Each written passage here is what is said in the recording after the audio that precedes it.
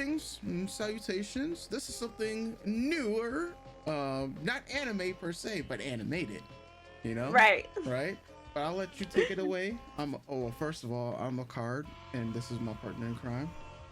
So TK. Yep, yep. All right. So we're gonna watch X-Men '97 Mm-hmm. because I'm an X-Men fan. Mm-hmm.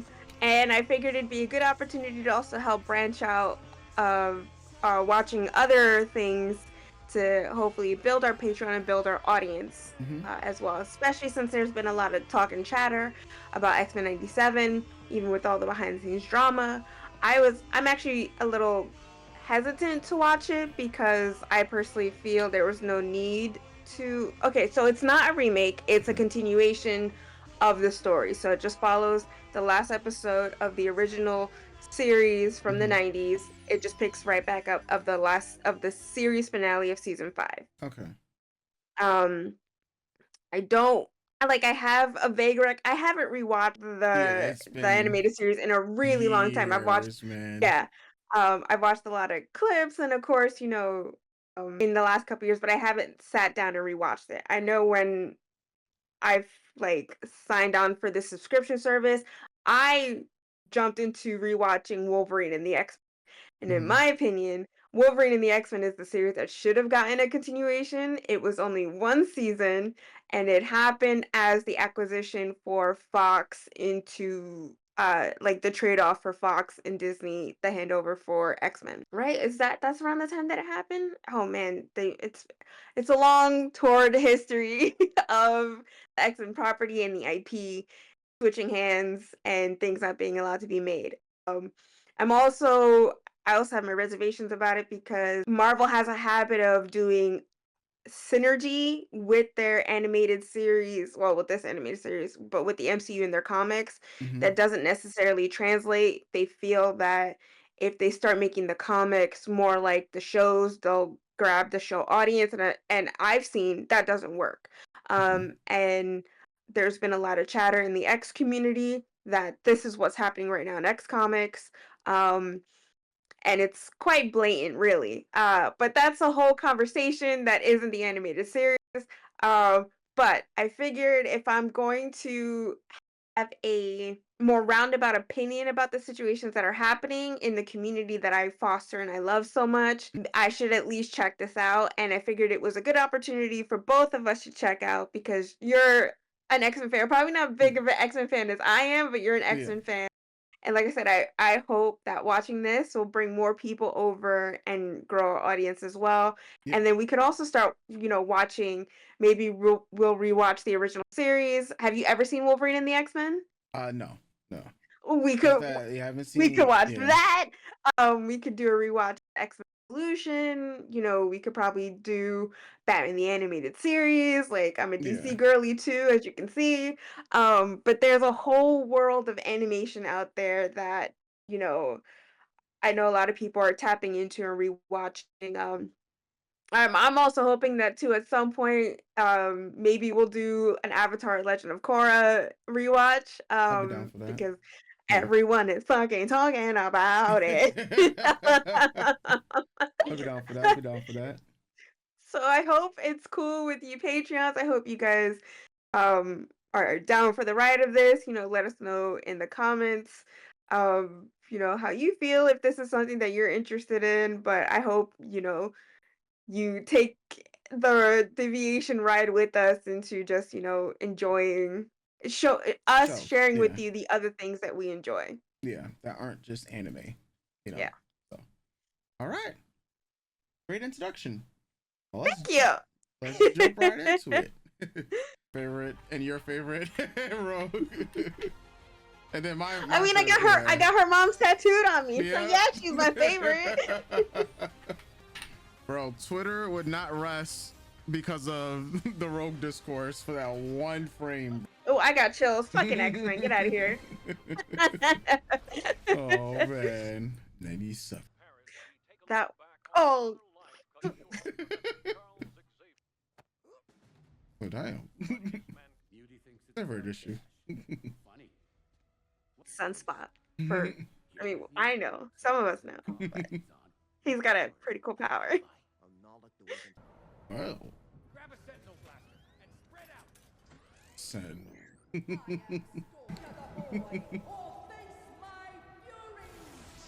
Oh my.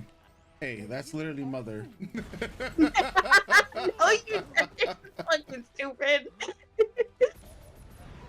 peaceful storm. You just literally busted through the window. It's not peaceful. More are coming. Stay in Damn. game. Sure. Oh man. Jump in, jump out. This is a boy. Okay. He ain't the leader of the X-Men for Yeah. nothing. That may not be one of my favorites, but I ride man. for Scott Summers. Yeah, I was like, all right, Mr. Summers. I saw on Twitter, I think it was earlier, people was just like Cyclops is redeemed himself. like, That is a wow. very 90s Yeah. thing. It's my boy. It's my boy. Oh, hello. It's my boy. It's our girl. Yeah, she does. That's the content I was waiting for.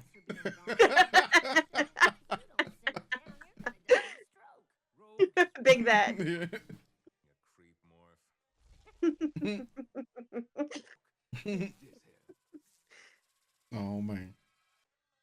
I've been asking on Twitter for weeks, what baby is this? Because Kate, if you know, you know. Cable is Madeline's son. Mhm. The only kid Jean has is Rachel, but it's a different Jean. And Rachel's from the future. Mhm. So what kid is this in her tummy? What child? Oh man, very very blue. And also, I think he needs to be a bit darker. Like, if you know the discourse around Sunspot, he should be a bit darker. That's one of my other favorite girls. There's so much to take in. Mhm.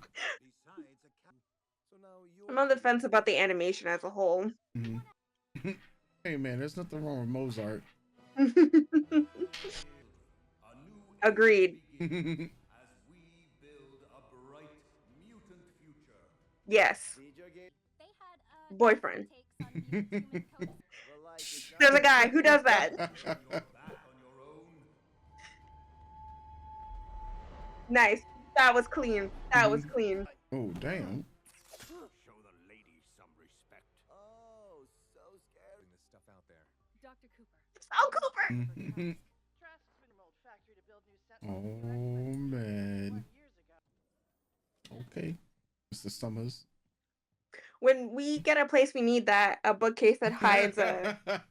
Okay. Hides the TV and everything. Yes. Yeah, I'm about to say. I remember. Yeah, you did, bruh. What baby is? You don't have to be a student forever. Our son will need us more.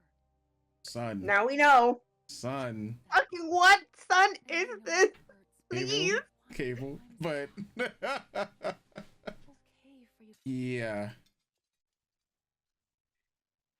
Yeah.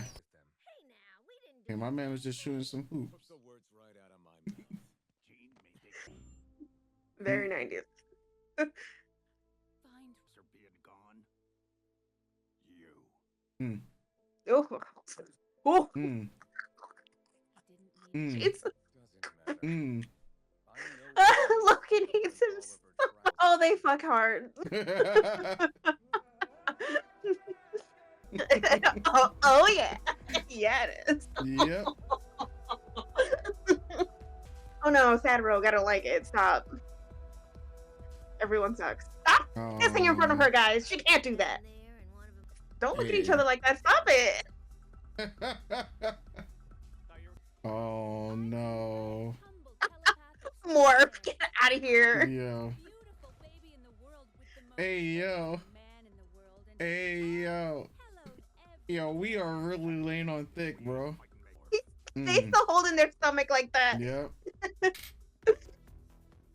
Uh-oh.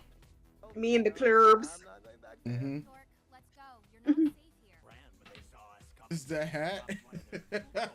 FOH? Oh my god.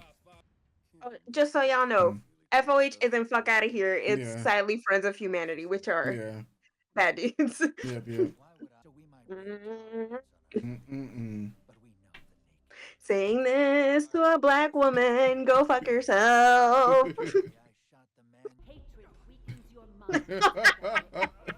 Fucking Gene. Oh man. Uh-oh. Baby about to get the answer. This animation kind of tough. Hey yo.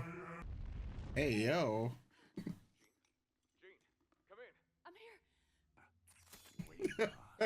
That's a good line. That's a good line.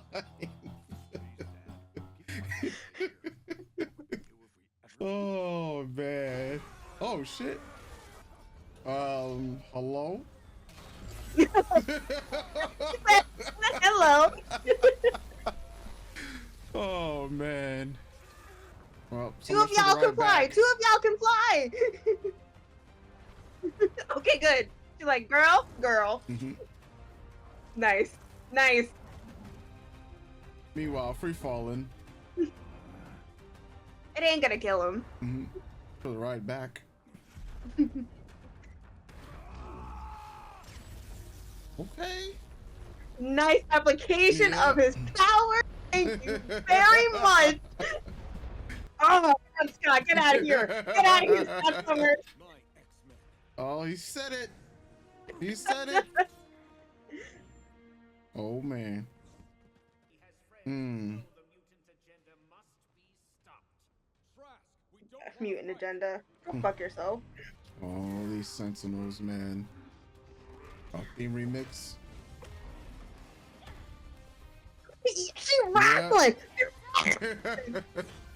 And then, you know, she's making them lose a little weight. Get out of here, Hank. Yep. Beautiful involuntary friendship. Oh man.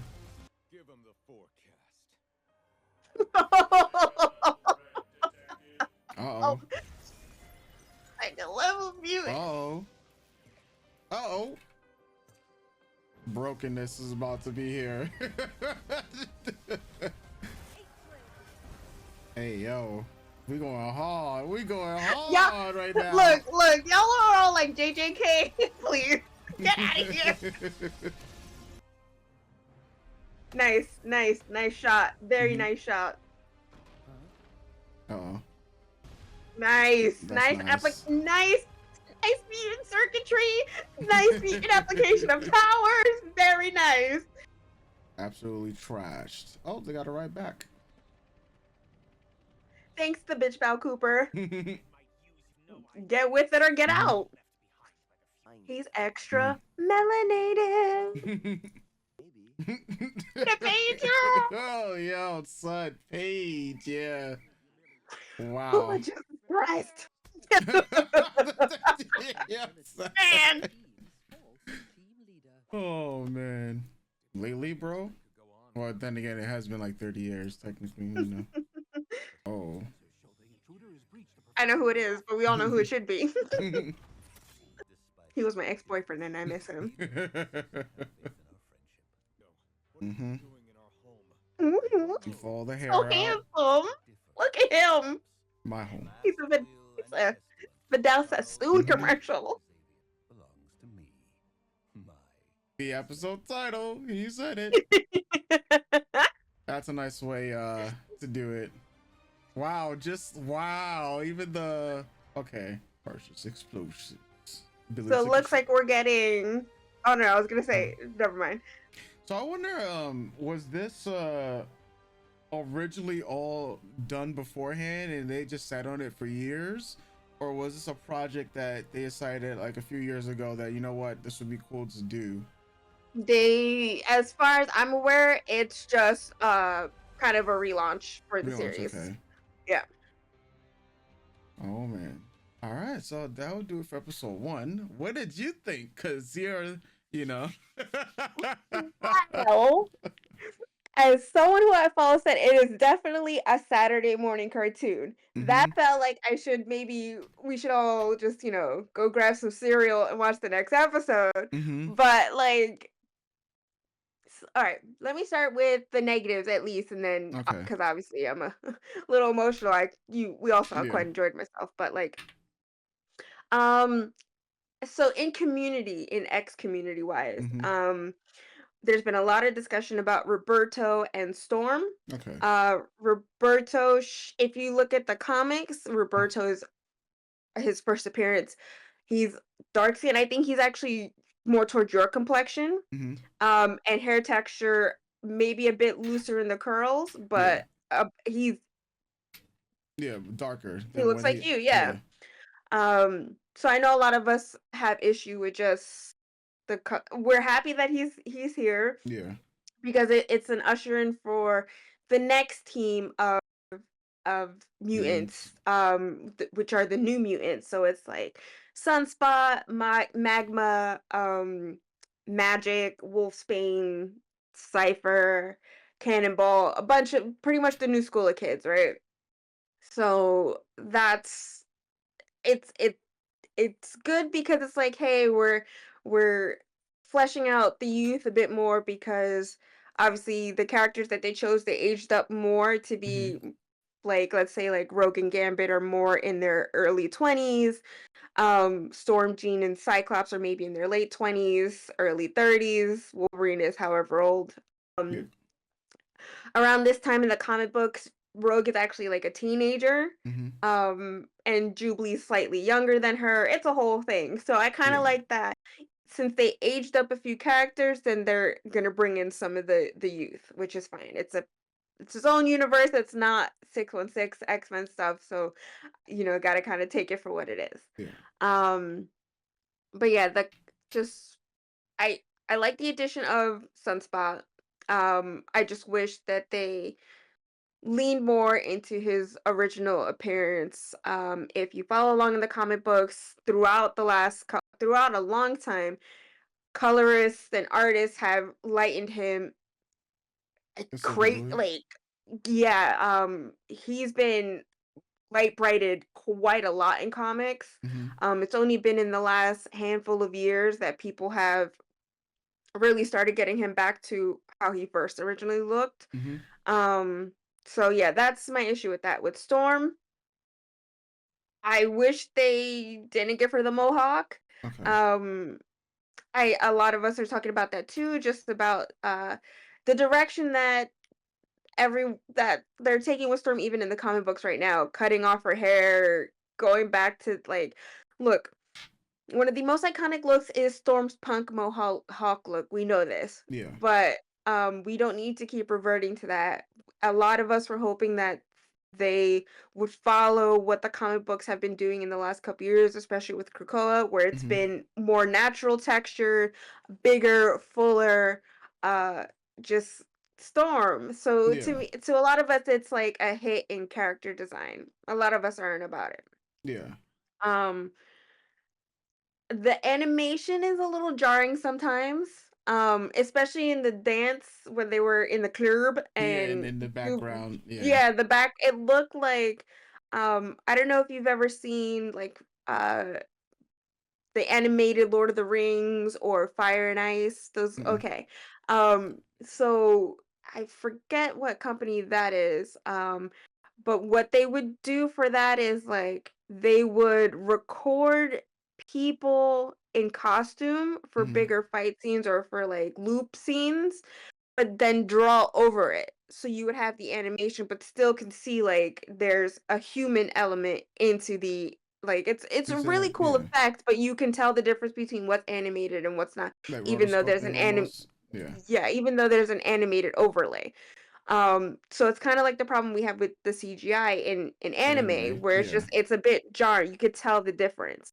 Yeah. Um, some aspects though extremely clean. The application of Cyclops falling and using his I beam to slow down his fall, Jean's telepathic journey was really nice. Storm using her powers in the desert, clean. Like that's why I'm just like it's so weird. Some parts it's just like a little messy, and then others it's just like I was blown away. Yeah. Um,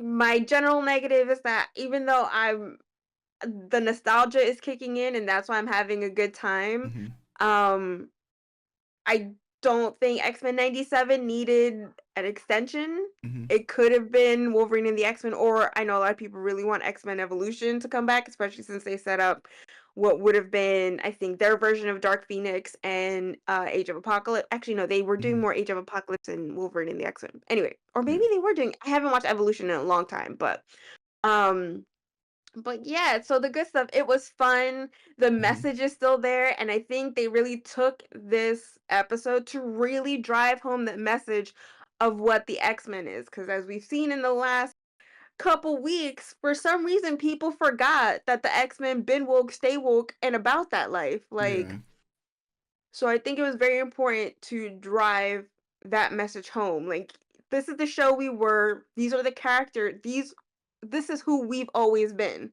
Yeah. We need to reiterate it to you, then we will reiterate it to you. This is this is what we stand on. Um, that the humans are out to kill us. This is what it is. Just because we are different, you know. Yeah. Um, and especially with a lot of the stuff that's continuously going on globally, it's nice to have that message reinforced, and that a new crop of young kids are gonna have that message reinforced to them that you find your family in a room full of misfits, in a room full of other people that the general public hate, Yeah. and you come together to do what you can to get by and to fight that hate. I will always love X-Men. To me, like that's my shit right there. That they're my number one, right? Um I like the addition of the characters that were in the at least I don't remember Val Cooper being in the OG series. Hmm. She plays a big role in the X-Men in the late in the 80s, right? Yeah, and then further, but so I'm excited for her. I'm excited for Sunspot. I'm excited for, just bringing more X-Men lore into it. Um Still so confused why Jean is pregnant, but obviously we're gonna get answers to that because that whole thing, like, because we all know Cable is Madeline's baby. Jean may have raised him, but Madeline pushed her out her vagina. So come on, y'all. But we know Madeline Pryor, the Goblin Queen, is gonna be in the series, so that's also really exciting. Um, yeah, so it's like, yeah, I had a good time. It's pretty obvious on my face I had a good time. Mhm. Yeah. What about you? What do you think? So, as someone coming to the series that hasn't seen anything like any anime series in oh man, years upon years. 97. How old was I then? Was I like 8? Probably. Yeah, I was 8. No, I was 9. I was 10. Wait, I was 10 in I 97. was probably 8. Yeah. That's yeah, it's probably 8. I was in 1989. Yeah, I was 8. Yeah. Um, yeah.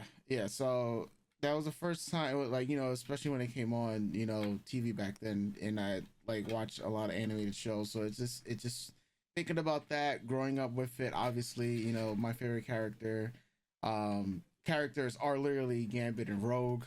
A Gambit, of course, cards. Hello, card games. Rogue was always badass. I just loved her, everything about her. So I was just like, the one thing I wanted to see was content featuring Rogue and Game. I think that was like my one tweet about the entire thing. I said, listen guys, y'all talking about Rogue's butt and whatnot and these memes and everything, but I'm just like, I just want to see my boy Gambit and Rogue and just, like, I just want to see more of that. Well, And there's yeah, apparently going to be more of their relationship fleshed out in this series. So yeah. So they're one of my favorite het couples. So or yeah, het leaning couples because I yeah. don't think they're quite straight. But anyway, go ahead. Yeah, like they're like, those are my favorite characters. So I was like, yeah, it was very cool to see them right off the bat. Coming into this, like I said, I've been watching, so of course, watching anime for way more than I watch, cartoon animated series. The most Mm. recent one was Invincible. And Mm. so I noticed a lot of, like, say, the animation studios that are non American, Mhm. like some of the techniques that they're using to portray animation and whatnot, seeing what they're borrowing, say, from anime, because that's what all these studios are essentially doing, like both Mhm. in both mediums. Um, yeah, so I was paying attention to a lot to the animation techniques, and I noticed some stuff that had a lot of similarities to what we saw recently in Invincible. Now I have not seen season 2 just yet. Mm. I've been waiting for it to be done before I watch all of it. But yeah, I have noticed that, yeah, like these animation studios all around are picking things up, and I would like to see more animated cartoons. You really, like, that was what got a lot of people, into seeking out anime. Is just, from seeing, like, say, the Looney Tunes, to then you have these like the X-Men animated series, Spider-Man, all the other Marvel type of series and whatnot. So I do like that we are seeing, just, more of these animated series come together. Mhm. Now, in terms of the story, in terms of X-Men, like, remembering how long ago did this end? Like, was season 5? I think 90. I think 97. Was it all, like, all 5 seasons was that? Damn. I think it Yeah. started in 92 and ended in 97. 7. Okay. So then, okay, 97, right? So then, yeah, just thinking, yeah. Whew. Yeah, it definitely, I would have to do a rewatch to remember everything that happened, because there's gonna be a certain things, like, just, I feel like this. I felt like if I didn't know anything X-Men related, I Mhm. felt like I could come into this episode, watch it, and feel like, okay, uh, sure, there's certain things that have happened and whatnot, but it's not like I'll feel lost per se, Mm. right?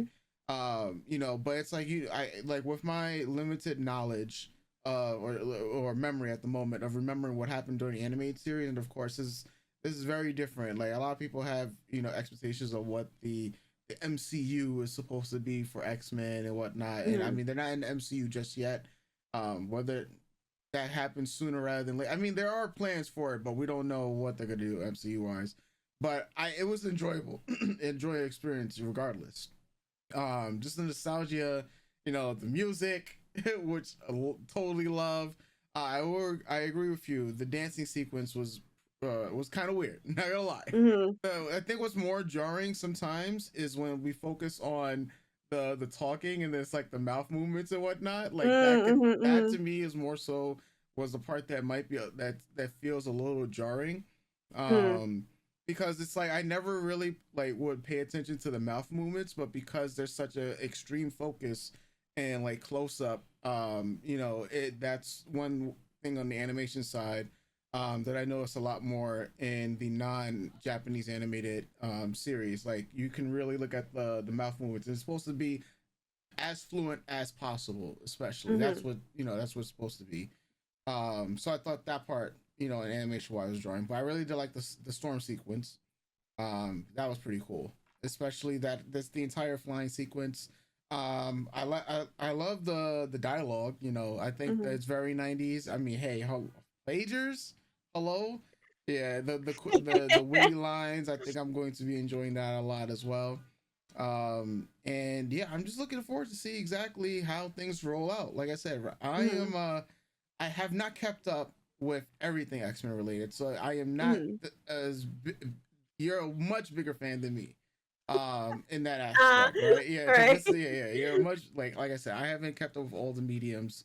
Mhm. um you know but this is still gonna serve, like, it's like, hey, I recognize that character, hey, I know this character, hey, I love this character. And so I know I'm not gonna know any of the new character. Well, maybe I might know some of them, but I'm not gonna know the majority of the new ones that are gonna come, especially for the new Right. mutants. But I'm like, hey, it's Jubilee. I forgot about Morph.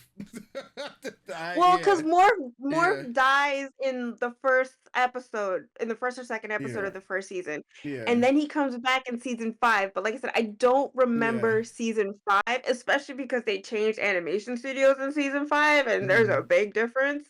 But I don't remember Yeah. season 5 at all. So if you want to do a rewatch, I'm happy to do a rewatch with you Hmm. because yeah, that's the one season that I think I completely checked out of memory. Hmm. Like it's not. Yeah.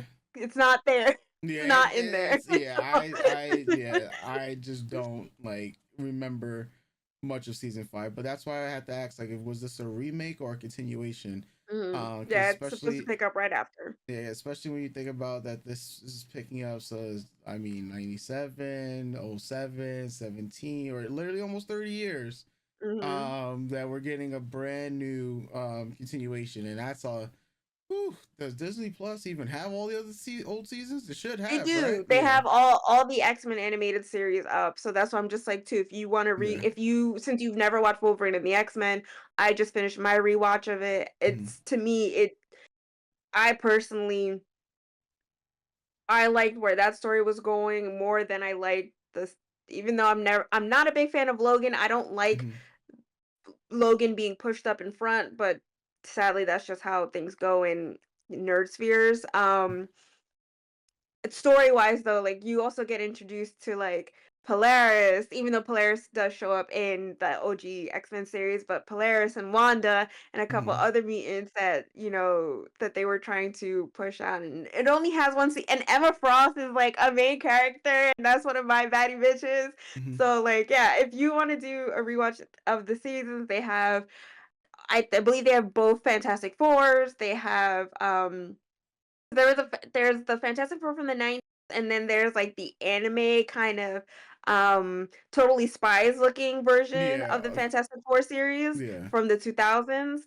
I think they have all the I think they have all I of think the they probably have all Marvel the animated yeah. series there, yeah. Yeah, I know But one of the ones for I was me, checking out like, was Spider-Man. Yeah. yeah, for me, I stick with like X-Men is my shit. Though I do cap for like the Iron Man theme song. That shit Mhm. goes hard for both Fantastic. Like when I think of theme songs, for me, it's like those are Yeah, the ones like you grab with. Yeah. X-Men and Spider-Man. Everyone knows those theme Yeah. songs, right? It's Yeah. like yeah, Yep. yes, yeah. Oh But man. yeah, if you want to do a rewatch, or if you guys are interested in us doing a rewatch of the series, more than happy to do that. Yeah. Yeah, it's whatever you want to do. Like for Yeah. me, I also just wanted to say X-Men and Sailor Moon are my formative cart animated series. Mhm. That's my little house right there. So if you like my personality is like Yeah. those two, and then like Justice League because Wonder Woman like shows up later in the 2000s is like the temple for it. So like yeah. I feel it. I feel it. Hey man, I'm right. Let's like I think I've mentioned this before. Like Sailor Moon was my first ever anime I watched. It got me into like other Japanese anime because I mean it literally was Sailor Moon, and then right after that it was Dragon Ball, and then Mhm. from that watching those, then Pokemon came around, and then my favorite anime is still Yu Yu Hakusho, and Yu Yu Hakusho and Sailor Mhm. Moon is literally like this mainly because not only is those my two favorites, but the authors are married to each other, so Yeah. it just happened to be like that. I will never forget how my mind was blown when I found that out. Like I was like, wait, my two favorite series and they're married to each other? What? Oh, that's crazy. Yeah, but yeah, I'm ready for more. So Yeah, same. I also just want to say to everyone know, uh, if you just know how TV is nowadays, this sadly only has 10 episodes for the first season. It's not mhm, like it used to be where we would, I think the OG first season, I feel like it had more than that, maybe 13. I mhm, could be, I mean, I could just check Disney later, but yeah, it is only 10 episodes, and who knows when we're getting a second season kind of thing. yeah. So, We're jumping right into the second episode, folks. Rogue and Storm were ready. Belongs to me. Must. They the, were all the X-Men ready. are always ready. It's on Yeah, site. We know this. yeah. It was on site. Oh man, this theme. Bro, I can remember just getting my first cell phone. How do I get this as a ringtone? When you first start Yeah, changing your ringtones, this one. this was it. And I'm happy that they've nice. Oh, Mhm. wait, Yeah, too much is happening in this opening. it changed from. Bishop. I'm happy that they made Bishop a main character instead of Mhm. a featured player. So, yay, Bishop. Good for you. Oh man, Any sudden moves Coney Island. Oh man. My boy got a Walkman. Everyone get out. Yeah. So much for the Walkman. Is that who I think it is? Saving Magneto with his little titty top. I'm so excited. Mhm. Did the She big, professor big. not trust me? Maybe we're seeing rebellion. She was like, I'm not impressed. That's Callisto. Those are the Mhm. Morlocks. Oh my god. For you, that I Should've am crushed her the hand. master of magnetism. Damn. Damn, jeez. Metal bending before metal bending. Oh man. You're him. Literally him. Magneto. Matter how much spit you got. Thank you, Rogue. Former Mhm. terrorist. Derek a second shot. Freedom fighter, in my Mhm. opinion. I But, you know. have waited for Shah. Oh my god, are they gonna do Genosha? None of Wait a you minute. nor Xavier himself unharmed. He's like, Scott, shut up. I did not consign. Mhm. We check every minute. Don't tell me how to use my Uh-oh. powers. I was under the welcome imp- Go in your backpack. Jeez. Yeah. The will.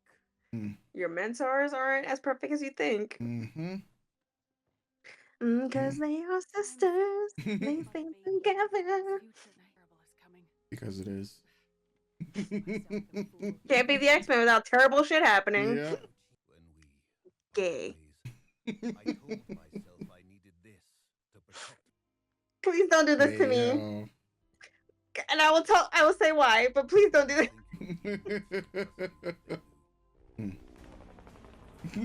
So they do have an intimate relationship in the comic books. That's one of Mhm. my least favorite aspects of anything ever. Mhm. Yeah.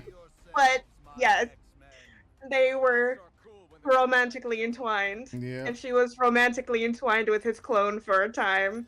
Yeah, so there's Yeah. that. Yeah. Look at that beautiful Vidal Sassoon hair. Get out of here. Your epileptors aren't. Yeah. Yeah, chop them up. Oh Real man. violence. She is like, I don't care what you do, bro. You're getting arrested. will I Mm. earn your trust. That is how due process works. Then Sure. Mm. A lot of that going around lately. Yeah, son. Face cracked. Yeah. Actor. Yeah. Oh man, that hurt. Folks out there. And this is a very real world thing that we can't even like. It's like, I don't get. Hmm. Girl, sit down. You pregnant. history's sad song, you claim It's justice. bull. Indeed. But so is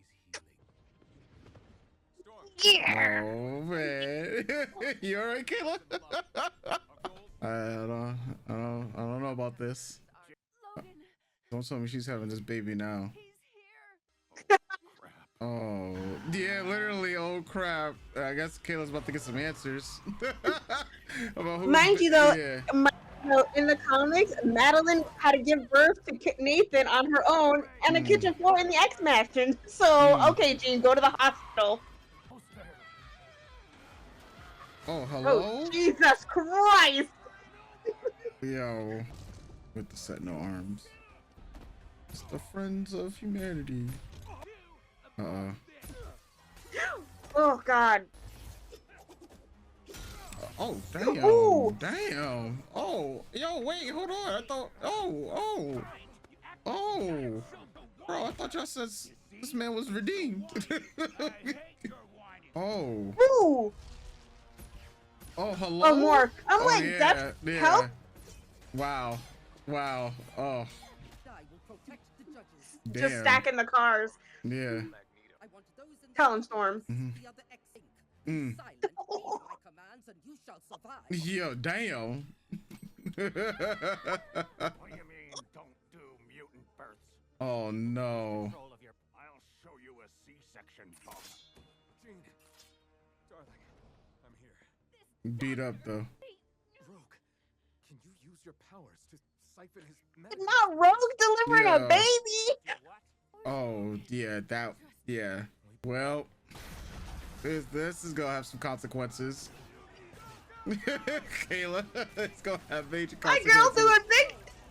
girl doing big things. Two gods working together. fuck out of here. Look at that. The shock of good conduct. Mm. Mm. They are really going all out on Storm Who animation. I together love they it. work so well. I love it when they work together. Storm and Magneto working Uh-oh. Oh, together. he's gonna blast Homegirl's head? No, he's. I see. Yeah. He's gonna.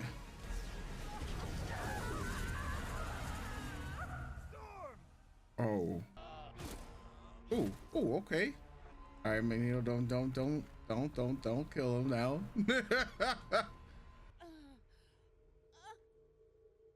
What? Oh. The breeze is gone. No, the air. What has he done to me? Wanted. Lies. Oh man. Your dream. Man has used their awesome power to We find out that this was a plan. Uh-oh. worm. So small I could smite you with a step. There was a time I would smite you all for what was done to Storm. But we have growth. But today, I have last it is versus how small we make it. Hmm. Charles Xavier entrusted me with his dream. Live in it. I Bruh. am trying to be better, not make me let you down. Hmm. Hmm. Look, he has All right. eyes. What's the name? What's the name? Thinking Nathan. Everyone, get out of here. My poison. Dark roast. Poison. Poison. Oof. We'll fix this. Scott and I aren't going anywhere, okay? Not until you're well again. Yo, the view. Wow. Be heard, seen, to feel another soul finally seeing yours. Don't do this to me. It to be like, bro, why? Fragile treasure. Why? Sacrifice to then sometimes watch Yeah, not no, my boy. Oh, I have things to say. no. Not like this. Not like this, my boy. What did I say? She's Mm. back. What? The X-Men. What? What? What?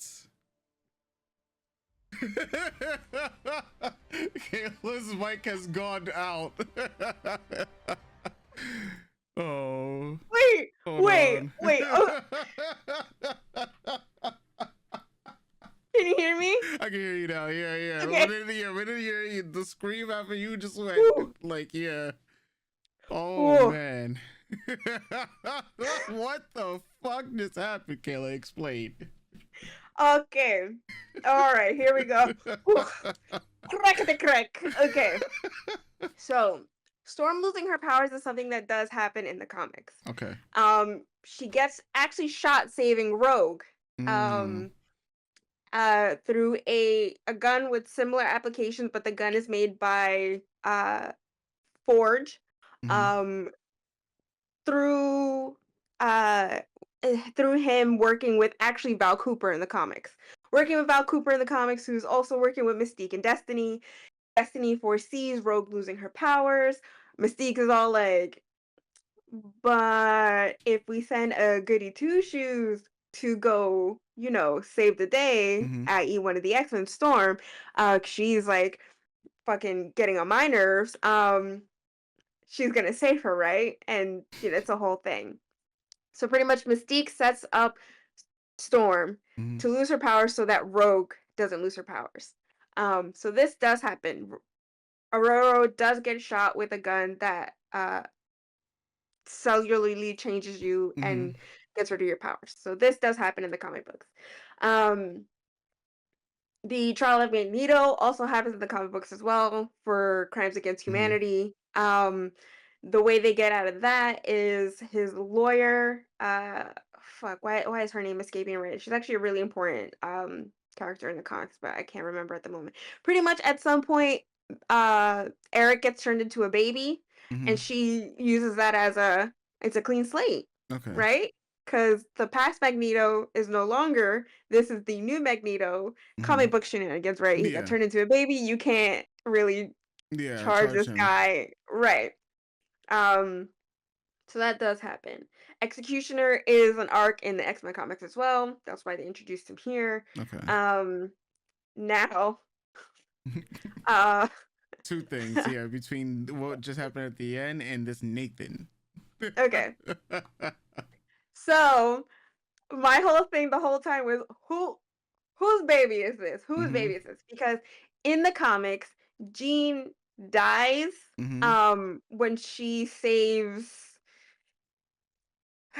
the X-Men coming out of space while she's Phoenix. Mhm. Yeah. And that's the death of Jean Grey.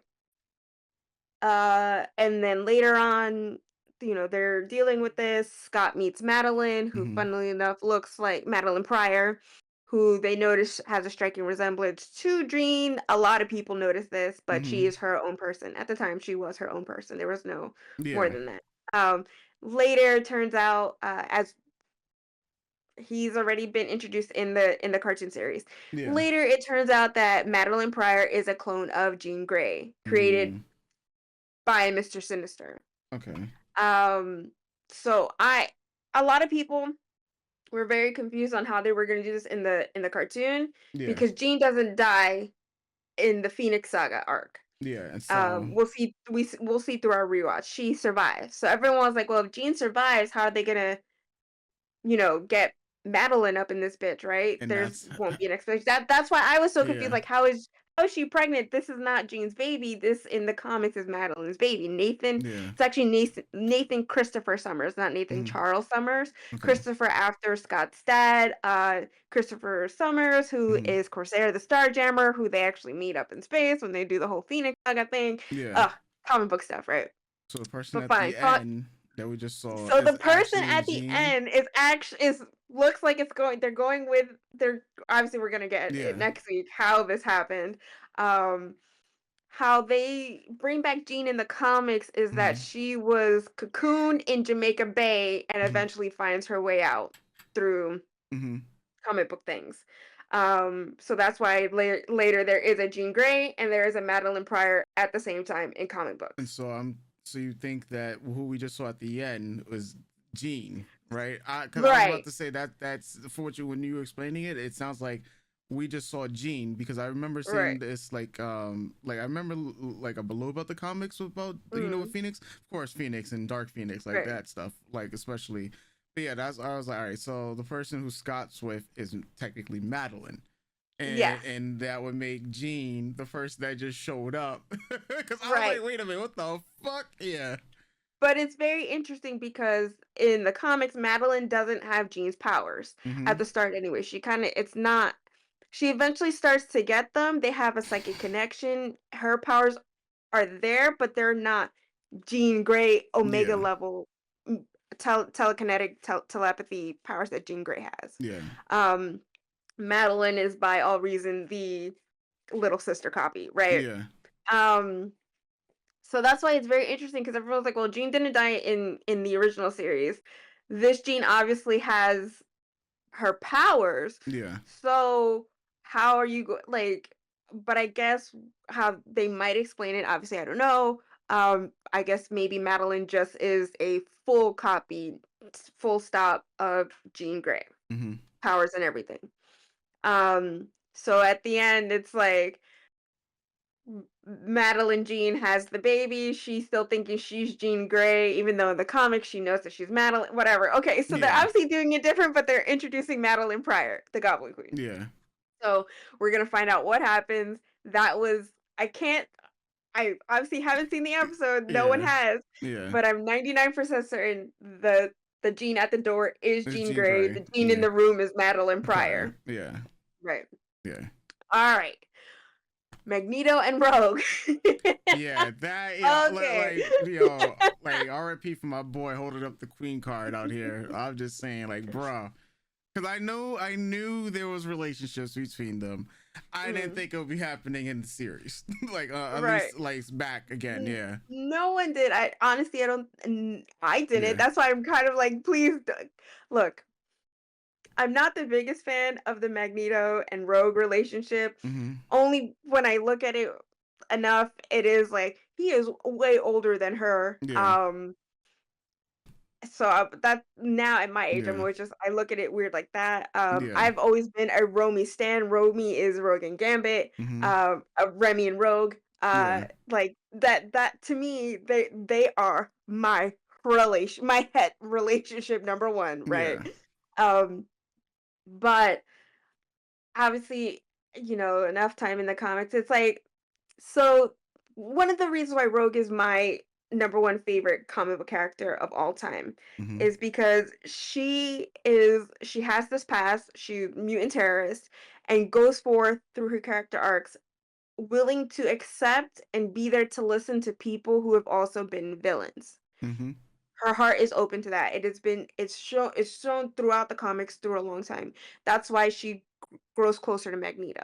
Yeah. Now, as for the relationship they're alluding to in the past, that obviously wasn't portrayed in the original X-Men Mm-hmm. animated series, but they're obviously trying to bring Bridge. that out, Yeah. bridge it from what happened in the comic book series.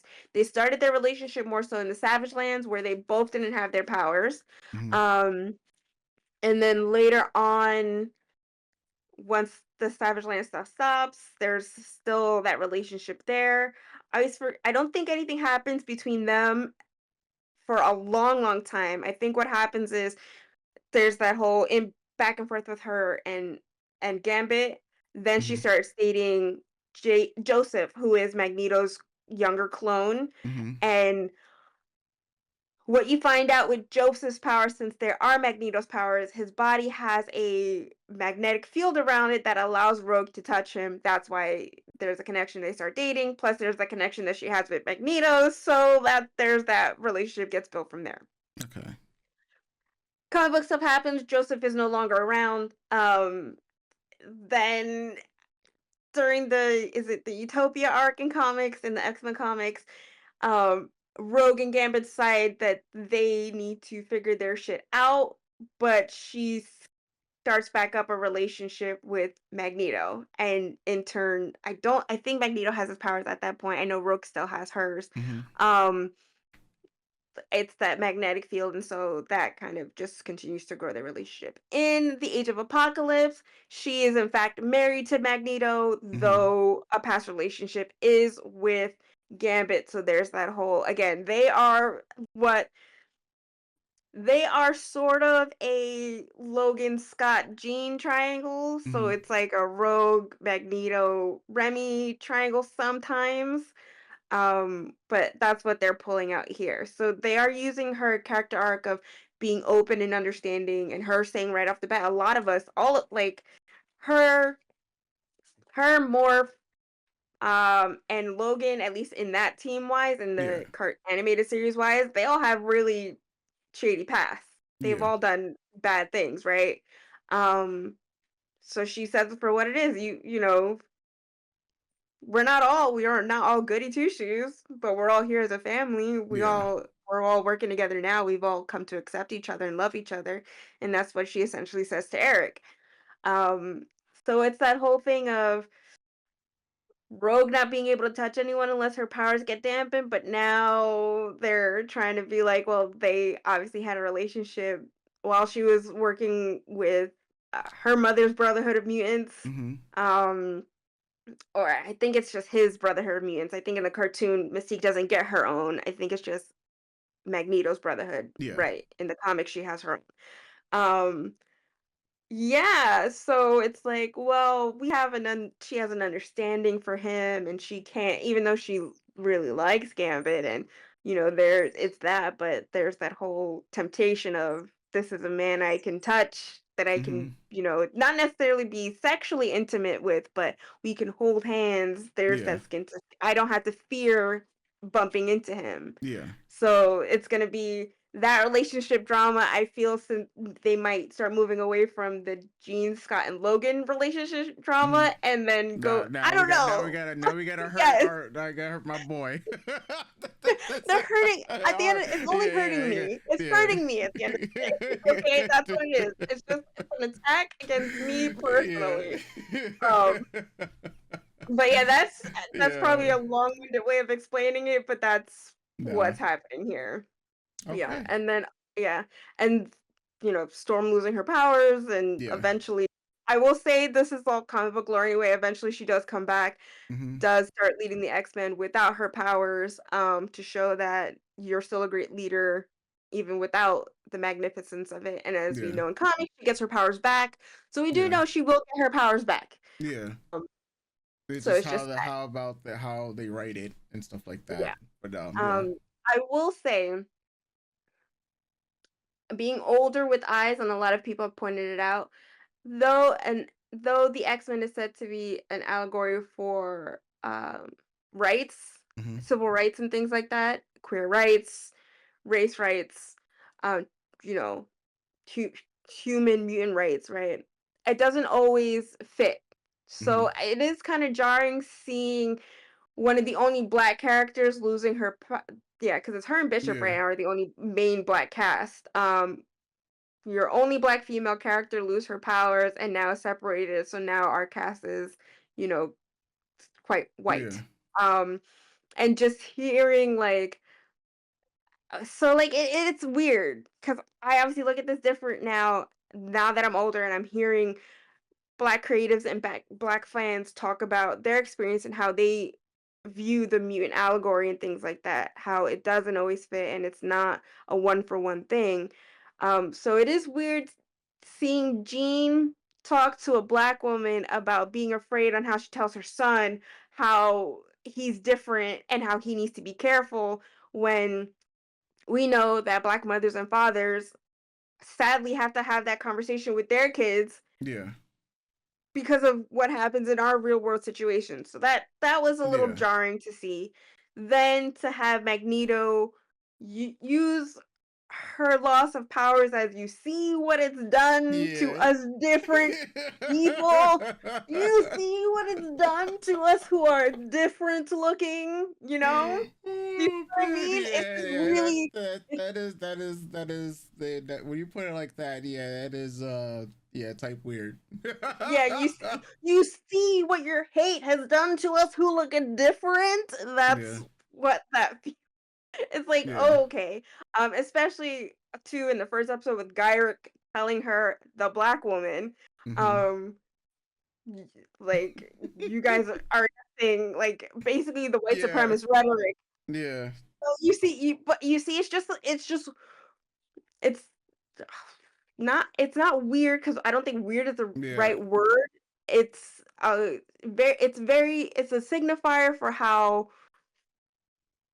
these things, though they are present and important to discuss, it's still all our differences yeah. are we live life though we are different, though I am a queer woman of color, I'm a Mhm. mixed woman of color, my experience is different from your experience. Yeah, So me telling you something is like yeah, it's weird. Um yeah, so yeah, it's that to me just the right now in 2 episodes, just the story plotting around Storm, yeah, your only black female character is crazy. yeah, It's yeah. When you put it into that context, yeah, yeah, so because I when we're talking about, especially when we're yeah, talking about with I Gene see now, white yeah, that scene. yeah, Sorry to cut that's you off. wild. Yeah, yeah, because now So go playing ahead. back the scene in my head, like, yeah, it's kind of watched. Like, how do I tell my son he's different? And then I'm looking at Storm. Storm was like, "Have you seen me? I'm your sister, Like though." right. Yeah, I yeah, mean, yeah. it's like so I also think that's a important. Obviously, I haven't seen any other. I haven't watched anyone else react to X-Men '97. I I think haven't. that came I've been out yeah. literally today. Yeah, Yeah. It came out today. I've been offline, and then mostly people who have been talking about X-Men '97 have really talked about more so the animation of what I talked about in our last mm-hmm. video. The colorization of Roberto Storm's hair, just things the micro. I don't want to call them microaggressions, but Mm-hmm. because that I don't feel that's right, but it's like in my brain, it's that Yeah. right. Um, s- it's important to criticize the things that we love and to point these things out. Yeah. This isn't a perfect one for one. The X-Men were never a perfect one for one. Even now, they're not a perfect one. We can read people who have an open heart and open mind can read these comics and go, all right, that's quite clunky. That Yeah. doesn't really land the way it should. Like these two episodes are quite filled with that. Like Mm-hmm. I see what you're saying, but it's not landing in the way you think or the way it should be It should. portrayed or Yeah. landed, right? Um that's also to say, you know, Storm is one of the only black superhero characters that gets put in the forefront of a lot of things, of a lot of conversations. She's in the forefront of pop culture when you think of black superheroes. Mm-hmm. So, also the simple fact that this only has 10 episodes, it doesn't seem like, again, I don't know, it's only 2 episodes, doesn't seem like we're gonna get introduced to the myriad of other black characters that are in the X-Men universe Mm-hmm. to sadly fill her spot, even though she's still of the cast, she Yeah. will get her powers back kind of thing. Um, there's no now she's gone essentially, Yeah. right? So it's not great. But it's good that it's good to point it out, it's good to talk about it. Obviously, I can only say it from my opinion of seeing it through hearing other creatives talk about it and learning and growing myself. I think we should all be open to this conversation, though I love this property with all my heart and soul. It Mm-hmm. is not perfect. Yeah. It it is not perfect. And this is one of those instances where it's a glaring imperfection. Um, how are they gonna plot it out? We'll see. Um, I will say I do like Magneto's speech at the UN, really driving it home that skin color, sex, who you love, who you choose to be is looked down upon by these humans, by the sapiens. Mm-hmm. Um, I like that he spoke about being a Holocaust survivor without saying it in so many words, Mm-hmm. especially with the stuff that's going on with uh Israel's genocidal regime against the Palestinian people. Um, him saying never again is very important. Uh, like I really that really stuck is gonna stick with me. I think yeah, I stopped Mm-hmm. talking through a lot of the last part of the episode because I was just listening and taking it in. Yeah. So yeah, there's a lot of highs. Um, and a lot of like woes and a lot of lows. um, Highs, woes, and lows. yeah. Because that last part, the pop off you had was definitely a woe. Like I was like the Yeah. whole time, the whole couple weeks, I'm like, who's having this baby? Jean Yeah. has never pushed a baby out of her vagina. What is happening here? So Yeah. I was like, I was kind of sort of excited that they would do maybe Rachel. I'm like, yay, we're gonna get Rachel, my little girl, like Mm-hmm. queer lesbian girl fail from the future. The second Phoenix. I'm so excited, but no, it was Nathan. So I was just like, okay, Yeah. Once they weird. That's said not her son, kid. yeah. Um, but yeah, just already popping up with Gene number 2 with Yeah. Madeline. Like we're going full speed ahead. I think I might have a issue with that later on down the line that it feels like we're doing a lot of stories in 10 episodes. Okay. Um, but yeah, because this Yeah. was Trial of Magneto. We're gonna pop off with Madeline stuff. We're being introduced to the executioner. Charles is dead. Trial of Magneto, Storm losing her powers. The Morlock's going to Genosha. So Yeah, because that's you like said, yeah, you said you were getting Genosha, yeah. Yeah, yeah, like I even though I think they introduced Genosha in the original, I really do have to rewatch the original series, but yeah. like a lot of plots It's are happening. happening. Yeah, all in 2 episodes. So yeah, it's gonna be interesting to see how they Yeah. drag this out. We know for a fact that they're going to Emma Frost is going to be in it. Sinister is obviously going to be in it. So it's just going to be interesting to see how they flesh out these plot points in only 10 episodes and how fast this gets moving. Yeah. It's a lot. Yeah, it's a Yeah, lot. it's a lot to take in. Yeah.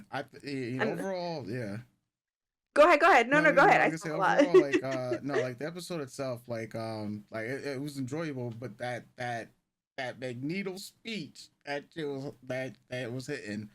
But yeah, nah, like the minute, of course, I would take the thing I would take away the most. Like, damn, there's a lot to take away. Um, yeah, not like just into the totality of the episode. Between the relationship stuff going on with Rogue, Magneto, and Gambit, that plot line, Storm's plot line, we the dude from last episode already, like I forget his name, Spots, what's his Sunspot, Sunspot, Roberto da Roberto. Costa. Yeah, like we have him in the back line of everything going on, even though he wasn't mentioned this episode. So you guys see what's up with that. Um, yeah, like the execution of stuff. Um, there's so much, and I mean, we're given about 26 minutes of running time because this episode ended around 28 minutes. You figure the opening theme was about 30 seconds. It's not like anime, what's a minute and 30 seconds. The opening theme is about 30 seconds. You give it up 28 minutes of actual animation. Because it's like 3 minutes of full on credits and whatnot. Yeah, that's a lot of credits. It feels like there's way more cast that works on, the American, or I'll say the non. It feels like a lot more people working on the non anime style, animation works than it does in, like, say, anime. I mean, maybe it's because they just go by fast and whatnot. Who Yeah. knows? But right now I'm liking it. Like, so we're talking about like right now I'm liking it, right? But yeah, I can see where you're saying that it's going to be a lot, and how they're going to cover everything for it to make sense and cohesive. So that I'm looking forward to. Just as much as I'm looking forward to figuring out what the fuck we got at the very end, because when I saw this on the G, I was like, wait a minute, what? And then your reaction was just like that just really sealed it. You like jumped out of your seat. I don't think I've had that kind of reaction. I know you have watched this Yeah. series, but Yeah. for anyone who's also into this stuff, I watch Masters of the Universe Revelations, which is retelling of He-Man and the Masters of the Universe, the old 80s cartoon. It's on Netflix, and not this season that just aired, which I actually have to watch. The season previous, the season finale, they introduced a villain from its sister show, She-Ra. I jumped out of my seat. I was like, like this. Yeah, like, it's I the was it's the like, pop yeah, offs. Yeah. yeah, it's just like, what? They're doing this now? Oh my God, Yeah. that's crazy. Yeah. Yeah, It's the just- pop offs. Yeah, I think my last pop off, like, that was similar to that, is when we was watching Torture Princess, and they had Super Smash Brothers yeah. in the series. I'm like, what? Yeah, I just, like, yeah. Other than that, it was a free room pop off. Like, yeah, no, it's our pop offs are rare, and so that's when they happen. Some shit is going down. Be like, oh my fucking god. Yeah. I usually get big reactions, especially when, not that I can't, there's no way I've read every single Yeah. comic, but even the comics I'm talking about now, I have secondhand information. Like, Yeah. I didn't read Executioner, Phoenix Saga. I've absorbed through pop culturally, and then just going back and like looking through the issues and things like that. Life Death, which is Storm's story and losing her powers. Yeah. So a lot of it I haven't personally read myself. It's just Taking the information. it's so vast, and the stories are from such a long time ago. You kind of just pick up this information, and you gather it. Yeah. So for me, it's just like anytime like there's a piece of comic book lore that pops out of anywhere, or like even Masters of the Universe, like just like I'm just like that gets me so excited. That gets me Yeah. so like because you're like, are they doing this? They can't be Yeah. doing this. What? They're actually Mhm. talking about this little thing that no one has talked about before. It's only in the what? It's Yeah. crazy. You can't skip the intro. No, If you I'm skip not. the intro, they're gonna kick me Nah. out of the X-Men club. Nah. This is one of the series that never gets its intro skipped. Especially after seeing how they show side by side like this with the old one. Yeah.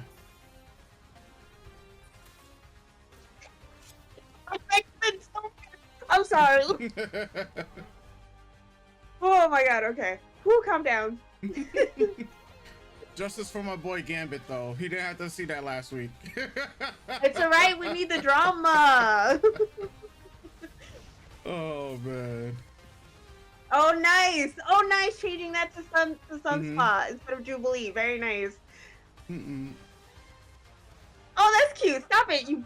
Was that there last week? I don't remember that. Hold on. It wasn't. Like, we're just changing it up every episode. Okay. Because that was not there last week. Bro, this is why you can't skip the intros, especially. Fine, Scott. But who she is? I want to say so much. You gotta have to save it for the end. Gal in the bed, Jean Doe. All in favor? Oh, nice. Oh. Nice morph. Evaluation of all we have ever been. Spiral sighting. Failed to prepare. But the Jean that lies on this couch would appear to be the actual Jean Grey. The actual Jean Grey. Oh, man. To isolate is not. Mm. Ergo, Our Jean is a clone. Mm. Possible. I assure you, the science is sound. Uh-oh. Uh-oh. Uh-oh. The drama. The fucking drama. Storm would have believed me. She's not wrong. Oh. And here starts the cries of why Scott Summers is lame. You was just in the wrong. You know what? I mean, that's. Just Same girl, same girl. Oh, who messing around here? Armband's looking slick, Beast. Must be ready soon. Kayla just like, bro, so much is happening right now. I'll be able to make the final modifications to send you back to your time. Oh, man. Set in your future. He said the thing! Wrong. Scientists, like artists, have signatures to their work. I know who cloned Jean. A man so dark and twisted he can be described as nothing other than sinister. Which we talked about last week. Oh, he. Oh, nice, with nice. them. Oh, father. Oh, damn.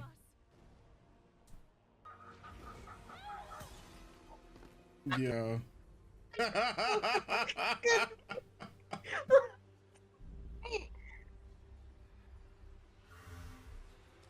Nice.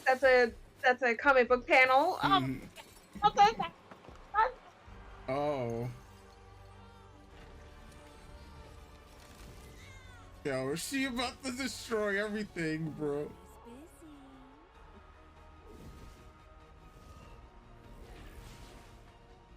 Oh, That's quite a man. turn. That's quite a fast turn, but okay, Yeah. okay, it's fine. Queen Maddie is here. It's okay. they shall know my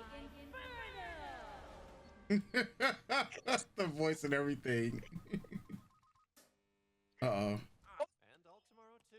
Wow. What? Rogue's really training her stamina with the new boss. Stop! Morph, Don't say shut it the like fuck up. that, Shut the bro. Yo, it is literally non-stop them. Nah, bro. Man, my stomach too. We'll see about a redhead. Well, one of them. Oh, man. And then there was Morph. My man Morph out here instigating. You need to stop, bro. Hello? Logan? Oh, look at him Mhm. creeping. Here, need some help with those hard to reach spaces. Okay, Hey, you little queer, yo. get out of here. Oh shit! Oh shit! Oh, shit. Wait, I'm gonna vomit. What illusions are we happening right now? This is homegirl's powers. That's gross and cool. Yeah. Ooh. All right, this is more than just illusions. Oh man.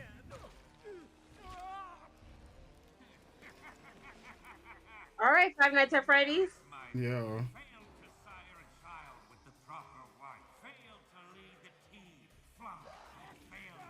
Mm. You abandoned me, Bishop. Where's your home? When is your time? Where do you belong?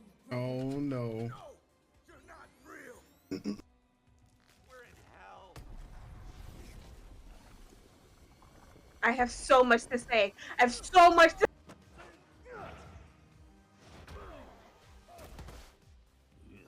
You smell like burned hair. Yo, Cyclops, hit me. Clean. This is Mhm. fucking clean. This is so fucking clean. Amplifying, all right.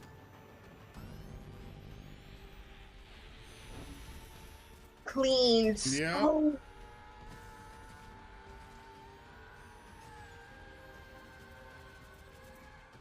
Oh man. You're welcome. Mm. Demonic sensible. Yo, this OST going hard too.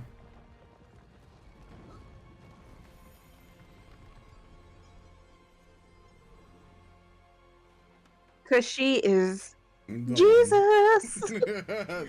She has. She is the one. Pathetic. Hmm. Does he even see in you? I've been here. It okay, Shia. Gambit okay now. Cyclops, What were y'all doing, you know? I will lead the others in a surgical strike. Fine. Lead the way. Okay. Not taking to your brawlers? Okay. But I'll say why. Oh damn. You are my greatest prize. You random, writhing thing of chance. The combination of your parents' unique genetics. Just dropped this baby in a pool of goo. But first, you must be made invulnerable. A new breed of perfect creation. How are you supposed to breathe, bro? By my will and Hmm. I knew you'd follow, Scott. Hey yo. It's all you do. Just ask the professor. Sinister. Use the powers of your mind. Uh-oh. I have Bruh. things to say. Things to say Yeah. why magic is being used in this. I have many things to say. Mm-hmm. Brimstone clone. Yo, that's clean. Animation on that was clean. God, look at her go! Yo. The direction? Yeah, nah, it's the art direction, the camera angles, yeah, this is clean. Hmm. Ooh. She's like, oh, metal's fun, but Yeah. glass is even funner. Mm-hmm. I should have you as a toy. Jesus. Step on me, please. Oh. Oh! All right, Mr. Summers. Oh. Queen. Oh no.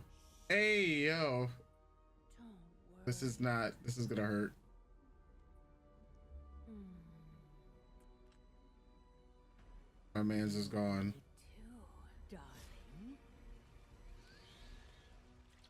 My man's is gone, bro. Oh my god. Come on, Judy. Like riding a bicycle. Remember how to control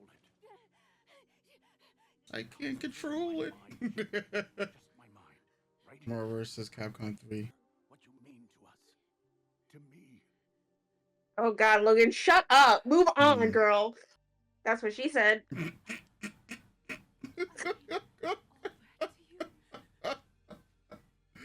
Oh man. You know, but you know, a girl means business when she puts her hair Yeah. up in a ponytail. My body won't be an issue. Hmm. This ends now. Get fucked territory.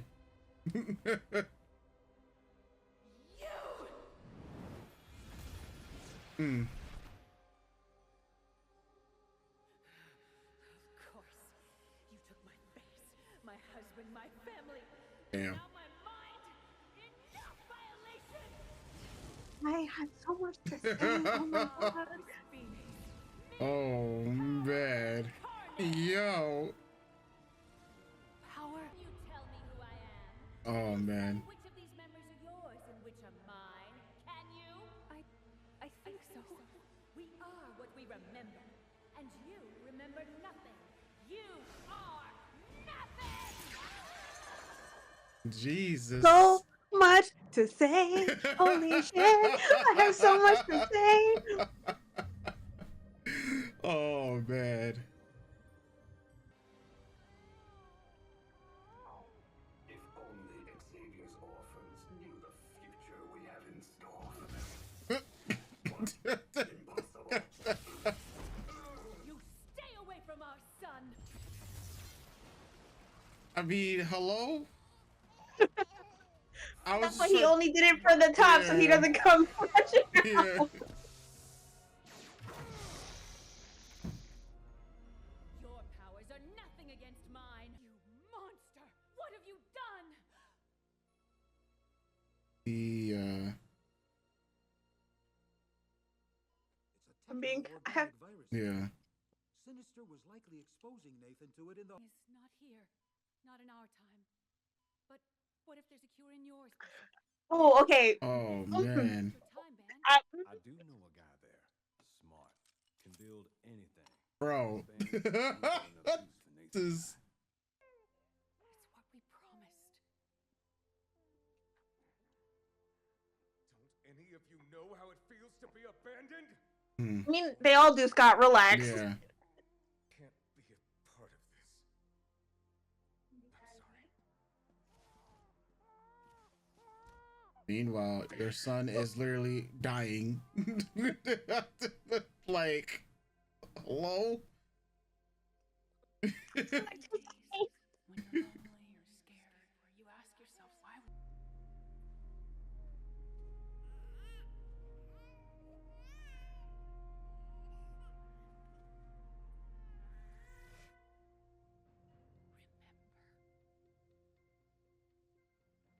Hmm. Wait. This is your. Call me Madeline Pryor. Mm-hmm. Farewell, Madeline. Farewell, Jean.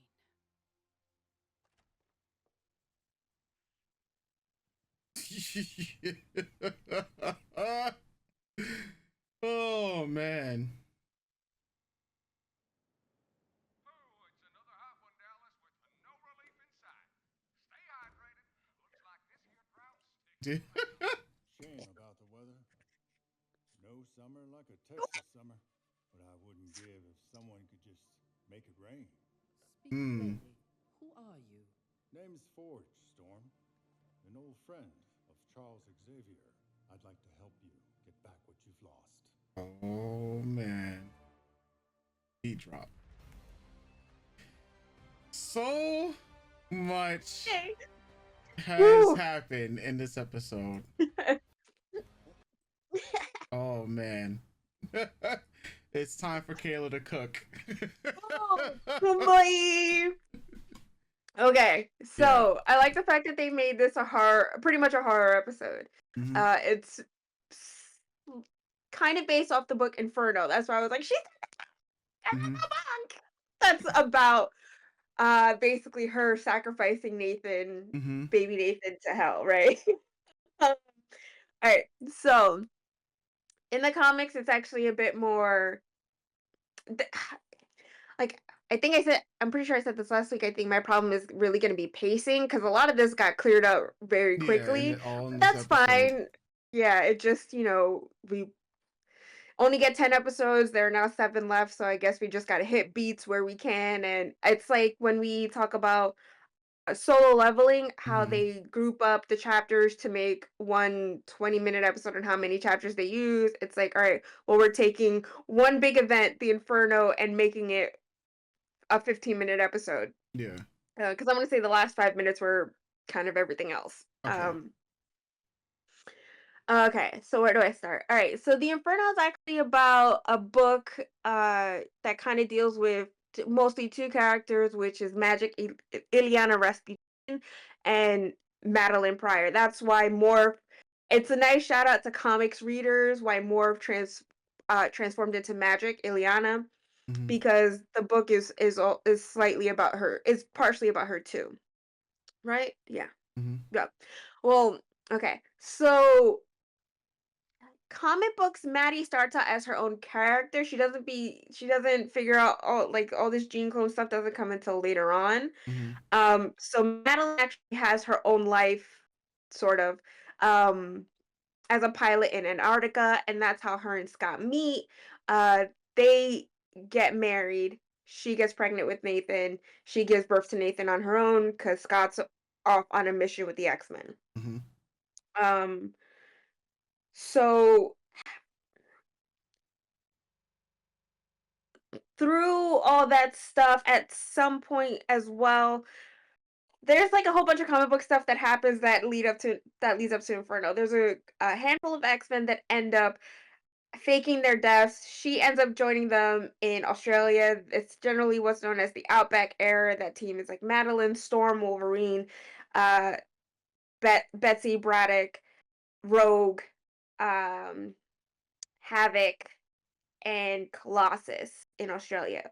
Um And then through a bunch of stuff, one of the demons that has connection to Ileana kind of starts tempting Madeline, and talking about, you see how your husband has left you. You see how your husband doesn't care. You told him to go look for your son. Because also, like, Madeline sacrifices herself with the X-Men, so everyone thinks Madeline is dead. Scott thinks Madeline is dead, but it's also leading up to Jean ends up coming back at some point, so he's kind of pulling away from her anyway. Mhm. So at some point, she sees on the camera that Scott and Jean are back together, so she kind of starts losing it. She's like, I've lost my baby, I've lost my son. That's why a lot of people say Scott Summers ain't shit.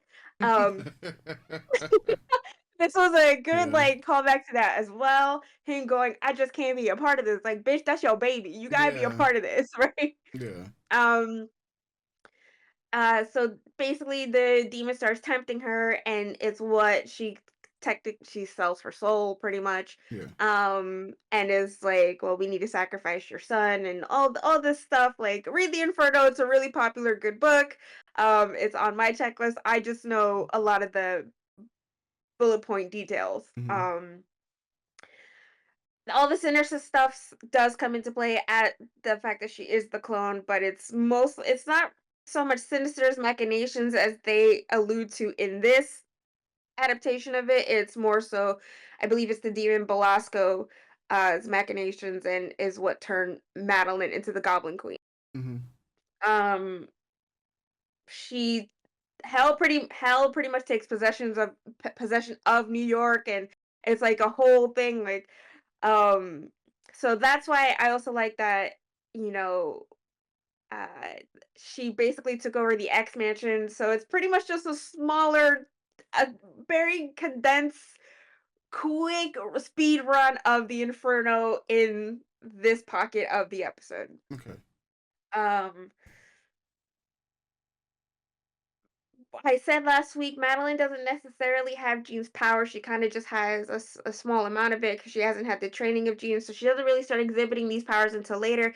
It's more so the goblin, what is known as the goblin force or demon force, that she ends up mostly using, right? Yeah. Um, I would love to talk more about magic, but I could only say that, this isn't about magic, it's just nice for them to have the Easter egg because that story ties between Madeline and Ileana magic. So Mhm. that was a really, really cute Easter egg. What can I say next? Okay. They definitely did a speed run of Jean and Madeline coming to terms with each other because that actually doesn't happen until recently in comic books, Mhm. where they've come to an understanding of who each other is and accepting each other as family now at this point. Yeah. Um, so considering that book happened in the 80s and that story only just recently happened 2023, 2022, that's they really were just like Yeah. let's just get it out the way. They're not friends, but they have an understanding, which I can really appreciate. Um, Nathan does get infected by the techno-organic virus. I do believe it is by Sinister. I really don't care much about Cable, so it's very much on the Mhm. bullet points that I know. But in the comics, what happens is it's not Bishop that takes Nathan into the future. It's actually Rachel, other world Daughter. his other universe's older sister Sister. who Wait, sister or also is it? Yeah. yes. Sister. So Okay. Rachel Summers Summers. is Okay. the Oh, yeah, that's daughter. Yeah. yeah. That's why I was like, wait a Ra- minute. I remember it being daughter, but yeah. yeah, Rachel Summers is the Days of Future Past daughter universe of Jean and Scott. Okay. She ends up going back in time to the 616 universe, trying to fix the Days of Future Past, but through comic book multiversal bullshit, it's not her universe that she ends up saving, it's the parallel universe. In that parallel universe, Scott and Jean don't have a daughter, Mhm. but she still views them as her mother and father. So basically, she tries to go fix her timeline so the Days of Future Past never happens. But is it the Days of Future Past? No, yes, because that's yes, it is. So much comic book knowledge in my head. It gets very jumbled. Um, this is a lot. Like the fact that this is so many years that in my they're brain that I'm yeah. trying to like ugh. So that's why I especially when I posted this on my TikTok, I was like, if I get any information wrong, please be kind in correcting me because it is a lot in my brain and I can only organize it so appropriately to Yeah. try to also make it fit in the context of X-Men 97. Anyway, so in the comics it's actually Rachel that takes Nathan into the future where he finds a cure for the it stops the growth of the techno-organic virus, him then becoming Cable and then going back in time Mhm. to the 616 timeline and getting to know Scott Jean. Um not he doesn't really get to know Madeline because when he comes back into the into that timeline, I believe Madeline is dead. So he views Jean as his mother. There's also a point in the comics too where instead of she and Jean at some point, I think also at the end of Inferno ends up absorbing all of Madeline's memories, so it's like she birthed Nathan. Mhm. A lot of us are not a big fan of that plot point, but anyway, so he ends up in turn, even though he knows Madeline is his mother, Jean raises him in a way.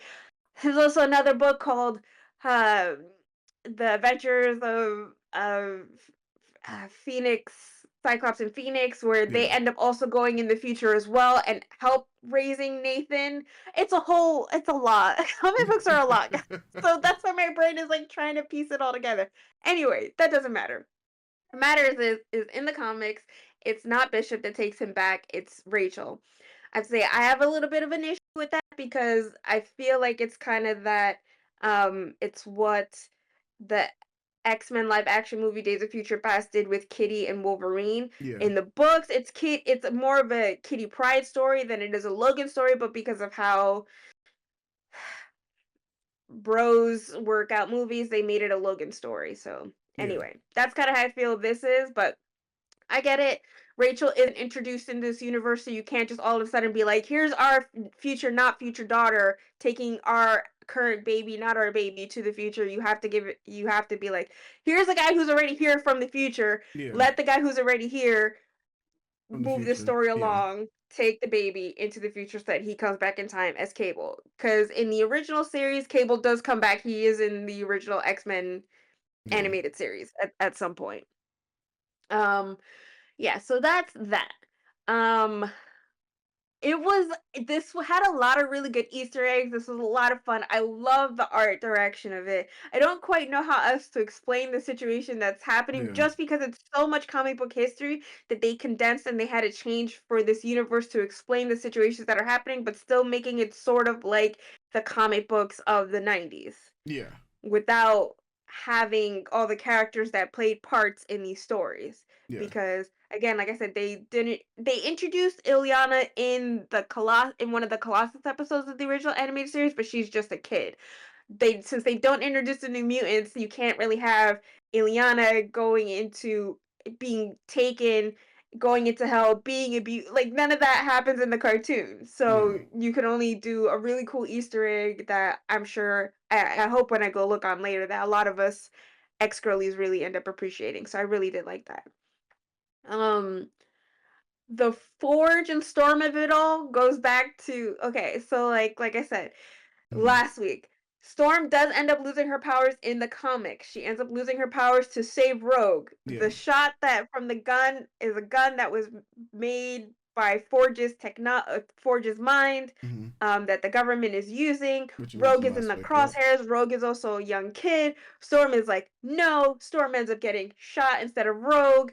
And that's also is what helps turn or kind of more so solidify Rogue in the X-Men, right? Yeah.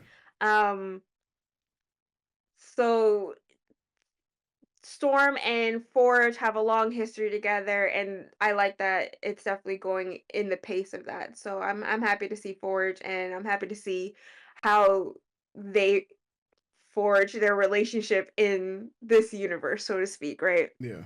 I actually think he appeared in the OG animated series, but I have to do like there's so much I have to do a rewatch because like some of it is in my head and a lot of it isn't there Yeah. anymore because it's so long ago. Um, but yeah, all the Madeline stuff was really great. Um, like I said, you have to condense it and make a whole event Around that it. happened Yeah. in the Marvel universe, condense it to what characters and what plot lines you have already in play, and also make it all fit and go as quickly as you can with only a 10 episode series. Yeah. So, um, yeah, I loved how like for me it's just like I like more Madeline's story in the comics, of course, because it Mhm. fleshes her out as her own character. It gives her her own history, and then entangles it all the X Men bullshit. Yeah. Um, so for me, just having her believe she's Jean, and then having her automatically assume the title of the Goblin Queen, which isn't given to her by Sinister. It's given like it's because of all the health stuff. Mhm. So that's why I'm just like, that's fine. I guess you have to be okay with it in context of the show. The whole the What a lot of the stuff that I was like getting hyped over is when she was looking when Jean 2 was looking into Jean 1's brain and all Yeah. the Jean's faces were gone. Yeah. That's a big um character signifier and plot point story arc for Madeline because there's a time where a lot of people are telling her she's nothing, she's not real, you don't exist, you're just a clone, you're nothing. So I also Yeah. really like that. That was her fight the whole time. But there's like a famous panel where um I forget if she's dreaming or I keep wanting to say Belasco, but I don't think it's Belasco. I think it's someone else, another demon that's like showing her a vision of Scott taking pieces of Madeline off to stick it onto Jean Grey. So at Yeah. the end, she's just a blank Canvas. mannequin. Yeah. Yeah, she's just a blank. She's nothing. She's no one. Yeah. All her life belongs to Jean. Everything about her is Jean's. So for me, just showing that, like I thought that was like I don't know if that Pretty was their cool. intention, but Yeah. it felt like a nice Easter egg callback to me, which got me like I was quiet through this whole episode, just taking Yeah. in as many Easter eggs and just eating the animation up because the fight scene was gorgeous. And they Yeah. animated the fuck out of that. I Yeah. like that they made Madeline really strong, that she held her own against the X-Men, against Mhm. at least Magneto and Scott. Yeah, because and they Bishop got who are bodied. who are pretty powerful, and she was just like no. Yeah. I also did like the fact that, like I said, in the comics a lot, is very much like like a whole thing that plagues on Madeline's brain is that Mhm. she's not real, she's not, she's nothing, that she basically smacked uh Beast's findings, Beast's Yeah. petri dish. And she's like, like I said, she was like, "Bitch, I think not." Yeah. Just like kind of making a statement of, your findings are bullshit. I am who I am. Me. I'm the Yeah. one. I am a person. You're not gonna tell me through your science that I'm not a person. Yeah. I've lived this life. I had this son. This happened. You Yeah. were all here. Um, so I thought that was pretty cool. Her kind of devolving into, I know who I am, to every other piece of everyone else around her like doubting who she is. Yeah. Which I think is, it's not imposter syndrome. I mean, I guess it could be.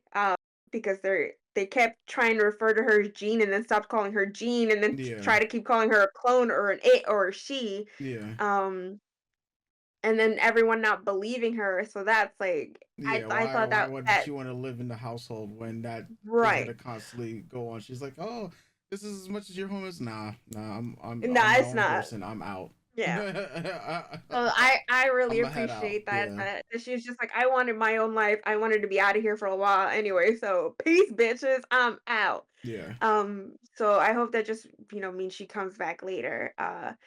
Or we get to see the life that she makes for herself, which I hope she becomes a pilot in Antarctica, and they kind of tie in her backstory in that way. do that way. Yeah, And so, like, I know everyone was hyping up Scott last week. I was too. Scott was like really doing the and feats, and but and this then was you a get good. it this week, and then he's back to Yes, being shitted on. yeah, Because I can only exactly. imagine This how is Twitter is gonna be like. There's like, we can't get at like more than 1 week of appreciating Scott before we got to shit on this man. right, and it's very much just like, a lot of the bad taste that comes into, no pun intended, that we have in our mouths. A lot of us, for Scott Summers, it's not even that he's a Boy Scout or not cool. A lot of us know on the baseline he's a cool, decent dude. He's a good leader. I will never doubt that Scott. I will always good leader, Scott Summers. Yeah, He's, especially in the last like 20 years, down for the cause, down for his people. He's the man you want leading your team when it's, for protecting mutants and for protecting, uh, not, well, the wider public as a whole. mm-hmm. You could trust your man Scott Summers. Um but it is very much just like, in the comics, he started a life with Madeline, and then just slowly starts abandoning her because Jean is back, and then ends up starting a family with Madeline, even though every we like to drive home that yes, he didn't know that Madeline was still alive because she couldn't tell him. He thought his son was dead. He didn't know. But it's just very how comics go and how these writers or people in power want these people on the on the above want these stories to flow. They want your high school romance back, so they push for Jean and Scott to be Yeah, together, right? So then you have that, and it's just like, oh, dude straight up abandoned his wife and his baby and stopped caring and just went back to his old girlfriend, and like that's fucked up. And yeah, it's a real fucked up to have that character go on that journey. yep, But then when later on, right, it's kind of like, so he's with Jean, they end up getting married, but then he ends up cheating on Jean with Emma Frost, and no one's gonna shit on Emma Frost. And like, I love my bitch, that's a comedy queen. Like, like having, there's a famous comic book panel of Jean walking in on Scott and Emma is like, her face, blonde hair up to here, and then the rest is red, and she's in the Dark Phoenix outfit while they're in yeah, bed. Like, comedy queen, yeah, like, gag 'em. So it's just like, yeah, okay, well, fuck Scott Summers, right? yeah. Because it's pretty much like you cheated on your two wives. You cheated on your first wife, technically not really, Yeah, but you cheated on your first wife with your old girlfriend, got back with your old girlfriend, married your old girlfriend, and then cheated on your girlfriend, your wife with someone else. Like, it's a yeah. lot. It's a It's lot. yeah, So I mean, and aside from just I want to say up until recently, because I personally became like more of a Scott Summers fan when he was leading it's in the X-Men comic books it's called the Schism, when he was leading his own team of mutants trying outside from the school Mm-hmm. and just fighting for mutant rights, and that's really pulled that's been a really good thread that they pulled through Krakoa. Mm-hmm. And the way they've just crafted his character in the comics has made me appreciate him a lot more, especially with age and just understanding the nuances of these stories and the nuances of who's writing the books and who's calling the shots. Yeah.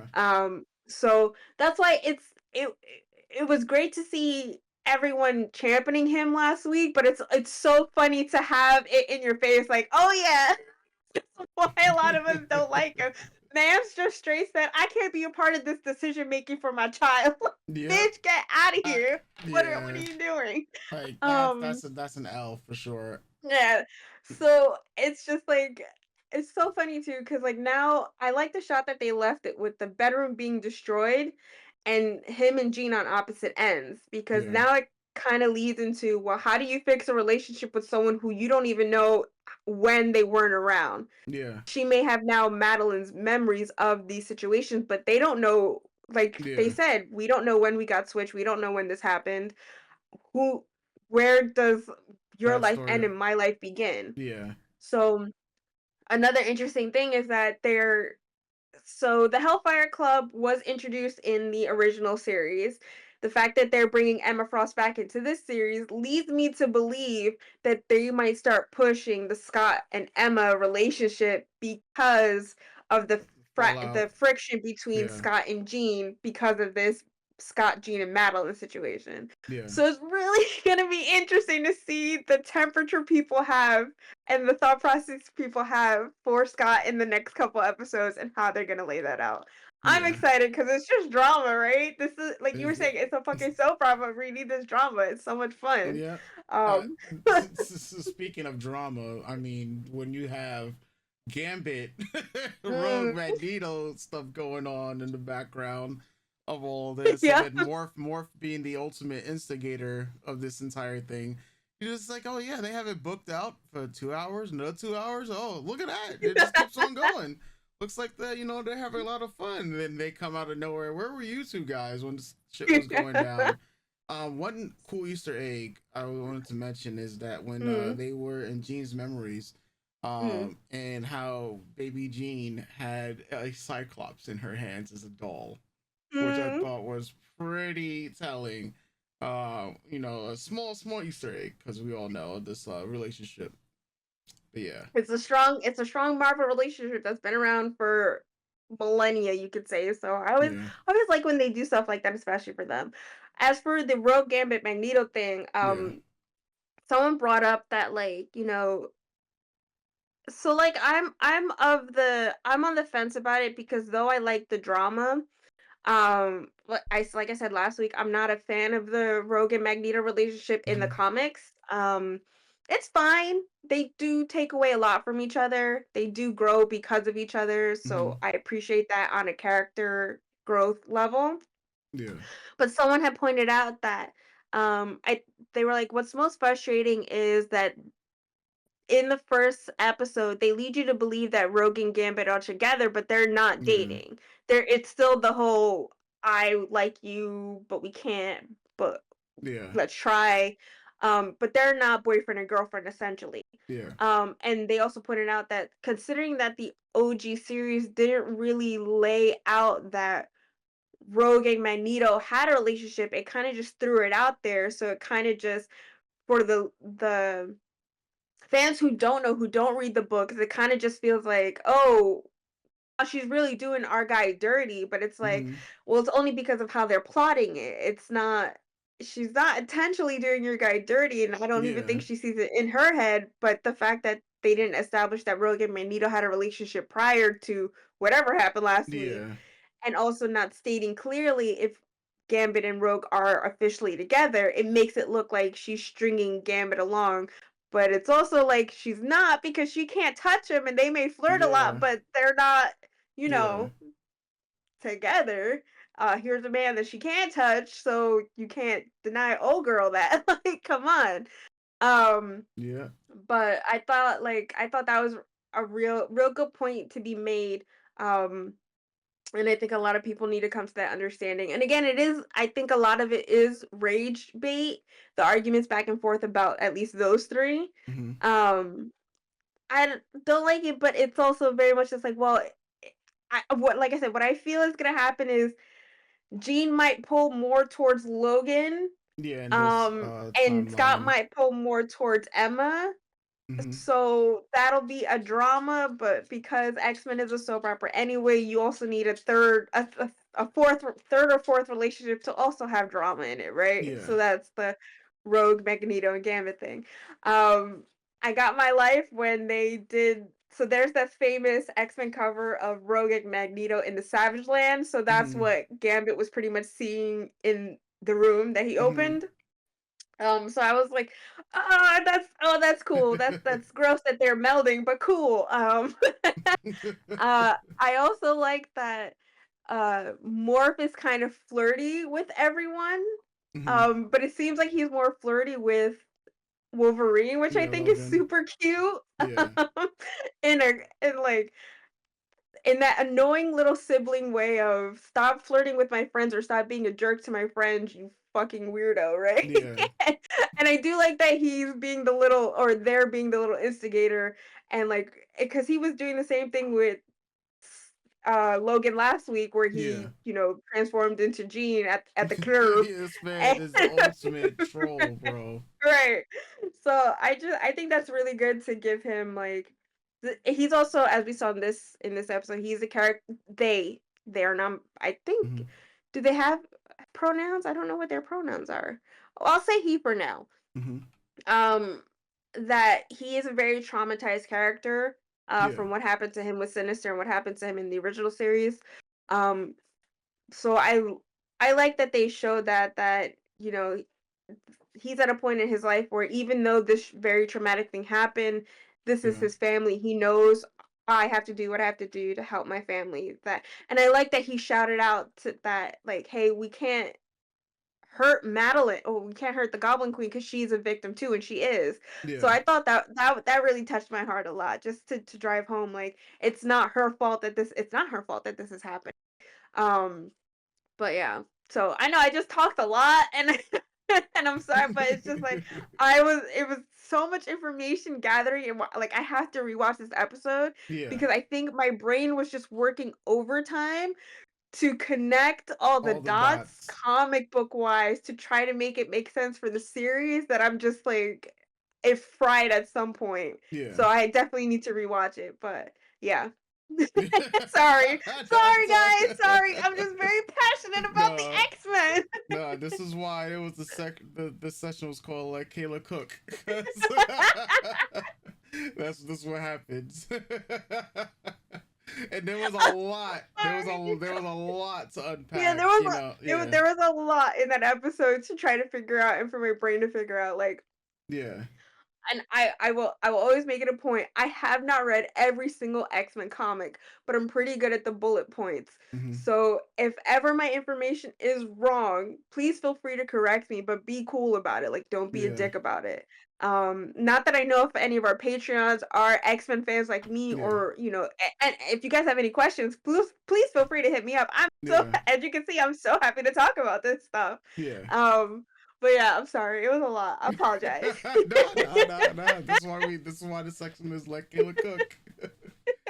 Yeah, like yeah, because especially where I have not read many, if any, uh of like say the a lot of the comics related to the X-Men. Like mainly it might Mhm. be like certain characters and whatnot. But even so, it's like there's a lot to intake. Like the one thing Yeah. mentioned about Rachel Summers, like the one thing I remember reading a long time ago is because there was like this whole type of thing with one of her sisters being, was it Spider Girl 3, I think the thing was, like, and I remember like that was like because there was like so much going on like when I was like reading different comics and like learning Mhm. about different information and whatnot. And then that's why I found it funny when when Rachel was mentioned, especially the whole thing about Cable being within the path of Nathan, and then Mm. you mentioned it last week, Charles Nathan. So it was Nathan. The full name was Nathan Christopher Charles Summers. Yeah, In the comics, it's Nathan Christopher Summers. yeah, Christopher after Scott's father, Corsair, who is a Starjammer. His name is Christopher Summers. yeah, They changed it in the animated series in last week's episode to yeah, Nathan Charles Summers to name him after Charles Xavier. yeah. Um, I pretty I'm like 100% sure during their Phoenix Saga episodes they met the Starjammers, but I Hmm. don't think that they revealed that Corsair is Scott's dad. I Hmm. can't remember that. But in the comics it's a known thing now. Yeah, yeah. And so there's a lot to unpack, especially and I feel like that's how it's gonna be every episode. So Mm. don't worry, every episode there's gonna be let Kayla cook. I'm sorry, guys. That's nothing to apologize for. This is why it's content that you're, super hyped about. Because it's like literally, it's like the opposite of like we said earlier. Because usually it's me explaining the stuff about different anime, but now it's like we have this new animated medium, and Mm. I want to expand more upon this more. Because it's like it's a clash of two Yeah. animated mediums that we're consuming, and that the people here on YouTube and Patreon are going to be consuming as well. So Yeah. yeah, I also because I yeah. also just gotta say though, guys, I am an anime nerd. I Mhm. am a fucking anime nerd. Like I am a legit anime nerd. I Mhm. can't really say it, but I'm a Mhm. nerd. Um, but my specialty is the older stuff. I checked Yeah. out of a lot of new stuff. So that's why I always find it so fascinating because like if you watch our other videos, Mhm. he Mike throws a lot of things at me and a lot of these series that even though they've come out 5 years ago, 10 years ago, Yeah. I wasn't really checking for anime then. I'm kind of sort of barely checking for stuff now. Like I think the only one that of the newer stuff that we've Mhm. watched currently, I suggested Dungeon Meshi because I Mhm. saw the commercial for it, right? Yeah. Any of the old school stuff is usually me like Magic Knight Rayearth is the thing that I clocked. Couple Yeah. other ones we have in store for you. I think anything new that I was like I think we should check out is the Otaku Elf that Mhm. maybe we'll start watching and then the elf that's trying to lose weight because I think that's Yeah. something you and I will both like. Yeah. But yeah, so I think it's like I don't want you guys to get the wrong impression that I'm not an anime nerd. I am just an old school anime nerd. Hey man, this is all about cartoons at the end of the day. Yes. Like at the end of the day, this is what it's all about. Cartoons. Don't worry, there'll be some live action stuff we'll be checking out in the near future. So for those of you who are interested in that, that will be coming in due time. But I guess we'll leave things off here. Until next week when you can cook even more, because I'm pretty sure they're going to have a lot more in store for us. Most I hope maybe they'll be reintroducing Emma Frost in the next few episodes. I mean, Yeah. for how it feels like the story is going, since they made it a point in the previews from 2 years ago to show that Emma Frost is coming back, Mm-hmm. um, I just feel that there's gonna be that whole now how that's gonna happen, I'm not sure, but considering that there is now this fissure in Jean and Scott's relationship, this big Maddie fissure that Yeah. is in Jean and Scott's relationship, and the fact that they're kind of high key playing up the yearning from Logan towards Jean, which Yeah. again, girl, go with God. But it kind of just leaves it open to Logan, at least in this universe, finally getting his chance to be with Jean Yeah. and something going on with Emma and Scott, which is fine to me because though I personally don't like Emma and Scott together, their dynamics are quite interesting Mm-hmm. and very I don't want to say fun. It's sort of fun to see, but Yeah. I mean, for me personally, I'm of the camp that Jean and Emma are the ultimate power couple, and they need to start, talking and kissing and hugging. That's just me.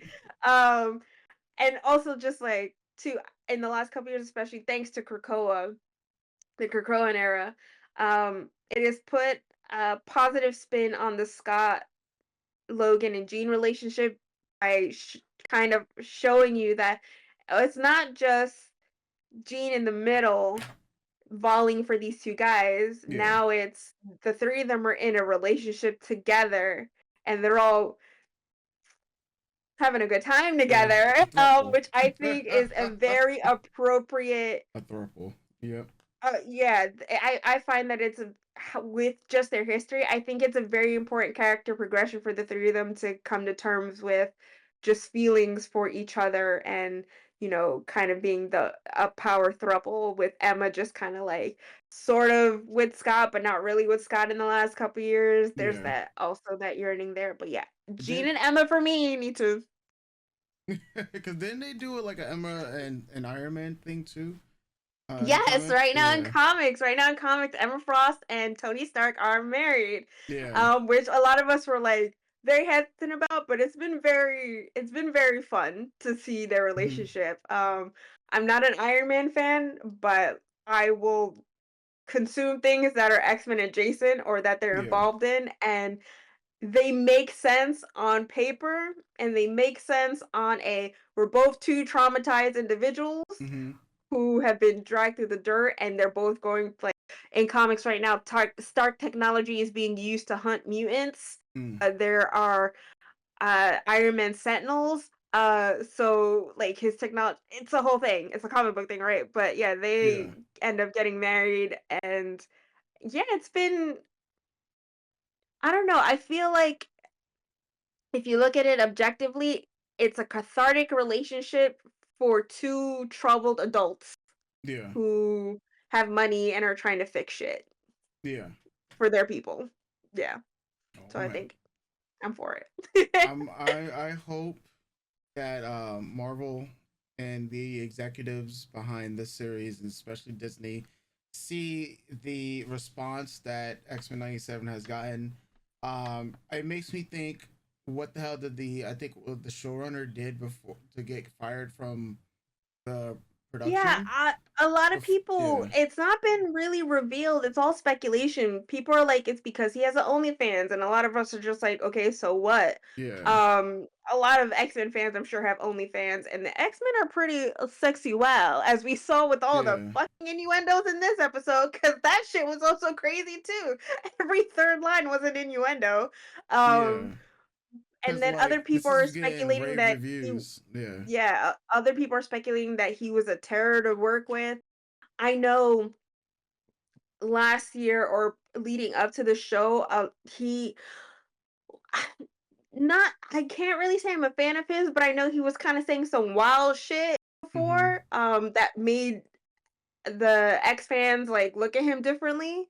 Yeah. So I don't know, and this is a big hit, and no one's really saying why he was let go. Yeah. If it was for stupid reasons, then bring him back. But if it was for serious reasons, then we can't really be upset that he's not working on this Yeah. production anymore. Especially because it's like getting massive review, like Yeah, positive reviews. So, and I mean, this episode's another is yeah, most likely gonna be another massive hit. And I mean, yeah. to think that production wise, usually it amps up. Like usually the first 2 episodes, 3 episodes, they flex the production budget, right? Hmm. I felt like episode 2 had got the better end of the production Hmm. compared to episode 1. But then you get this episode, which is like animation wise, is better than the last 2 episodes. I can only imagine what the final episodes are going to be like, and whatever they have Hmm. planned in store for us. Yeah. As they continue to do these adaptations and then pull from the different mediums within the comic book. So we'll leave things And off. Oh, unless you have I something also else want to to say. say that they're also like really liking to push a point that this is in the 90s universe. So if we Mm-hmm. see Spider-Man, Iron Man, or the Fantastic Four, Yeah, or any of the other Easter eggs from that time, I feel like that's also incoming as well. So I think that's going yeah. to be really cool too. So The pop offs that will happen for a yeah, lot of people, because yeah, it just opens up the possibility of, okay, we're about to get more animated Marvel stuff. I mean, Yeah. look, we don't need any more. Look. Just because I just said I like Iron Man and Evan Frost together, I don't need another Iron Man property, and I sure as fuck don't need another Spider Man thing unless it's Miles Morales. Because I look, I know we're trying to wrap up, but I will say if they do that, I feel it's taking shine off of the X-Men again. I think we need to let the X-Men breathe and have their shine. Only because Marvel has been burying them for the last couple years. So let this breathe. Let X-Men just be the X-Men. Even though I feel like there is a Spider-Man animated series coming out. Yeah. But it's not in this universe. It's a brand new series, which I'm Yeah. excited for. I do really want to watch it. But I think I really I'm crossing my fingers that this just makes more X-Men stuff and not make Marvel go, "Oh, we need 12 more Captain Yeah. Americas, we need 12 more Iron Man," when it's like the Batman problem. It's Batman Yeah. Superman problem to me. It's like you guys have 100 Batman Superman properties, but you gave me 3 Wonder Woman things. Yeah. That's how I feel in the last couple years with X-Men. You have 1,001 Iron Man, Spider-Man, Captain America, Guardians of the Galaxy of all things. We were Yeah. just talking about that yeah. for In the them. last, Yeah. yeah. So it is very much just like, please let X-Men stuff breathe and grow and like just do something for our ex-girlies because we have really been without for a very long time, and especially now that they're taking Krakoa away, it's rough out there. I'm glad that this is happening, and I hope this just pushes more X-Men stuff. Yeah. I hope that it puts that in their head. Because people will be like, "Oh, it's English, but we need the English subs just in case." Okay, relax, Magneto. Get him a pony for his sweet 16th. My parents perished when I was a child. Oh, Oof. Who's got 2 thumbs that blast fireworks and turns 18 today? Me. Mhm. Aw, happy birthday for all no. ears. Kid who, Shocker, I know, you know, but had a tough childhood, so she gets Mhm. it. it'll be Mhm. just like old times. Bogus. What's wrong with just one day where I don't have to freak? I mean, big fat. Okay. Oh, and it's my brother's birthday. The Happy only birthday Hey. to my brother. Hey, shout out to your brother. Shout out to your brother. Actually, this one isn't mine. Never even heard of a Motendo.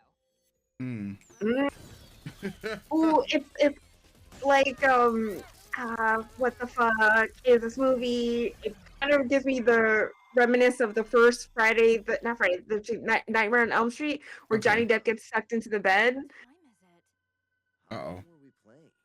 We've been We've been what? What have we been? Isekai.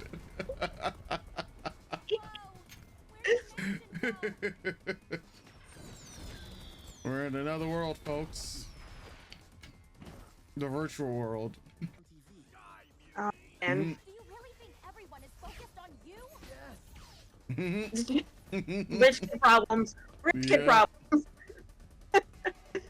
Like I get it. It's like being queer to get found out holding your partner's hand out in public or being too close. Plus also rich kid problems, but you know. Loading. Oh, hold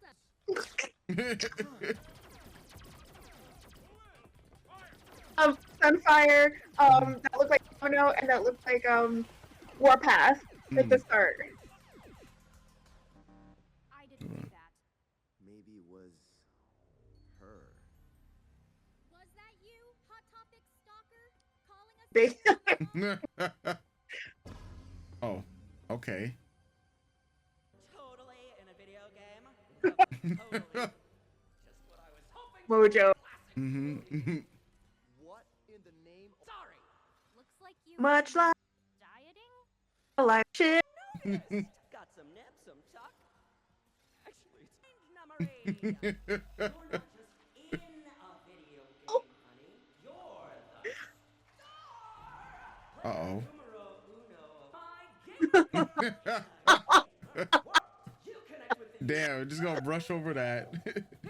I laugh Yeah. because it's a whole Dazzler gets caught up in Mojo World, has a relationship with Longshot in the comics, so he's kind of just saying, well, Yeah. Dazzler's busy, so I had to get someone else. Yep. I'll dominate the galaxies and the 18 to 45 age. I shot at I love And what Dazzler. if we refuse to No, play the he's game? just What then? None of this is even real. Well, you like Sword Art Online, folks. For animes out there. Turn those Magneto. Storm, Wow. different worlds. Divorce court. Summers Yo, versus Grey. divorce court, bro. You're my X-Men, Jubilee, so Yo, bro. But Children of the Yeah. Atom Easter egg. Bro, we are going all the way back. Damn. Even the music. Yep. Sprinkle in the 8-bit music. Wow. The pixel art is here. Yo, wait, the beat 'em up fighters. Wow, bro. An arcade game that is what they're referencing. Boo boo.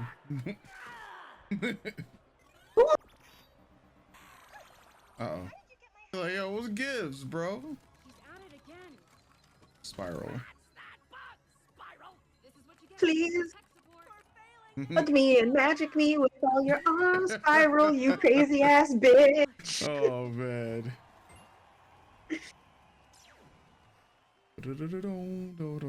It's like live streaming video games.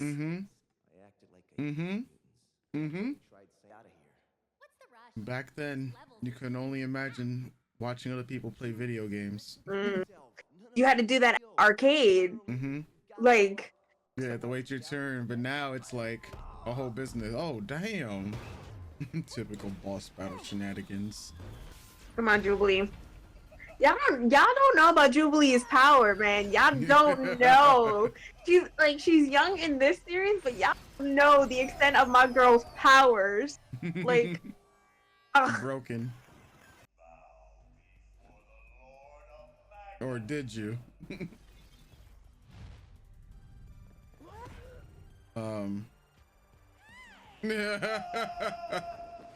He's like, even like, bro, what's going on?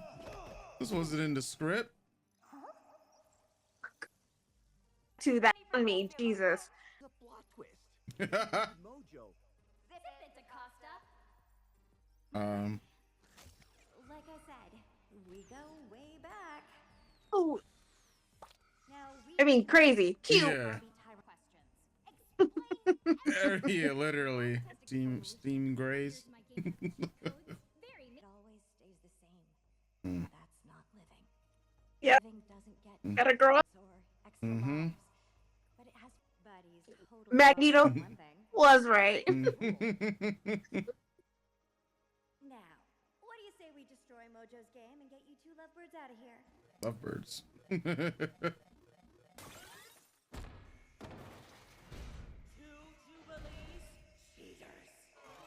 Yeah, cheaters, huh? I guess technically this would have been where the commercial would have happened. Back in the days, that is. Yep, if this was on TV. Yeah.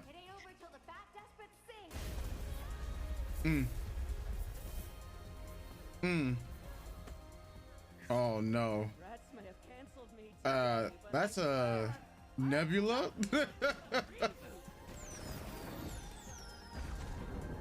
Yeah, nah, that's yeah. Yeah. Naruto ain't got nothing on that. Oh. Yeah. That's game is fried. Roberto, you Lovebirds indeed. Ooh. Fireworks is on happening. Happy birthday, Jubilee. Oh man. Stir a thing that'll store your mutant powers? Or a bowl of this delicious chili. Yep, we're chilly. Look at I'm your man. her like that. Girl, doing grown ass adult. Like I said, helps to get out. We just hiding Easter eggs in the Yes, background. I'm just like looking real close. Yeah. Devices that could be used to neutralize dangerous mutants. No, No. You Mm. made these? Listing those in Washington? Yeah. He's hurting, lost, bitter. Never conceive of a thing as perfect as you. Oh shit! What? Mm. To your redemption. Oh. Mm. You are a goddess. Mm. But I love you. You never called me a goddess. Instead, you have fashioned a fool. Oh, The string of fire. shit. Damn, son.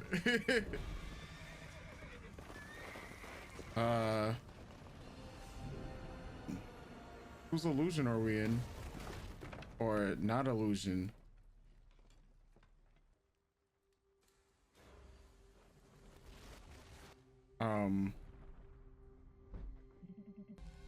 Is it the Shadow King? Is it the Shadow King? Get out of my home, you damn demon! Or is it? Oh, Jesus. No. Wait a minute. Okay, wait a minute. Suffering, despairing.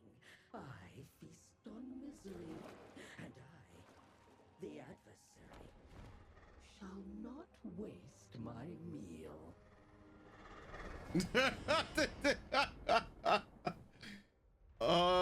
All right. The adversary, Kayla. It seems your mind has been blown.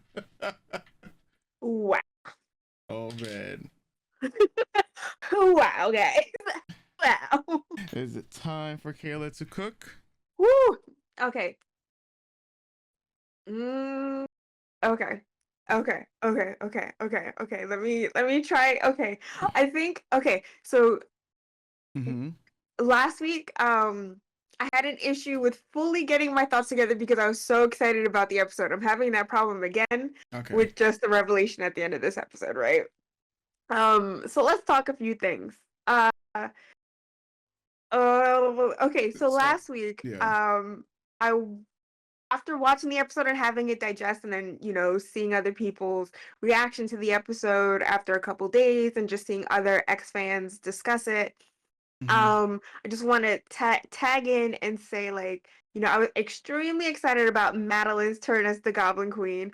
But like I said, the issue is how fast that they went through that story, the Inferno story. Just want to say it's just like, you know, it's kind of like, there's a TikToker. Hold on, let me see if I find her. And then I'll come back and liken it to what I'm talking about. But the issue that I have with like Madeline choosing the moniker the Goblin Queen, it's a thing that a lot of people discussed over the past week, is why that name? Yeah. Right. Because there's no indication on why you would choose that name if nothing, you know, fire and brimstone happened to you for you. Like, it's just weird for her to choose that name without any reasoning. Yeah. So it's like, it's one of those situations where you made the story go, you condensed the story so much, you left out parts of what make choosing the name, or what makes the name relevant or important, or why the name was chosen. Yeah. I kept saying last week that the demon that she signed a contract with was Belasco. It's not Belasco. Belasco is stuff to do with magic. Ileana Rasputin. The demon's name is Sim. Sim kind of does the whole sell your soul to me. Your life is going to shit anyway. Here you are, your husband abandons you for his ex-girlfriend. Your son is gone. He's not even looking for your son. And you're out here in the middle of Australia doing I mean, she was helping the X-Men a lot. She was the girl at the computer, you know, helping out with missions. Madeline was being a bad bitch in Australia with the rest of the X-Men at the team at the time. But, you know, a lot happened. And the fact that, you know, you're seeing news coverage of your husband with his ex-girlfriend that he questioned whether or not you were her or not, Yeah. It's a blow, right? So she essentially sells her soul to the devil. Yeah. Not on purpose, on accident, kind of. It was a dream, and whatever. But read Inferno, it's great. But yeah, that's kind of the issue a lot of us are having with her choosing the name Goblin Queen, because it kind of comes out of nowhere in last week's episode. Like, Mhm. why choose, why you, like, a TikTok I saw was like Scott asking her, you had a thing with goblins I didn't know about, and it's like that. It's like, okay, you were, Yeah. girl, was your hyper fixation ghouls and goblins and you didn't tell any of us? Like, Yeah. how could we not have seen that? So Yeah. it's the issue I think I'm gonna have at the end of all this, at the end of the 10 episodes, where it's the pacing, the number of episodes, and how much we're kind of just throwing in for excitement. I still love last week's episode. Last week's episode was so much fun. I can't wait to rewatch it and like re dissect it and Mhm. recontextualize it. And I waited to rewatch it. I didn't watch it because I kind of wanted to, even though maybe I probably would have gotten my thoughts a bit better together. Mhm. But yeah, it's kind of just stuff like that when uh so again, I must reiterate, I have not read every X-Men comic book. I have a lot of cliff notes in my head for the situations in these storylines. But it's a really big crossover story event with X-Men books and a couple of outside X-Men team books too, like Daredevil and things like that. Yeah. A whole situation happens in New York, like she turns New York into a hellscape, like it's a whole thing. But, being that it is like magic adjacent is part why she's called the Goblin. So again, it's like choosing these stories without giving context to why these beats are happening, right? Okay.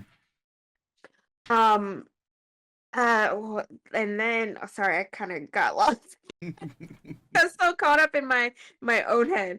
Where is this YouTuber? Because I want to make sure she's a a black nerd female YouTuber, and I want to make sure I give her the right props for pointing this out about Storm's mohawk, because as soon as she can like contextualize it and put it together for me, I was like, yeah, I think she's like, she was spot on, right on the money, and I just want to make sure I shout her out properly. I don't want to not give her props. It's very important that when, especially in our community for women and for black nerds, that we shout out the right people and we give spotlight to us, right? Mhm. On TikTok, she's Tiffy Starchild. So check out her video, and she talks about Storm getting the mohawk and what it means for her getting the mohawk. Basically, Storm meets this woman Yukio at Logan's wedding in Japan, and through Yukio's influence is why Storm cuts her hair, changes her look, changes her outlook on life, and goes on to become this like Tiffy says, it's leather mommy badass. Mhm. She cuts off her hair. It's a new lease on life.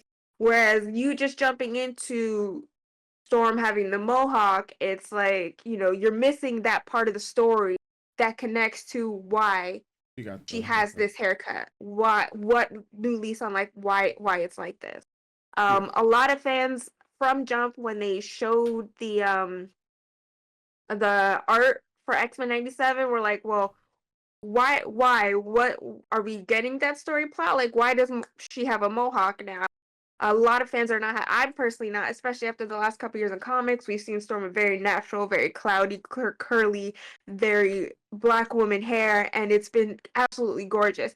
And in that as well, that they styled it in a lot of the artwork so that it still looks like a mohawk, but she still has all her hair. So they kind of Yeah. marry all of Storm's looks into, I don't want to say what's coming up, because what's coming up is a fucking disaster. Marry into what we've had in the last couple years very nicely and very succinctly. Mhm. But check out her TikTok. She explains it way better than I do. And I don't want to take the shine off of her. But for me, it contextualizes especially how I feel with what happened with Maddie. You're throwing out these parts of the story without contextualizing why these choices were made for the character or by the character. Mhm.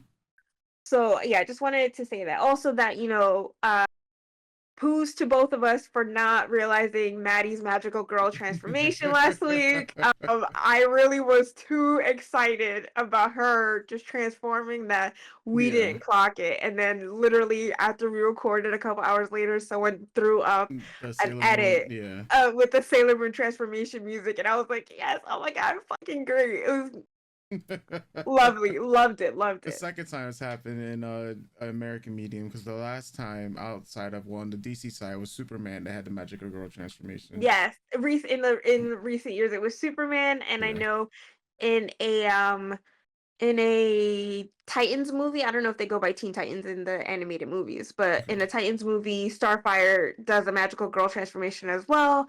In the comics, Magic gets a magical girl transformation. So it's like it's Yeah, just it's really nice. iconic. Yeah, it's like what I mentioned yesterday when we watched Slime, how it's us millennials growing up and Yeah. then drawing these things, creating this art, and throwing in these Easter eggs like this Yeah. to make other millennials smile and just get really hyped for what's happening. It's the influences we grew up with are now seeping into the media we are still consuming, which I think is like very interesting because obviously I can't really speak for someone older than me and how influences of those artists transferred over like the same time that they were growing up, like when you're a kid reading comic books and your friends get into comic books and like throw in stuff. I can't really Yeah. speak to that.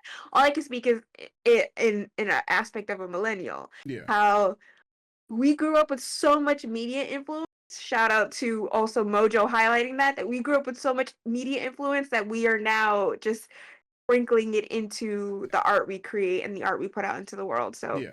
big props to that. Everyone doing a magical girl transformation. It just shows the power of Sailor Moon. It shows the power of animation and how anime like influences American media and American audience. Like it's such such a huge influence on the art we create, on the subjects we talk about, the content we create. So big ups to that. Big ups for reals.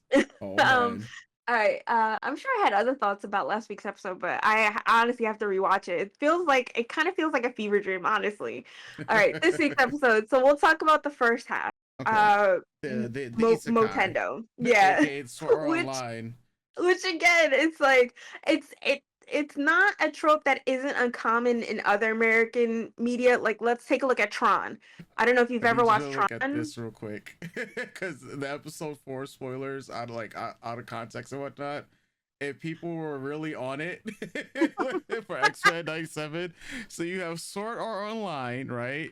And you have, when I said Naruto ain't got shit on Jubilee, the Ross said Shuriken, because I was like, she has a whole nebula in her hand. And literally that's what happens when you get hit with this shit is what happened to Mojo. And then this store, yeah, and then this Sakura slapping the shit out of these guys. So it's just funny. Anime fans have been on it. So well, like we all know, right? We all know we can contextualize it in other media. Like I love that shit. Yeah. Okay. So anyway, like I was saying, jumping into the game world is not a new trope in American media anyway. Movies like Tron. Yeah. If people they get sucked into an arcade game, other what am I thinking? Oh, Page Master, a kid gets sucked into the book world. Yeah. So it's essentially just getting not necessarily isekai, because isekai you die to go to, but it's a similar not specifically die. It's just that's more popular way of Okay. being transported. But isekai just means like being because transported to another world. Yeah. Because our girlies and rare, if they don't die, they just get transported. True that, Girl Scout. But yeah, so I really like that.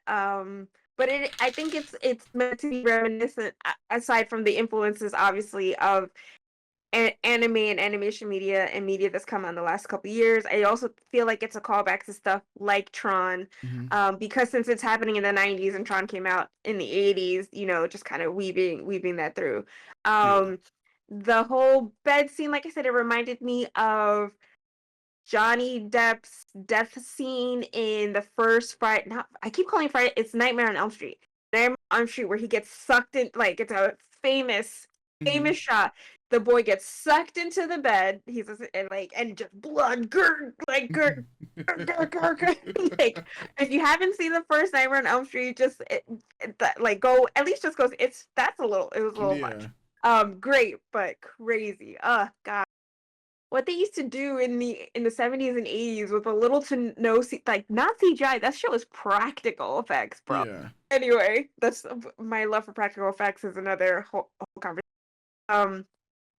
Mojo I think Mojo is a character that was created by Anna Senti, I believe. Again, please fact check me. In the 80s, and it's kind of and it was kind of her take on, before it got big, the ideals of reality TV and the consumption of media, mass media, and how it's controlled, and how TV controls the masses and shit like that, and who's really pulling the strings. So I like when you watch the first episode and he even talks about it, like it's kind of he very expositioned who he was in this episode for people who hadn't watched the series or who don't know who he is.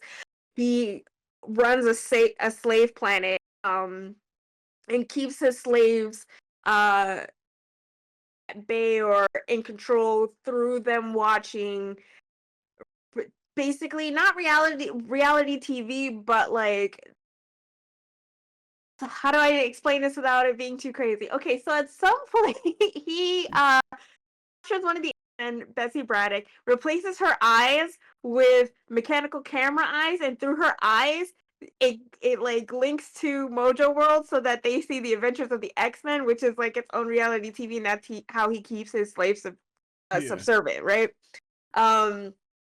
So they have an episode about that in the original series. I do like that they transferred over to the idea of video games, because it's like we were talking about during the episode, it's like live streaming very much. It's just like we take the time. We don't really watch TV anymore as a community. It's not really big events, like people used to gather on the TV for episodes and shit like that.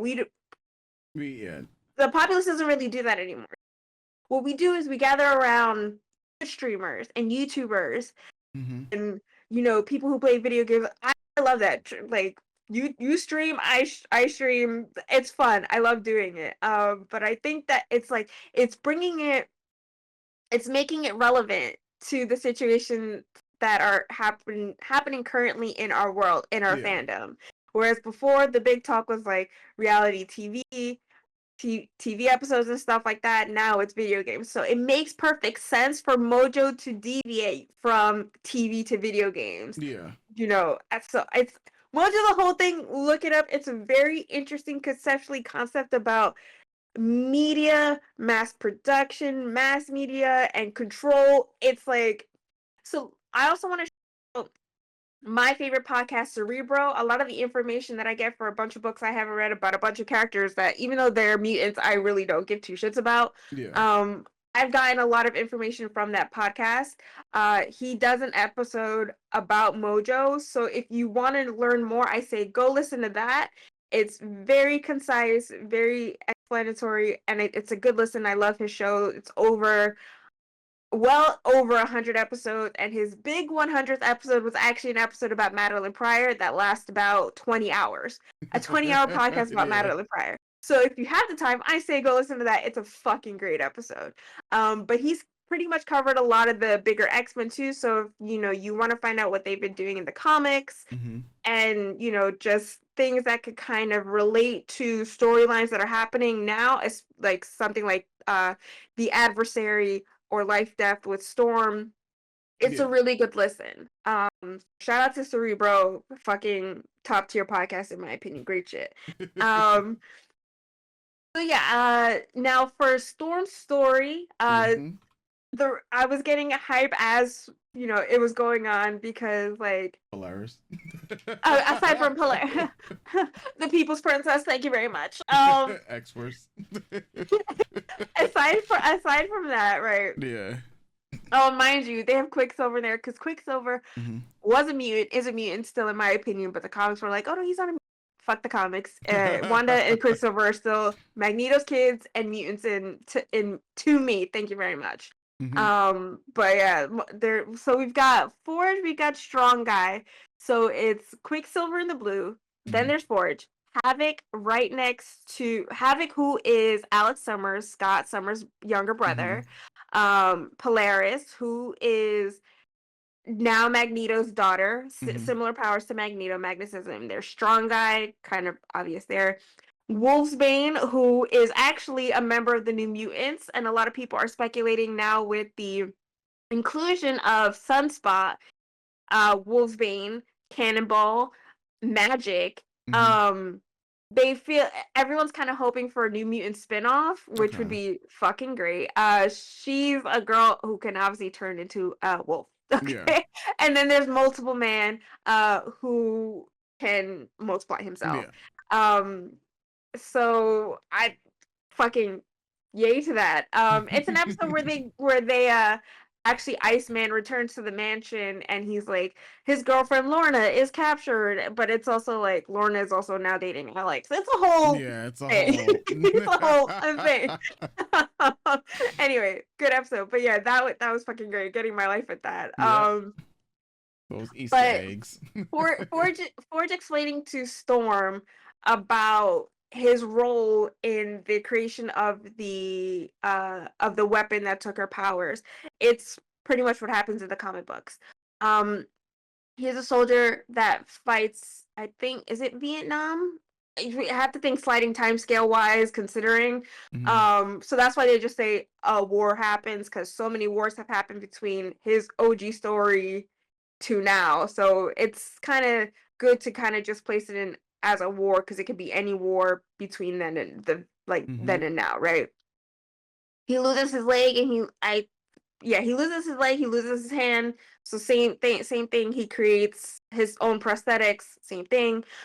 He is down and out, gets hired by the government to create this weapon, and this is what happens, and this is what I was explaining, I think, in episode 2, how in the comic books Mystique and Destiny are apprised to the situation that's happening.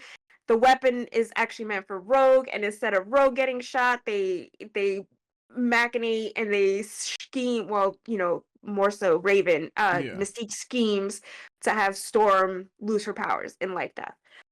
So it's following a similar beat, but not the same beat, because sadly Rogue and Mystique are not a part of Forge and Storm's story. Like they took away that connection, which is fine. Like I said, X-Men 92 and 97 are taking cues for the comic books, but are still essentially their own universe. And even in the comic sphere, they've made it known that 92, 97 is a separate multiversal offshoot to 616, which is the main Marvel universe. Okay. Yeah.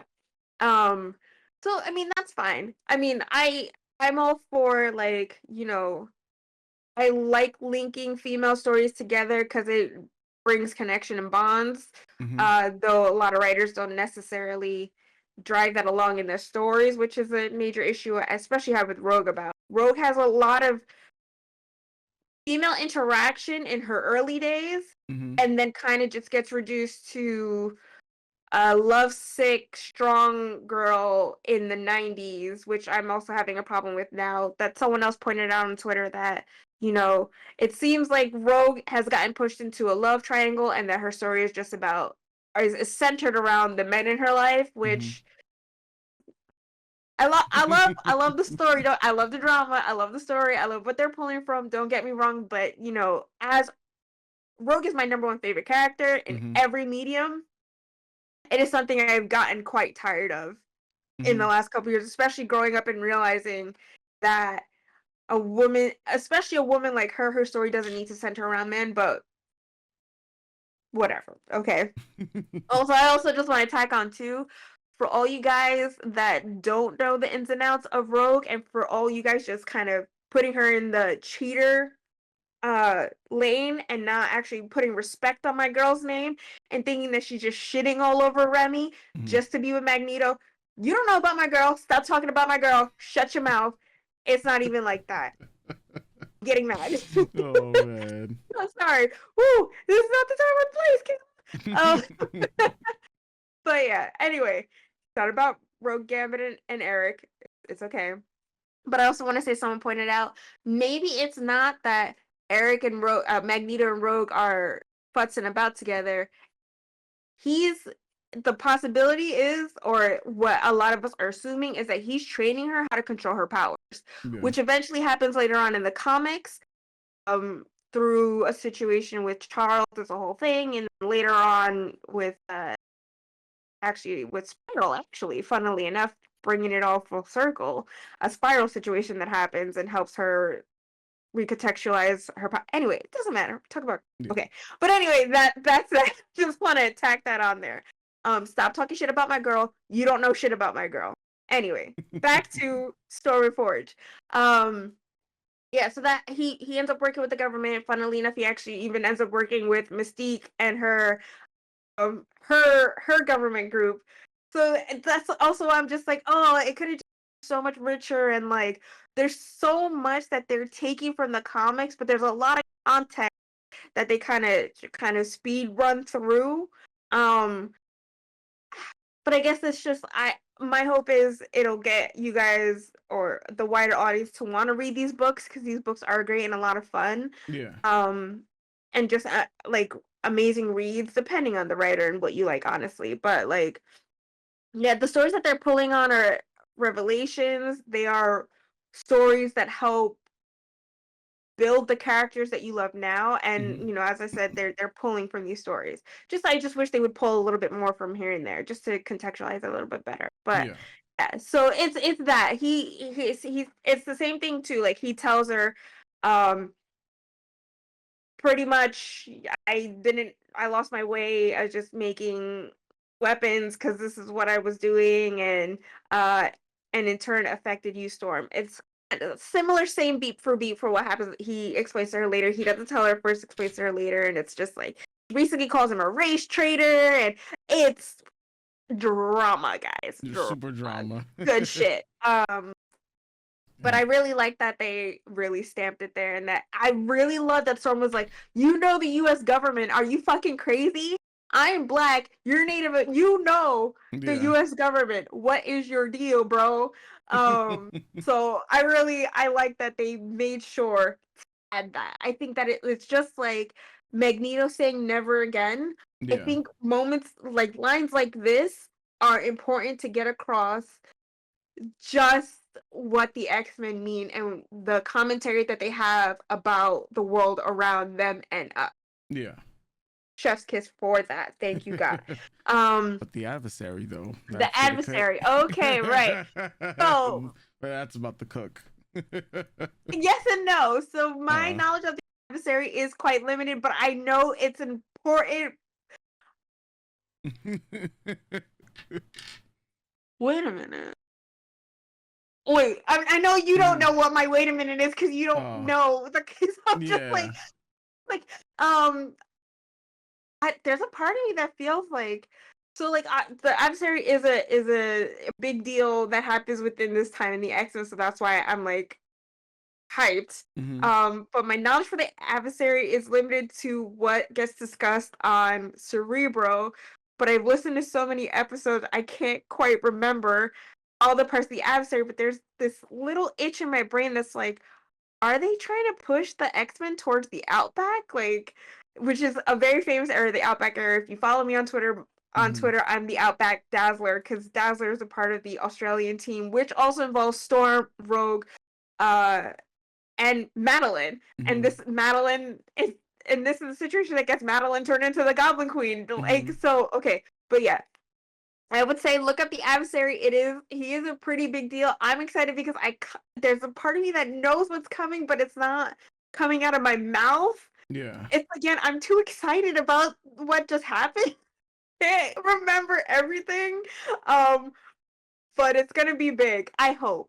I think with how the show is going, it is doing these events in a big way. So I think no matter what happens, it's still gonna at least hold a punch and an impact to what's going on with our Merry Band of Mutants. Yeah. Oh man, Oh man. I'm 'Cause I'm I was just gonna excited. mention something Go about ahead. the adversary that like I Mhm. remember from like long ago. Cause I there was I know that the adversary appears a lot whenever Forge is around. Outside of being like the embodiment of fear, and I remember like I don't know if this is a spoiler, but there's a character, I think their name was Roma, something like that. Yes. Yeah, Yes. that involved the adversary because back then this is also they were in a game too. So Oh my god, look, Mike, you're putting my blocks together in my brain. So yeah, actually, Roma and the adversary are yeah. part of what connects the team of X-Men going into the Outback. Okay, so okay, yeah, that's what I said. This was like I'm pulling like from like old, long ago because the adversary was a character I was interested in a long time ago, mainly because of like they were fear itself. So, well, that was one of the things like involving it. Like I said, like my knowledge is like very minuscule. But like when I think, I'm gonna send you the Cerebral Forge episode. It goes into all of this. Mm-hmm.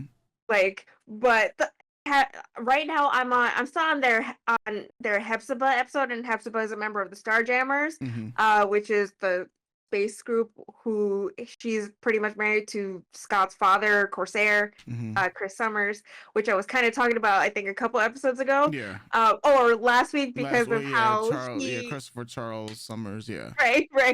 And Cable. And That was the other thing because I was really interested in Cable's character, and then I know for adversary and adversary and Cable also was mine is way mixed up. Yeah.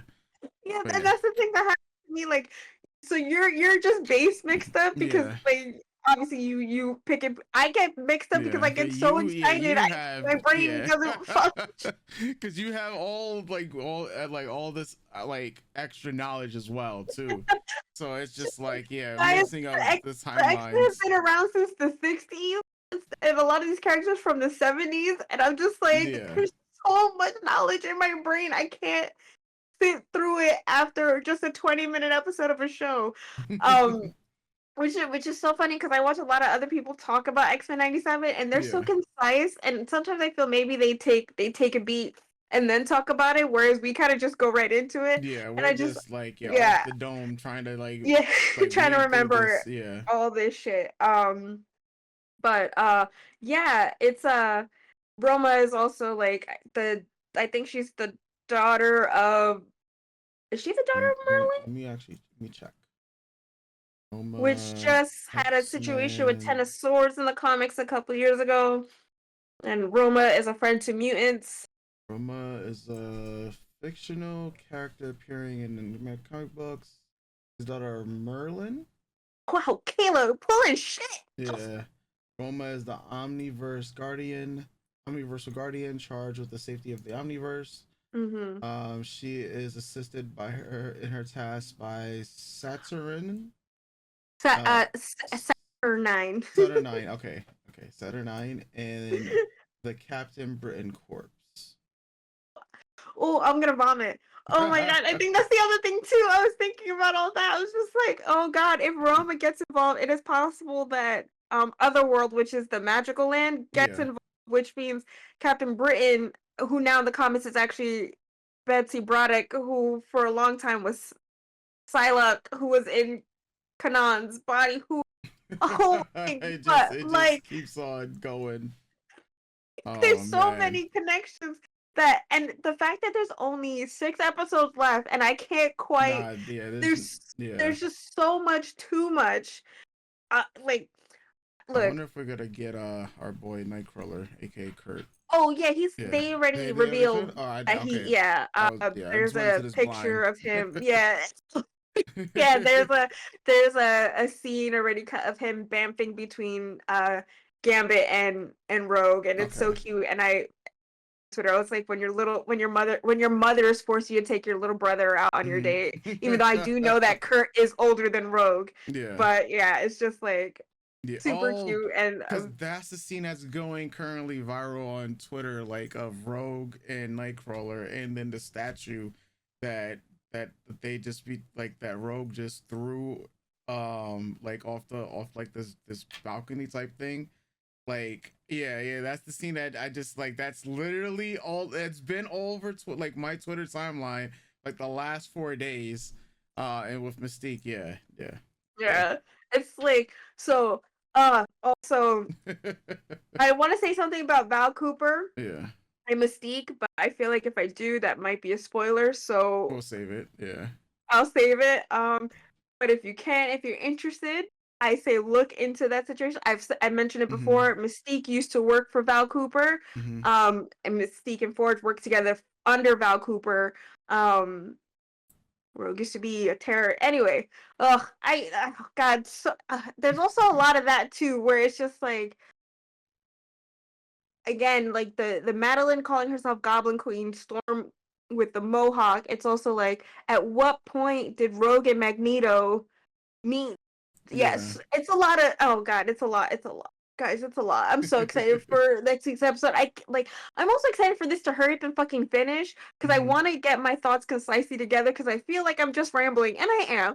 And I feel like I'm not really giving it to you guys the way it should be brought, the way we have anime discussions, and I apologize. I'm trying my best. It's just a lot of information in my head. Don't worry. Nah, like it's all digestible, and I feel that people who are watching the X-Men like our content will understand. So yeah.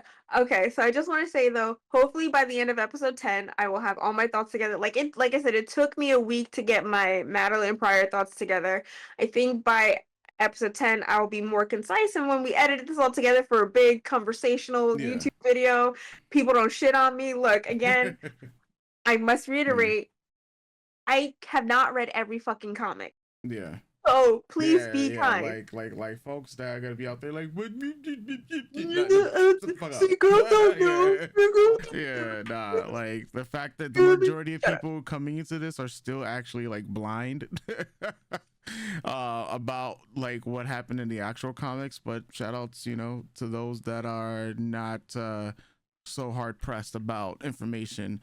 And I appreciate that. But I will give out like a lot of my sources aside from the comic books and just trying to get through the Wikipedia. Cerebro has been a really big help getting my thoughts together and also helping me change my views on a lot of characters that I either loved or already loved or didn't like. They've done a Gambit episode, they've done a Beast episode, Logan, Storm, Rogue, and Connor, who's the host of the pod, does like my second favorite Rogue accent. It's stupid and ridiculous.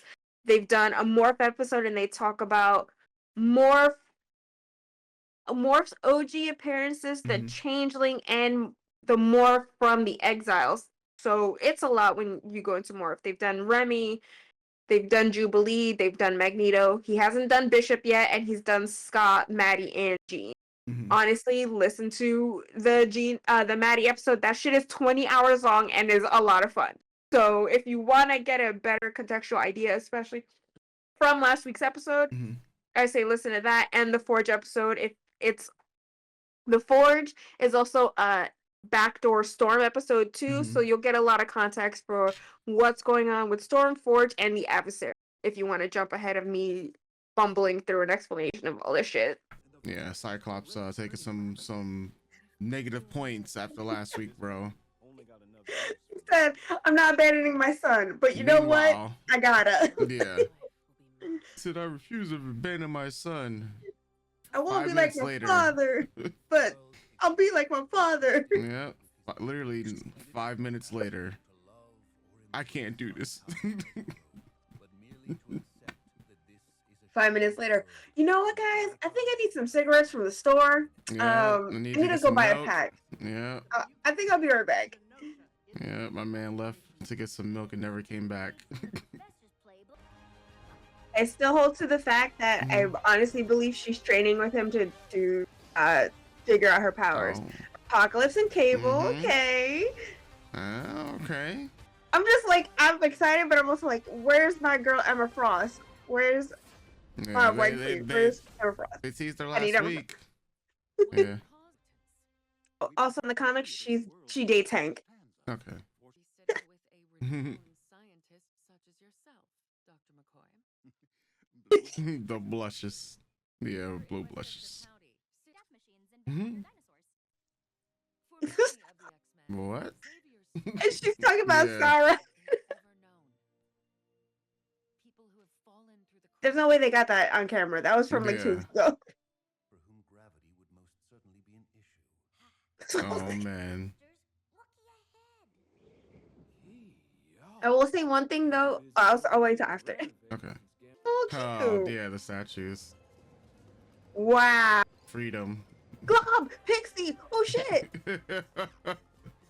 Glob Herman sighting, guys. Not that y'all know who that is. He's the pink globby guy. See Glob. Oh my god, it's Pixie. Oh my god. Uh-oh. I think that the one with the antlers, she's a more newer mutant from Krakoa. Oh my god, so much is happening right now for me, guys. The overload.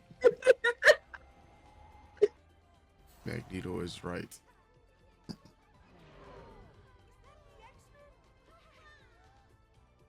Me too, I feel the same. Yeah. Crazy. The music. There goes the biggest hater. What a interesting.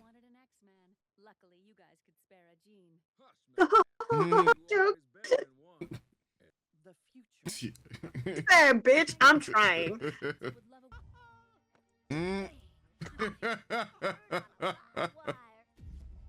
Oh man.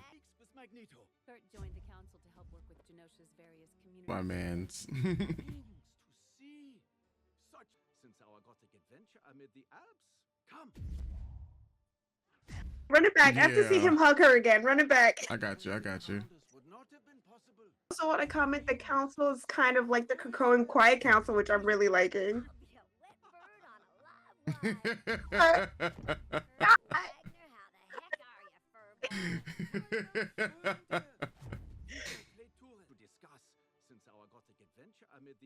I also feel like it's taking note from Wolverine and the X-Men because a lot of the Genosha stuff kind of revolves around Kurt and Wanda. Okay. Super cute. You say, hey, I can teleport too. Yeah, that dead guy. Oh man.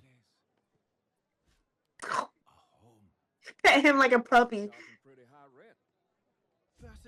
That, wow. Some expensive apples. I think it's a mix of both. It's good to ask questions. Mm-hmm. Multiple man. Oh my fuck! It's Exodus. Yeah. Everyone is here. Oh. Yeah. We opened up a whole nother Agreed. mm, I blame soap operas. soap operas. There is no love without sin. Mm. Ooh, thanks, Kurt. Also known as Trish. Nah. Yeah. Scott, are you surprised to see such a bold move in world politics? Well, if being an X-Man This man. expect the unexpected. I always kept that in mind. My man's eyes. Like the shine, yeah. Oh no. Belong to her clone. Even reacquainted. All right, relax, Gene. Strange. He's grieving his son. Well, he left He him. had a chance to say goodbye. Yeah. Guys, come on. We were in Nevada. I had just acquired the universe speaking to me, much like Scott used to, through our special psychic rapport. You know, so dramatic. God, girl, get with it. This is straight up soap opera. Focused me. His eyes made me say, Logan's like, all right, bro. Yeah. Yeah. Want to talk about Gambit Magneto Road? This guy, get with it. Get out. Stand up. Stand up, man. Blushing. Everybody, what? Wait. Wait. You just forgot him for a second. Enough said. Go talk to that overgrown Boy Scout. Now, the latest adventure. The plot thickens, Kayla. Gene, The turns have tabled. The turns have tabled, as we now say. I had a feeling that was gonna happen though. Mm-hmm. Yeah. I spoke to a Dr. Bryan's there. He said you told your teammate told Rogue. that jerk wouldn't deliver my. Mm. Called my kid a freak. Normal. And you lie. Mm. Why lie? Ooh. Because you're normal. Excuse me. I said because you're normal. This man done making the biggest fumble. Fight. Risk I mean, Yeah. evil mutants, robots, crazy aliens. he's speaking facts. Mm. Only reason you people are still alive. Oh, that's. Oh, anger. Man's angry. Man's angry. I get it. He needs some milk. Oh, it's Sebastian. Oh man. Moira. Callisto. Banshee. Mm-hmm. Council. Emma.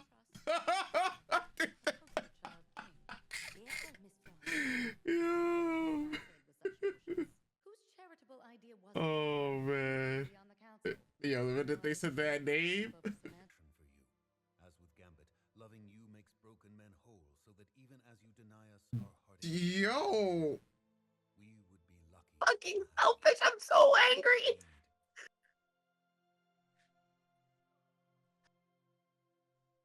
Bro, we are. So much is happening. We are turning on the soap opera. Sometimes you just have to let go of us. You don't kiss two people this episode. You can explain. Excuse us, Madeline. Something wrong, Miss Pryor? What? Sorry, mine just drifted a moment.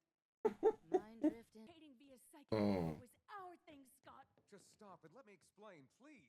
Explain why. Oh man. Gene, But Gene, they have a baby together. Chill out. Yeah. but we ended up. Go to Genosha. Be with my clone. Oh my fucking god, girl. This Get. Oh happened my on god. camera too. Astral plane was confusion. Oh man. Grief. She's the mother of my son. That's the one thing I can be certain about right now. Do you love her? I love both of you. And that's fair, I think. Galaxies back. Damn, Gene. Cuts out a Damn. part of me and you love it? That wasn't love in there. Damn. It's ego. The music's changing and you need a chair. Leader, father, Wait. Wait. That line was kind of fire. I ain't gonna lie. my love for you. Did you kiss Gene. Logan? Choose, Gene. Do not spin this on me. Do you Ooh, love me, Gene? I- Or am I just a lovely memory? Ooh, shit. Uh-oh. What is it? Uh-oh. Bro, that was I have a lot to say about a lot of things right now. straight up soap opera. This is about to be a goodbye. Oh no. Oh no. Oh no. A young woman being infatuated with an older man. Story as old as time. This is this man get it. Say his bitch ass has a wife in New Orleans, so his her ain't mean shit to me right now. You gonna accept his offer? Oof. Light up everything you touch, but never me. Oof. So many feelings. Not this. I have a lot to say. I have a lot to say. I have a lot to say. Holy shit. Hmm. Yo. X-Men soap opera status is official. This episode more than any other episode so far, for sure. Oh my god, it's like the Hellfire Gala. Oh, I'm getting my life. Hmm. We fixed the dancing animation so far compared to episode 1. We need to talk. Whatever is the We're ruining the movie. Party, man. My former prosecutor has Yo, taken damn. issue with your choice for chancellor. Damn. Genosha's right to self-govern will not only be protected, but cherished, as it Oh, is with all Most other nations don't allow a terrorist to be their leader. Yet so many allow their leaders to be terrorists. Yo, why are we just dropping bombs? All puns intended, I guess. Yo.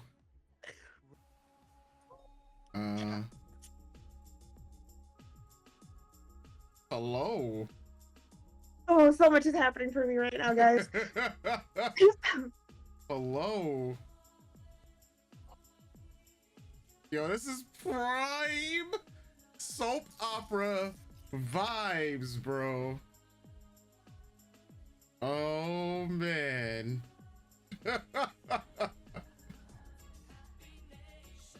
Listen, y'all can have your young and the Yes, the ace of base, motherfucker. Oh. Oh, so much is happening. Bro. Bro, wait. Bro, no, wait. That is gonna get everyone talking.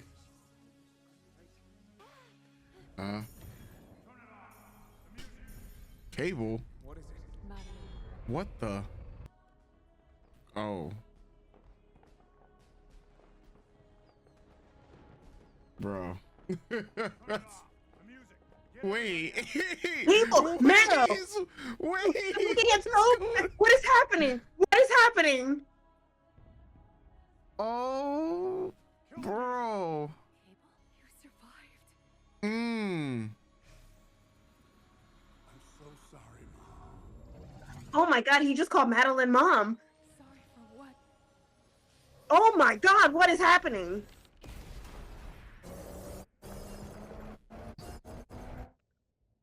I'm gonna...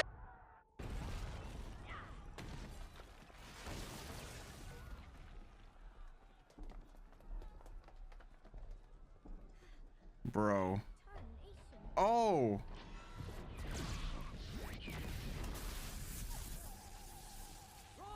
Get to the gardens! Hurry! Ooh. Jesus, Sentinel.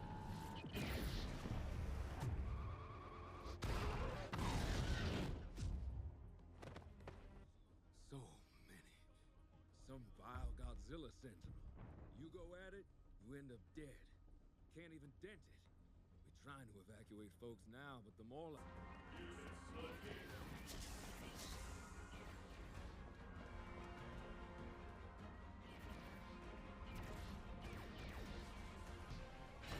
Bro, side.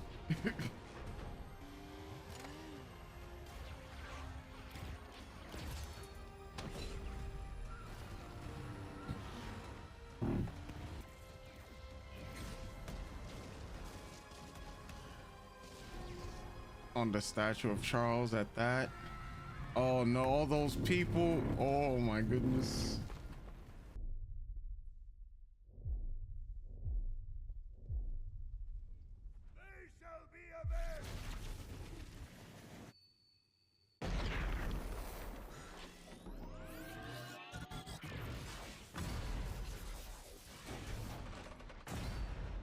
Don't worry.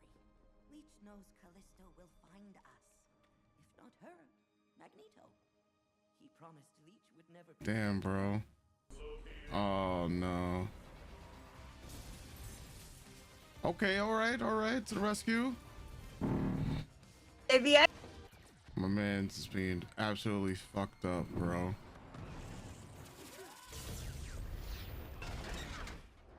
Powers. Omega level threat detected.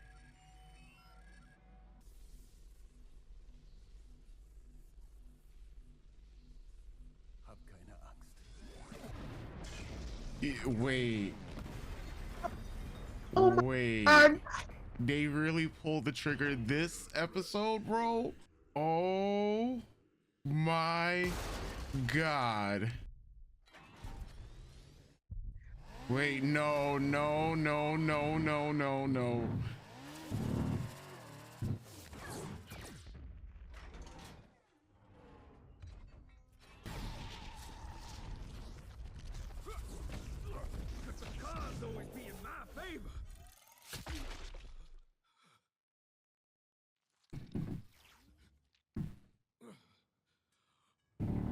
What is going on?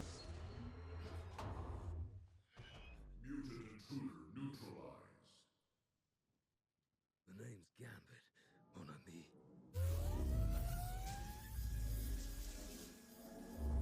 Remember it.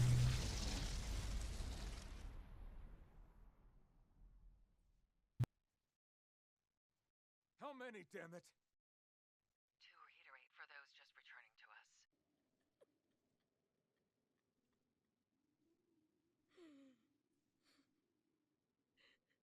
Sugar.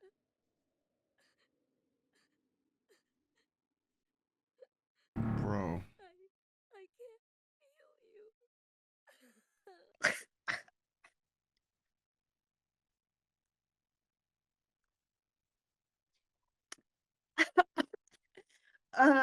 Yeah, that was a lot.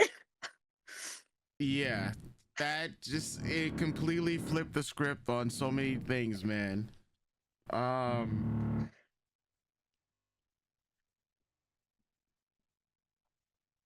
don't even know where do you even want to begin, Kayla? Where do you even want to begin?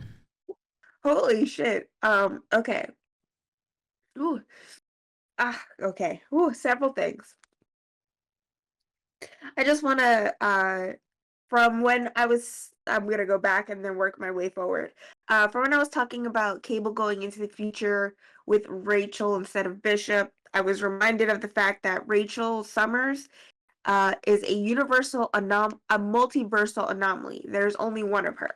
There's only one of her, and there are no others of Rachel in the multiverse. She is the only one. So it makes sense why she isn't in the cartoon, considering I believe the cartoon is technically within its own universe within the multiverse. Okay. So yeah, that I just wanted to say that. Shout out to my girl Rachel Gray, Rachel Summers, Rachel Gray Summers, whatever. All right, let's start at the beginning. Actually, let me focus. Madeline, Scott, and Jean Logan. So I think I called it when I said that I think they're going to start pushing Jean towards Logan. Yeah. What they might try to do is because of what happens in the comics, Madeline's gone for a long time, and it's kind of like Scott and Jean are trying to work things out. Emma starts a psychic affair with him.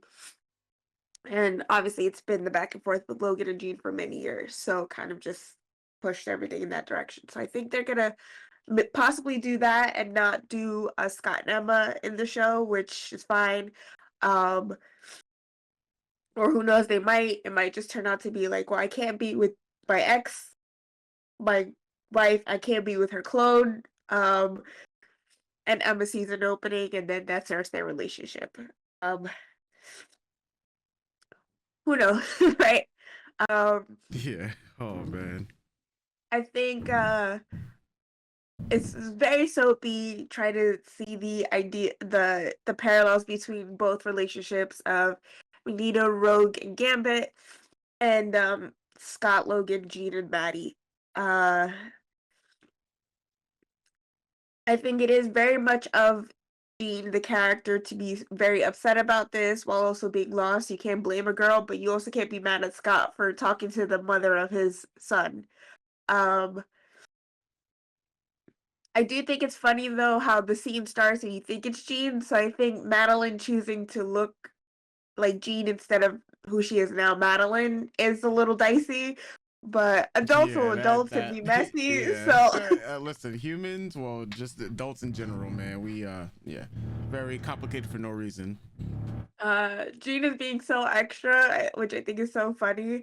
And it's like you just kissed this poor man who's simping hard as fuck for you because you need to get your feelings sorted. He's like, no, girl, can't be like this, right? um, but yeah, it's a lot to work through the personal relationships and the fallouts while all that stuff is happening on Genosha, right? As for Rogue, Gambit, and Magneto. I just want to say in the comics when she runs away, she's a kid. So it's taking me a little while to adjust to realize, oh, she's not a kid. She's more of a maybe older teen in the series. Even though I think Rogue's powers like they manifest young, like 12, 13, something like that. I can't remember right now. My brain is mush. The amount of So trauma that Marvel has given us for this episode, they will never be forgiven for. I'm just saying. Like, and I will explain why I'm having such a visceral reaction. Like I gagged. I felt like I was gonna vomit. Like anyway, so trying to reconcile with the fact that Rogue is maybe a teenager when she met Magneto. It's still very much just like I said, young girl gets infatuated with older man, but it's also like, bro, you're way old. So maybe don't talk to that kid, don't talk to that teenager. That ain't cool. But, like, you know what I mean? So it's like, okay. But whatever. I guess they're trying to trying to just make a point to, well, this happened even though we didn't animate it in the 90s. Um, there you go. Here's some context to why they're so buddy. Um, and how it plays out, with Gambit saying like we should be friends actually happens in a section of the comics during uh Red Legacy or something like that. Rogue gets control of her power. She's real confused. He's like, Gambit's done a lot. Gambit's no angel.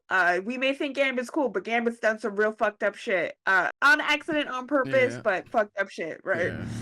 yeah. When you think about Gambit, Rogue, and Magneto, like they're all trying to redeem themselves in some Right. form or fashion. Exactly. So it's like I think a lot of the people who don't read comics are gonna get mad at her breaking up with Gambit and him going, well, I think we could be friends. Don't read the comics and don't want to understand that the three of them are started out as practically bad people and are, like you said, trying to figure shit out and redeem themselves one ways or another, and still trying to figure out who they are as people now as X-Men, especially since being an X-Men is new to Magneto too. Uh, my nose is so clogged. Emotional damage at an all-time Yeah. high. But like him getting upset with Rogue, like I get it because he has feelings for her, but you also have to go back to what he said to Kurt, right? Just like, I don't fall in love, I'm the bad boy. So it's like it's not like he's 100% honest with his feelings with Rogue. You know what I mean? He made that. It's apparent in this episode. He's not 100% honest with his feelings for her and his feelings and his to himself either. He's not honest. Um, it's okay to be hurt because he is in love with her, but for anyone who's like, oh, get Rogue's a bitch, like, because that's gonna happen. 100% that's gonna happen. I hope it's not the huge topic of conversation, but for the fringe fans, it's gonna happen, right? Um, I will say, I will stand with my girl. She making interesting choices, but I stand with my girl. If we're talking context before the gala, right? I understand her. Like, if you look at just her comics history, um, labeled a terrorist, did terrorist shits. Um, so wanting to do what you can now to be the hero and help your people, fully fucking understand her. To me, that's like one of the most redeeming things, like one of the most redeeming and relatable things about this character. Oh, Jesus Christ. That I love so much that she was like a character that's so lost, trying to figure herself out, but is willing to do anything for her people when she can, right? Um, that whole ending, Jesus Christ. Yeah. Uh, hold on. Wait. This episode was. I'm gonna be feeling this all day. I'm trying to succinctly wrap my thoughts together, but every 2 seconds, like it's like crit hit Yeah, crit. it's just take all the time you need. Woo, Oh man. people are gonna be like, but it's a cartoon. I'm like, bro, you don't look at the world Like, around you right yeah. now. Anyway, woo. Um, yes, that's one of the many reasons why she's my favorite character in comics, probably in all media. This little Pookie Bear goes through a lot. She does a lot, and it's considering that. Let's say I don't know how many years has passed since she's joined the X-Men to when she was in that was the Savage Land. That she was in the Savage Land with Magneto. Even though that's weird because in the Savage Land, don't think your powers work in the Savage Land. Anyway, uh, so I completely understand also her taking the opportunity to have the ability to be with someone that she can actually touch. Um, it is this whole thing was a soap opera. It is very much just like miscommunications left, right, and center. Um, drama. This was this was a lot. This episode was like I was really I was kind of actually hoping that no action at all would happen at the end of this because I was like, good, a nice we could just absorb the drama and go back to the action next week and we're good. And then they hit us with some action Yeah. drama. They fucking killed us. Yeah. So the Council on Genosha feels very. So I haven't read the comics where Magneto was ruling Genosha. I'm going off of the information I have now. The council that is on Genosha feels very reminiscent to the Quiet Council of Krakoa. That's what this all felt like. The island, the mutant nation island of Promise that they did have in the comics was destroyed, was attacked, and then later, many years, 2019, we get Krakoa, which was just also fucking destroyed. So I know you and I talked offline last week that it's all very sad to me when people are like comics wise that people are excited for the Krakoa era to end. And Krakoa, if you don't know, is the mutant nation island of promise where mutants from all over all walks of life are free to live. Bad guys, good guys, where you can at least be safe from outside forces. A lot of us had hope for it that going forward Marvel would continue with that, but like Genosha we just saw, shit went down at the gala. I think that's at their latest Hellfire gala, where there's a famous, now infamous splash page of their enemy Nimrod coming down from the sky after the new X-Men team, because every year they elect a new X-Men team to go outside of Krakoa around the world to show the X-Men, right? And it was a good roster this year. My girl Dazzler, Jubilee, Juggernaut got picked, Prodigy, Frenzy, Laura Kinney, Wolverine, Sync. It was a very cool lineup, but Nimrod comes down and fucking obliterates body parts everywhere.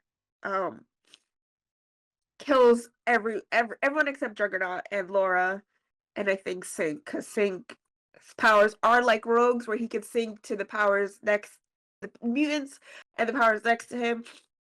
So he synced with Laura's powers because they are in a relationship to healing factor his way out of it, right? But it's like for months, X fans have been talking about that gala. Just that Jean gets killed. Spoilers for an event that happened months ago, but a lot of people die. A lot of people die. A lot of mutants die. And that's essentially what just happened. yeah. So it's very like it's one thing to see it on page, right? You get one reaction. I felt it. I'm still feeling the effects of it. I just what's happening in X-Men comics. I'm not a fan of. I'm not very happy with the direction that's going. Gotta see. Books aren't out yet, but I really had hope for the promise of Krakoa. Um, just like all these people had hope for the promise of Genosha. Just people living their lives and enjoy. Look at our world, guys. Look at what's happening right now. People just living their lives, and this shit happens. Um, you can't deny the mirror that this is showing us, right? You can't deny the image that we're seeing in the mirror that it's reflecting. Um, the flashbacks Magneto is having hit me particularly hard because there was a flashback of Holocaust concentration camps and him speaking in German. Him And in German for literally his final words. right. Yeah. Going from when they were at the United Nations and he said never again to him speaking German. His oh, that's a lot. That's powerful storytelling, my guy. Um yeah, just seeing everyone running and screaming and they were just trying to, you know, um anyway, uh I personally don't think they're gonna leave it like I don't know. It's gonna be there's what only 6 episodes left, 7. I mean 5. 5. This is episode 5. So if there's 10 episodes, or is it 8? With this, I think it's 10, 10. right? So that's 5. Oh, we got 5 more weeks. Yeah. I mean, with the whole Nathan. Okay, I also want to say the Cable thing. Yeah. but I also want to say though, Madeline strolling up to Gambit, I was like, yeah, see it. I can see them getting. It's weird because he does not like Jean. yeah. Does not like Jean. Jean is not his thing. Yeah. And I'm not saying Madeline's his thing either, but two drunk people real upset about their relationships. Yeah. I was like, we can go in this direction. That's fine. I'm for it. And then they did what they did at the end, and now we get nobody's happy. Like what? Yeah. Oh, I was going to say, going back to the Rogue and Gambit thing, like I said, Mance has a whole life in New Orleans that he didn't tell her about. So, like I said, I feel for him, but I know I'm just like, chill out. But he did do the mature thing. He was like, we should just be friends. Rogue saying to Magneto, like, yeah, Gambit saw them and got upset about it, but that's drama, right? That's soap opera. That happens in all shows. The guy who wants to confess his feelings for the girl who has a boyfriend is about to confess, but sees her kiss her boyfriend, whatever, and is like heartbroken and walks away and doesn't confess, right? That's what that bullshit is. But I get Rogue. I get it's an opportunity to do something she's unable to do and in a safe way and with someone she trusts, for the most part.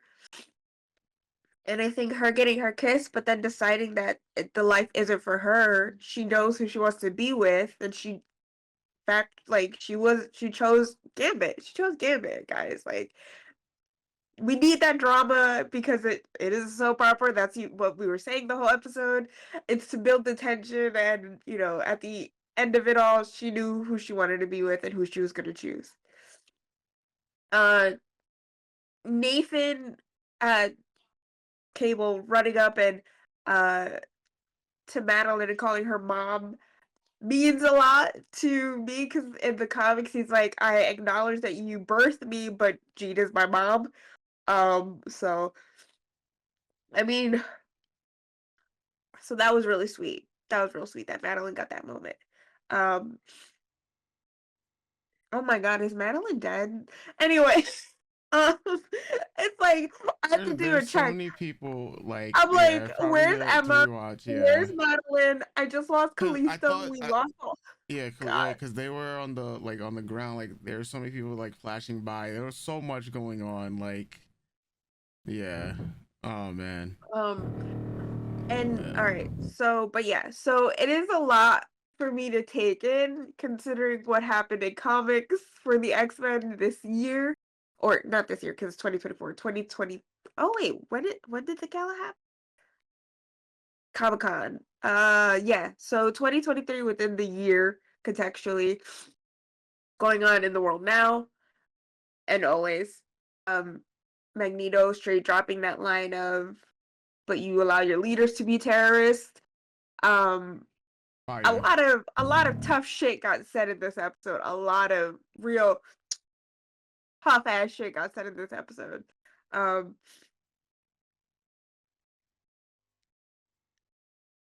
they they wanted to definitely show you the lives that and the joy that the kids felt.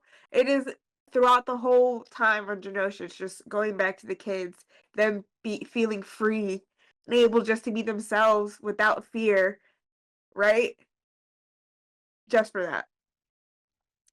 Um, it's a lot. I'm gonna be processing this all day. um, uh, the I think Magneto trying his best to save who he can. Magneto getting viscerally angry, which understandable. Um, he put up one hell of a fight. Um, Gambit going out like a G. Listen, he might not have been Omega level, but he took down the Omega level He's threat. a threat. He Yep. is a threat. Gambit is a threat.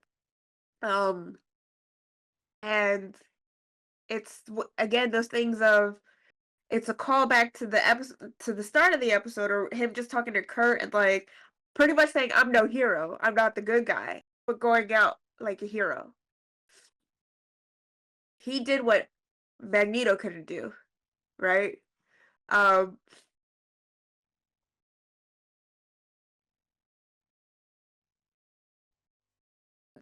it just Yeah. hit him and Rogue the back and forth with the action. I was like, Yeah. this is why we love them. This is that couple. This is that couple. This is that couple, right? Yeah. And then her just at the end going to him and saying, "I can't feel you." Let that being the final line and then fade to black, bro. I'm That straight shit, obliterated. yeah, like I have thoughts. I have oh so many man. thoughts, and I wanted to say so many things about the last couple episodes, and I just, after we Yeah. gather our thoughts, and I can't even with this right now. Like, Absolute obliterated, bro. oh, that was a lot. If you want to say a few words, that'd be great. I wish I could. I mean, there's not much I really can say because I mean, most of my thoughts were like in real time as things were going on and whatnot. I guess the only thing, one of the questions I wanted to ask was this did this particular scene happen in the comics? Or was this a derived from other things that happened? Because you mentioned like something Genosha like a few weeks ago. Right. Like, are they? Like you said, are they doing Genosha? Like that was one of the things you mentioned. So was this what you were referring to? So, as with many of the island nations the mutants try to inhabitate and live on, it gets fucking obliterated, right? Same thing happens with Genosha was first used as a slave state for mutants. Magneto takes it over. It becomes a nation for mutants. If you watch Wolverine and the X-Men, it's that idea of same. That's I was getting very Wolverine and the X-Men flashbacks where he builds a whole it's a thriving nation of mutants to live freely. Gets attacked. For right now, I can't remember who attacks Genosha, but Genosha gets destroyed. This right now just feels more visceral to me because it's reflective what I've currently read with what happened with Krakoa. Like I said, the nation that it's a living and funnily enough, Krakoa is a living island, a mutation, right? It's a living island mutation. And yeah, mutants were living on it since about 2019 in comics. And it just literally like If you want to look up Hellfire Gala 2023 just to see the splash page of Nimrod obliterating the new team of X-Men and just bodies of mutants littered everywhere, that's where my brain is at currently. Because I haven't read the Genosha comics. For me right now, it's like Krakoa. But I know a similar situation happens in the comics with Genosha and Utopia and Asteroid M and the school that gets bombed weekly. They can't catch a break. Uh, yeah, it just happened so fast. This just happened really fast. Look, and I will say again, I think my issue is going to be pacing because I would have really preferred this just to be this. They crafted it this way to get this type of reaction out of people, right? To get that shock. I think, like I said, I haven't checked X Twitter, so I don't know if X-Fans are feeling. I'm also, I don't know. I feel a lot, like Rogue. I feel a lot. I have a lot of feelings. Um, so maybe I don't know. That is just a lot to. That was a lot to. And I don't even know if I can rewatch this episode. That was a lot to take in. Um, but yeah, Genosha gets destroyed in the comics. Krakoa gets destroyed in the comics. I'm just surprised it happened so fast. So Yeah, fast. like this episode 5 deal, I was expecting maybe like 3 more episodes we might get something like this if they build up towards it. But yeah, they just said, nah, pull the trigger now. And now it's like, what are the last 5 episodes for this season going to be like? Because bro, where do you go from here is type of deal. But of course I those that personally read, yeah, I thank you. personally think what's gonna happen is Nathan's gonna try to keep coming back, time travel, come back in time to try to stop this from happening. That makes, Um, yeah. because that'll be real interesting if they just end the season with Yeah, Storm depowered. yeah. Oh, mind you, we got Storm and Yes, Forge. we still got the thing from last week. Yeah, that we got to talk about, or well, that we gotta visit and solve for the season. Maybe if they don't solve it for the season, that's crazy. Right. Yeah, So we have Storm depowered. Gambit's dead. Magneto's dead. Xavier's dead. Madeline's probably dead. We don't know. So you've already taken out. I mean, not that Storm can't fight, right? Whatever. Storm will still kick your ass. Powers or no powers. But oh, and Bishop's gone. Bishop's in the future. So we are now down. yeah. Unless they start, hey Polaris, hey Iceman, hey Havoc, Yeah, we need you to know, get just like, everybody, hey, bro. we need to get we need to get the crew together. We need to figure this shit out. Um, hey Spider-Man, you know what I mean? Because hey Iron Man, look at this shit. Just, it's just crazy. It's crazy. But call the Avengers at this too. I mean, look. Man.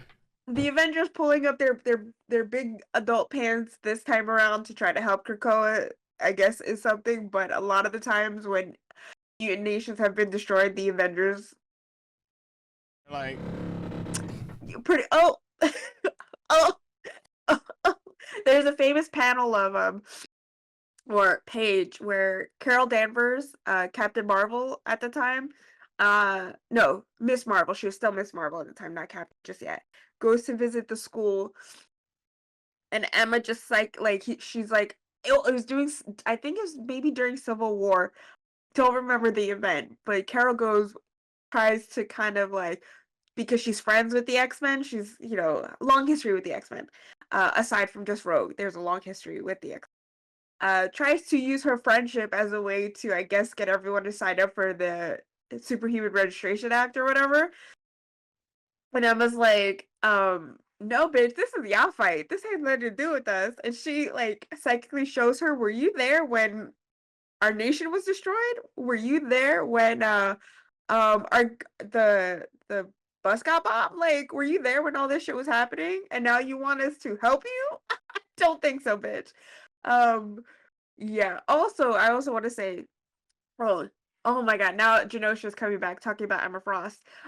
Yeah, and there's a famous scene too where it's Emma Frost as her because where she's teaching gets her classroom gets attacked and all her kids die while she's teaching.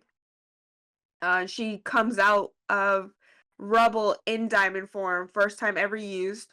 It mutated to obviously save her. Uh, I think she's one of the only survivors of the island.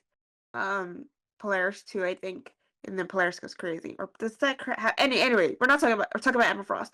But there's a famous panel of her walking out with, out of the rubble with Negasonic Teenage Warhead, a young mutant in her arms, and she's just handing the child off to the paramedics, saying her name, and just take care of her. I think she's dead, but it's like so shocking to Emma. It's just like, no, just this is her name. You have to take care of her now. Oh my god. Oh my god. Oh my god. It's a lot, guys. It's a lot. It's a lot. It's a lot. Oh, as an X-Men fan, it's a lot. It's a lot. Oh man. Whew.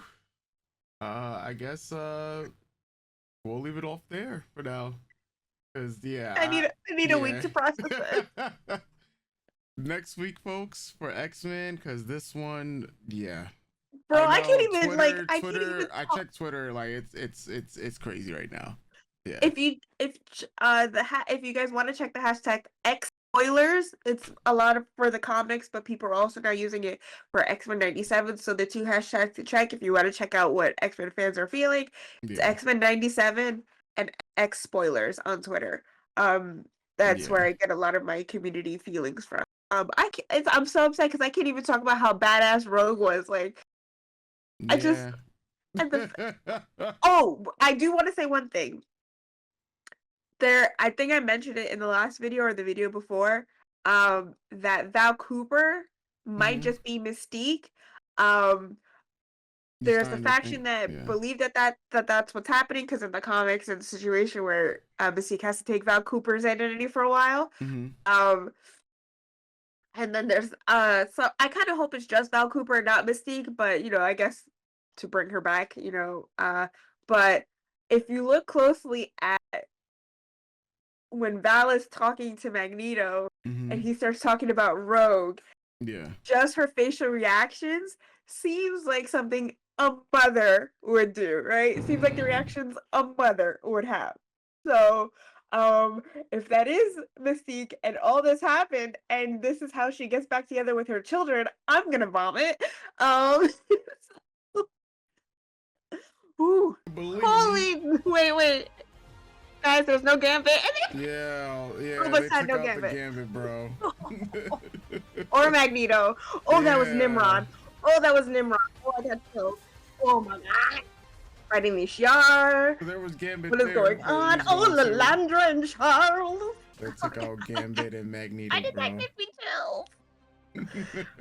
Those are my type of, like, even when they do that in like anime, remove characters once they're gone, like, damn son. It means it's serious and it's for real. Oh. God. He said no. He didn't even get a chance to say surrender, bro. That's her. Damn. That's badass. Oh, the Shi'ar. Well, the Shi'ar bird people. Yeah. But back in those days, Shi'ar Imperial Guard. Man's just taking all these beams. It's like, bro, what are you guys doing, bro? Damn. They just show up and wreck everyone, bro. That's what the job is. I thought he was about to get like smashed. Oh, that's Vulcan. He is a. Not gonna say nothing. I might say it. Oh, damn, bro. Jesus. Hey, girl, we don't care that you guys are getting down. Relax.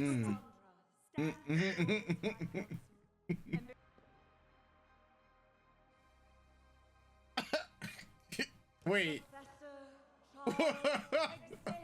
Wait. Wing. Oh man. Sorry if I spit. Oh my god, that's crazy. Which one? Oh my god.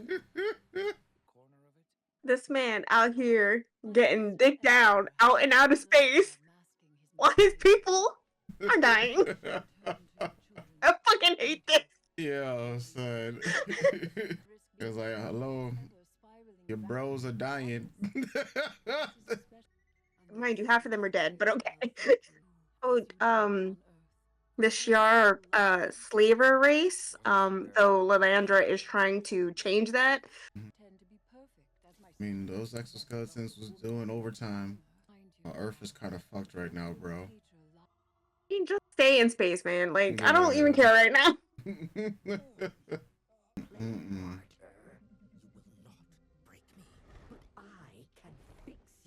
I can fix her.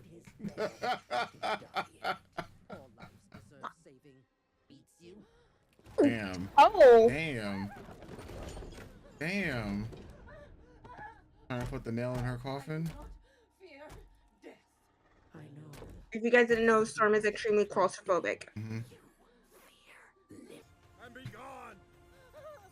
Oh man.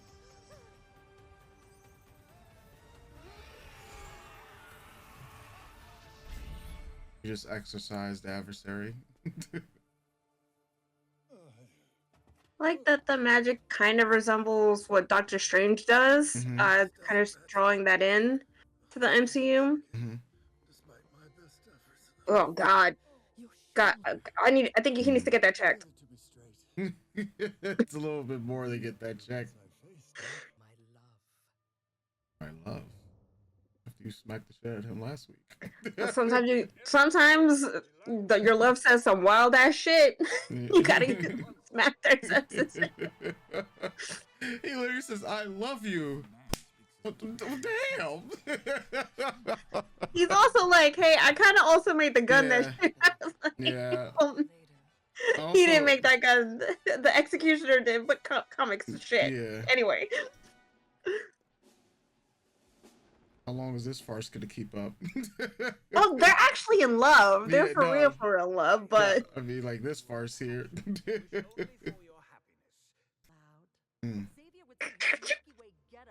Milky Way ghetto. Damn. High Council, for the sake of the Empire, I must invoke the right of Ekard. it's like Bro. people are like, well, why haven't aliens invaded Earth in the Mhm. real world? Everyone's like, because it's so ghetto. Mm-hmm. Oh God. Mm. Damn. Like, I'm gonna test this relationship. You guys want to get married? Not on my watch. Yeah. Oh damn.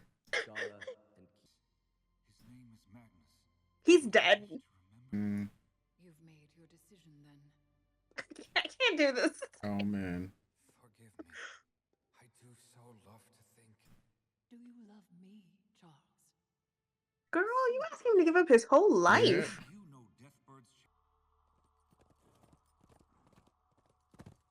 How we go transition back to this after he says that? We gotta parallel the love Yeah. stories here.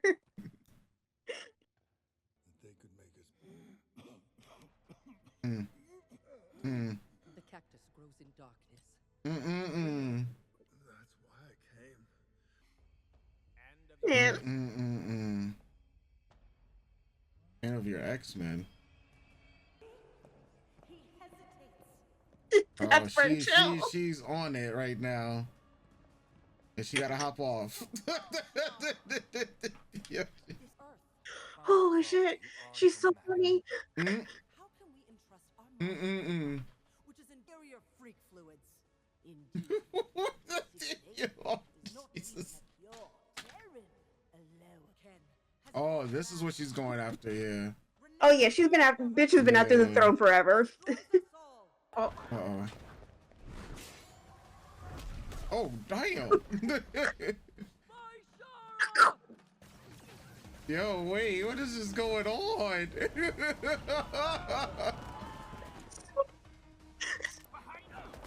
Uh-oh. The girls are fighting. The girls are fighting. Oh, no. Class is now in Oh man. Yo, he got them in class for real. The apple.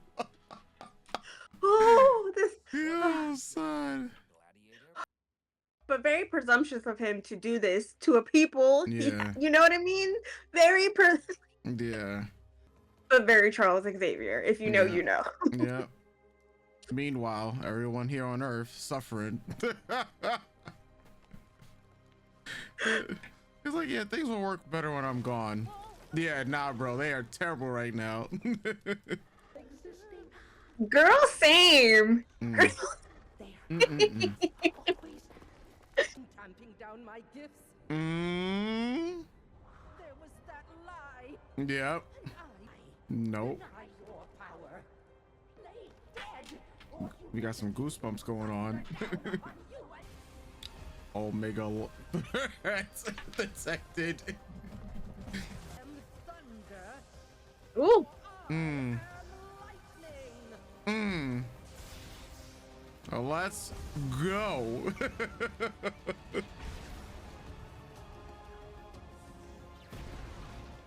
All right, this man literally got zapped. Oh. Yes. 70s. Oh. Oh. Yo. Ooh. That was clean. That was so clean. Mm. Until we finally Mm. Mm. there. It's starting. Yo, these writers, bro, they've been on it. Like, it's just like there's multiple one-liners, bro. Oh no.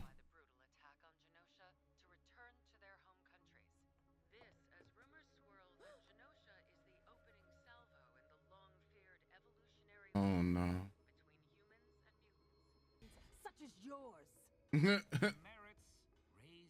The back and forth of emotions I'm feeling in this episode is a bit much. Mm. My man be spitting right now.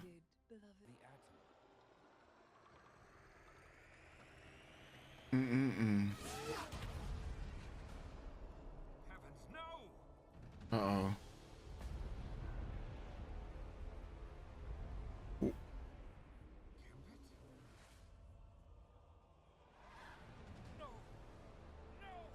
Oh, is he fine?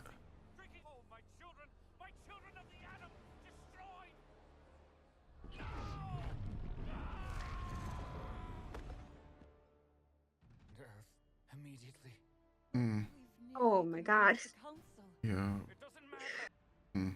If that should end our star-crossed affair, so be it. I will not abandon my kind. Oh man. It is time I return to my X-Men. Yo. The blame, Oliver, and don't fret the future. Why, Genosha was merely the beginning of a prologue, now past. You have nothing to fear, so long as you place your faith in Sinister.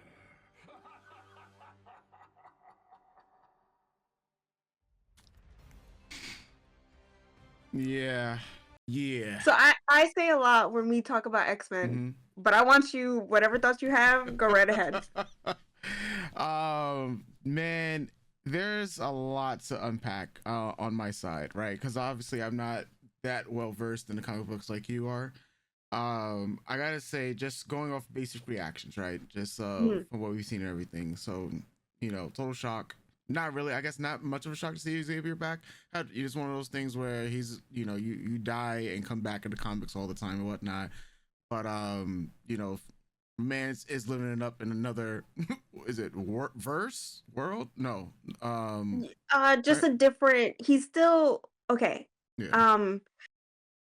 It's just out there in the universe. It's still. That's what I was like first. Yeah. Yeah, it's not a multiverse thing. He's just out in the universe. Yeah. So he just, he's just out there. He's living in like another verse, as we'll say for now. while everyone else is getting smoked on Earth. Like, you know, I love the parallels of, you know, he was ready to give up everything else on Earth except for the X-Men, right? Which is very foretelling, especially that final scene where like all of the children in this classroom become skeletons, and there is Gambit. And he immediately is like, oh my god, what is going on? Like, I need to go back to Earth because there's a crisis facing the X-Men, right? So that is great to see, especially because this was all happening at the same time that this issue was happening in Genosha, right? The Storm stuff, absolutely love it. Her return to the full her long hair as well, like that shit was epic. Like that shit was epic. Like the whole like transformation again, well, like even like this like yeah, that was epic. And just what I really do love, man, is I said it earlier, like, yo, the writer shout outs, because they could be hitting some cold ass one liners, bro. Not even like just some cold ass lines that you could just take quotes and build a whole motivational YouTube channel around. like yo, some of these quotes was cold. So that much, like, you know, living in the moment for me, with the series, and just seeing like, damn son, there's so many different types of peaks that we're hitting. You know, after I didn't know where we would be going after that last episode. But it's funny because as I was editing episode 4 for us, and then realizing that, oh, Life Death had a part 1, and then literally when we open up Disney Plus today, and then it's Life Death part 2, I'm just like, oh, okay. So we're gonna, you know, get in, like, I guess you say, the conclusions to that story. Storm getting her powers back, you know, that much we already knew was gonna happen. We talked about it, you know, weeks ago. But for it to come back in this sort of fashion was pretty cool. Did that happen like that in the comics as well, or something similar? Um, so I can't remember how she gets her powers back in the comics, but the adversary Storm Forge thing, this is their story. I honestly, I think even if I could remember, to me, this will probably even like I'll go back and look, but this, I don't think, to me, her, I don't. I'll just say no. I'll let you keep Yeah, talking, and then I'll yeah, go. yeah. I'll No I'll, problem, no I'll problem, no just say problem. no for now. Go Yeah, ahead. yeah. Like, I thought that was, like I said, that to me favorite part. Like just the way the animation, you know, the whole that whole set piece, that what they did for it. Because you already had, I mean, her overcoming being claustrophobic, you know, like that, you know, there's so much that went into the buildup of the, like, that I liked about the powers returning, and the payoff, you know, with it returning, you know, those words you were saying, but then just to turn on the TV and then immediately be brought back to reality that, oh shit, like, there's something tragic that has happened while you were on your own personal journey, that you had this time, you thought about, you know, this whole life that you could have had, because everything to you at that point in time was perfect, you know, well, not perfect, but you found peace, and understanding in your new circumstances. But now it's like, just as you begin to detach, try to find a person who you're it's like a lot of people think about the person who they were before and the person who they are now, but not who the person they are becoming in the future. And so this is what Storm, I felt, was going forward to it. It's like, just when you're trying to figure out who the person you're becoming is, you get brought right back to reality about the circumstances around you, and seeing Storm's tears immediately after that, like this, just the writing itself, I found that powerful, because that's where I was looking at with this journey with her. So that stuff was powerful. um the stuff going on with Xavier, bro, that like just the dialogue, and just seeing just like, yo, these people really detest Terrans or people from Earth and whatnot. Yeah, that's that portion is pretty interesting. And I'm guessing Sinister, as we saw from the last portion, main cause of what's going on in Genosha, Bolivar, right? That was his name. Yeah, Yeah, Bolivar. Yeah, Bolivar, right? Yeah, like Bolivar Trask. Bolivar Trask, yeah. Seeing his involvement, um, and yeah, I mean, they said the original, I think, writer for this one said that, yeah, you guys are thinking about how crazy episode 5 was. Just wait till you see episode 8 through 10. I'm just can't imagine. Like, we're about to be like 2 to 3 weeks away from whatever they were talking about. That's possibly going to further blow our minds. And that's all I got to say for now. So I'll leave it to you to cook. So I just want to say, listening to you express is touching my heart so much, because this is like how I feel about X-Men comics, right? Yeah. Just it's I don't know how other people feel about when you love something so much and then other people join the fandom and then you're like, "Oh, look at your journey." That's how I feel, and it's just so it's so heartwarming to be along with you on this. And I do really give credit. I honestly though, you kind of got to give credit to comics writing in general, because Yeah. you can fall in love with a book because of the art, and I fall in love with a lot of books because of the art. And but it's the writing and the crafting of stories that keep you around. Yeah. If it wasn't for the crafting of X-Men stories by so many different writers, I wouldn't be here, right? And Yeah. I just find it so wonderful listening to you speak on it and joining you for this, and just like honestly, like I was having my own emotions, but I think I was more so clocking how you were feeling and just enjoying your reaction to this episode more than trying to react myself. So Yeah. like I'm really appreciative of this time together with you. Yeah, Like this has legit. been a hell of a roller coaster, man. Like Like every week, so like since imagine if you like pick up a like this is X-Men, right? Yeah. This is the shit I love. And Yeah. it's just it's so nice and refreshing, like that you could take one medium, transform it into another, and still carry that magic of storytelling through to draw in fans who aren't who have like one foot in the door, one foot out the door, and then just keep you don't have to stay, but come and enjoy the story with us and come back later for more stories. You don't have to be here forever, but it's nice that you come and visit and you're here with us. So to you and all the new X-Men fans, and to people who are getting something out of this, welcome. This is X-Men. Welcome. Like these kind of things have affected and helped shape who I am as an individual. It's why I love it so much. The magic of storytelling, right? Yeah. So this episode, okay. So again, 97 is a different continuity than 616. What happens in 616, there is a point that Charles does get shuttled off into space with Lilandra, kind of like leaves the X-Men. It's kind of the hop off point during like Inferno. Pretty much a little bit beat for beat of a lot of this stuff is happening while Charles is out in space, getting digged down with Lilandra, right? Because they're so in love. I mean, no, the good.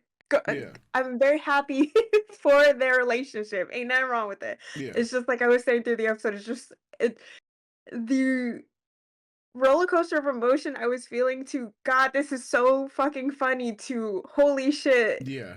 Preaching some words. To oh my God, the end where it all finally catches up to two people who are extremely important to this X-Men family are now finding out what's happening to their family. Yeah. And just the drops in of Storm talking about Jean, Xavier talking about Charles, Xavier talking about Magneto. It's just like, oh man, you guys don't know. Yeah. We know, you don't know. So the catch up, it really is a gut punch, right? So like the Deathbird, Shi'ar, Lilandra, Charles of it all. The way Charles explains it, they are a slaver race. They conquer planets to bring them within the Shi'ar community, but still look down on the communities that they haven't conquered. The stuff with the Kree is a situation that does happen too. It's a Kree Skrull thing. Deathbird is after the throne. Ken had the throne. They're both like very. How do I kind of relate it to our like they are supremacists. They're bird supremacy. They're Yeah. not white. They're bird people. Yeah. Though their skin color is quite white. They're bird supremacists, which is a weird thing to say, but they're a Yeah. bird people. I also Yeah. thought that was funny. All the bird slurs and Yeah. jabs that were getting thrown around. It's so ridiculous and so Yeah. funny. But yeah, Lilandra is kind of like the leader who's trying to change all that, but still very much like uh kind of not really pushing so much.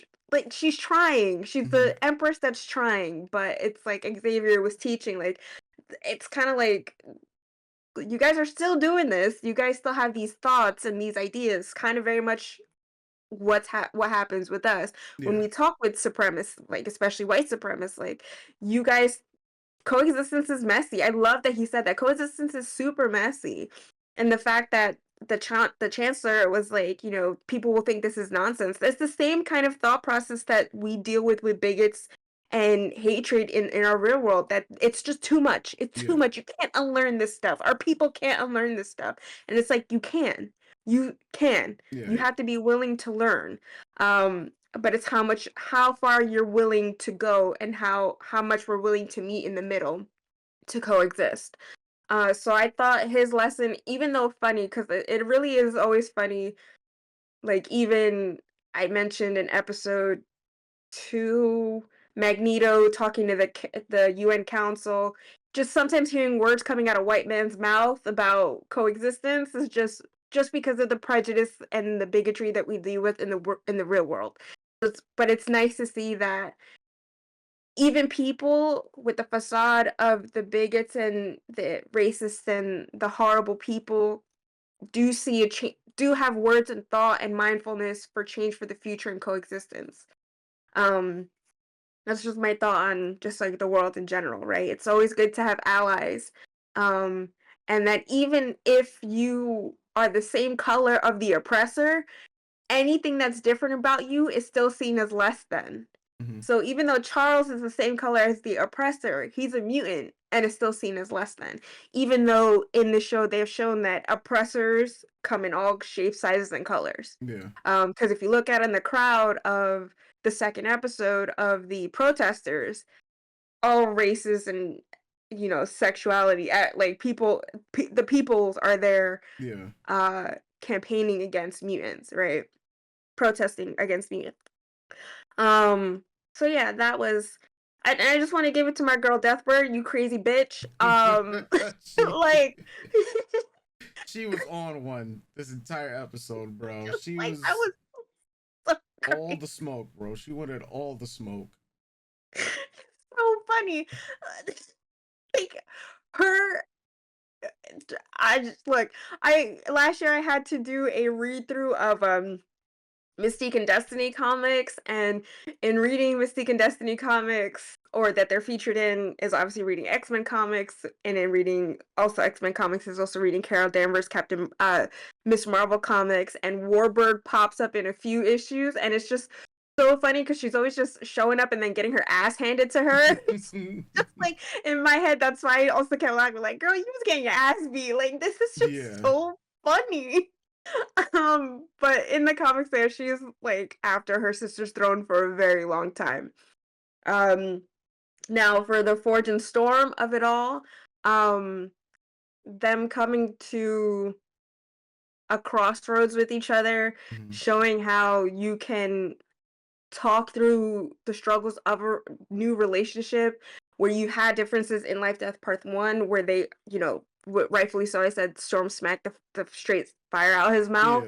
To discussing all this and, basically both coming up against the adversary or the adversary within the demons within. I am extremely touched um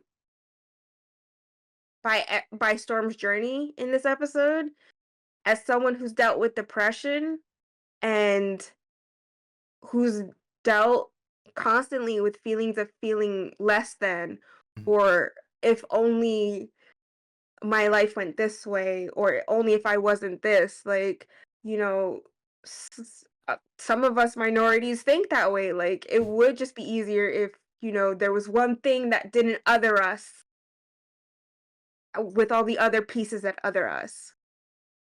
Um, so having her talk through it and break through it, and then realizing that the thing that was keeping her powers down in a way was her own doubts within herself and her own struggle within her own identity, and not I guess in this version, because I feel like Storm in the comics wouldn't necessarily want to ever give up her powers for anything. Like, her powers are taken away from her, but I don't feel that that's it. 616 Storm at any point is like, yeah, maybe I want to be human. For me, and a lot of people, her character arc just isn't ever that. But this is a different Storm. So just seeing that there's, even though she's not real, but seeing someone else struggle with the idea of coming to terms with, I'm tired. I'm tired of the struggle. I'm tired of being pushed around. I'm just tired. I need it to stop. Right. There are things that about me that I can't change, but people do things that exhaust me because I can't change who I am. Now she has this opportunity that a part of her that's so hated and feared is gone. So now she has to figure out who she is with that and how comfortable she is with that part of herself. So it's like you said, you look at your past, you look at your present, you don't look at who you're becoming. So it's dealing with understanding the hatred of people, then understanding how exhausted you are and what that means for you in the now that that piece of you is gone. And I just heard powerful stuff, kids, very powerful stuff. Yeah, just her breaking through, and it's like, even though we personally don't have magical bird demons in our faces whispering those lies to us, we have our inner demons constantly whispering those lies to us, that we are nothing, that we are less than, to believe the people who hate us, that if only this was gone, life would be easier, right? And a lot of us have to deal with that constantly and find a breakthrough, and to look forward to who we can be, who we are tomorrow, and to deal with that in the now. I'm a big believer in, you can make mistakes, situations happen. It's all in what you do and what you learn from those mistakes and who you are going forward. I'm like, people have the ability to change. People have the ability to grow, but it's whether you choose to do that and what you do with these situations in life. I think this was just very powerful storytelling. Like, I definitely related to whatever, all that stuff that she was going through. And I've had my own breakthroughs with accepting who I am and the situations that have happened to me, the situations I find myself in, to then know that tomorrow is a different day, and what can I take away from these situations, those sucky. How can I go about as my individual person with these situations that have happened, and these demons that whisper to me that I'm nothing, that I'm less than. It takes a long time.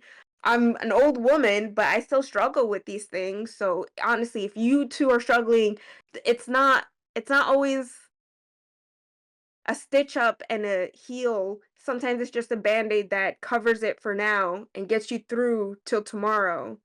And then the band-aid falls off and you have to clean the wound again.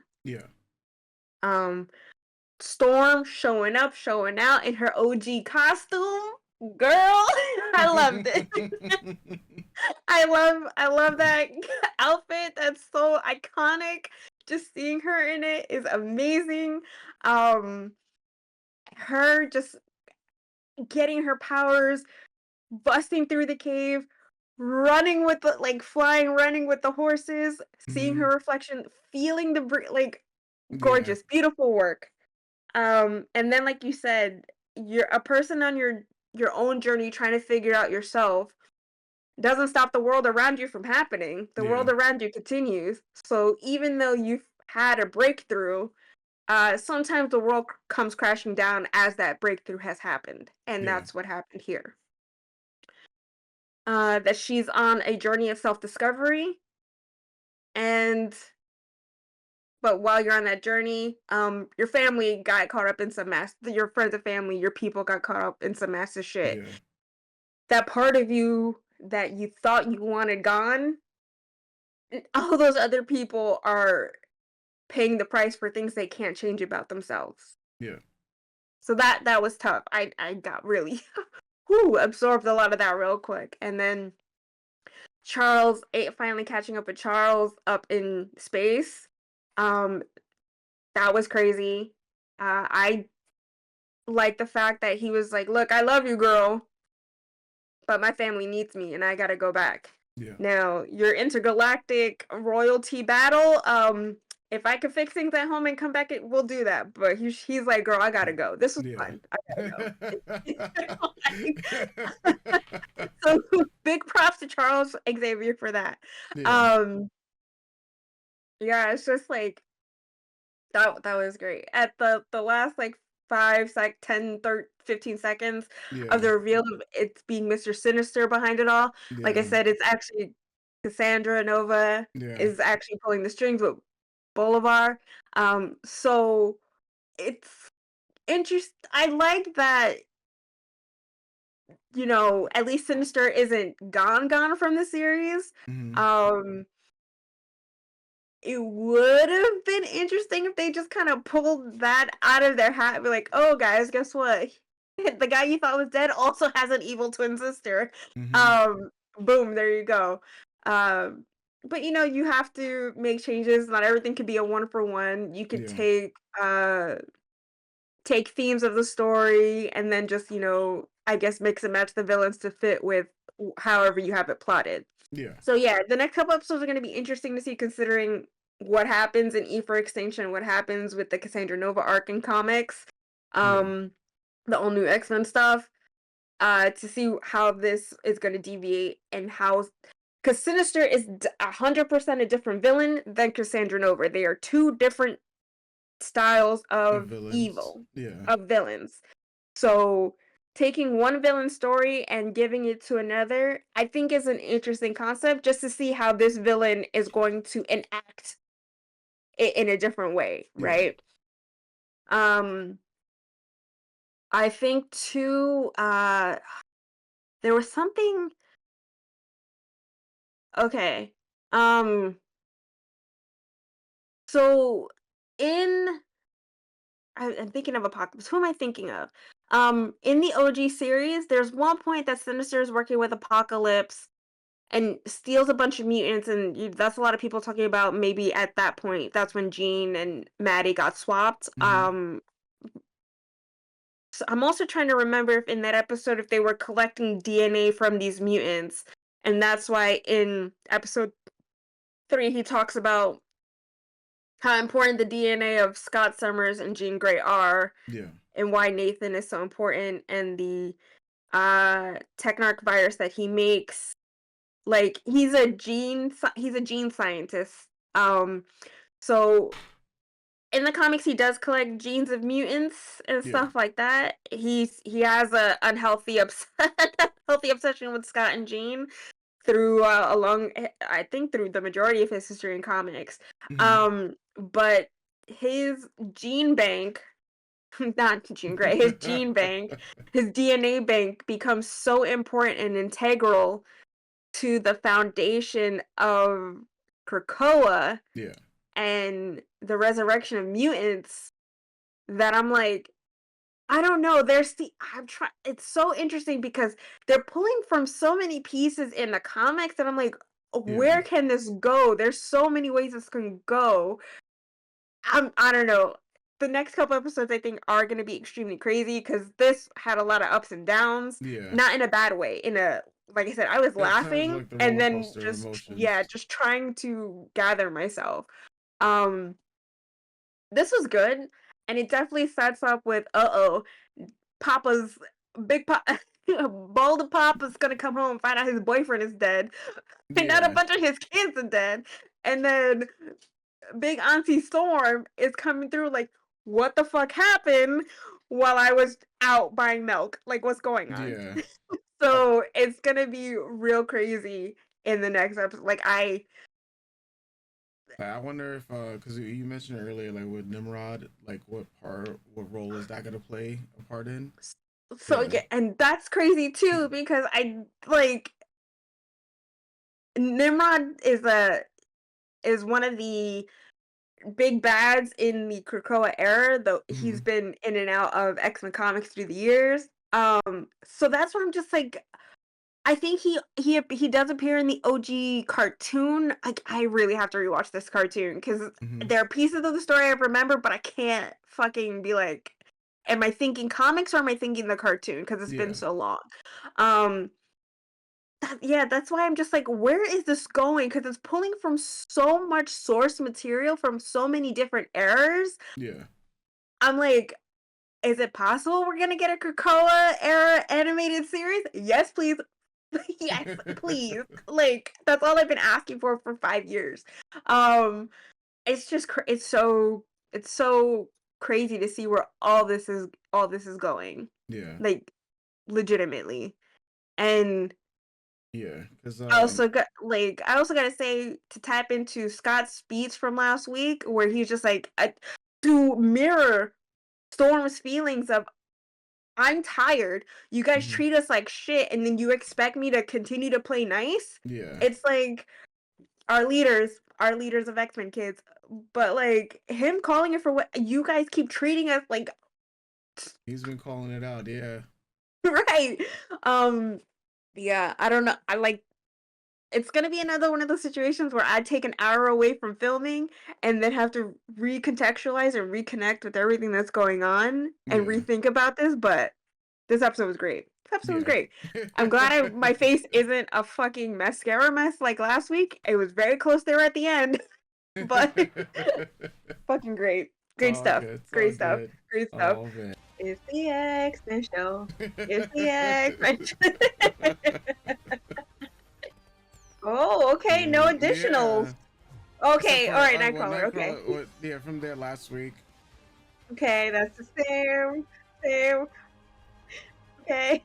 Okay, looks like this thing is all the same. Yeah. Nothing really new in this one, right? I think. Right. Yeah. I didn't know. I didn't clock anything new. No. Why are they doing this to me right off the bat, bro? Why are you guys doing this to me right off the bat, bro?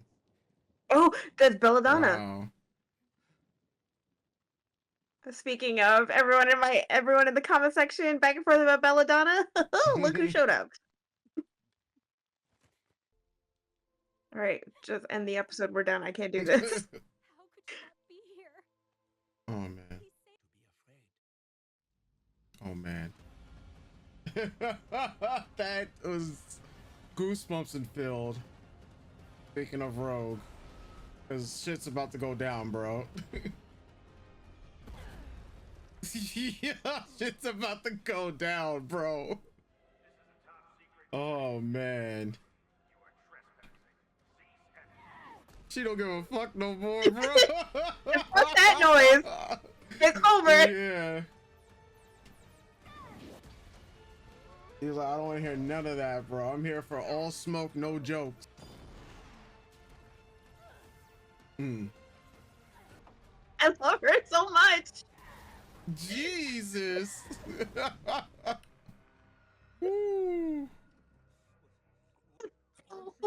Bitch. What? What? What's a Hulk to a Rogue right now? Like, that's the Hulk. Listen, I love Hulk. Not more than Rogue.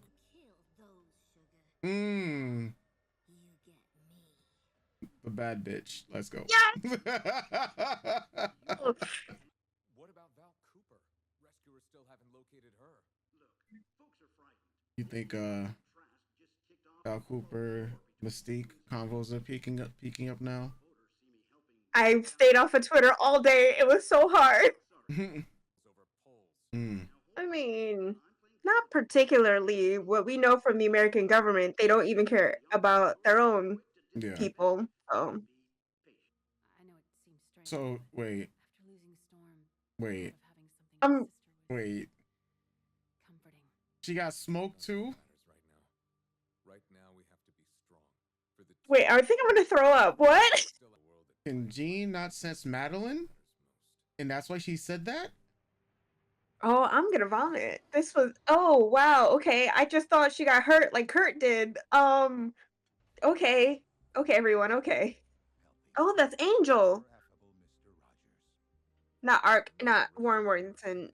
Angel Sullivan? Believable. She dated Xavier. Oh. Do we really need the camera? Oh man. Well, it's like you gotta show the people what's going on, right?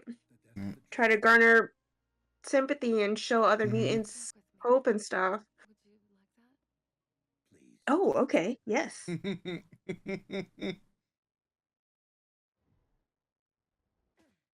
Hello?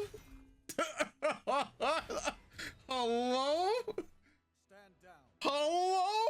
What the fuck? Where's Henry Gyron? He was moved out of Rikers last week. It shames us all. Yeah, that's what Shut the fuck up. Yeah, like what? Oh. Oh. Yeah. She about to chuck that shit. She's still holding on to his shield. Yo, she gonna chuck that shit.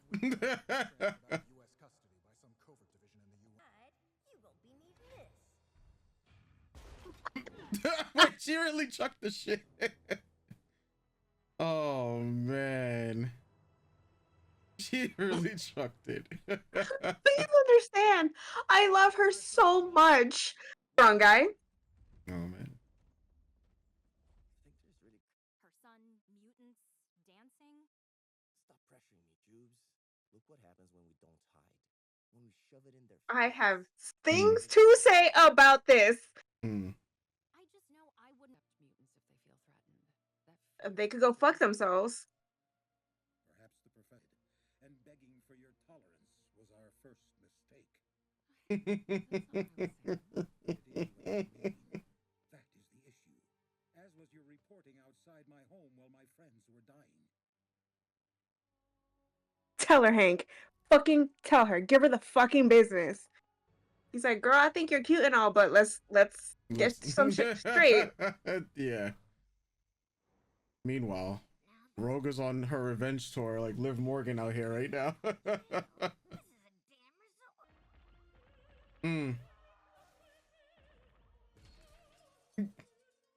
Yo, we are setting shit off. Kill him. Kill him.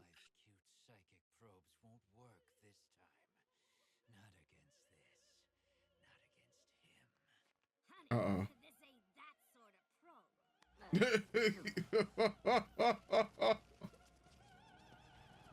Oh man. Yeah. We are on demon time. We are on demon time right now. I love it. Jean, get it together. Come on, girl. We got this. Is it Emma? I mean, I hope it's Madeline, but like I think it's Emma. Oh man. Emma's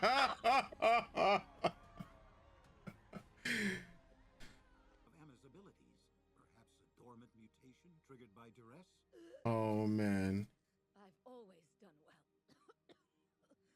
Under pressure. Diamonds are forever. Kayla's losing her mind. Kayla is losing her mind right now. Okay. Should we pause? Do you need it? No. You got this, okay? We go in, charm with small talk, and I'm a mutant. Oh,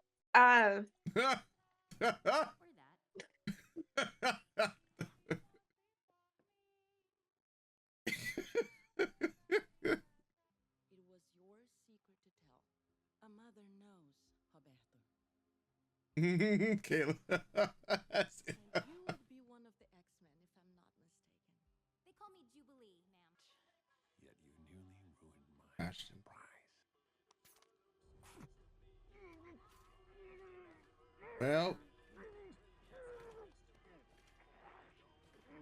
Well, wasn't it? Like, didn't we talk about Bastion possibly being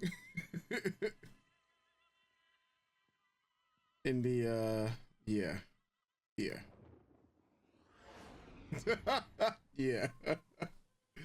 so many Yeah. things. So many things are happening right now in my brain. After like the whole thing where we was talking like outside of it about Nimrod, and then how people thought Bastion might be coming.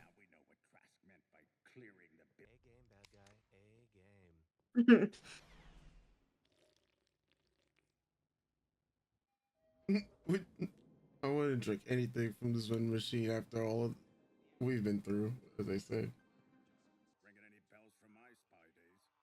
Maybe we ask poor man's Oppenheimer before he Oh. Made the Sentinels to protect Normandy. Oh my goodness.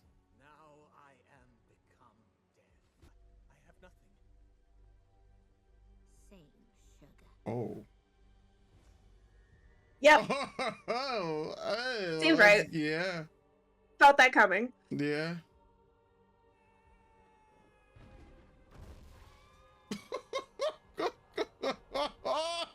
Badass thumbnail right there. Yeah. Is this who we are now? That maniac killed Remy and thousands of people on Genosha. That rotten piece of scum put a good man, my man. Oh, what the fuck? So much.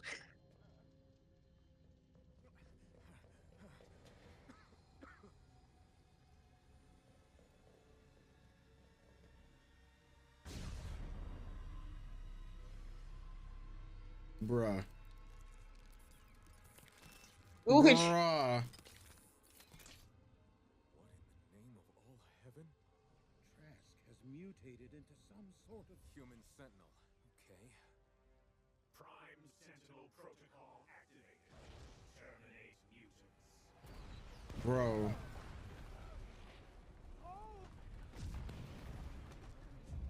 That was pretty clean and fluid. You get the building.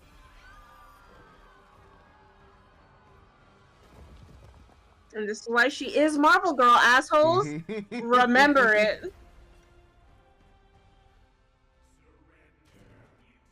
Prime Bolivar. I can still sense Trask's mind inside. He put Rogue down with one hit. We can't pull our punches. X-Men, take him down. Okay. Okay. Like, look at where this man come from. Damn. No way Morph is done out for the count. Okay, nah, bro. Most likely just knocked out.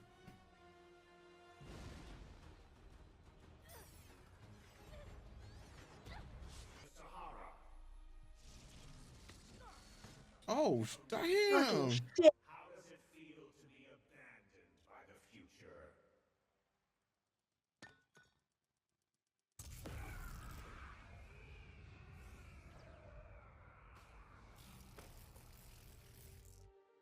Shut it down. Cable? Bishop. Cable. Cable. Electromagnetic cluster grenade is the quickest way to take these suckers down. Yo. What the hell are you doing here? Huh.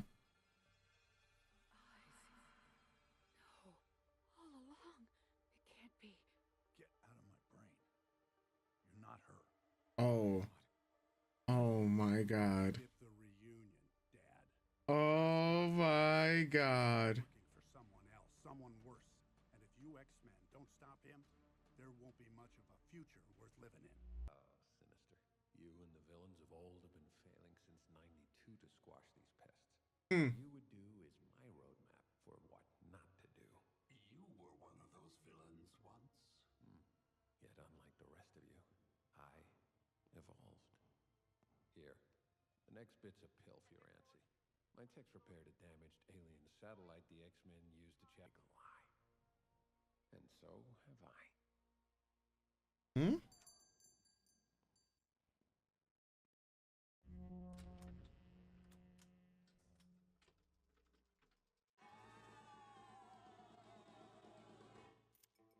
Mm. Mm. Nifty bop, right? I've had to be bad lately. Like heat, like music, it softens things. Oh man. Follicles. Opens pores, makes the flesh pliable. This way, once I have to get to work, smooth as butter. So long as you stay still. So long as you don't resist. Simply listen and obey. See, you were born for this. Bro.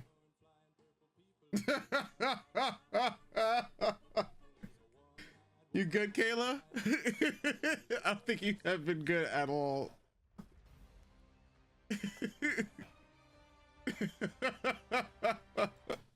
Well, let me stop her right there. Kayla. It's time for you to cook. I know you have so much to cook on.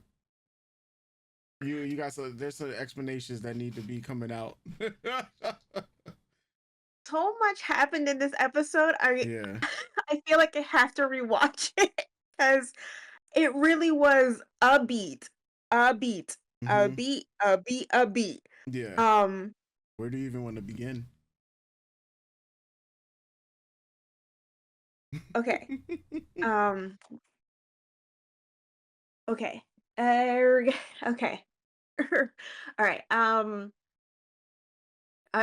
Let's do Rogue and Captain America. Okay. I thought that was um very cool of them to put them in that scene together, have Rogue go to him because they're on the Uncanny Avengers team, which is a mix of X-Men and Avengers members. At one point she leads the Uncanny Avengers, at another point he leads. They actually just redid the Uncanny Avengers in the last couple months, in the last year. To not much success to X fans and Rogue fans, in my opinion, but so I thought that was very. I like that. I like that very much because as soon as so it was revealed that he was going to be in the series, or he already made a cameo in the OG series in Yeah. a I remember. flashback episode about Wolverine. Um, and then they released a screen cap of his shield. Mhm. I guess we all thought it would be Wolverine coming to him. But for me personally, knowing about the Uncanny Avengers, even though it's one of my least favorite books, having these two interact, I think is really, really cool of them. Really great. Yeah. The back and forth between the two of them is something that um I have conversed about, a lot of X-Men fans conversed about. It's an in-joke too, or not even an in-joke, it's just an in-statement within the X community, um, about Avengers being cops, and waiting for the bodies to drop to actually do something, or waiting for the bodies to be in the bag to actually do something. Mhm. You know what I mean? Um, and to him saying to her, it makes a statement, and like to me, ooh, that her anger I felt because it is always that. It is always the, well, if I'm seen with you, it's not a good look. It says something. Well, of fucking course it says something. It should say something. It means you support us. It means you're here to back us. It means you're here to help us. That's what it says. Now I understand because he wears the red, white, and blue and his name is Captain America, it makes it seem like he is speaking for the people would assume he's speaking for the American government because he's the American hero. So I can understand that hesitation because he is a man. He does not speak for the American government, though he wears its colors. Though in my opinion, it's like, bruh, then don't wear the colors. Be there for the people. If you read Uncanny Avengers, there's actually, is it Uncanny Avengers or is it before? But there's a couple pages that have stuck with me for my whole life.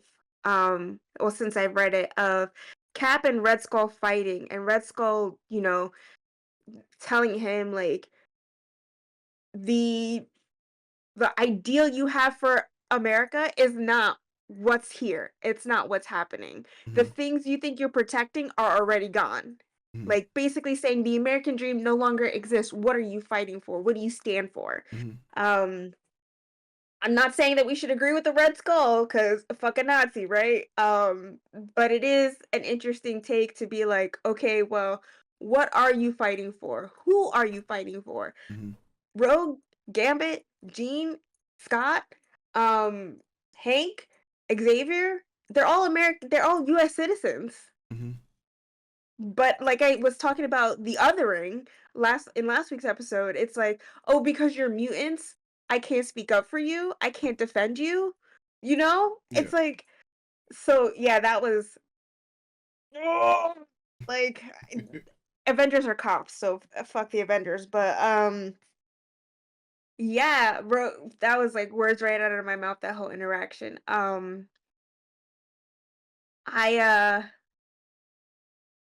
Yeah, her chucking his shield too, and I think it's so funny though that, so I commented that she's still holding on to the shield, and I just kept thinking this man has super soldier serum in him. He's a superhuman. He's strong, agile, durable.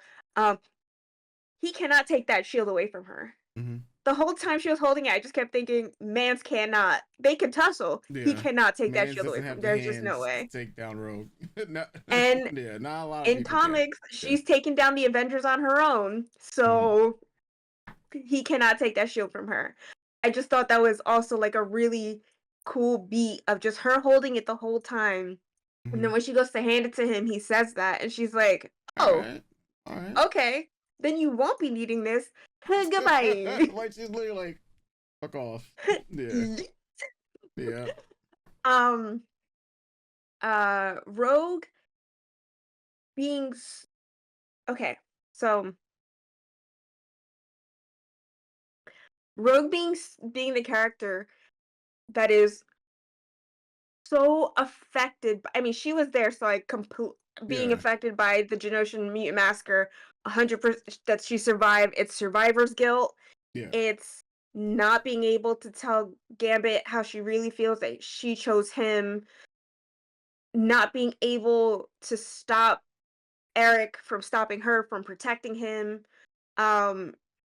All these emotions and feelings, and then you also have to think about her past as well, of being perceived as a bad guy, though, being perceived as a bad guy to becoming a good guy, to having this situation happen when you're deciding that I need to make a choice to put my own feelings aside to think about my people, only for the people that you vowed to protect are gone now. And you're forced to survive that. It's like Amelia says, everyone wants to be a survivor until you're actually a survivor. Right? It's hard.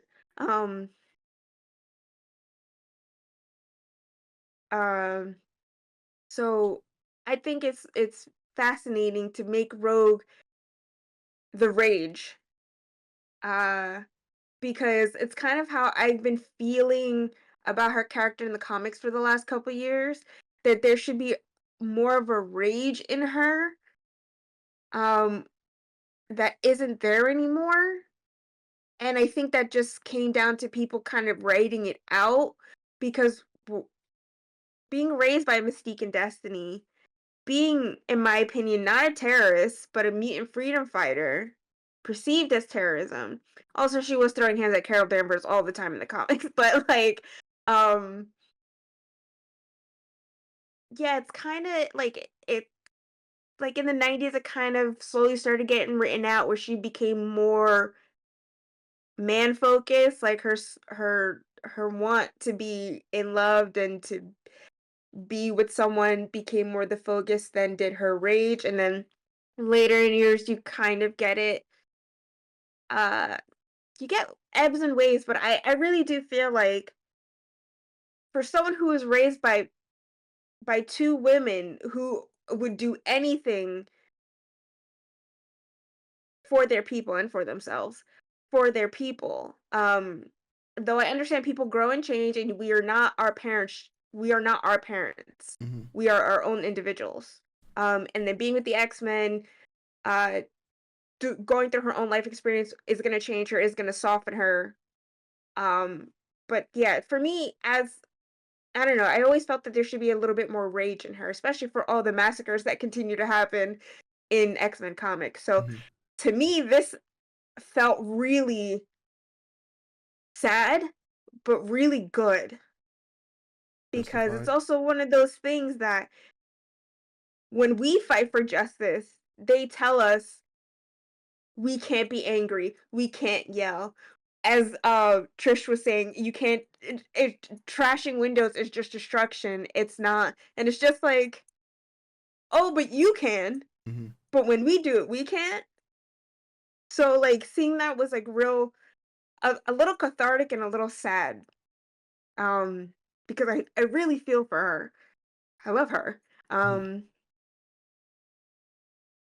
Her touching Trask, Yeah. right?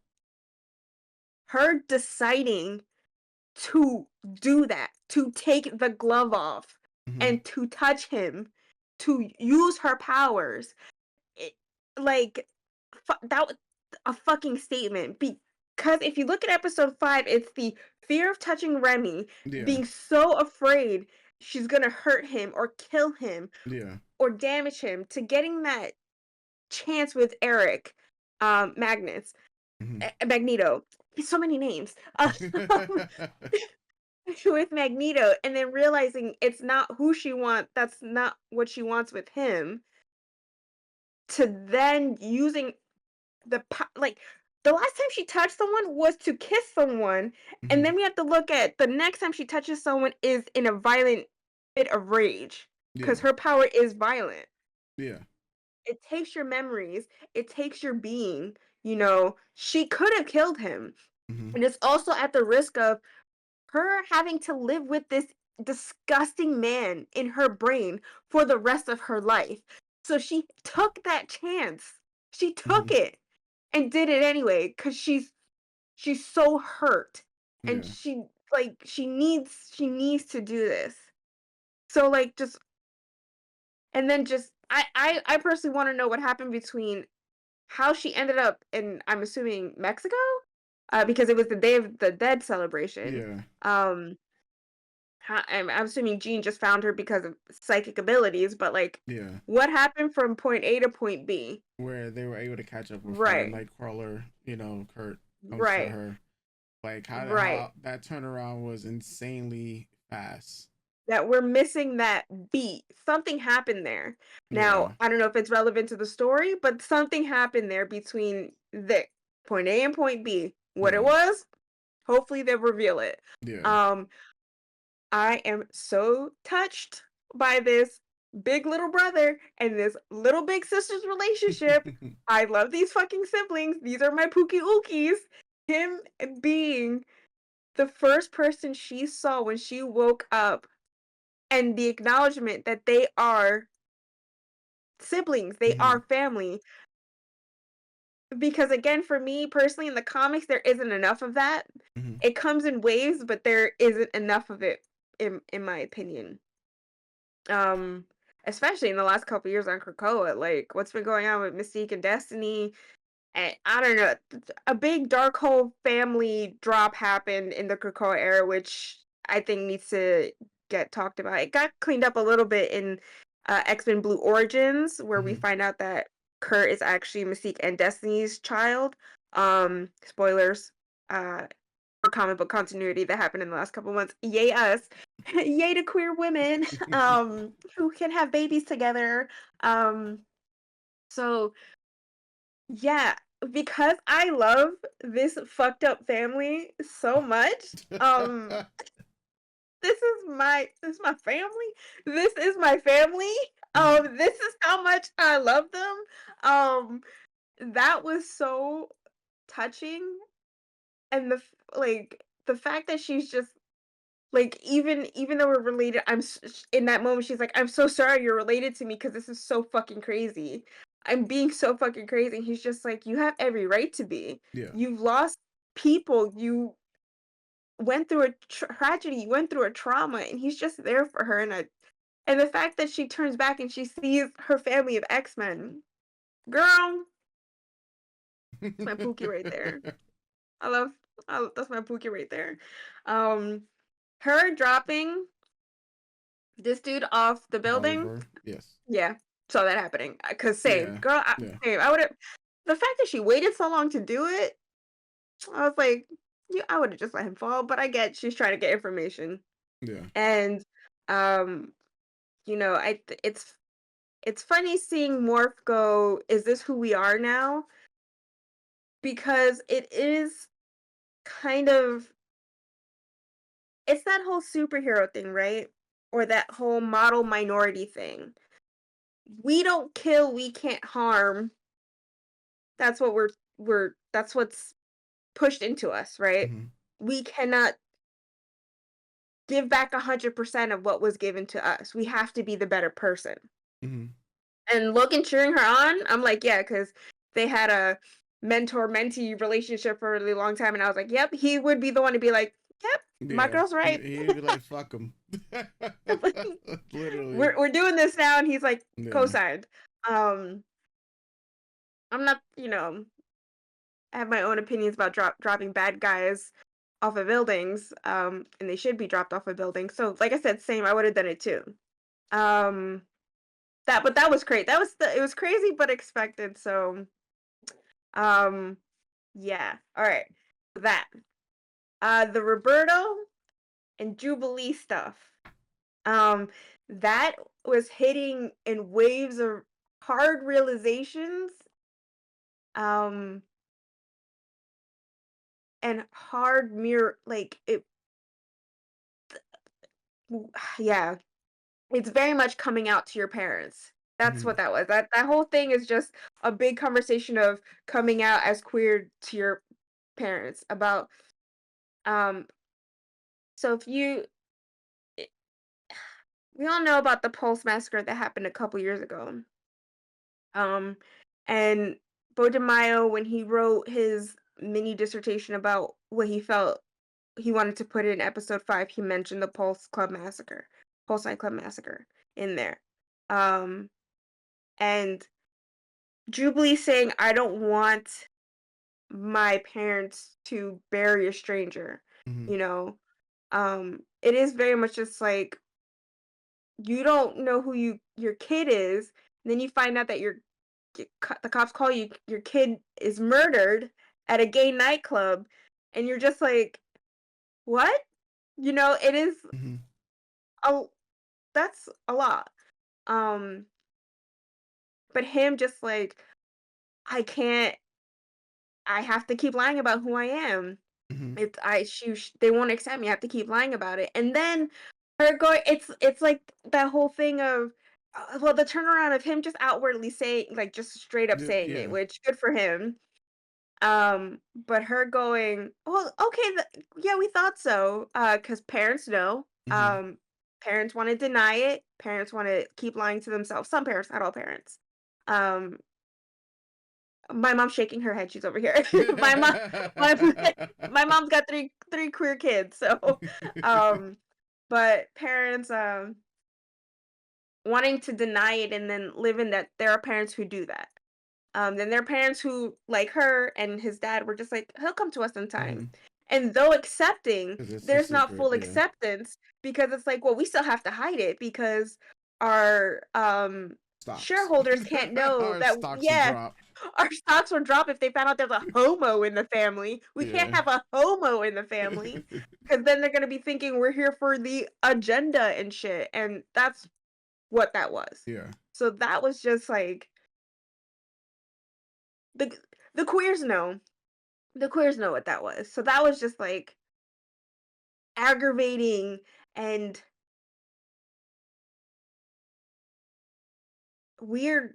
I don't not weird. It's an odd feeling watching a coming out story happen when you're not talking about being gay, but you're talking about being something else, but it is still technically an allegory for being queer. Um that was yeah. That's and it's not like you can't hide being white, you can't Mhm. hide being black, you can't hide being Hispanic. Mhm. You can hide being queer Yeah. because you're forced to hide. You're forced to come out. No one has to come out as straight, right? No one has to come out as straight. No one has to hide because they're straight, even though weird straight people think that they no one cares that you're straight, but everyone wants to care that you're queer because it's again that othering. Yeah. So yeah, that was I have to process that. What else happened in this episode? Oh. Emma.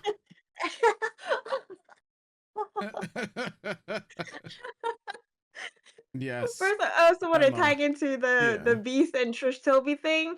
Like Scott, we've had enough, Mhm. and sorry that we have to keep measuring your tolerance level for us.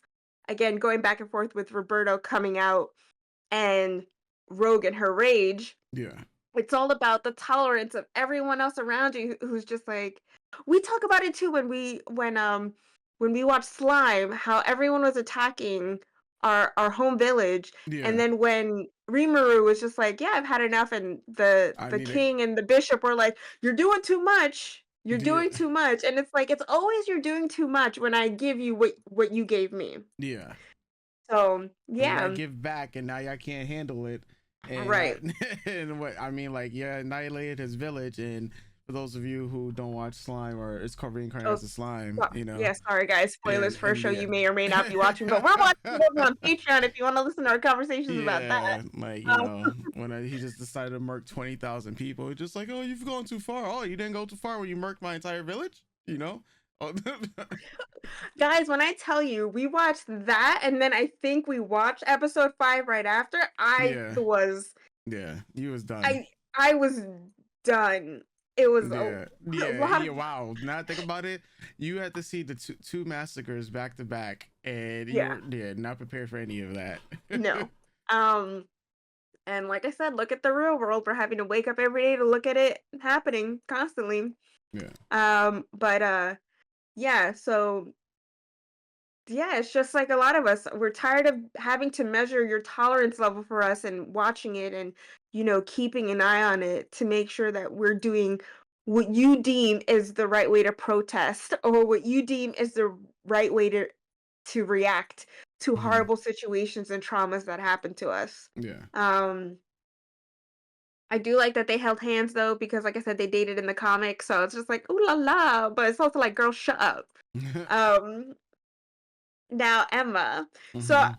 2 episodes ago when I was a mess, or 3 episodes, and I was talking about Emma getting her diamond form on the Genosha Massacre and coming out with Negasonic TH4. Yes, this was the diamond. This is what you talked about, literally, and here it is. And this is how they are piecing it together from so multiple, mediums.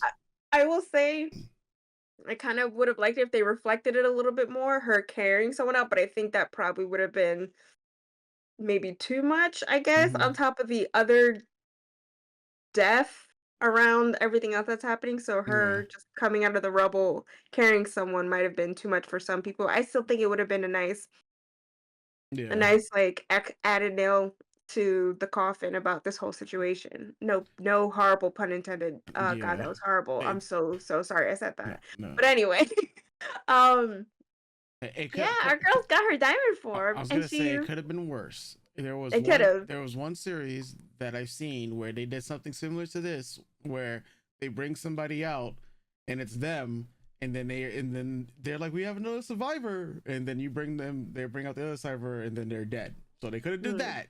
I mean, but no, that's essentially what she does in the comics. She's survived, but she's carrying Negasonic Teenage Warhead's body, who's one of her students who's died. Yeah. It's I think I have that panel saved 5 times in my phone because I always look at it and like it's just very impactful and very powerful. But them showcasing secondary mutation, and allowing Emma, like, I love my girl Emma Frost, so I'm just happy she gets to sparkle, bling, bling, shine, and say real hot girl shit in an anime series. So she's also why I love Wolverine and the X-Men so much, because I love Emma Frost. But like, yeah, so Emma Frost. But what Like, about your girl Madeline? Oh, bitch. So so it's like I said, I was like, I hope it's Madeline, but knowing the beats that the stories that they're taking from, I already knew it wasn't. Like, it would have been nice, but very much. Yeah. But the fact that they can't find her body is also a bit concerning, right? Even though there's a lot of bodies they obviously can't I think find, she's but still that's alive, one.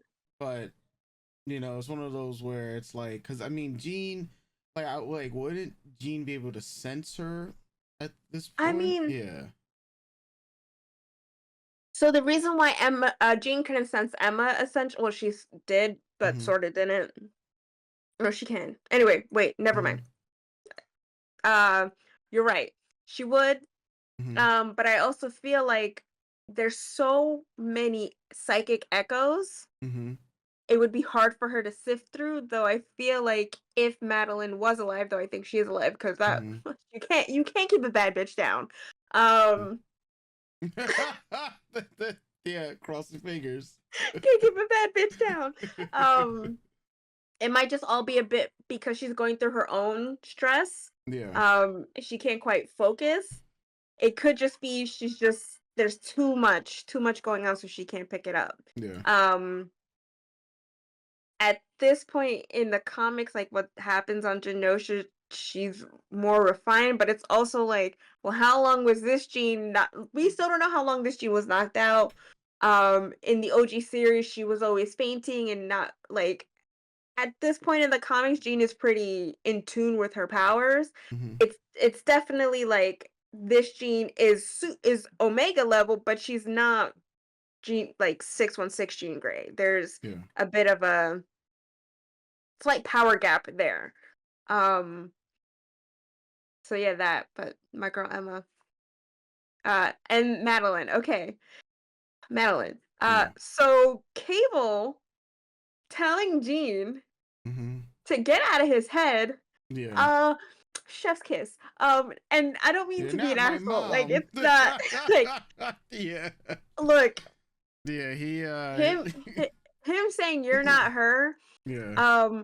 I mentioned this in episode 5.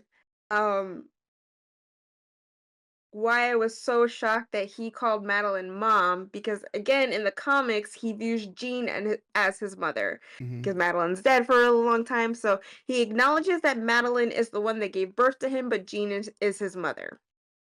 So it's just so nice to see Madeline getting the mom treatment. Like, that's her baby. Yeah. Like, in the comics, yeah, she did try to sacrifice him, but like, she didn't in this one. So it's just like, it's just really nice.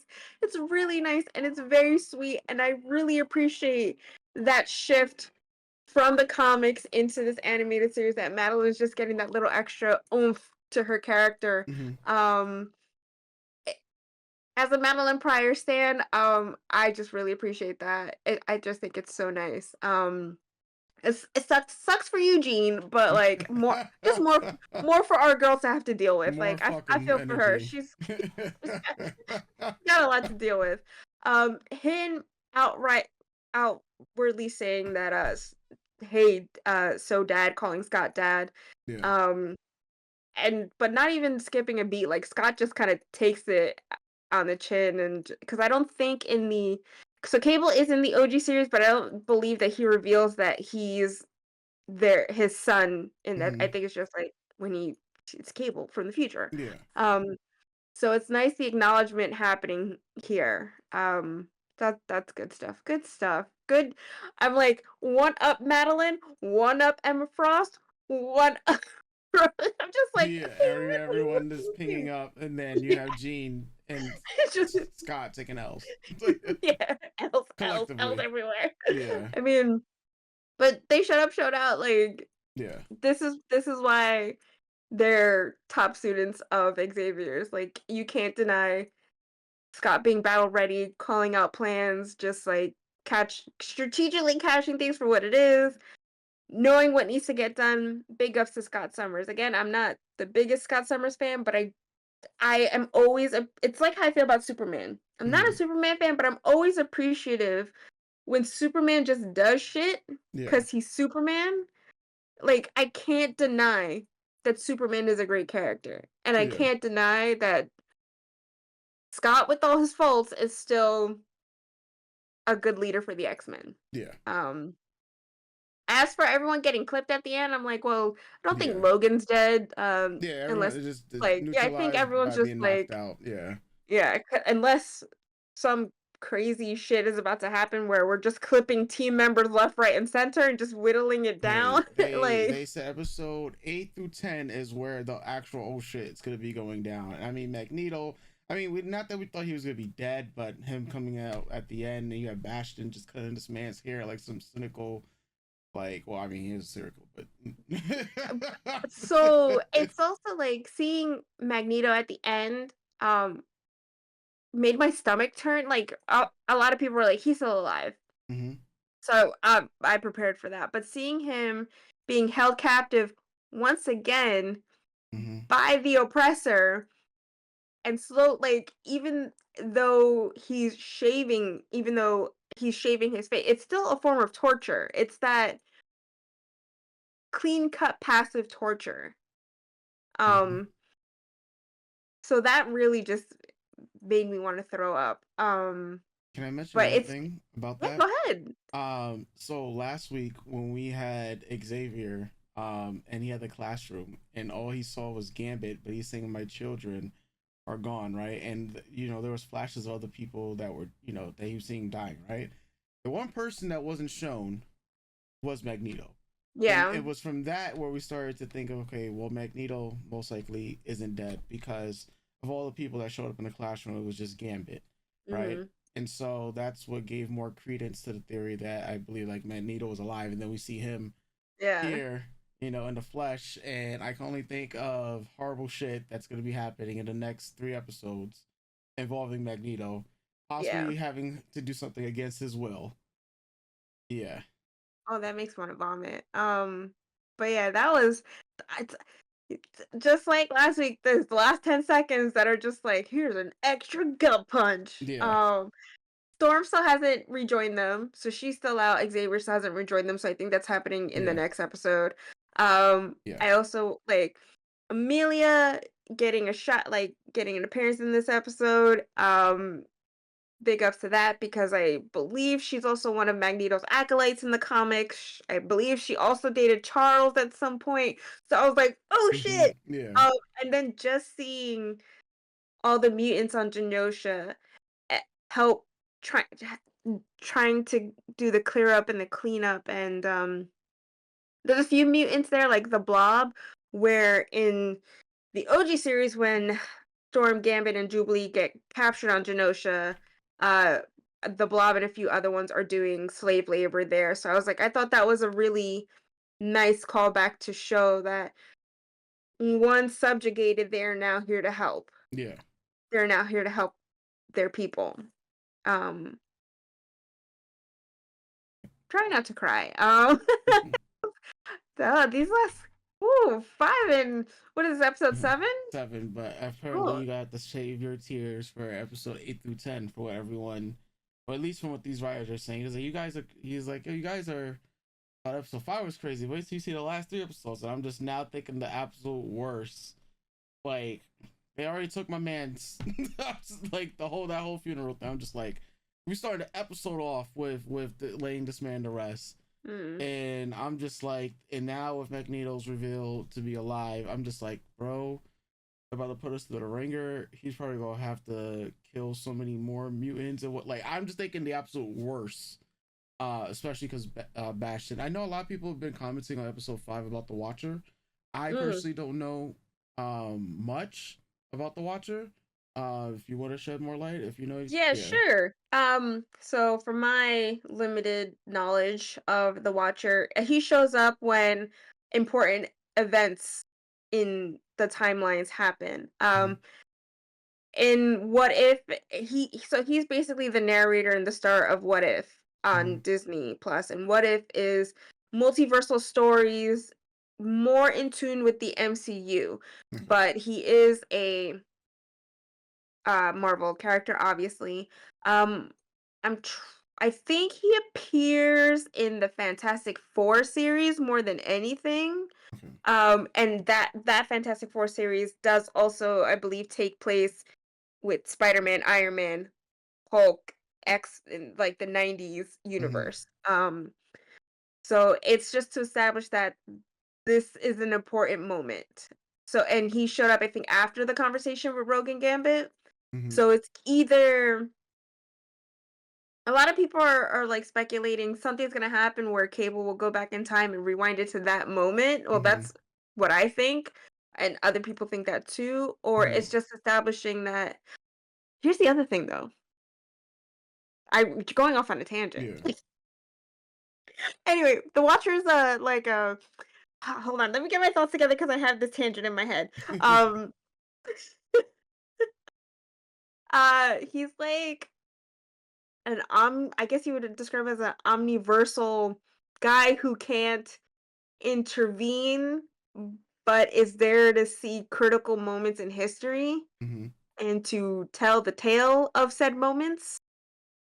Right? But okay, now my tangent.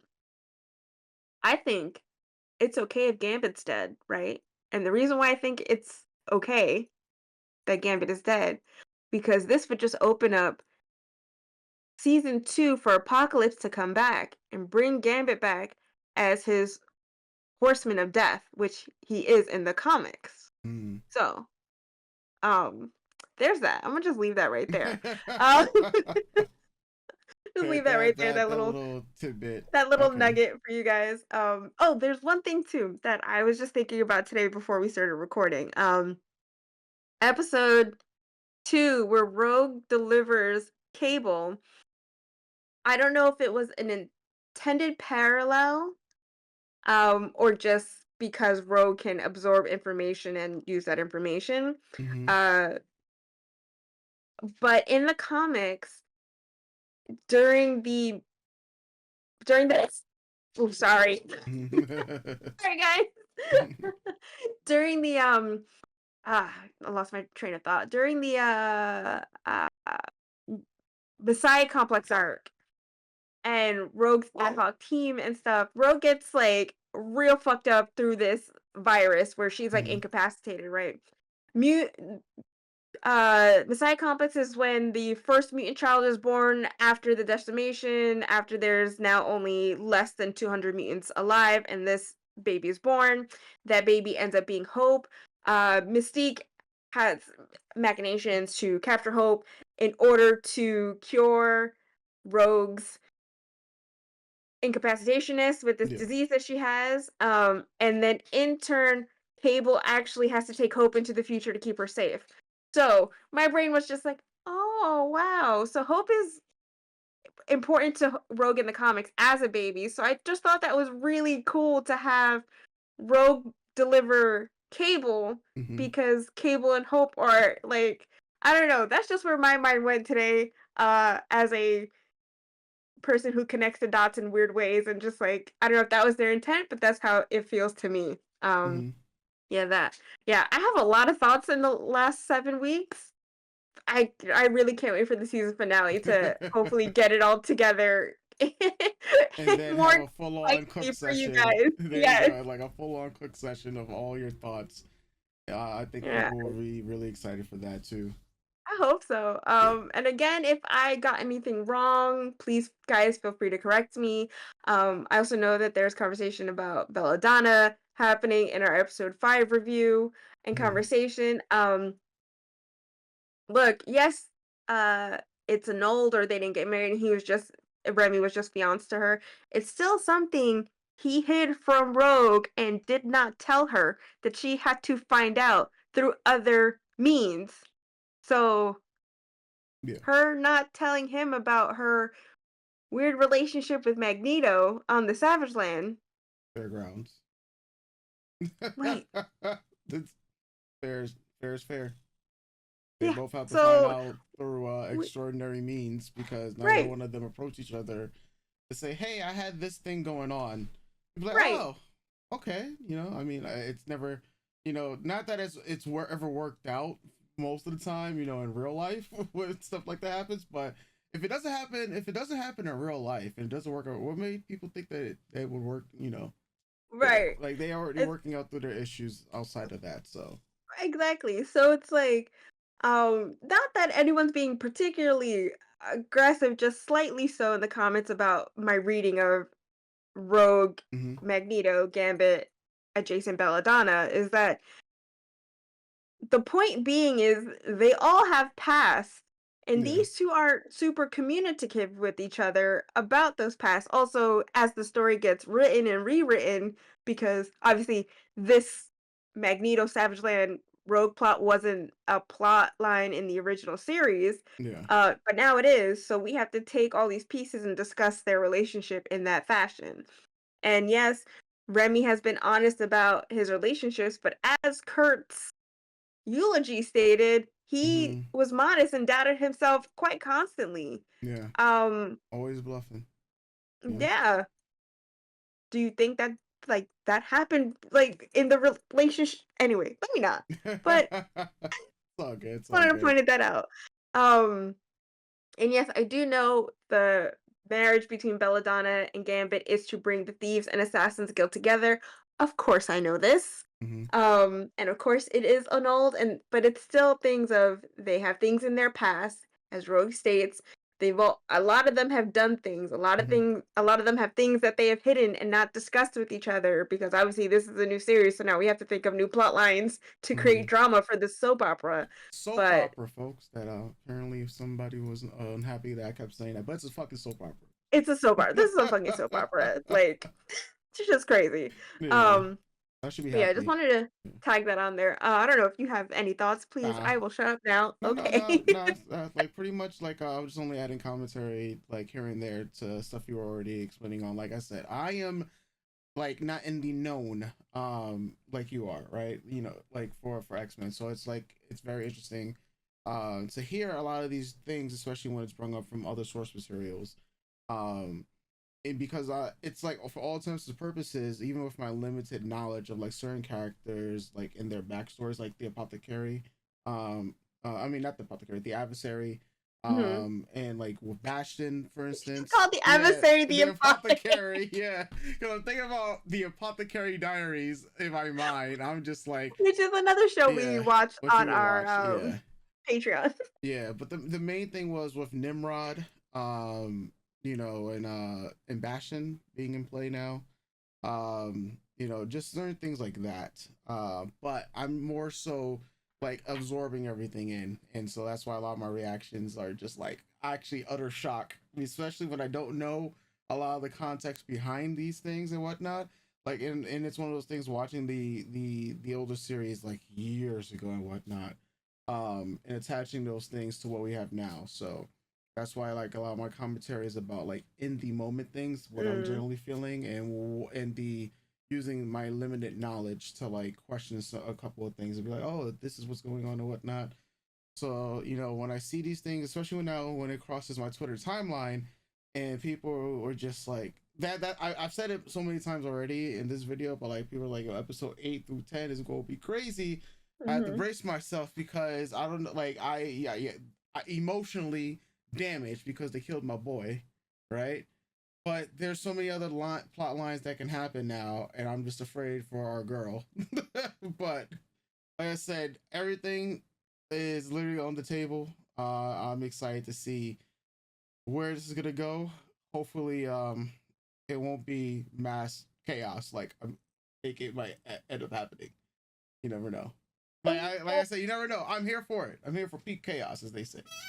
There's a part of me that thinks he's gonna use brainwash Magneto to go back to his OG villain days and fuck up some human shit. That way, see, mutants are bad. Yeah, See what they've done. yeah, I probably said mutants earlier, but I meant humans, folks. I'll probably re-edit it, but yeah, I was like, Magneto gonna fuck up some. It's gonna be humans. Humans is woo, the upcomings is coming. I mean, Val Cooper though. Where's Val Cooper? Yes, the bitch Val Cooper is still missing. Yeah. And that was a good thing that that conversation that Scott had with, he's not Senator Kelly, he's President Kelly in this. Yeah. Right? Yes. President, yeah. Yeah, that was, one of your people is missing, and he's just like, well, optics. You're just like, bro, yeah, what are you talking about? sounds Yeah. right. Sounds Yeah. right, US government. Yeah, the U.S. government's already in the fucking mud as it is in real life too. Yeah. Not shocked that it's in the mud in comics and anime, because it always is. I also, man. one last shout out to this guy being like a human sentinel hybrid. Shout out to Karima Shapandar, the Omega Sentinel. If you know, you know. She's a bad guy, pretty bad guy now, but I also thought that was, there's a whole rogue thing happening. But yeah. Yeah, just that for you guys. Another drop. There you go. Also, if you know, you know. If you know, you know, girlies. If you know, you know. Oh man, Nightcrawler. They should just have Professor me X. write. Oh, Professor X is back. I think he Yeah. was back last week, but they should just have me write the lyrics for the show. Okay. Okay. Asteroid M. Okay. Yeah, shit's about to go down. Oh man, it's about to go down, folks. Okay, Cable. Relax with that big ass gun. He said, I hate you, Dad. I mean, yeah, you did leave him. You said I couldn't be a part of this. You gave up your right. You didn't didn't. said nothing, bro. Not Why are we capping, bro?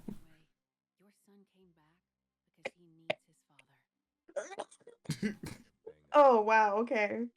He said I sent him away. I remember your exact words. I can't be a part of this. Be like 4 episodes ago. Yeah. Hmm.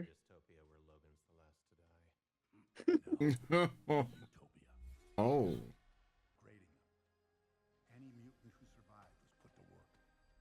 That's Skids and Rusty. That's Polaris. Yo. My girl. The people's princess.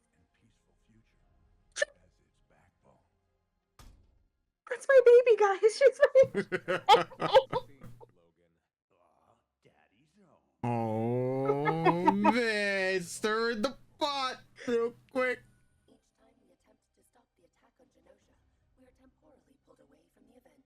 Interesting. He said, "Shut up, Dad." A couple centuries late in the overprotective dad bit, huh? Oh.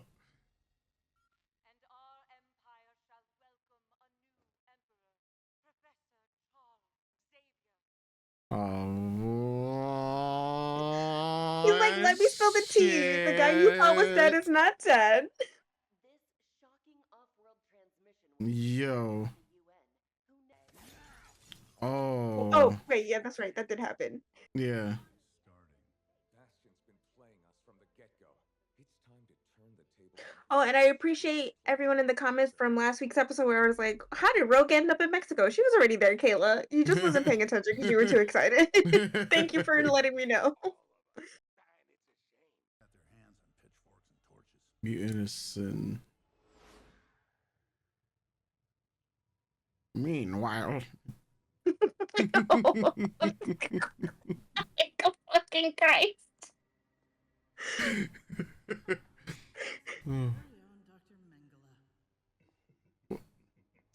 Oh.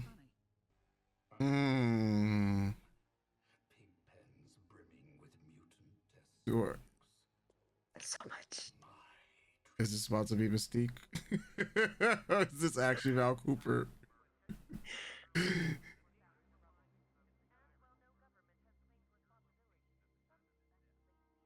This is a very precarious position Magneto's in. I'm just saying, you know.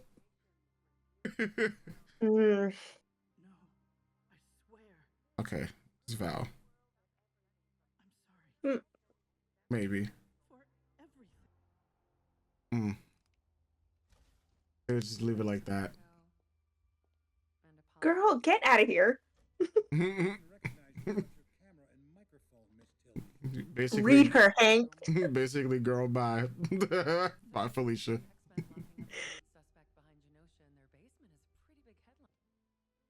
I don't trust her. Yeah, I wouldn't trust anything. I don't trust that old woman.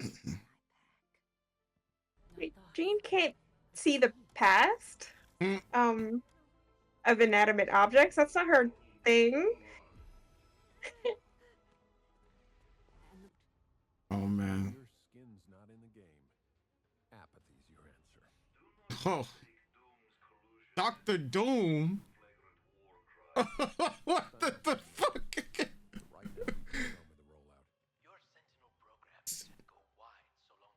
Bro. I think that was Baron Zemo. Anyway, sorry. My brain caught up late. Yeah. Operation Zero Tolerance. I'll also thank everyone for clocking OZT. My brain wasn't catching up fast enough to clock that it was Operation Zero Tolerance. Thank you, everyone. Before today, this fellow was your average Joe. Rooms to speak freely, to connect. Bill will lay off a dozen workers and hire one mutant with the strength of 10 men. What's a taxi driver supposed to do when a teleporter gets you there in a blink? Oh man, Kayla. They've been told over and over that the Kayla, yo. But I invite them to be relevant again. Do these people even know what you're doing to them? Oh, I admit the more technical. Of course you admit the details. Something far greater or fretting the Oh man. or impact. Should I pause this, Kayla? Oh man. All the sentiments of today happening in front of me. No, saying that in front of the three of them is crazy. Uh-oh. Oh no. Told you. Fuck these old people. Yeah. And why she sound like a dial-up AOL machine? Why she sound like dial-up internet? She sound like dial-up internet. Art imitates life. Yeah. They're about to see it everywhere, bro. Oh my god. Not Trish. She's one too? Bro.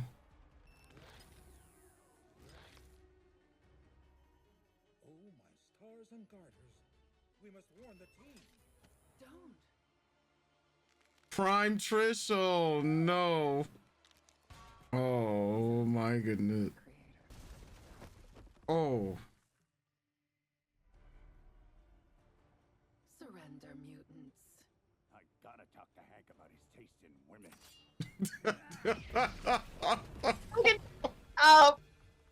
Now's not the time for jokes. This is serious.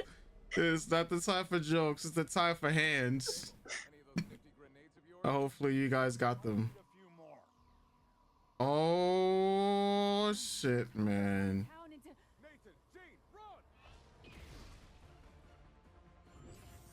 This is not the type of gang fight that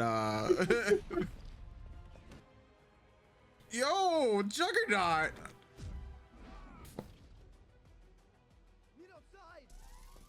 Finally using his powers. Oh shit. Oh shit. Oh shit. Oh shit. Yeah, Kayla, this is oof. He just growled like a kitty cat. Oh, damn.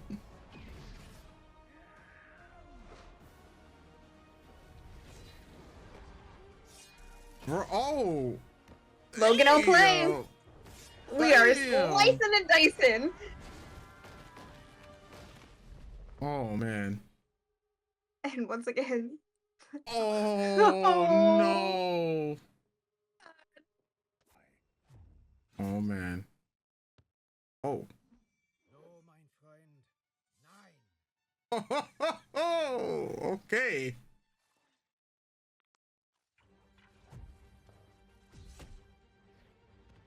Look at my boy. Look at my son go. Look at my baby boy go. Ooh. Damn, those poor humans.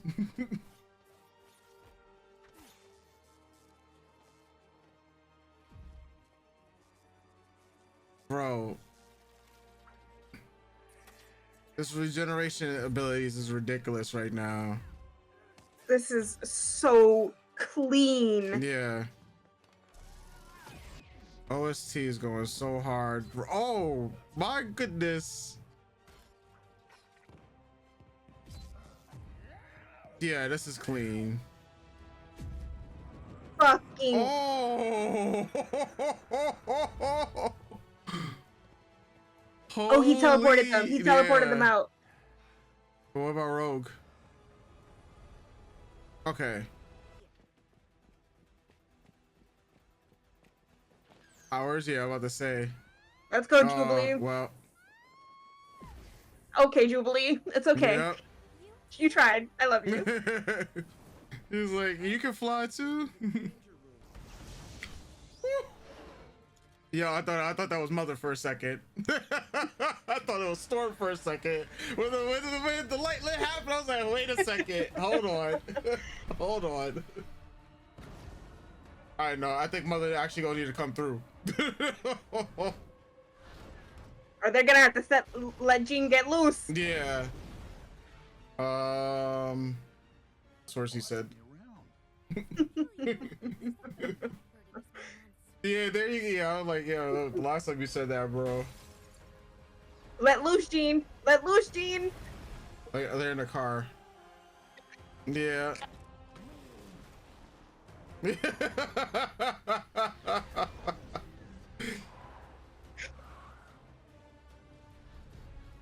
have a Porsche. So much for that Porsche. Yo, this OST. Oh man. Okay, let's show these toasters why you don't screw with the Summers. Okay. Little father-son action. This is quality family time. Yeah. This summer.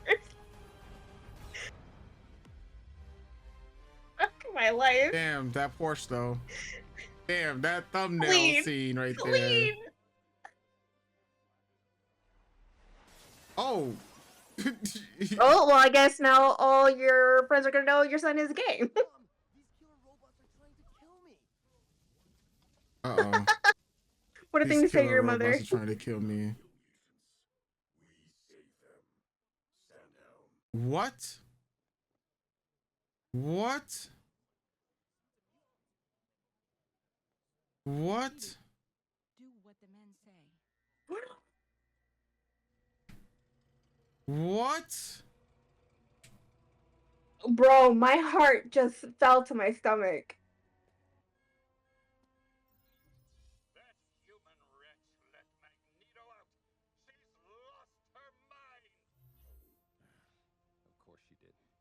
Still, too little. Surprised. Not even me. Yes, I was scared, but really, I just had the most profound sense of deja vu. Kayla. Past, present, and future together, and never had Kayla. because we always ended in the same ugly place. Mm. The thing is, Magneto knows us better than Charlotte to crush you. Magneto was right. Oof. Oof.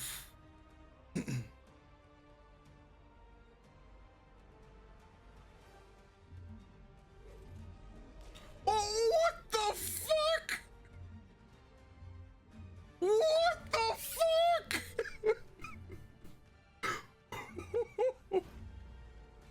Bro! Bro! Bro!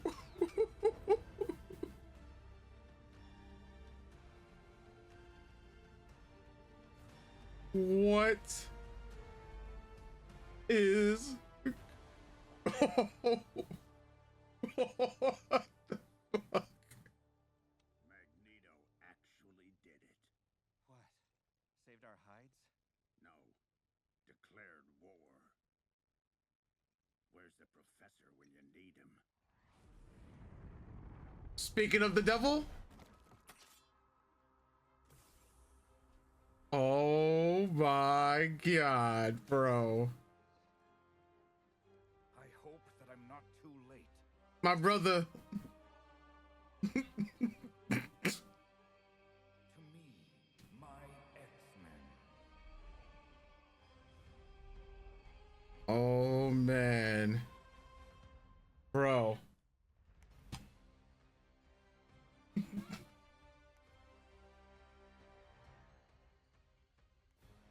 Bro.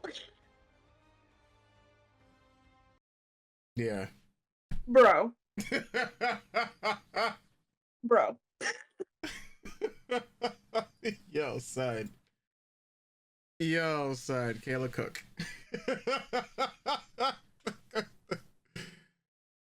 Oh, my man. Holy shit. We are obviously recording this May 1st. Yes. And if you're up on the news, what's happening in college campuses, and what our youth is fighting for, and what we've been really talking about in the last couple months, Yeah. what marginalized people have been talking about their whole lives. Like, so let's start with not Gyrick, Bastion's and Sinister's little speeches. Mm-hmm. Especially when he was showing Val around the lab. Yeah. Like sentiments you hear constantly in this day and age, right? Mm-hmm. That how do I express this? Every week it's a little gut punch because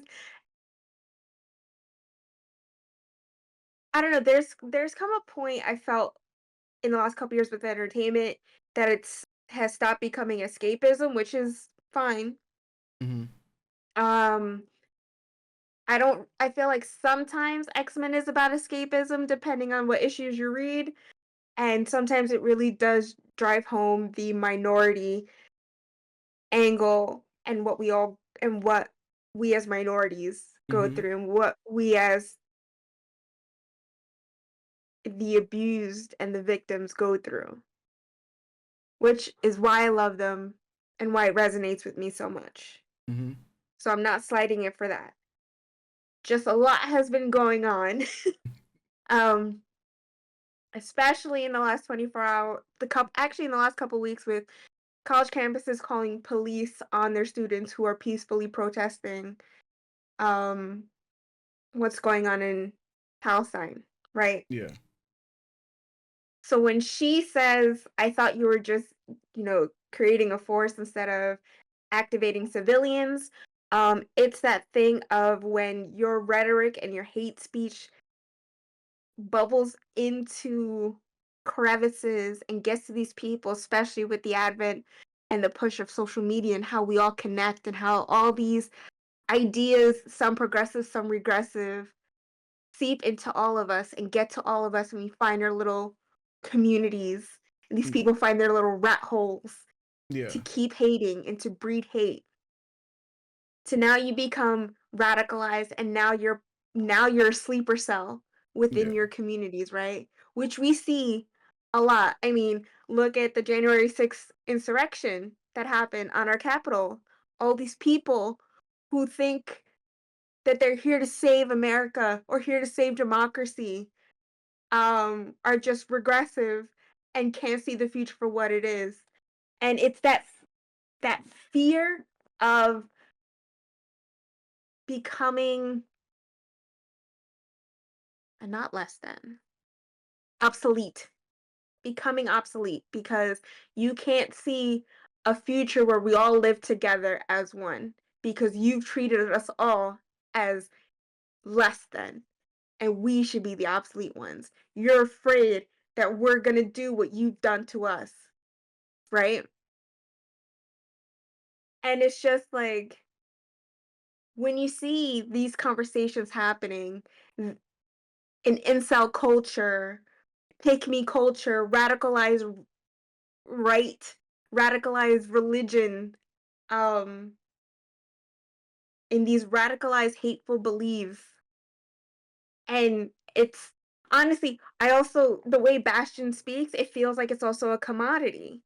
It's things you make money out of. These are so commonplace that all you have to do is whisper one word to someone and get them to your calls because they feel this way, right? Because they can't see past their own noses and can't come together enough for a better future, right? And it's so the way he speaks, and I really do give it to I think it's Theo James. Give it just the cadence in his voice because it's not anger. And it's just like this conversational ease that he has with explaining Val explaining to Val what's happening, right? And look at these things too when we talk about people like Andrew Tate that use this kind of, and he's not the only one. I'm just because he's the first person that popped into my head because we were talking about him a couple months ago. Um, People like that, or even Elon Musk, or all these other rage baiters and things like that, who approach these people who sort of have these regressive ideas and speak to them with an authority so they can look towards a leader, look towards an example, and still feel justified in their righteousness, right? And it's just, and then in the little room that he has all that Bastion goes in with Val with all the monitors, how there are so many people complicit in these actions. So, like, your deans who are now calling the police force on our college students who are just trying to do what they feel is right for us to be unified and to stop the killings that are happening around the world. And it's not the first college it's these things go back and these things are constantly happening. So to tack onto that to Val's monologue at the end where she's just like it's that thing that marginalized people are always saying online.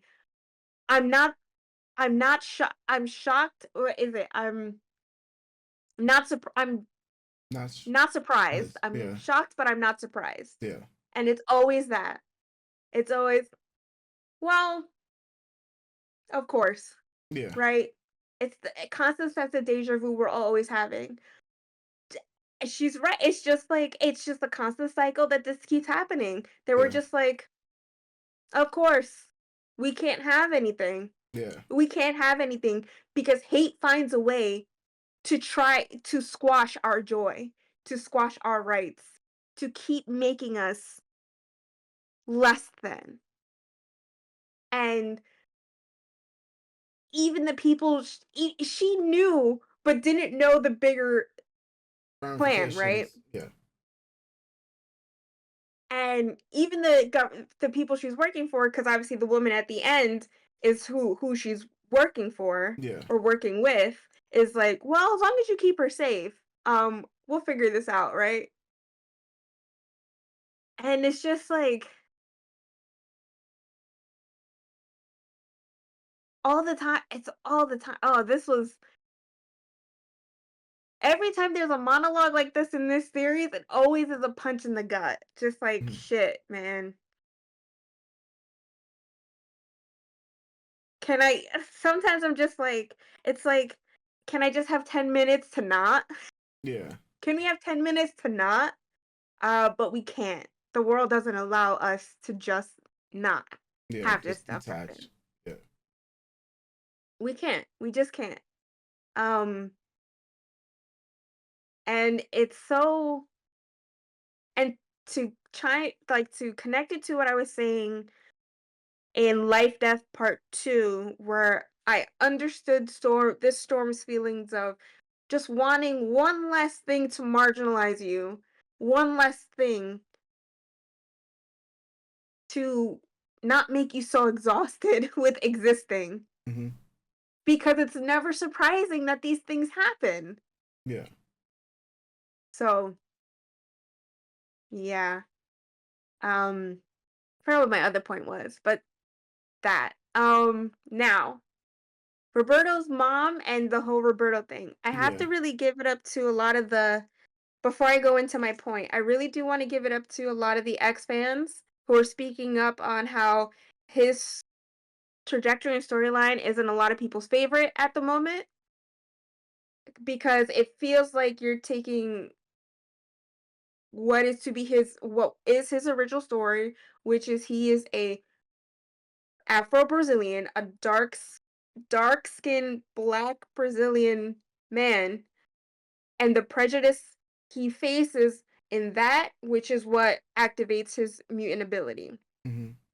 And in the comics, I believe people like I haven't read a lot of New Mutants, so I am just like tacking on through information that, that are happening in the X-Men circles. I think his mother is light skinned, close to white, and his father is the darker skinned parent. Um and in his story in this, it's the constant whitewashing of Roberto in general, even in comics, Mm-hmm. in the New Mutants movie that came out, in the X-Men Days of Future Past movie that came out, in this, and just changing like the texture of his hair, the color of his skin, it is quite anti-black. And it's right that people are calling it out because like last week I likened what was and it is this whole situation, his story is Yeah. being an allegory more so for coming out as queer instead of dealing with his actual character arc of dealing with racism and anti-blackness. Mm-hmm. Um, so I really do want to pinpoint that, and that is an important conversation that should be had. Now, as a light-skinned Afro-Latina, I can clock it, but it's definitely I don't feel like it's always my place to speak on these things Mm-hmm. because it's not my story, right? Yeah. I can speak on it through the lens of that. I could speak on it through the lens of being a queer woman, a queer minority, but I don't have the experience to speak on that. But it is a very important in conversation that we need to have, especially when talking about this, and especially when we a lot of us have realized the mutant metaphor is not a one for one, and it Mm-hmm. doesn't fit for everything, and it really doesn't fit for everything, especially when we keep changing characters Yeah. in such ways as whitewashing them. Because it does change who the character is essentially, right? What Yeah. their story is in that regard. I honestly still feel you can make a white character another color because we have so many white characters, but we could talk about that some other time. There is no blackwashing in my opinion, but I know if this gets around in circles, someone might throw that out there. That's not a thing. Don't try to come at me that that's a thing. It's not a thing. Whitewashing is a thing. Now, with that, him coming to his mother Yeah. and it's like, hey, these bad men are chasing me. These killers are trying to kill me.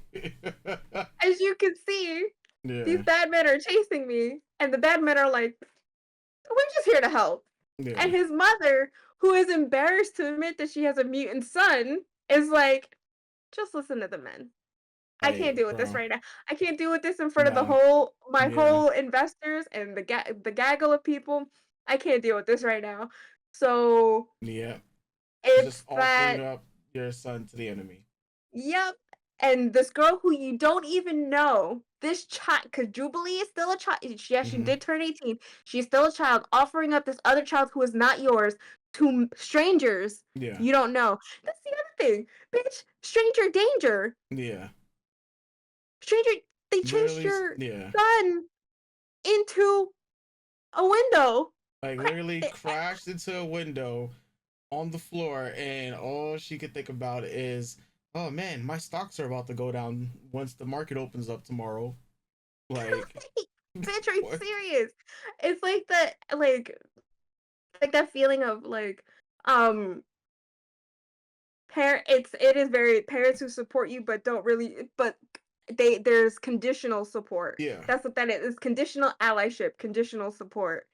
And it's like, if they're not the reprogramming camps, what are they? Concentration? No, it's the cults and programs that take queer kids and try to reprogram them to be straight. Oh, Something yeah. therapy. Not psychotherapy. No. You guys know what I mean. It's like that thing where these people come into your house and like, we can help your son not be who he is, and she's just like, you know what, you're right, you can. So I don't know you, Conversion therapy. but yeah, there we go. That's it. That was super scary. That's just like a parent just gave their child away to strangers they don't know to protect their own interests. Wild. Wild. Fucking wild. Just wanted to say that. I'm gonna be thinking about that for a while. Christ.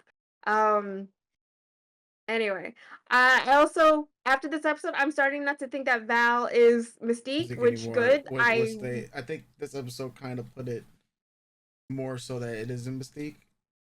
Yeah. I feel like, which is good because Val's her own character and she's an ally with semi conditions, but it is very much just like, I mean, as you see in this, she is an ally with conditions. Like, I knew you were going to do something, but goddamn, that was a bit extreme. Not surprised that it happened, but wow, you should have told me. Would have been a nice heads up, you know? Right. To seeing all this unfold in front of her eyes and just go, ally, you know, and letting Mystique go. I mean, not Mystique, sorry. Oh, I got Raven on the brain. Kurt talked about her, and I'm just like, Mystique.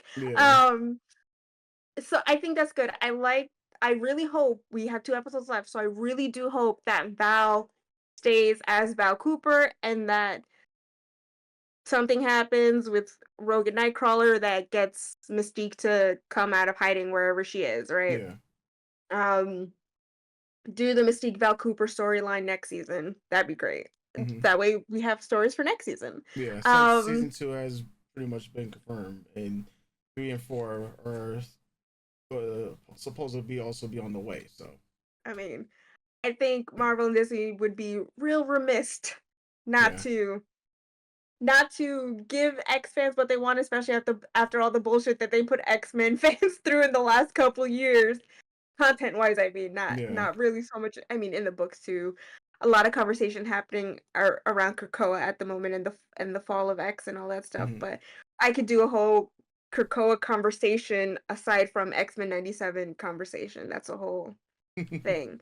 Um, If people will love yeah. that. Oh, I mean, I would love to do that. That's like, okay. Um, I would definitely love to have a little chat with people about that. But now, um, the idea that it's that thing of uh I don't know, Cable talking when Cable called it a utopia, I was like, clock, because it's not a utopia for us, it's a utopia for the oppressor. It's Mhm. perfect for them. They got what they wanted, right? Yeah. Um, they subjugated us. They're using us for the and just showing that and like shout out to that scene of showing Rachel Yeah. because Rachel with in Skana. Yeah. my baby girl, my little lesbian. I love you so much. Oh, okay, anyway, sorry. Um, cause Rachel's story is quite an interesting one. Um, there's a point in the comics where she's actually used as what is called a hound, and a hound is a mutant that is used to track other mutants in her timeline, in her Mhm. timeline, their timeline. Yeah. Um, so showing her in subjugation, I think is a nice pull from the books and just her storyline. I've mentioned Rachel before, and a lot of Mhm. people and thankfully brought it up and refreshed my memory. And because again, I have to reiterate, we have not rewatched the OG series. We jumped Mhm. into this and we're kind of just going off of this. So my memory of the OG series is cloudy. Yeah. But they were like, "Oh no, Rachel's appeared in the series," and you're right. She was in one of them tubes when Apocalypse took all the psychics. She's in one of them tubes. I remember when people were saying, I was like, "That's right." Unlocked a memory. Thank you guys. But it's always nice to see my little girly in media. Um, but Nice. yeah, it's just those things where it's never for us. It's always for the oppressor. It's what the oppressor's dream happens, and what causes it and how these little seeds, even though it's a sentinel seed from the future to Yeah. help the bigotry of the past grow, um, it's like it's always a circle. It's always a circle talking about the deja vu. It all comes right back around because we're not learning from history. We're just repeating it. So I feel that one of the themes in this episode is very much just like hate is just a circle, Yeah. right? Um, Jean, I wanted to say something when Jean was talking with Kurt about how she felt all the things that happened with Nathan felt within herself. In the 616 comics, and I want to differentiate because as someone pointed out, this is a different universe as opposed to the comics, and I tend to go off off on a lot of the comic book history. Mhm. X-Men 97 is like a sliding doors reality where stories can match, but there's always a slight divergent. Mhm. In the comics, when Madeline dies, her memories and conscious, but not her conscious because Madeline is dead, but her memories are given to Jean Grey. So that is also what builds the bond with Nathan believing or feeling that Jean Grey is his mother. Mhm. Um, so her talking that out, I was just like, that's a nice tie-in with the comics because that does happen. But I do want to say I really appreciate that the cartoon is going with there's a connection with Madeline and Nathan in this universe because I think that is so sweet and so important for a character like Madeline Pryor. Mhm. Um, who Claremont had all intentions for having her own story plot, but because of editorial and people higher up decided they wanted Jean Grey back in comics, derailed her story, and in a lot of Maddie fans' opinion, she is probably one of the most tragic characters in X-Men history. Mhm. Just from watching what could have been to what happened to the vilification of Madeline Pryor, to now in the last couple years, she was leading her own team. She is also now the leader of Limbo and has a Limbo embassy in New York. Yeah. So big up. Madeline Pryor's having a good 2 years. Yay, Maddie. Um,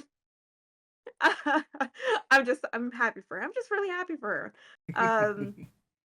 I think also like I like that in that conversation that Kurt talked about his relationship with Mystique and now his growing relationship with Rogue. That's my family.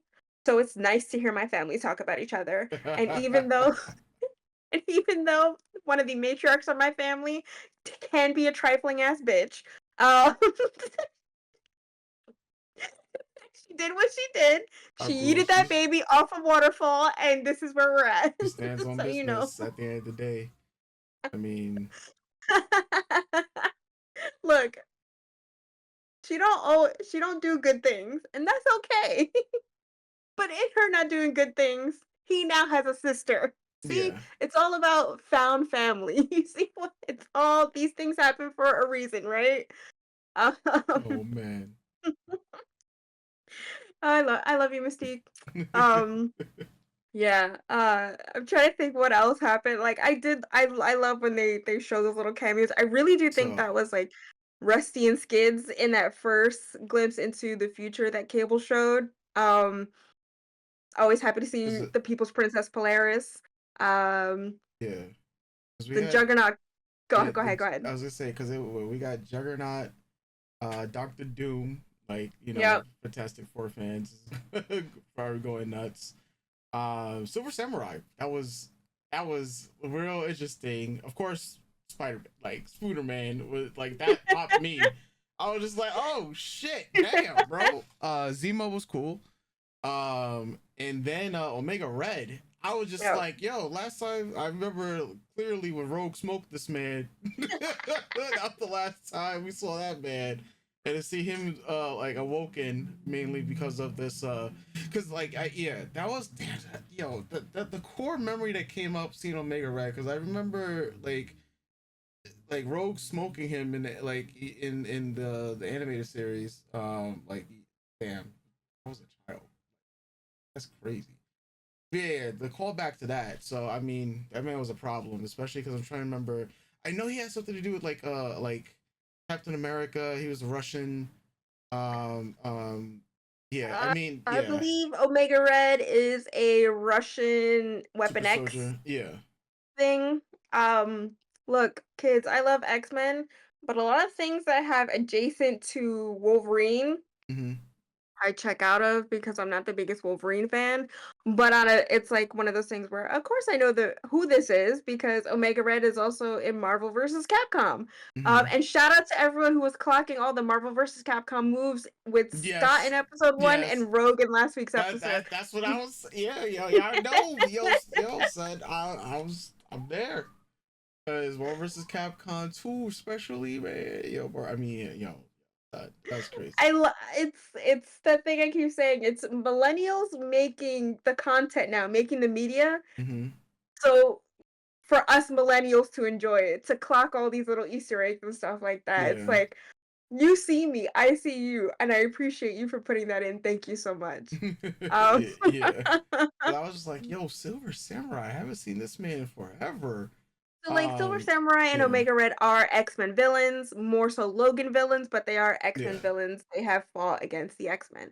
And So then seeing them turn Zemo. up in this, and they were both in the OG series as well. Mm-hmm. Cool, very cool, not surprising, but it's also like, oh, looks like these baddies are coming back. Yeah. Since Magneto's no longer the enemy, so to speak, you gotta bring back the other bad guys, right? You Yeah. gotta bring in the other bad guys to fill in his space. Spider-Man and Doctor Doom and Zemo, all Yeah. because the Iron Man, Incredible Hulk, Spider-Man, Fantastic Four series all Captain take place America. in Yeah. that same universe. So Yeah. I mean, even when Jubilee and Sunspot were like flying through the air, the whole time I was like, where's good old boy Petey? Yeah, where's You know, Petey? You I know, was just like, oh, that was nice to be like. I I knew he wonder was if coming. People the talked 90, about him coming, but that yeah, was nice. I wonder if the people would be like, yo, is there gonna be a Spider-Man 98 now? Like you know, like coming from this mainly because of how much talk. I mean, it looks. I've seen reports that they are building a lot more now around the animated universe. So, especially because of how wildly successful X-Men has been. Meanwhile, I mean, they are planning like season 2 is already in production, and I think season 3 and 4. I think when I messaged it to you, like there was either was greenlit or it's in current discussions or whatnot. So we're expecting to see a lot more X Men. They want to release it. They don't want to wait years. So we're talking about probably maybe end of this year, beginning of next year, and then keep it coming out. But don't pull a JJK and run your animators into the ground, Yeah. and we get subpar production, and then you come out with a Blu-ray Yeah, DVD and then we of have what to, could have yeah, been. like what this is what it could have been. Nah, we don't need any of that. Take your time and give us more than 10 episodes. You know. But yeah, I just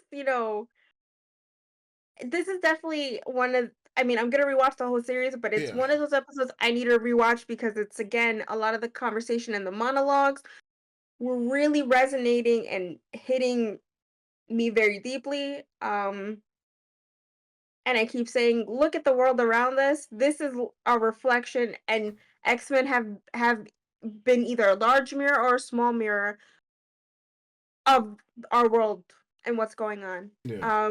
For a lot of people who want to say that it's not and that it's now gone woke, it's since inception it's been woke. And since comics were made, they've been woke, but Yeah. sure. I you say things. People like to hear themselves speak and just say words. Yeah. I think the little outing with Jean and Scott and Nathan is a nice call to the comics. There's a comics called The Adventures of Scott and Jean about them raising Nathan in the future. So little things like that, like just knowing these things and just watching little moments and it's nice. Yeah. I've never been super invested in cable and I probably never will be even after this. Yeah. I'm invested in Scott and Jean on a base level because they're great. Yeah. And I'm just waiting for the Emma Frost of it all. Um, but and shout out to our girl Emma Frost, who even though she was in danger in diamond form, reapplied that lipstick. It's all X fans can talk about. She's like, oh, I'm gonna be saved. I need to look snatched. Yeah. Preparing So way for the like, gods. yeah. Oh I'm man. like, yeah, and You mentioned Jean having a power oh that right. yeah. So it was semi a spoiler. I caught someone else on Twitter mentioning it, and I was just like, nope, get off Twitter. Okay, that was a spoiler. Okay. So it's what's known as chrono skimming, and that's actually one of Rachel's powers. Um, as far as I'm aware, Jean can't see the psychic resonances of objects. I don't think that's ever been a Jean Grey thing. And again, correct me if I'm wrong. If you got the receipts, please drop them. Like I said, I'm a Jean Grey fan on a base level. I'm more of a Rachel fan than I am a Jean fan because she's a little gay baby. But like, yeah, that's as far as I'm aware, that's one of Rachel's powers. She was actually just using it Yeah. in a bunch of the comics recently. And yeah, like as far as my knowledge goes, that's not a Jean Grey thing. So it's just like it's like I said also last week, and to say adding it to what I said today, this universe is a sliding door version of a 616. Okay.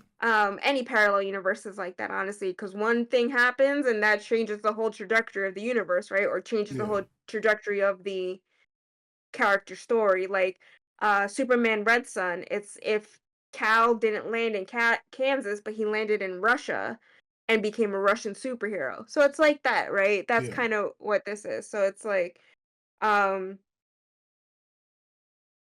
this situation with Jean and Maddie is obviously different. Maddie's whole story is different. Um and I said last week, it just seems like Jean's powers aren't as strong as comic book Jean Grey's, but then it's also like, well, comic book Jean Grey's been around, I guess, essentially for a lot longer than this Jean Grey has. Mm-hmm. So even though she's an Omega level mutant in both situations, their power skills are still different, Yeah. right? Um, so I guess maybe just that's what's happening here. Okay. Maybe they'll be like, maybe Rachel is their actual child in this universe, Mm-hmm. instead of an alternate Jean and Scott's child, and that's how Rachel gets her power. I don't know. I'm kind of going off on a lot of what ifs. Yeah. I'm like, how to explain this, and we still have 2 episodes left. We don't even have a second season out yet. And I'm just like, well, they could Yeah. write it this way, or this could turn out this way. But I also do like having these ideas and putting them on paper because if it does happen, I could go receipts May 1st. I said it. I said It's like it. on May 1st, 2024 at 6:25 p.m. Well, now 6, yeah. I Yeah. told you, Scott and Jean were gonna have Rachel, and then who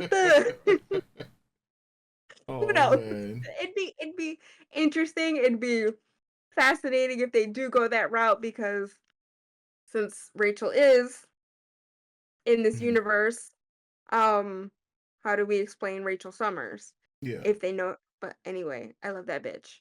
I just want to see her all the time. Yeah. But yeah, it's just very interesting to have Jean do that, and I don't know. Yeah. I mean, but I guess it's also we need to figure out how to do this exposition to explain Bastion. Yeah. Why not use Jean Grey's powers or give her a different power set? We got to figure it out, right? It's a storytelling tool. I don't know, Yeah. words. There's one thing I wanted to add or like throw in that Go ahead, go ahead. Cable mentioned. Cause so being that, you know, the Genosha incident, right, is like a fixed point in time, and Cable mentioned that he can't remain there without being like pulled away, like that being interesting because people have been in our comments talking about the Watcher and the Watcher showing up at a Mhm, fixed point in mhm. time. So I'm just wondering if that's gonna have like any specific like implications in the like in these next 2 episodes. Um, you know, because like people like yeah, when episode 5 happened, people were clocking it in our comments and there was like, "Yo, the Watcher happened." So this is something that I yeah, like the Watcher's there. So just appreciate what it because I happened. didn't clock Yeah, it. I yeah, didn't clock it the first time, but I yeah, clocked it half an hour after we were done, and I was just like, "Oh yeah, shit!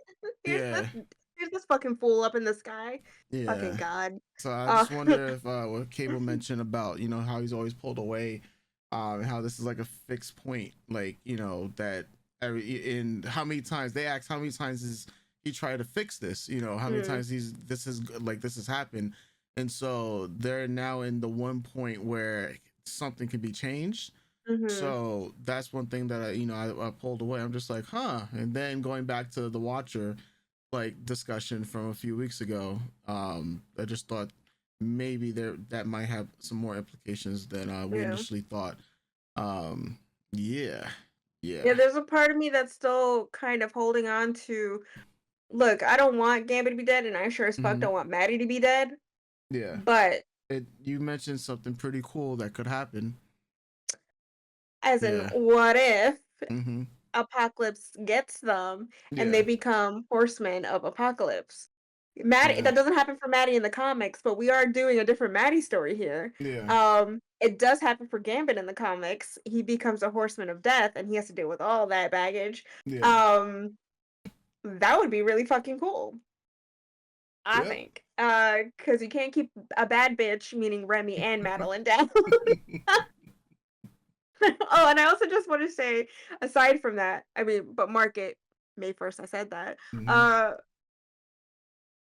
the using the shocking reveal that Xavier is alive, Yeah. um, it's also a thing that happens too within our communities Okay. where they're like, in the real world, I mean, where it's just like something will happen and then some other adjacent thing will happen. And they'll be like, oh, so you were just lying to us the whole time.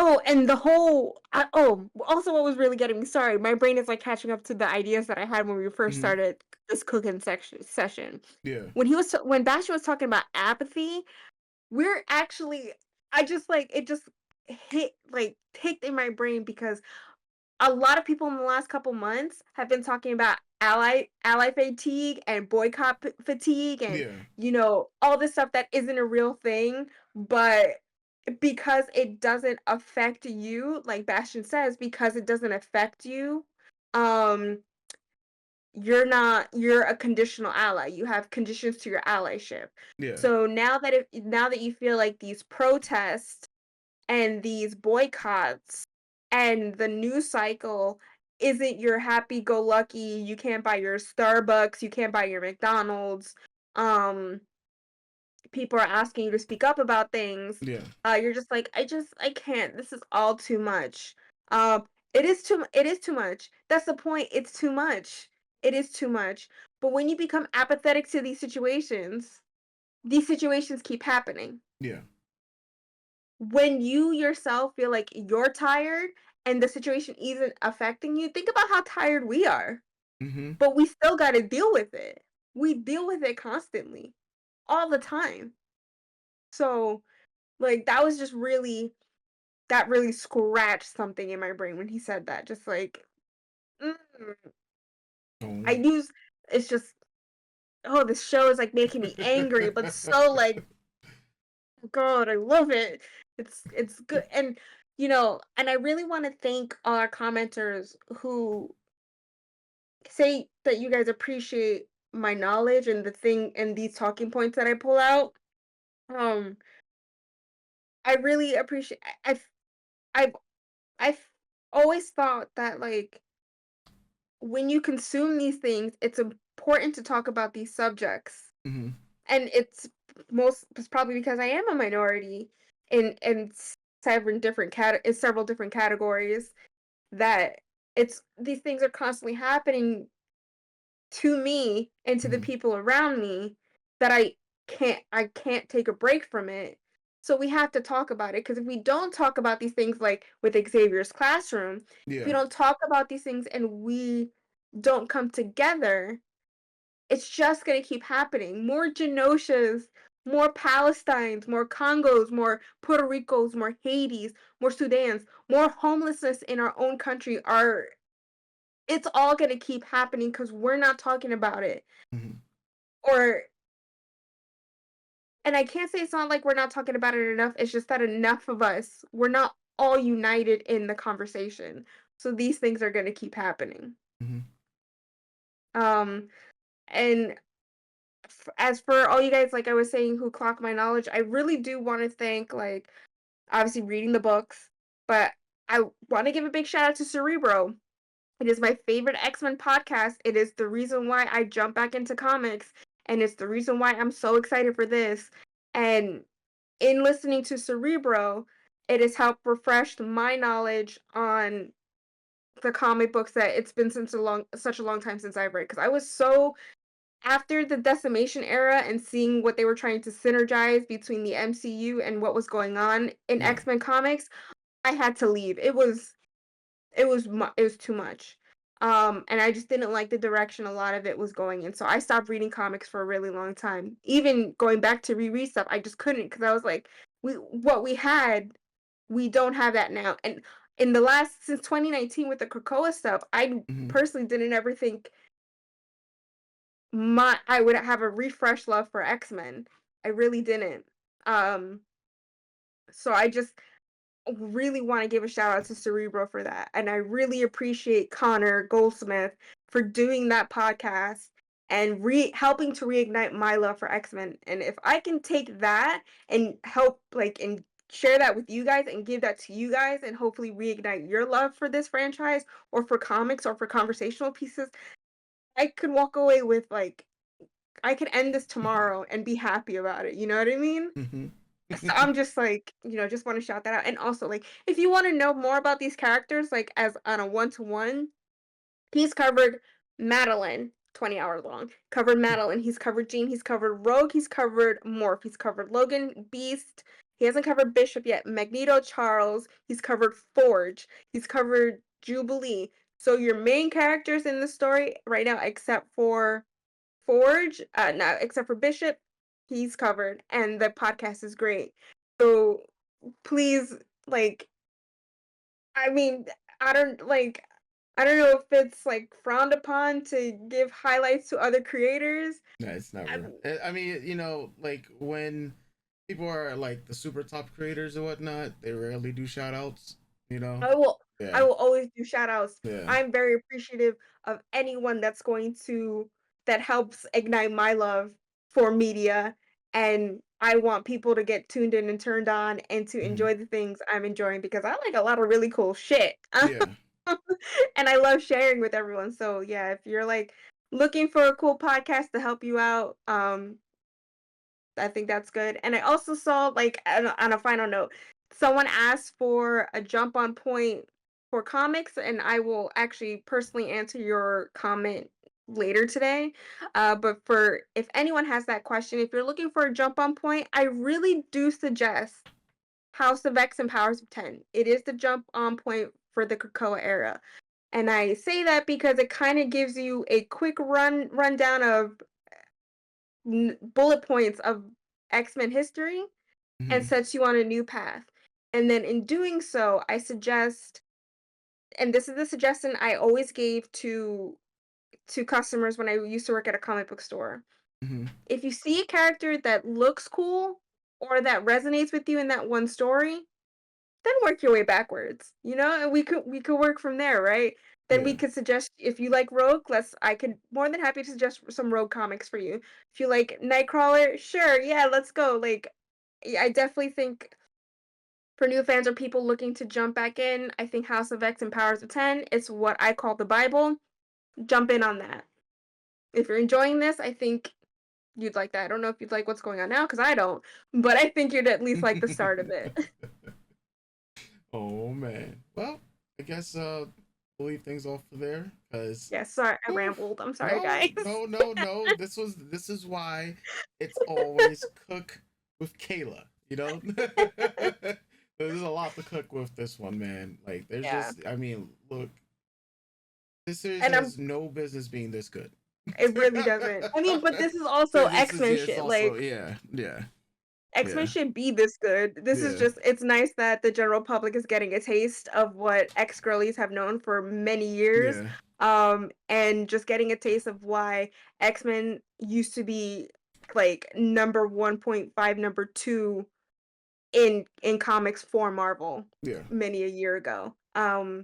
So yeah, I'm sorry I rambled. I apologize. No, and I'm sure I'm gonna think of 1,001 other bullet points as soon as we log out and I go to my room and think, yes, I forgot. I'll just mention it next week. Someone will probably mention, hey, what about Fatal Attraction? Is that gonna happen?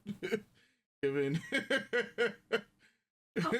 And I also I just also want to say the title of this episode. What is it? Extinction. Tolerance is extinction. And it is, and I think it's important that that message is out there, because if you just allow just thank you, X-Men. Yep. Boom. Oh man, it's like only one episode away from the finale.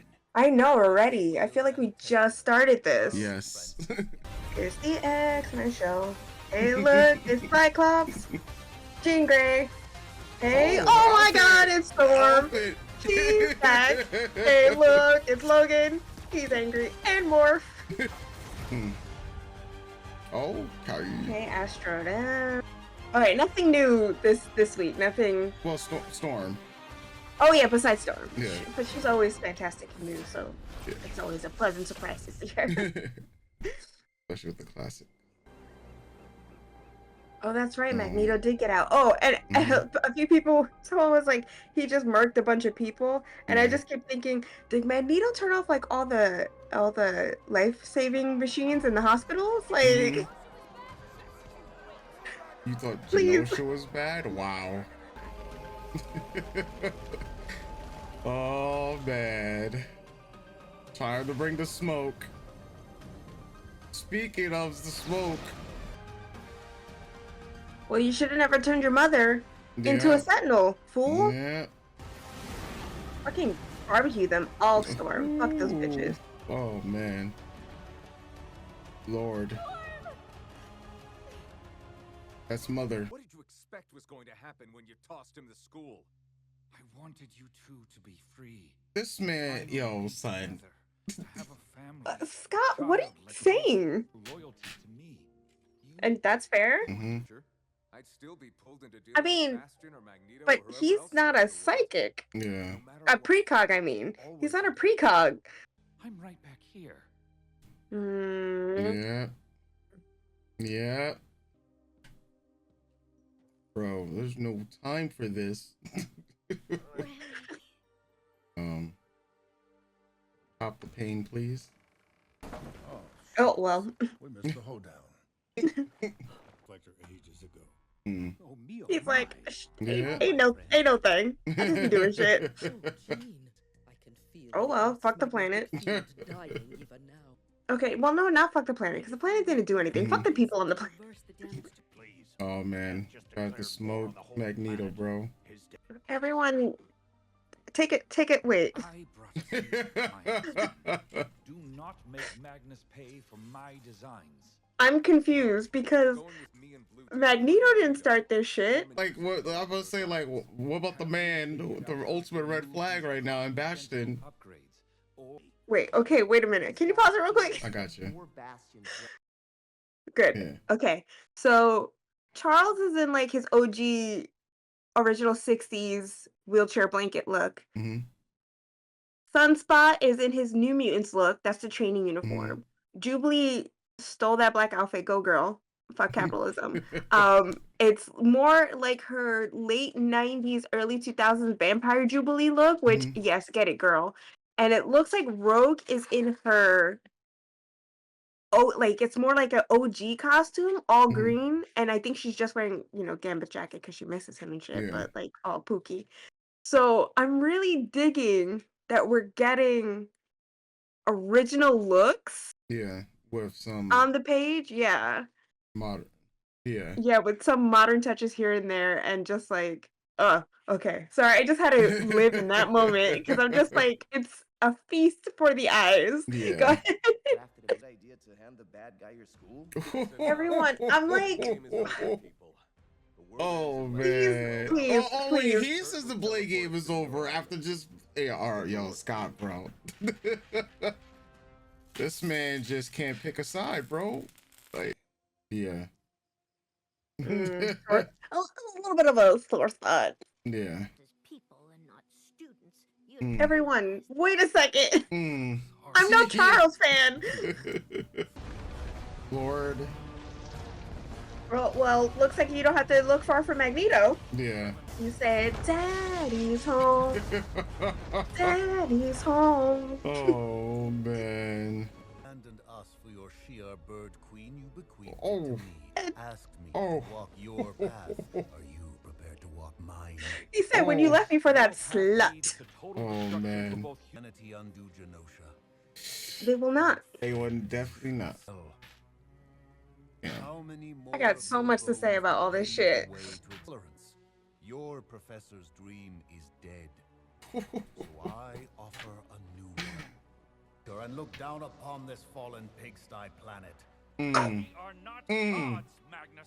First the Milky Way's a ghetto, and now we're living on a pigsty planet. Yeah. We're just taking shots.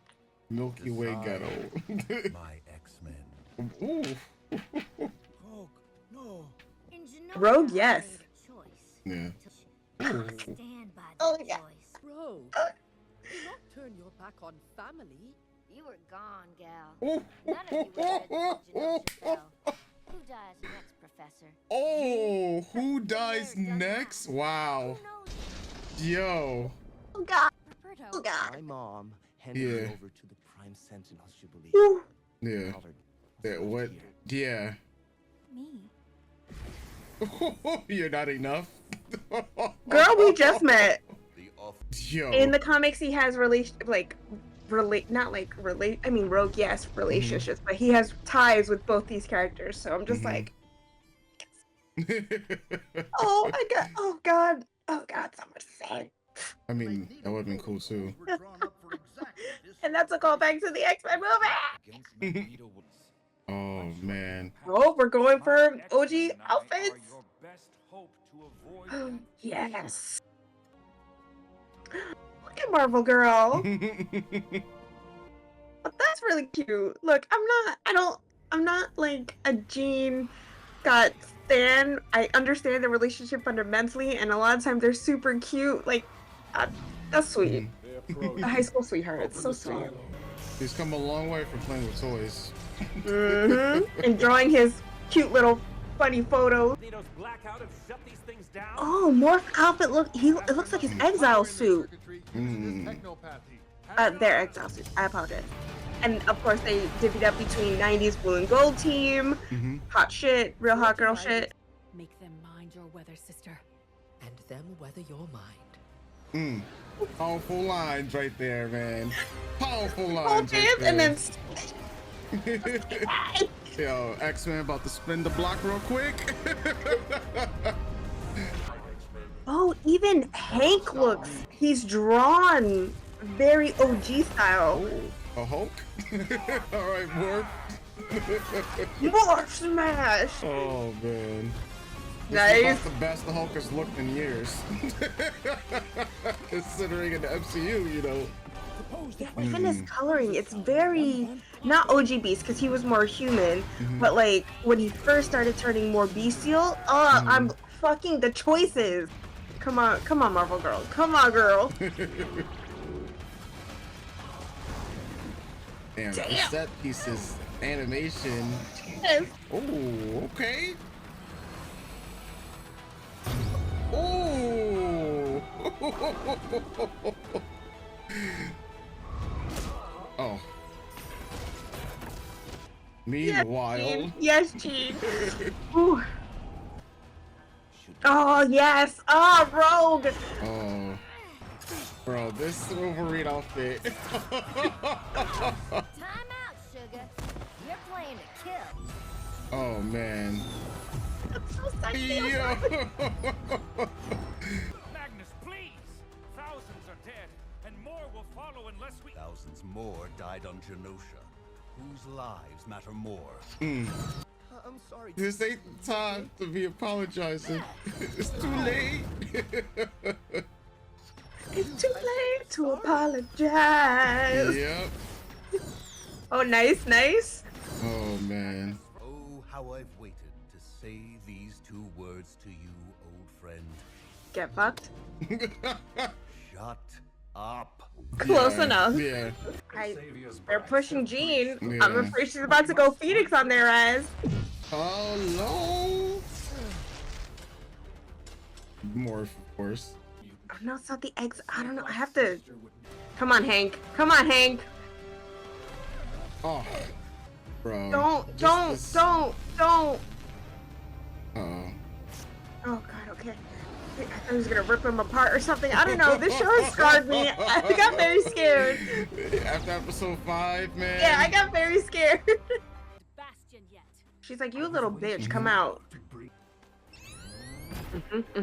Makes sense that he would have some control over him because of the techno virus. Listen to me.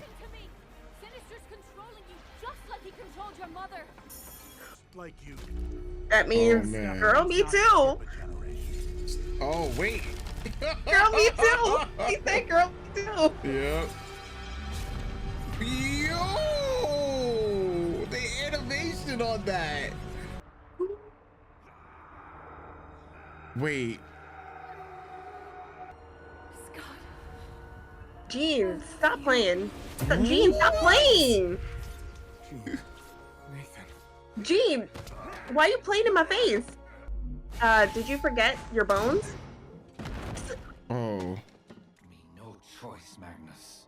Oh my god. Oh.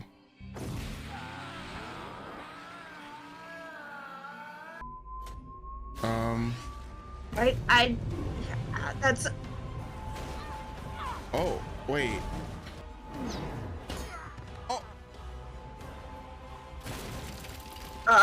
Someone's mad. Charles, you're a traitor to your race. There's a lot of that going around. Oh my god. Oh. Been in a lot of wars, bub. The brave always die first. Finally. Huh? This feud is over. He's about to rip the adamantium out of his bones. He's about to rip that. God. For the love of God, don't do this!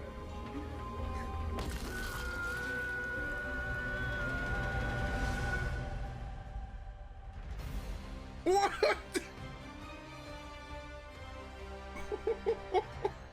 Okay, girl. Okay, girl. All right, girl.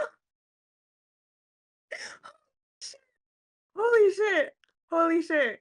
Holy shit. I just need to talk about the Go last ahead. thing we just saw, because Go ahead. last week I vividly remember saying that, you know, of my very few, so guys, of course, my very few X-Men knowledge, you know, of the comics that I've like read over time, or just peeked into things and whatnot. But someone a few weeks ago mentioned something about fatal attraction, right, Caleb? Which you famously did. And I'm just like, oh, okay, I remember something like that. And then I mean Wolverine, like correct me if I'm wrong, but wasn't that like a famous panel? Yes. Bro. Oh my god. Yeah. Oh man. I'm just going off of this episode alone, man. Like, so much, like the stakes were absolutely raised from last week. Like, it just makes it really pales in comparison to what we got last week. Like just the amount of stakes that were raised in this episode alone.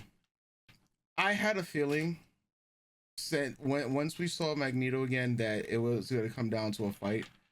You know, like that pretty much was like sealing the deal once he was revealed to be alive again. And it was just like, damn, I wonder who's gonna get clapped. I said I could see it, like, and it's so crazy saying this too, like 2-3 weeks ago, saying that, yeah, I just see something like this happening. And then that's when you had mentioned you know, about fatal attraction, because we were talking so much about Cable and his reappearance in the series. And so I was just like, yo, this would be crazy if they if it came to pass. I was thinking, like, after, and this is before we even knew a season 2 or even 3 was in the works and whatnot. So I was like, maybe it won't happen this season. Like, there won't be like that clash. Yeah, like seeing Sunspot and Rogue, of course, go to Magneto. That was really interesting. I mean, I well, Sunspot more so, especially because I don't know as much about him. So like the tidbit that you did share about him, you know, having like relationships with Magneto and Rogue within the comic itself. I thought that was a cool sight to see. I'm just speak from an animation standpoint, because the level of animation compared to what we saw in episode 1 to what we're seeing now in episode 9, it's just like it just continues to like raise the bar. Because, you know, I it's so funny, like thinking back at episode 1, like some of the quips that a lot of people had about like how the animation was looking and whatnot, and it just like it got time to mature into this style.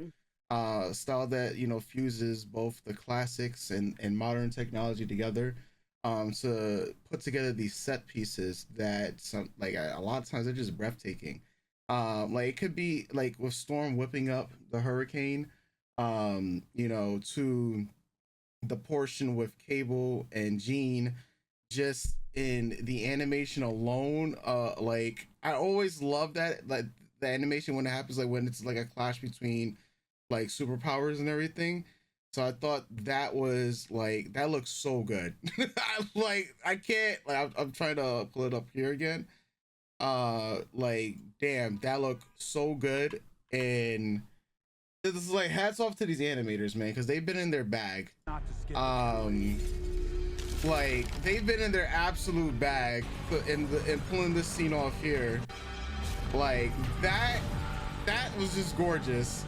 And I can't, like, if this is episode 9, right? What the hell is gonna happen to episode 10? And yeah, you know, I'm gonna just let you take over. Because I like, you know, I'm speaking in the now, but like, yo, son. I have to speak in the back then. Yes. All right, so let's start with the first half of the episode. Everyone kind of in their emotions, and kind of really ganging up on Charles. Look, I agree. He was up and gone, and without him being there, especially when you feel like when it is your mentor and your teacher and someone you followed for so long is up in space in someone else's business, you know what I mean? And all this happens while they're gone, you're in your feelings about it. I completely understand. A lot has happened. A lot has happened. Yeah. And so I get everyone being real raw and upset about it. And I reiterate, I'm not like a huge Charles Xavier fan.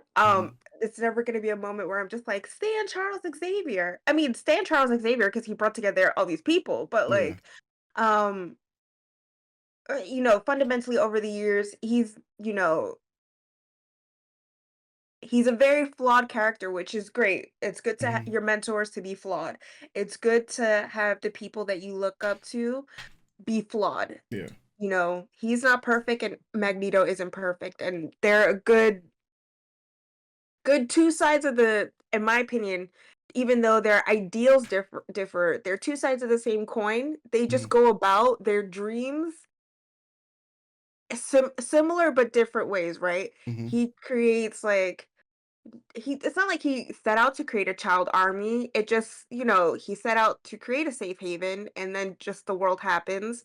His life is of coexistence, but he's trained these kids to fight and defend themselves, but mostly to defend the people around them. Yeah. Magneto's just like, it's enough for defending the people around you. We really need to start protecting ourselves, right? Yeah. Originally, Magneto's more of Homo's superior supremacist. Mutants are top, everyone else is garbage. And then later on, through the Claremont run, he gets more pathos and character growth beyond just being a mutant supremacist, right? Which is the character that a lot of us revere and love so much. Especially like, and I think that's also an important to kind of caddy off of because these characters have been around for so many years, and we talk about this all the time. These characters have been around for so many years. They've swapped hands, they've swapped stories. Some people have brought them back to their original framework. Other people have allowed them to grow. But all in all, it's like without these stories or with the way these writers handle them, we wouldn't be in love with these characters, right? Yeah. And with something like the X-Men or just American comics in general, it can be a pain in the ass to have so many people write these characters because sometimes you can really see some writers either through how they view these characters or just company mandates get a lot of the fundamentals of these characters wrong. And it's not just from a fan standpoint. You could just look at how some of these characters have been written and go, what is happening? Like, it's just this seems like a different character altogether. You're not even reverting them back to bare bones. They're just out of character, right? Yeah. And that happens. But then it's also that chance, that opportunity you have to just pick your favorite writer, pick a time in comics, and start from there. You could pick any point in time no matter the writer, to find something you love about these characters. Yeah. Whether it's like you find a book and whether you don't like the writer before, you don't like the writer after, at least you have that book. And then, you hope another writer comes back around to get the essence of what you fell in love with this writer, or this original writer that you love for this character. So I want to say that. Now, again, I agree everyone being in their bag. And rightfully so. He did fuck off to space with his bird woman. Up in someone else, but also up in someone else's drama, right? Yeah. Because it's like like I say when we watch other things. The stories, just because you're not a part of the stories are still gonna happen. It's all about where you land in the story. So what's going on in Shi'ar space and with the Shi'ar Empire would have happened whether or not Charles was there, but he does have an influence on how Lilandra treats the situation because they're in love and starting a relationship. Yeah. And it does affect how other people view her and his place in that. But there's been drama there. There's been drama there, and as we know from the comics, they'd be staying with drama. Yeah. Like the Shi'ar are messy. So it is very much just like, yo, we had our own mess here to clean. But you fucked off and other people's drama and business. Like, come on now. So I get that. But I do think everyone's really just doing a little too much, right?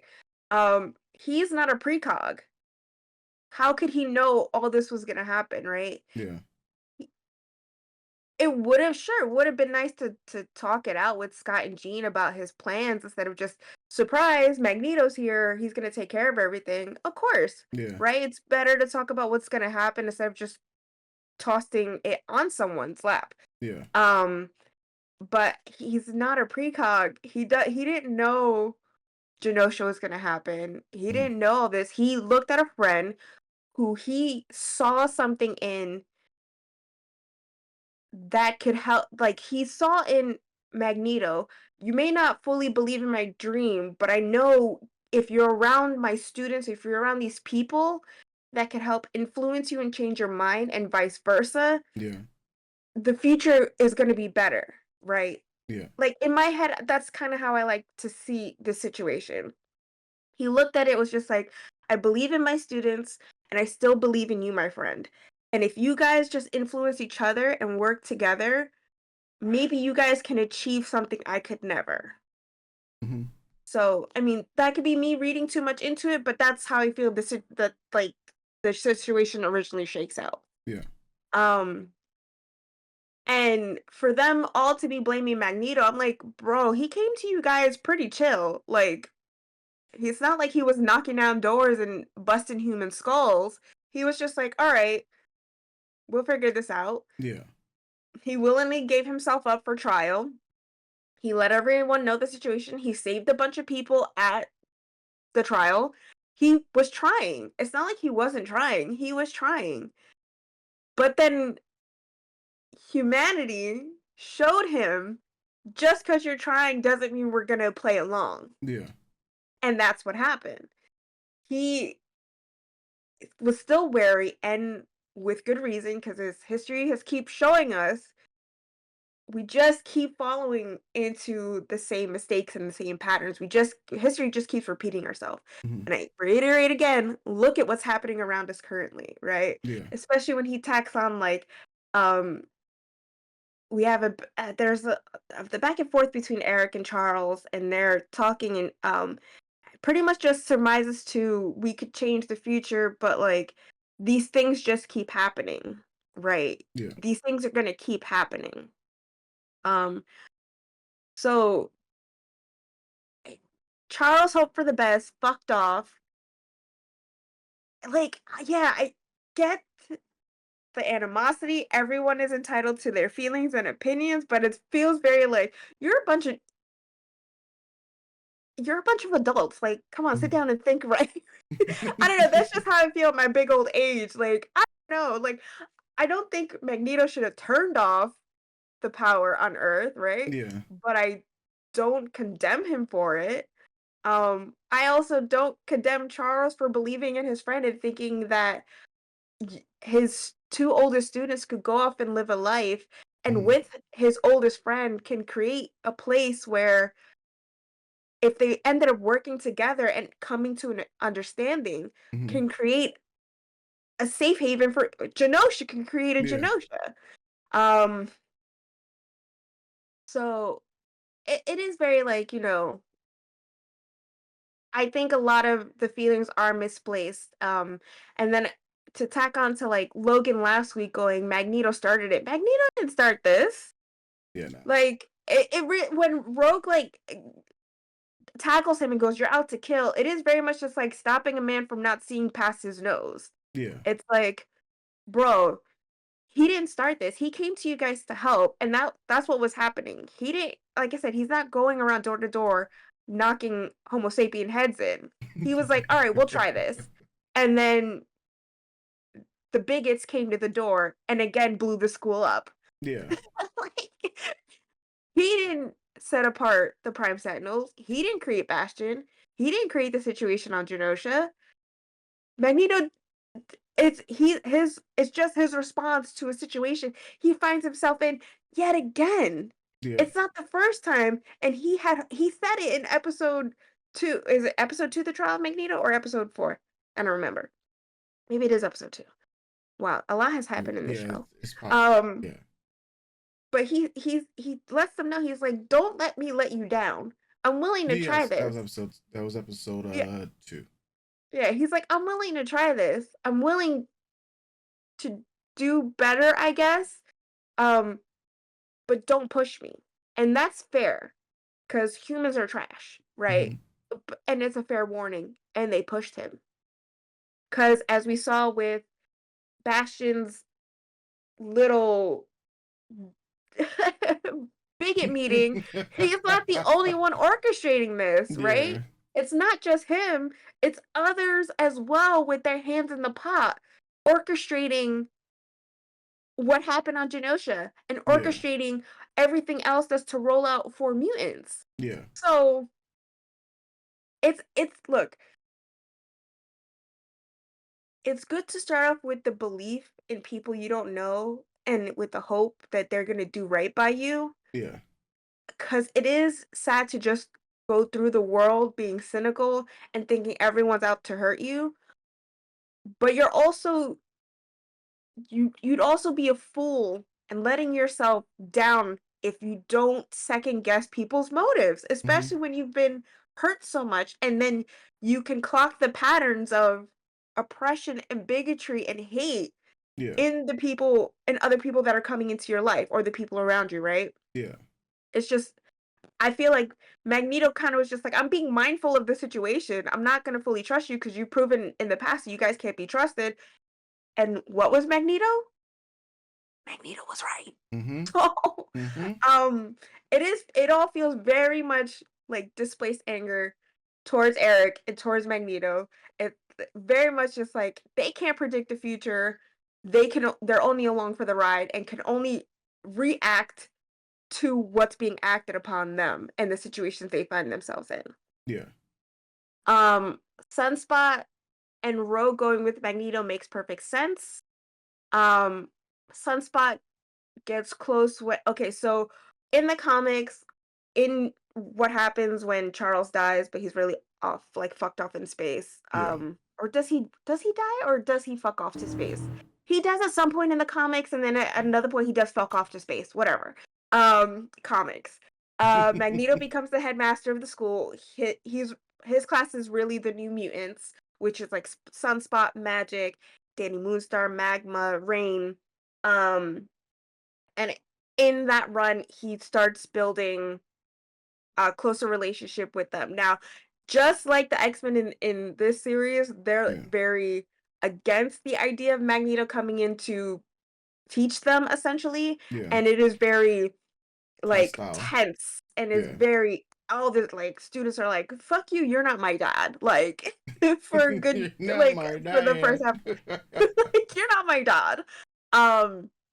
But through that, he builds a relationship with them, builds understanding with them, and then through the years builds more of a bond with them.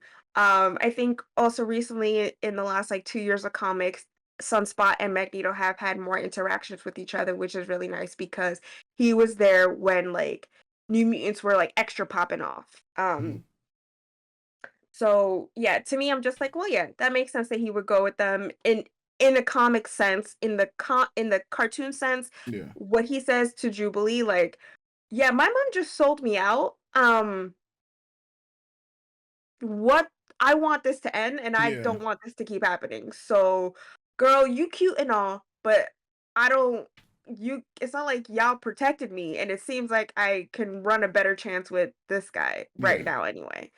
Um. Rogue because she's Mystique's daughter. I don't know, her speech, I was just like, "Oh, Raven." Just somewhere Mystique is smirking and she doesn't know why. It felt very like, yeah, that's it. I don't know, like a very cohesive.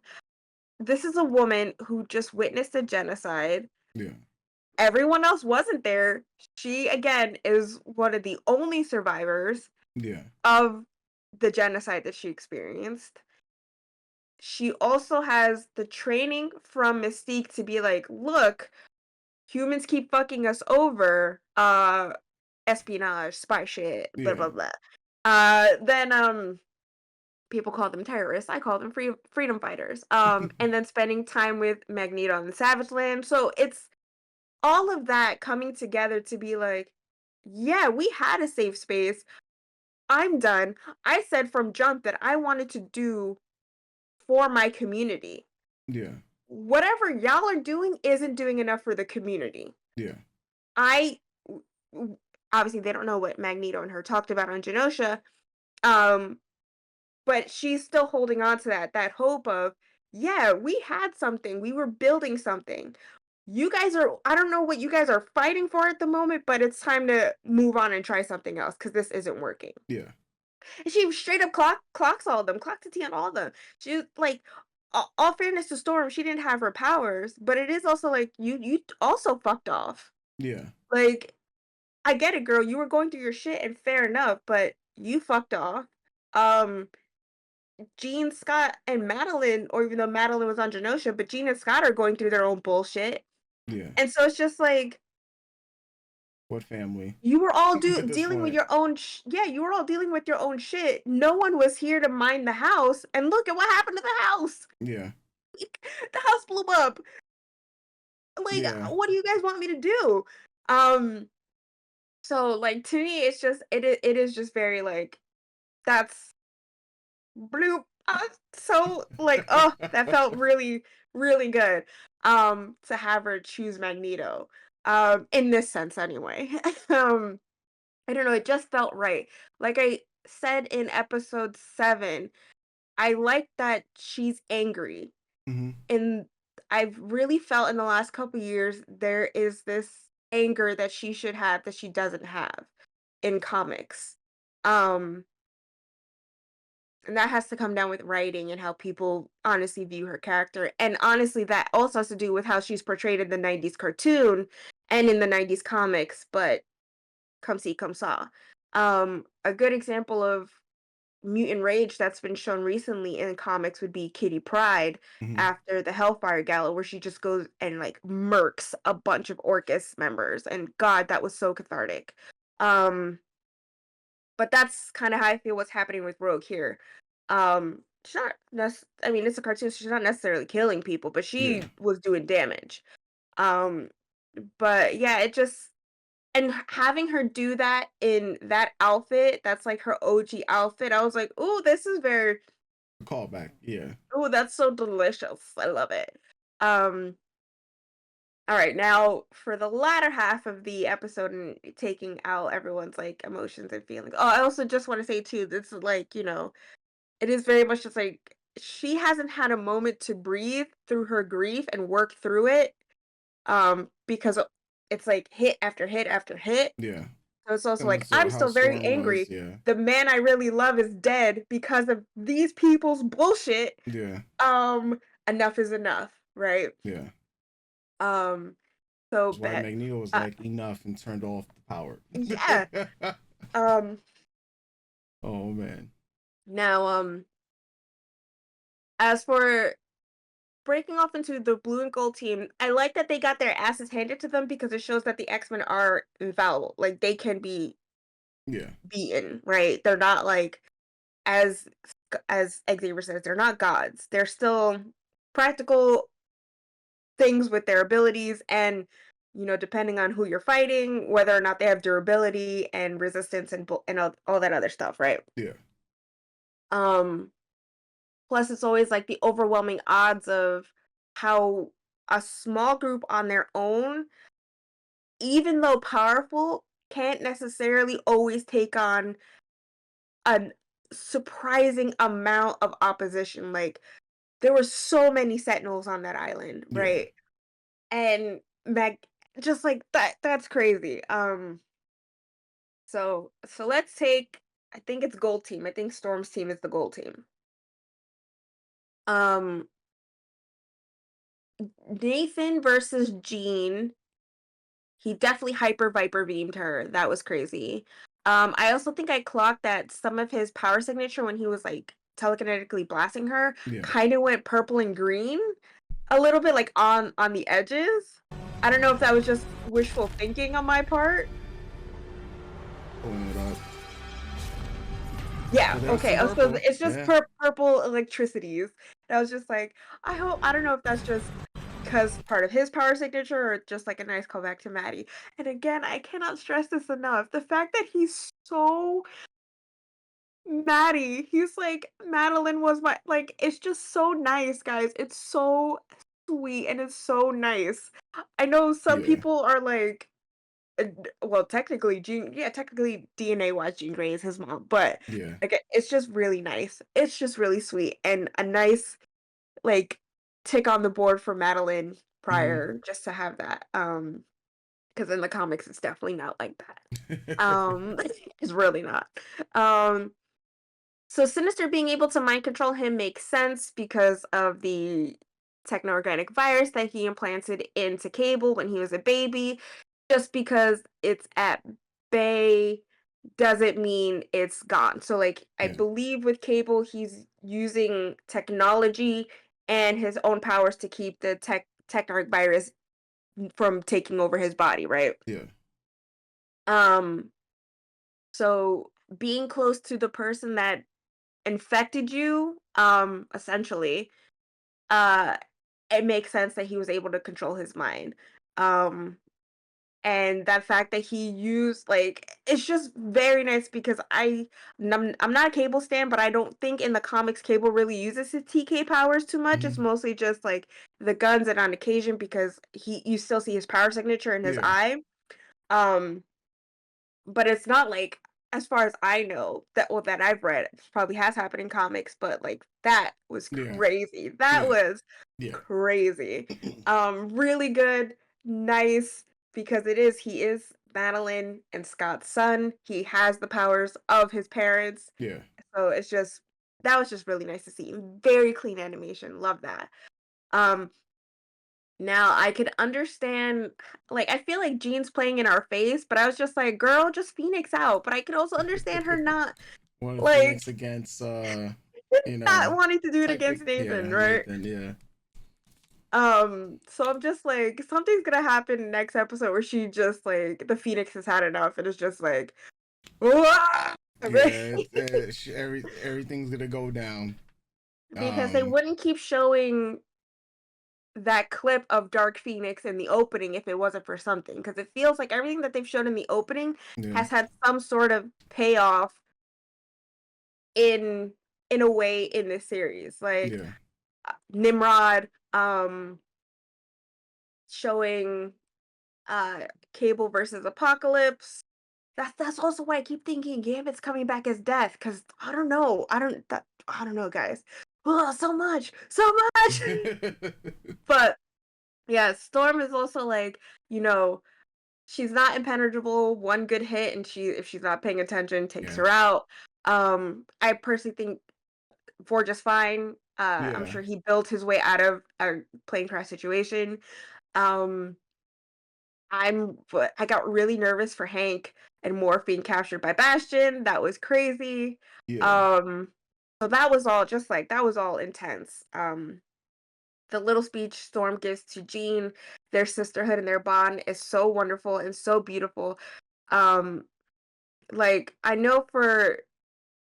said this in one of the animes we're watching. I'm never a big fan of female opposition with each other. I Slime. really feel right. Um, Even though now it's growing and it's showing that a lot of the female characters in Slime are working in tandem and working together. But is not that it happens in every medium, but it's always so nice to see just strong female friendships, right? Just the bond that these two have, and just that Jean is so like the fact that Storm was hurt and now Jean is so worried about her, but she's just like, girl, believe in me. We've been through this. Like that she said, it's all the same. It keeps coming back. We got this. I got you. You got me. They should be afraid of both of us, girl. Don't worry. But Jean's like, I love you and you got hurt. I don't want you to get hurt again. So it's just like really nice. Now that Asteroid M, yeah, that was spicy. The X-Men fighting each other is always interesting because not every X-Men agrees with each other. Not everyone who comes into the fold agrees with each other. As we've seen in a lot of X-Men teams and just team buildups through the years and just situations that have happened. Backstabbings and double crossings, even within teams. It's always a fun read. But it takes a more emotional beat because since you started the show with everyone being so close, Yeah.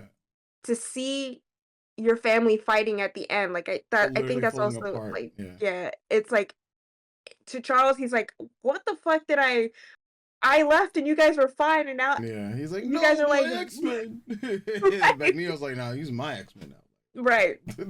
Pretty much. He's like, you left. Yeah. You fucked off. These are mine now. These are my kids. You gave them to me You and left they're them to my me. I kids. won the Yeah. custody battle. So You left listen, them to me in man, the I divorce. might not be the dad. The meme with the stepdad. I'm the dad that But I'm stepped the up. dad that stepped up. Yeah. So I'm not the stepdad. I'm the dad that stepped up. Oh my god. So like Oh man. Now that was crazy. It is very much just like these two homos and their issues with each other just bleed into everything else. Becomes everyone else's drama. But like it is very like we've come to a head and now all we can do is throw fists at each other because you're not listening and you're not listening. I'm not listening. Let's start fighting. I think when it comes to Rogue tackling Logan and saying like you're out to kill, obviously that's what he did. He fucking shinked Magneto in the back. And she was trying to stop that, like, bro, like chill the fuck. It is very much just like again, Magneto didn't start this, but you're holding on to an anger that is misplaced. Yeah. Your anger to stop him is misplaced. But it's also that strong belief in Charles's dream that no, now Magneto, you're doing too much. How could we trust you? And it also drives the point of Rogue speech when Magneto comes in and she's just like, we've all done bad things, right? Yeah. None of us are saints, except for maybe Jean and Scott, and Storm. Oh, okay. So a good chunk of them are saints. Well, actually, no, not Jean. She devoured the names off. You start realizing, wait a minute. Actually, wait, no, Yeah. gotta take Jean out of that because Okay. the Phoenix made her do some wild ass shit in space. So, but like, we all have a past. We're all trying to work out together. So it also feels again, maybe I'm reading too much into it, but it feels like your anger is misplaced towards Magneto because you see yourself in Magneto for all the wrong that you feel you can't atone for.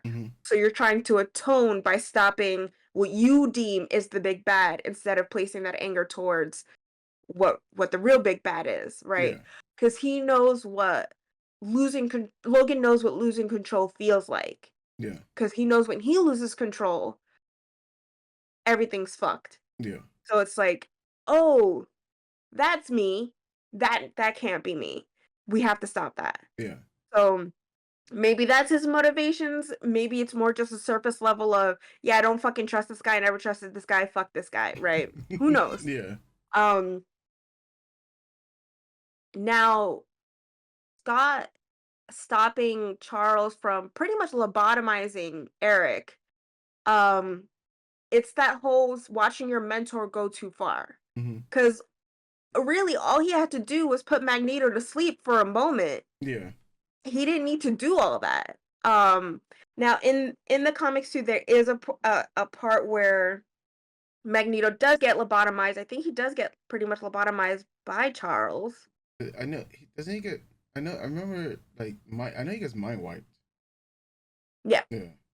Well, he gets mind wiped a few times. Yeah. Yeah.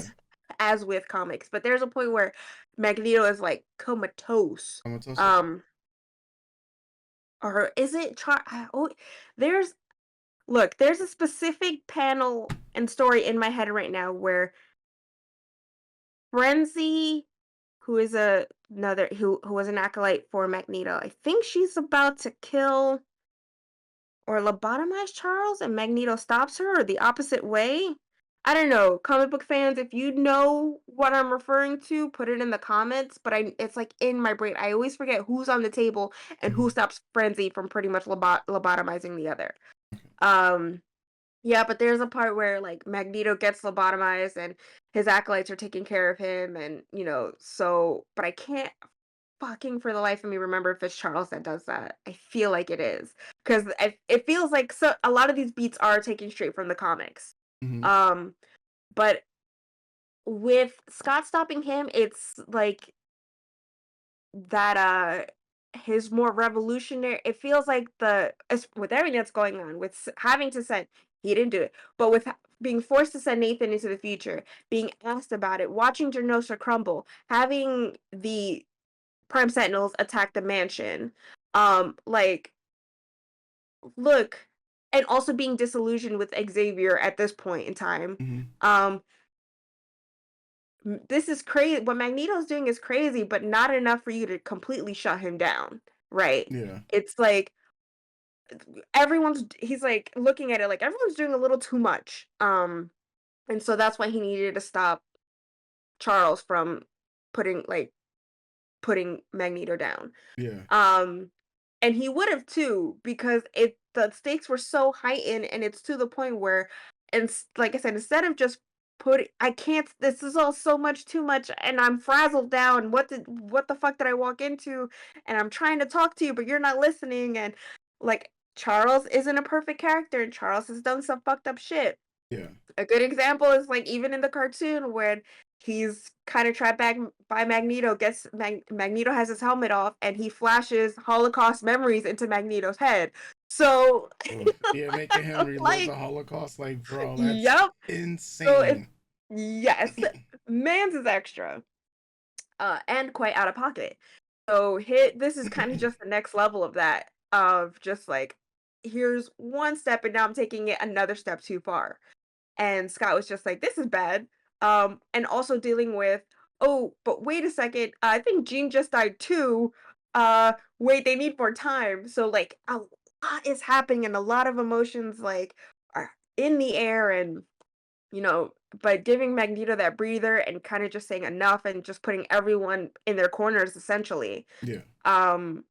It's just like, you're all fighting me for what? What are you all fighting me for? And you're supposed to be like, I feel like to me in that moment, he was just like, you're supposed to be my friend and you're trying to shut me down? Are you serious? And like he said, you weren't here. You weren't here. You didn't have to deal with this. You didn't see what I had to see. You weren't held captive. None of that happened to you, but you're trying to shut me down? I look, Magneto was right, bro. Like, but yeah, and then Logan knifing him essentially, clawing him. Also happens in the comics. I think that also happens in the Grant Morrison run too, where he gets behind him and essentially kills Magneto, because I think Magneto dies at the end of that run. Because he's like high on some drug and like shit's crazy. Like he's like killing humans. That run is crazy. He's like killing humans. He's on drugs. Shit's nuts. And yeah, I don't. I and him like just him going after Magneto is just like, bro, you have metal bones. Like, Yeah. and Magneto's like, bro, you have metal bones. Who am I? The master of magnetism. Fuck out of here with that shit. Yeah. But with Charles distracting him, it gave Logan the time to do that. And him ripping the anime, I feel like it also happens in the Morrison run too. Him ripping the animanium out of Logan's body does happen in the comic. Seeing it like that, I wish it was a bit more visceral. Like that was crazy, but I kind of also wish it was a little darker. That it wasn't just like that it wasn't Yeah. just like the stuck panel, like the stuck freeze frame of the metal coming out of the animanium coming out of his body. I don't know, I kinda wish we saw him fully pulling it out his body, nice and slow, like, "Look at that crazy ass shit." Yo, Ugh, this like shit is crazy, bro. do you know who I am? Do you know how I'm Magneto? Like Tragedy called life. But today, sit before down. perhaps for me, the curtain falls and the play is finished. Jesus. Yep. Yeah. Oh, gorgeous. But I also feel like it's Crazy. also part of Logan's hubris too, that he feels like he's a tank himself and Mm-hmm. he because of his healing factor and shit like that, sometimes it's like a bit of your ego getting in the way and look what the fuck happened to you. Yeah. Because you wasn't thinking properly, you weren't taking he wasn't taking the moment to take a beat and talk this shit out and Yeah. figure this shit out. You get the metal ripped out of you. Oh, Yeah, wow. so we know Logan doesn't die. He's got a healing factor, so that's the other real torturous thing too, Mm-hmm. that as the metal's ripping out of him, his body is also healing at the same time. That's so crazy. That's wild. That's some wild shit. So I'm prepared just to see Bone Claw Wolverine for a while. I think that's pretty cool. But Mm-hmm. this is obviously gonna be that, like, again, I think pacing is an issue. I don't think we spent enough time Mm-hmm. with Sunspot, Rogue, and Magneto kind of just like stirring shit up and like actually working together. Yeah. Because I really would have loved to see that for a while, like building up a new brotherhood. Yeah. Um, yeah, I felt like that was too short-lived because now what's gonna happen is now Rogue is gonna see him as like, wow, no, this went up another notch. This got up extra, but oh shit, now another guy that I admire and have feelings for is now also dead, but he just hurt my other friend, but also my friend was trying to kill him. So I think she needs to go on a Yeah. very long vacation. Very, very. Like, My girl's that been through a lot. she My needs girl's some been she through a lot. need extended therapy. Like, homegirl is finitoed. Yeah, she needs a break. My girl needs like a break. Yeah. And she could have had that on Genosha, but people took it away from her. Yeah. Yeah. So this episode was wild, very emotional. Absolutely crazy. Just really crazy. A lot of good points being hit. Like I think like the setup, the high stakes of last week's episode Mm-hmm. to set up for this episode, I think it all paid off in a, like I said, I'm still having pacing issues, but it paid off in a way that I felt was very like, since we're going this fast, Mm-hmm. this is a decent payoff. Okay. Now what that means for next week's episode, a ton of things. Sinister's not dead, Bastion's not dead, unless Jean pops out as the Phoenix to fuck up some Mm-hmm. shit, or Nathan is just like breaks the control he has over him. Um Somehow Magneto gets like I think Magneto's down for the count, honestly. Mm-hmm. I feel like it's gonna end on a, I don't know, unless all the other heroes come together and like, hey guys, we saw that shit was getting crazy, and I know we're a little late, but like we're here now. Guys, contact Lorna. She could probably also fix this. She's just, I don't think she's dead. She also has powers of magnetism. So boop boop boop boop boop. Hello. Like, oh, yeah, I can't wait for next week. I'm sad to see it go, but I'm happy to see how it wraps up. I feel it. Oh man. I mentioned it before. So well with the mind wipe because I know he does. I wonder if he would get mind wiped in next episode, Magneto, because of these actions as well. Well, I think it's probably gonna be a mix of things. Either he dies from Mhm. Logan stabbing him, Mhm. or Charles gets it together enough to, and because Scott would be in shock by this, gets Yeah. it together enough to shut Magneto down. Yeah. Right. So Even if they shut him down, then it's like everything else that's still going on. Like there's so much at stake. I would not be surprised if more people die. I would not be surprised. 'Cause it's yeah. yeah. At this We're point, just man, yeah, I was just we're just it's losing it, receipts left, right, and yeah, center. it's just like whose turn is it? Like, I mean, we're gonna ask any questions. Like, who's gonna die next? Like, bro, like, come on, man. All right. Okay. Wait, that's when they were in the Another Dark Phoenix. Asteroid Amalgam. Okay, Huh? so I caught this when I did my Yeah. rewatch. If you look at the people running, Mhm. oh, there's no people running through this time. Oh my god, because it's just a battle between the X-Men. Oh my god. So last week I noticed in my rewatch Yeah. that the people who usually run through them running towards each other changed to the Sentinels and were no longer human. Oh. Yep, I was like, that's so cool. Okay, I'll shut it down. He's like, Mhm. he's like, gay people exist. No, they don't. world better for all people. People don't want to be better. They're already the best everything. Best tribe, best faith. They even fight over who's the best victim. My God, I was just Oh, having issues damn. with people like, Be mindful. as does that ass. Sorry. Sorry. Eli. Many alone. Calm down. Hated. I'm just really excited, guys.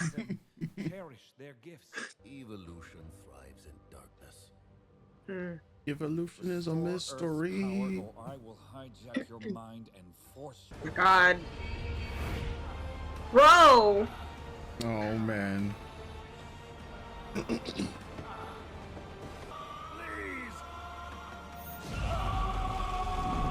Bro. Boy.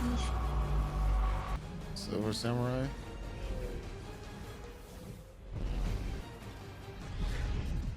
Iron Man. Ooh! Iron Man. Hey, Cap. Yo. Oh my God, Daredevil! Poetic, isn't it? The inevitability of my vision. Oh shit, Doctor Strange! Oh my God. Like, yo. My dream in Oh wow, that was Yeah. harsh. Wow. the Neanderthal 2.0. Held hostage by ignorance and coercion. Oh. Hank. Oh. Had a good professor taken me in when Mother begged him, I'd be hanging here with you freaks. In the name of Wow. So whose memory is correct on that situation then? Grudge them being. Did you just try to appeal to my humanity? This man is savage mode. I must protect Oh, man. See now, X-Men problem. Oh, Panther. Seeing themselves in those who would use their same hearts against them. Damn, Daredevil again. What? Cloak Dagger! Oh my God, that's Cloak and Dagger! Dark Star! Yo, wait! But even worse. Oh my God, that's North Star and Aurora! Oh my God, so much is happening! Who could? Carbon copy mothers. Ooh, fuck you, bitch. Damn, bro. Speak, Sinister. How many times, my writhing thing? How many times did he do this? 200? Wow. 100 times. But how's your mommy, Sebastian? Oh. Damn. You know this better than most. As blind as his deadbeat dad and as Oh. Oh. Cyclops not even there and he's catching strays. But all that to say, You should have listened to what Time's got to say about my mom. Is it time? I knew she was coming. Yeah. Anu girl was coming. Anu girl Yeah. was coming.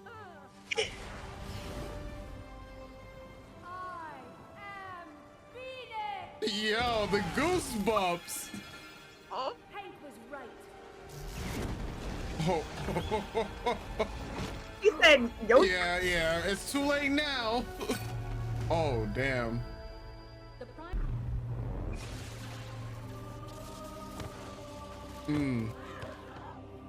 Yo. Oh god, Cloak and Dagger. Oh my god, Street Heroes. Oh my god. Oh, all that to say, X-Men problems become everyone's problems if they're not taken care of, and if you don't listen to the X-Men guys. Yep. Just that. And I think you need to be yeeted from the universe. Together, fears and insecurities. It's too late to apologize. Damn. Damn, get fucked. Oh. Show me my face. Looks the same to me. Oh, man. To protect my son. Okay, wait. Okay, good. Okay, girl. Everyone spoke too soon. Oh. Damn. But instead, I kill. Oh, Jesus. Bro. Looks like something straight out of Gargoyles. I will tear that rock from the heavens and hurl. Why ain't they waking up? Magnus, Because they're making out in the astral plane. are you all right? Yeah. Fine time to No, act if he's bitch! all right, yeah. Who are you? Oh, fuck. Oh, man. From this place before attack shattered Magnus's psyche. I must restore Fucking before bitch. the pain Damn. consumes his mind.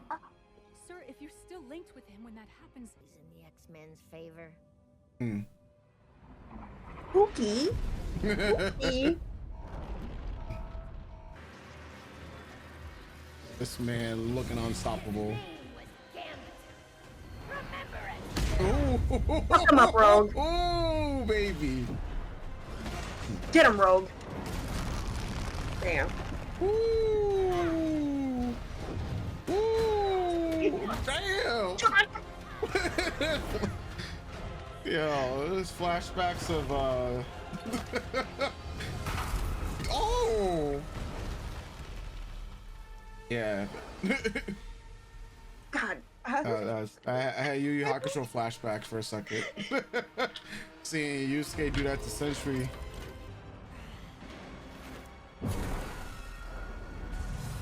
Huh? A man has teleports?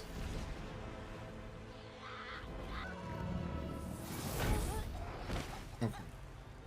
Roberto da Costa, the disowned heir. Let's go Sunspot. Let's go Sunspot. Let's go Sunspot. Okay. Let's go Sunspot. Leaders are working fast to avert this mutant doomsday. Children read their textbooks more than their Bibles. For only history could be conned into forgiving us. Sir, King T'Chaka is right. Yeah. We know next to nothing about. Oh, man. You see? You see? Mm-hmm. You see? The Avengers, bro. Let me start fucking avenging. Carries us to others who are fighting their own current.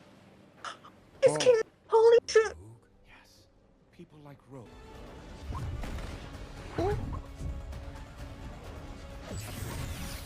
Ooh. Optic blast.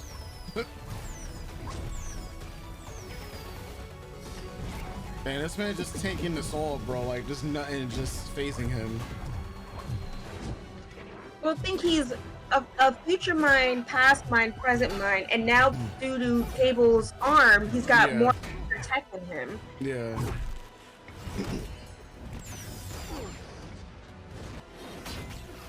Let's go, Summers. Let's go. Okay.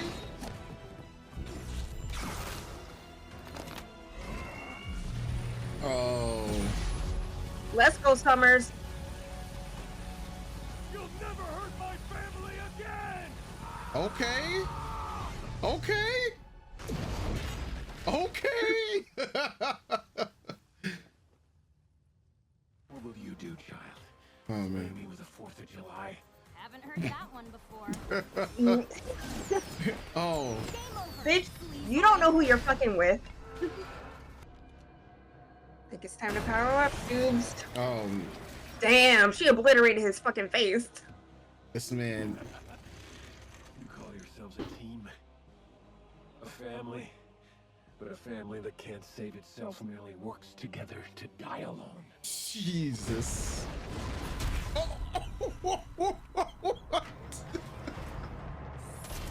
Yo. What's up, gang? Let's go, gang. Stop that man out, bro. Oh wait, he's still this yeah. Fashion is just too much, bro.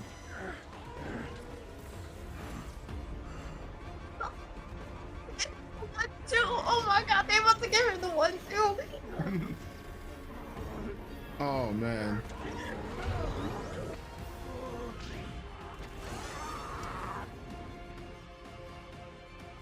Is something gonna hit the asteroid? Stand down, team. We can't give up. We're gonna do what we've been telling humanity to do for years. Stop fighting the future. And embrace it. What? Missile alert. Yeah. Yeah. Yeah. Humanity would rather die than have kids like us. No. The Yep. Magneto protocols. Yeah. Bruh. Bruh. Oh my god.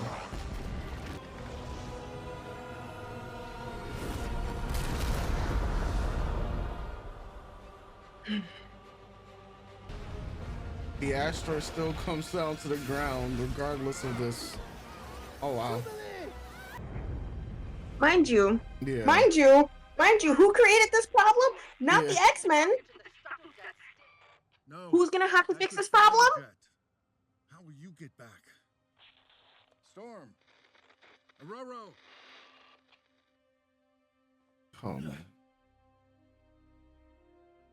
I'm about to go feral. Oh my god. Sent you into the future. What are you? Didn't I say that? Mm-hmm. What mistake? Not saying goodbye. That sort of ending, huh? Now they're yours. Mm. I love you,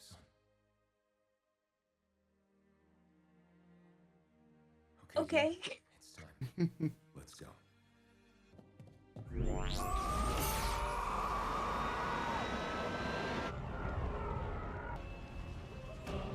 Oh man. World leaders have been hoping for the best, but we regret to inform you that it is said to be several cubic miles in size, and scientists believe that when it makes impact, it will... Oh god, it's Peter Parker Mary and Jane. Damn, I forgot the dude's name, but that dude. She can't say it, but I can. Bro. Stay with me. Magnus. Bitch, you have 3 kids. Get it together. But also, I get it. Resemble each other. Who you were meant to be, who your family leads today. Oh man. Chose another name. Do you remember him, Magnus? Remember what he was meant to do. Yo. Magneto lives! Yo, son.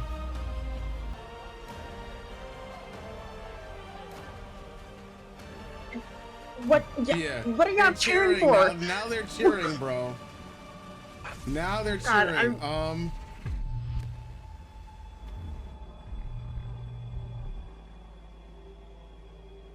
What the fuck just happened?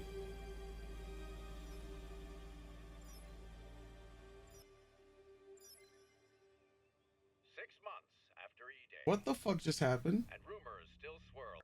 We're extremely Not great in Creed. coming of Magneto. Howdy. Must be a damn fool walking in here like we're friends. I couldn't find a trace Off-world? of the damn asteroid. The X-Men are dead. What? Is she gonna come face to face with Apocalypse again? We are not in Kansas. The future? Huh? To our location. We have no quarrel with you. You're a long way from Crest Coast, Sapien Cast. My name is Jean Grey. This is my husband, God. Scott Summers. God, I know what's happening. Mother Ascani, leader of Clan Ascani. Nathan. What? Come. What? What? What? My name is En Sabanur.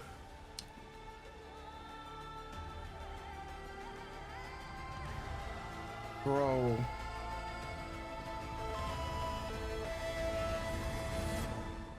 Oh dear. Oh dear, indeed. Oh man, Kayla looks like she's lost her ever-lethin' mind.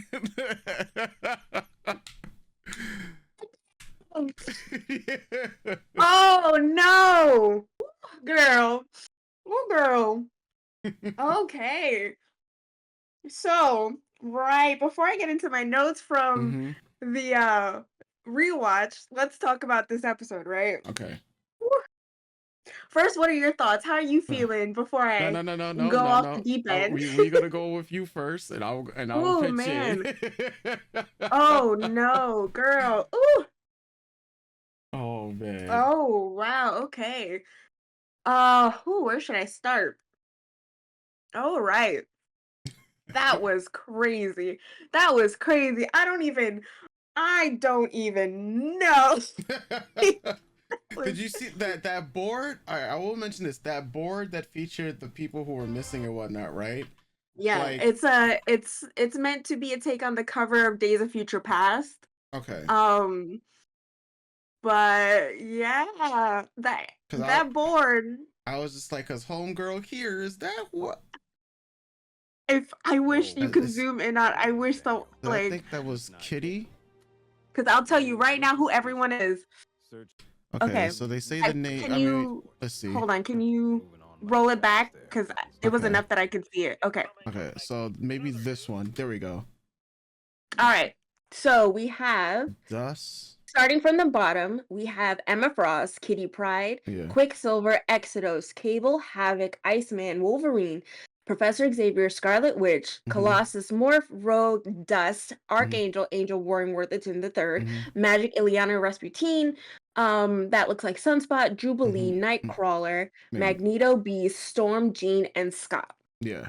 So the off-world is what I saw about the Invincible stuff. I think we mentioned that earlier in this video. Right. Yeah. Actually, I think we talked about that before you hit the record button. Probably. Okay. Yeah. So we know Emma Frost, Hellfire Club. She survived Genosha. Girl. Dust is part of they're not New Mutants. They're a team of students from, I always forget what their class is called. But it's a bunch of new teen students. She's really cool. Her power is her whole body, everything turns to sand, right?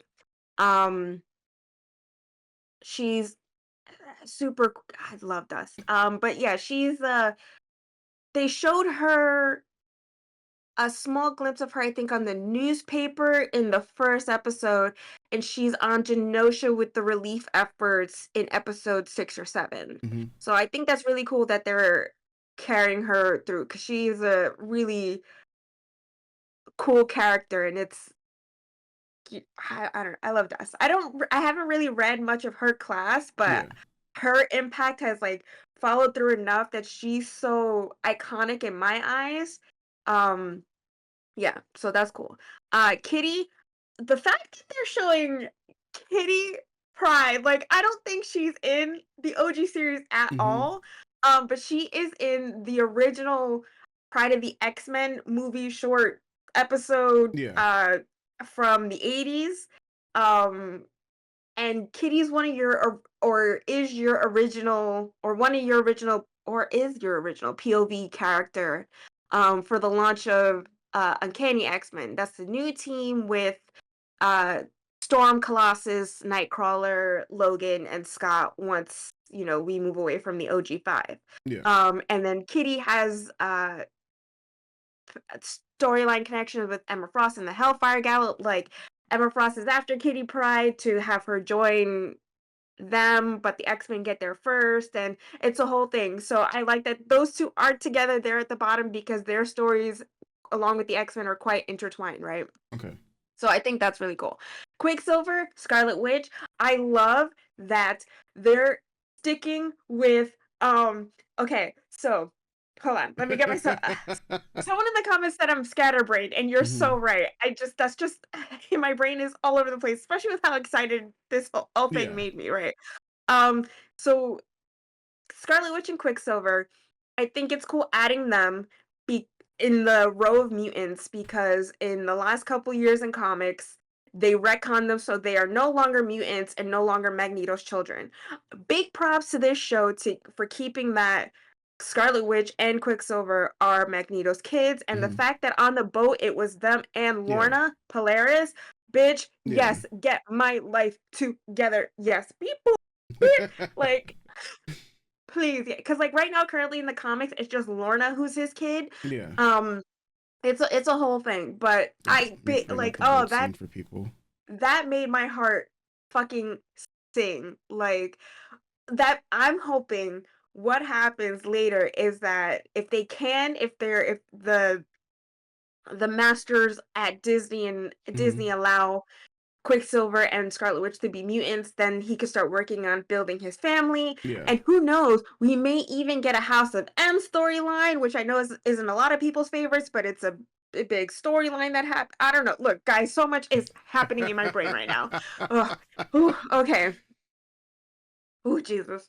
Like, the fact that it's the kids and Rogue on the boat. Like, these are 4 people so important to Magneto, but it's also like, bro, you kind of absentee father with your 3 kids, but okay, trying to start a new life for Rogue, get out of here. But like, bro. Oh, God. Okay, I'll wait till you're done scrolling. Oh yeah, because I was gonna like try to find a scene, but all right, so Exodus we saw on Genosha, and he is mutant who's lived for a very long time. He's been around since the Crusades. He's got a long history with Apocalypse. So them showing Apocalypse, I'm like, are we also gonna get Exodus and all that shit? Oh my god, that's crazy. Colossus appears in an episode in the OG series. So having Colossus and Magic when we got that little morph turning into Magic Darkchild, I thought that was really cool.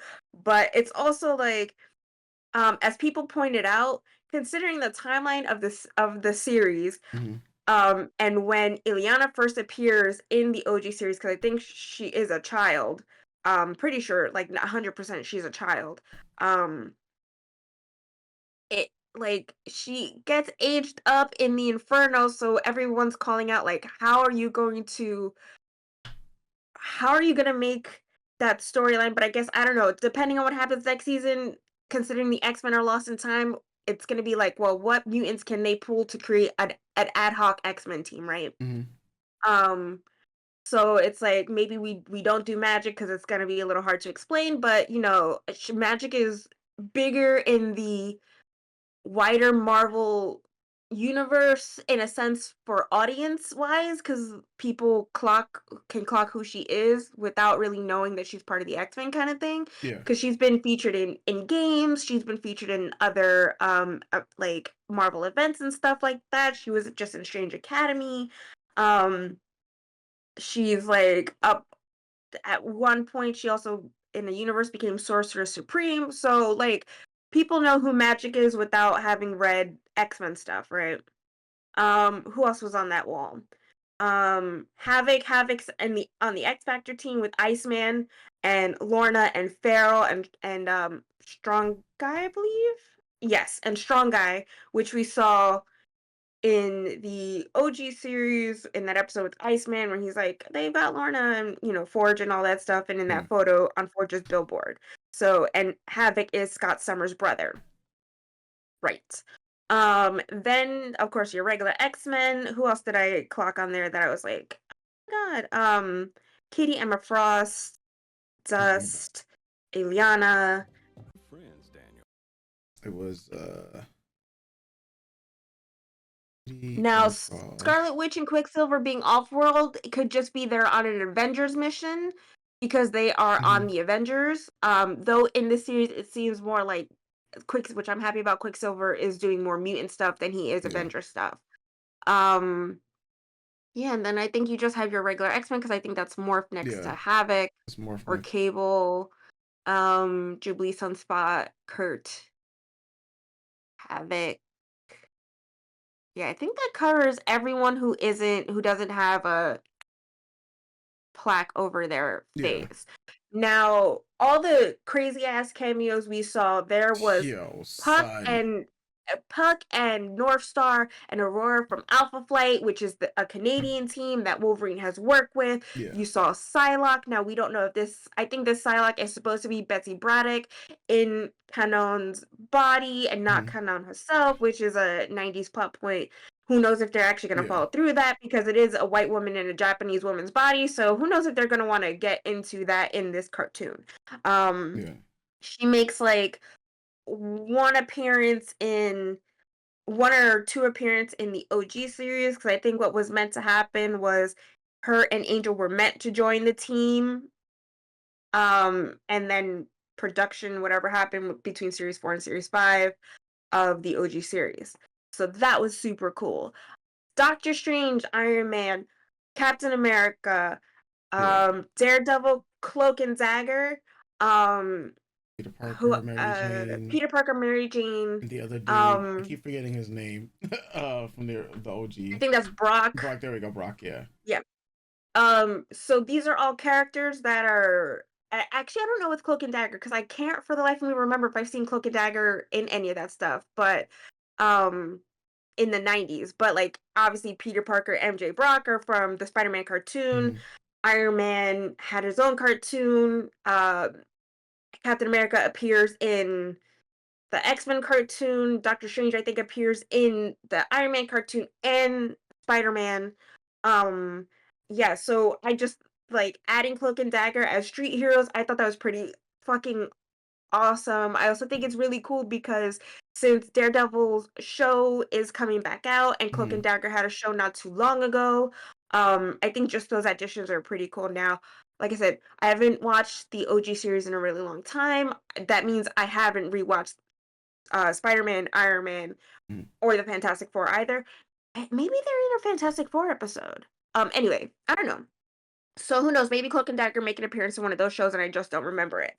Daredevil 2 probably. But that was crazy. All the New York heroes, essentially, that was nuts. And clock that tea of Captain America feeling like a big douchebag because Rogue called him out on all this shit, and he's all like, yeah, look at what my government's doing. My government created another fucking crisis. Yeah. Like,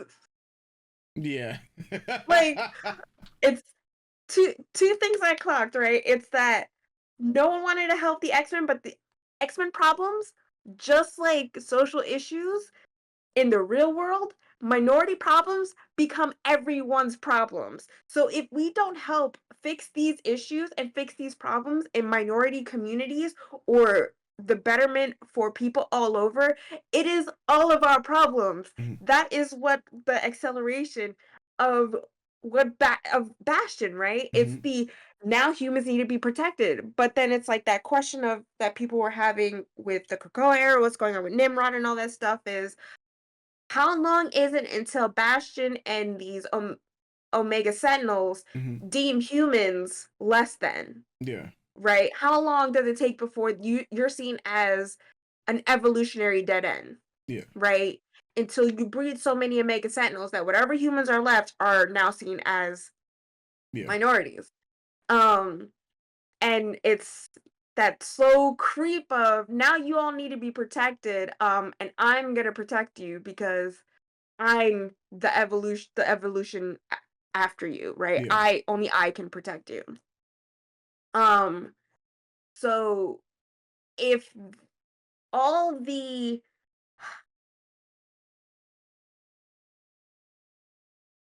So as we saw, like when Bastion was having his little meeting, we saw that the U.S. government was already involved, and other entities were involved in creating the Sentinels and shit like that, right? Yeah. Or in backing Well, back to Bastion back and what him, yeah. Bastion was doing, right? Because the Americans created the Sentinels. Actually, Sebastian Shaw actually helped create the Sentinels, but that's a whole thing. I don't know if they're gonna. That's a whole comic book thing. Anyway, he backed them, not helped back them create the money. Money allows Yeah. things to grow. He invested in. Invested. Thank you.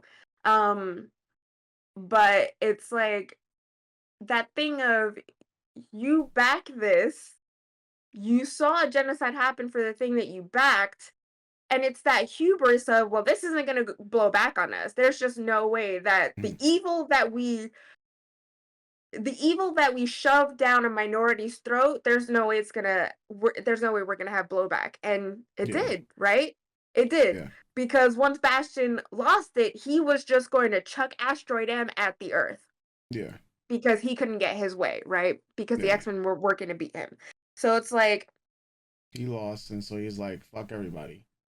Pretty much. So it is that thing of, when our rights are at risk, just know your rights are at risk too. Because it's all just going to cycle through. And don't think that you're above us, because you are us, right? Mm-hmm.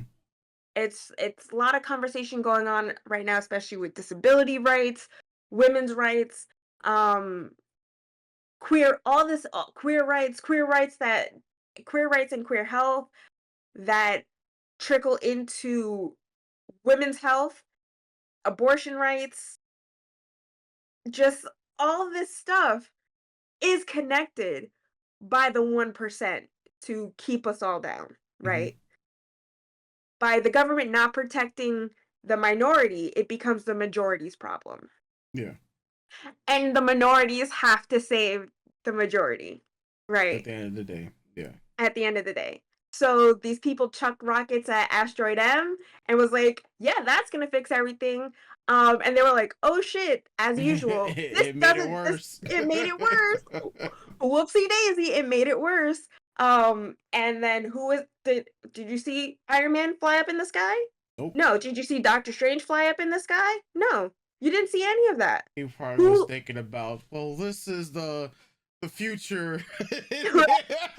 We're gonna get the one possibility out of a million, and it's gonna work out. Right, it's all gonna work out in the end, and it does, because who saved their asses? The X-Men. Yeah. The X-Men. The X-Men. The X-Men. Like, if it wasn't for Scott, Jean, Storm, and Rogue slowing down the asteroid enough time to give Xavier to rally Magneto, yeah, it would have thrown the Earth into another ice age. It would have killed so many people. Yeah. Because you see how, it's so. And then they started cheering, bro. Like you call bro. You caused the problem, but yay, the problem solved. Yeah, Look, you caused a problem, and now you have other people having to solve the problem that you caused. And it's like, yeah, let's go X-Men, but you guys will still fuck the X-Men. Right. Yeah. But that's the other thing, though. It's no one knows 100%, unless you're in New York and you could spot Rogue and Storm and Jean in the air. It's like, you don't know who stopped the asteroid from falling unless the government lets people know the X-Men, the X-Men did it, which, as we can see, I don't think that happened after 6 months. No. Because who's gaining in the polls? Graydon Creed, Mystique and Sabretooth's son, who is human and has no mutant abilities, who is one of the founders of Friends of Humanity, fucking known bigot, is gaining in the polls because now, again, people fear mutants. Because of the apathy and the fear that what happened in Genosha, like someone said, the second coming of Magneto. So it's like just the fear mongering Yeah. to keep minorities it's like it's so crazy. It's so crazy. But it is lovely to see that, I guess, that people were still leaving like created an altar and leaving flowers and gifts at the head of the X Mansion, right? It shows that community is there, right? And that Yeah. people do appreciate, even though, okay, maybe just seeing that, maybe they did reveal like, hey, the X-Men did stop Asteroid M, because otherwise how would they know that all these people are Yeah. dead? Right. Yeah. Yeah, okay. So I retract my statement from a few minutes ago. So maybe it did get out that the X-Men did save, but it's still like that whole thing of like it's just crazy. It plays beat for beat for what our world goes through all the time. Like, I can't reiterate enough. Look at the world around us. This is quite the mirror. Always has been for the X-Men, in my opinion. Like, um it's just so nuts. Now for Charles and Magneto, it is very much just like, I know a lot of people got upset that I said last week Magneto was right, and I still stick by that. Like, this man was trying really hard to walk the path that his friends set for him, right? And to do better and to be better. And then a government funded genocide happened to his people when they were just trying to live their lives. Would drive anyone to madness. Yeah. Especially when this is the second genocide he's experienced. Um, so I don't, when people are like, he's a psychopath and he's wrong, I'm just like, what? Yeah. He's extreme in his actions, but he's not wrong. And then when you're just like, what about the innocent people? And what about the innocent people? Now it's an issue, the innocent people? I mean, bad, sad times, guys. Yeah. Um, Yeah. I I, remember I, like saying that their side mainly was saying that, he's been doing 90% bad the entire time. Then he does 8% good, and then now it's back to him doing stuff bad again. That was pretty much their argument of things. And it was like so he's not really afforded the rope that other characters would get, yep. considering that he's an enemy of humanity. That's what they perceive him as. And it's like when enemy of humanity now decides to do good, you look at it with a side eye.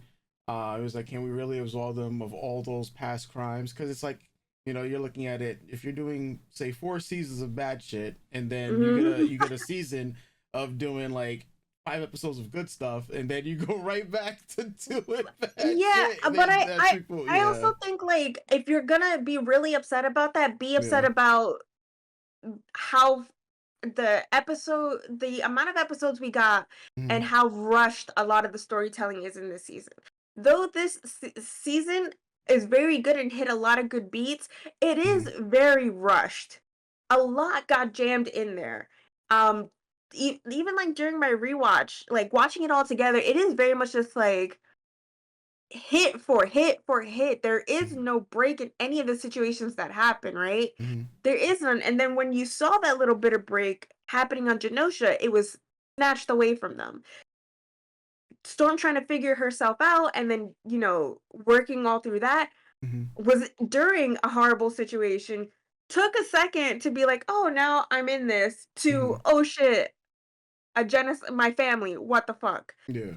To the prime, like, it literally was there was no breaks in between any of this. So if you're gonna, honestly, the bigger issue is the time constraints and how much is shoved into 10 episodes, and how there was no breathing room, which a lot of series now lack. There is no breathing room. There's no time to just be like, okay, that happened, take a break, follow, like, like maybe Life Death. I know a lot of people agree that Life Death should have just been one episode, and that would have been a little bit of a breather because we would have stepped away from the main X-Men team to just follow Storm for a little while.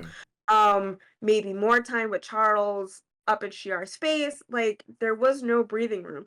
So the fact that people are touting that he was bad for so long, and you can't believe that, you can't give him the rope, that it was such a short. Well, he only just got there, guys. He literally only just got there to then have this happen.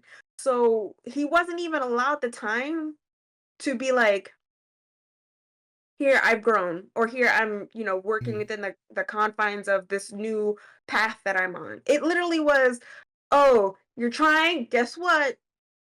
No. Yeah. But yeah, that's why people would be like, well, I think you said it's probably another reaction. But I was like, people was like, well, you didn't try hard enough. I'm just like, damn, bro, like, you tried. And then he's like, you didn't try hard enough. Like, yeah. So that argument is, to me, dumb. Because he could have destroyed the whole UN. In the second episode, second episode when Storm yeah, that's right, because third episode is Madeline Pryor. And he didn't. He saved all those people. And then when given the opportunity to be head of Genosha, he was very hesitant to take that role. Yeah. And the only reason why he took that role was because everyone was like, or Madeline kind of really pushed it to, this is something Xavier would want. So with Xavier bequeathing him the school and the X-Men, and he's trying to walk Xavier's path, that's kind of like, okay, so this is part of his path. This is what I got to do. Right. Yeah. So, because the first couple minutes of him going, you can't find anyone else to do this, why does it got to be me? Like, and so then he took on the responsibility. And then what happens when he takes on the responsibility? Bastion is like, nope, delete. Yeah. So yeah. Alt delete out here, man. No, like the show didn't give him time to settle into the role, and to settle into his new role. I wouldn't necessarily say to put that on the onus of the show, but more so on the onus of the story arc itself. Because because if you're that's true. Yeah. Thank you. Sorry. Yeah, because I'll say to put in the onus of how much time, because even if the show is like 10 episodes, in 10 episodes we could have had like years, gone by. Like, true. Right? Yeah. So I'll say in the onus of a bunch of time skips. Yeah, in the onus of what we got from when he was, appointed as the new leader of to lead the X-Men, to the point where he now has this genocide happen. We're not sure how much time has passed within it, but we do know it's mainly less than a year. That much you can make a guesstimate of. I know guesstimate's not really a word, but you could say it's still less than a year. So it's like in that time span, he didn't have time to really grow into, he was making choices. He was making, the famous words, don't make me let you down. There we go.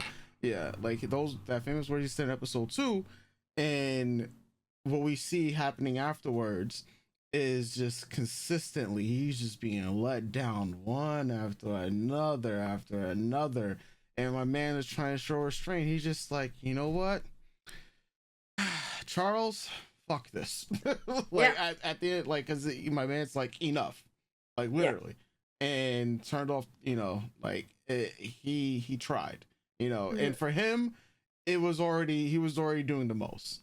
He was like he was already doing the most. People already have this conceived notions of him. He cannot change that at all. Right. And it's like these situations that he's put himself in to try to be better. Even with the span of time that he was given within, say, the episode itself, but in the context of how much time it is that's going from all these several issues.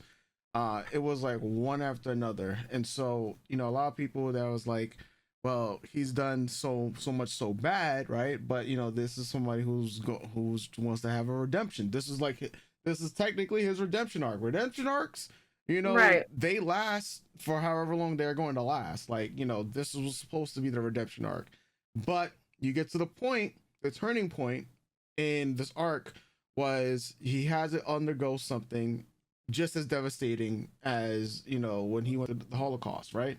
You know, so going through that again, seeing that this is what the vision of, you know, that he was trying to fight for, like he was thrusted into this position and whatnot after, you know, for all intents and purposes, Charles decided to fuck off to another world, you know, like he's just like, you know what, this isn't worth it. The dream that Charles spoke of, that's just dead. So here's a new dream. Yeah. And you know, he just says it's not even that he reverted back to his older ways. It's just that with this newer perspective, he's just like, this is not going to change.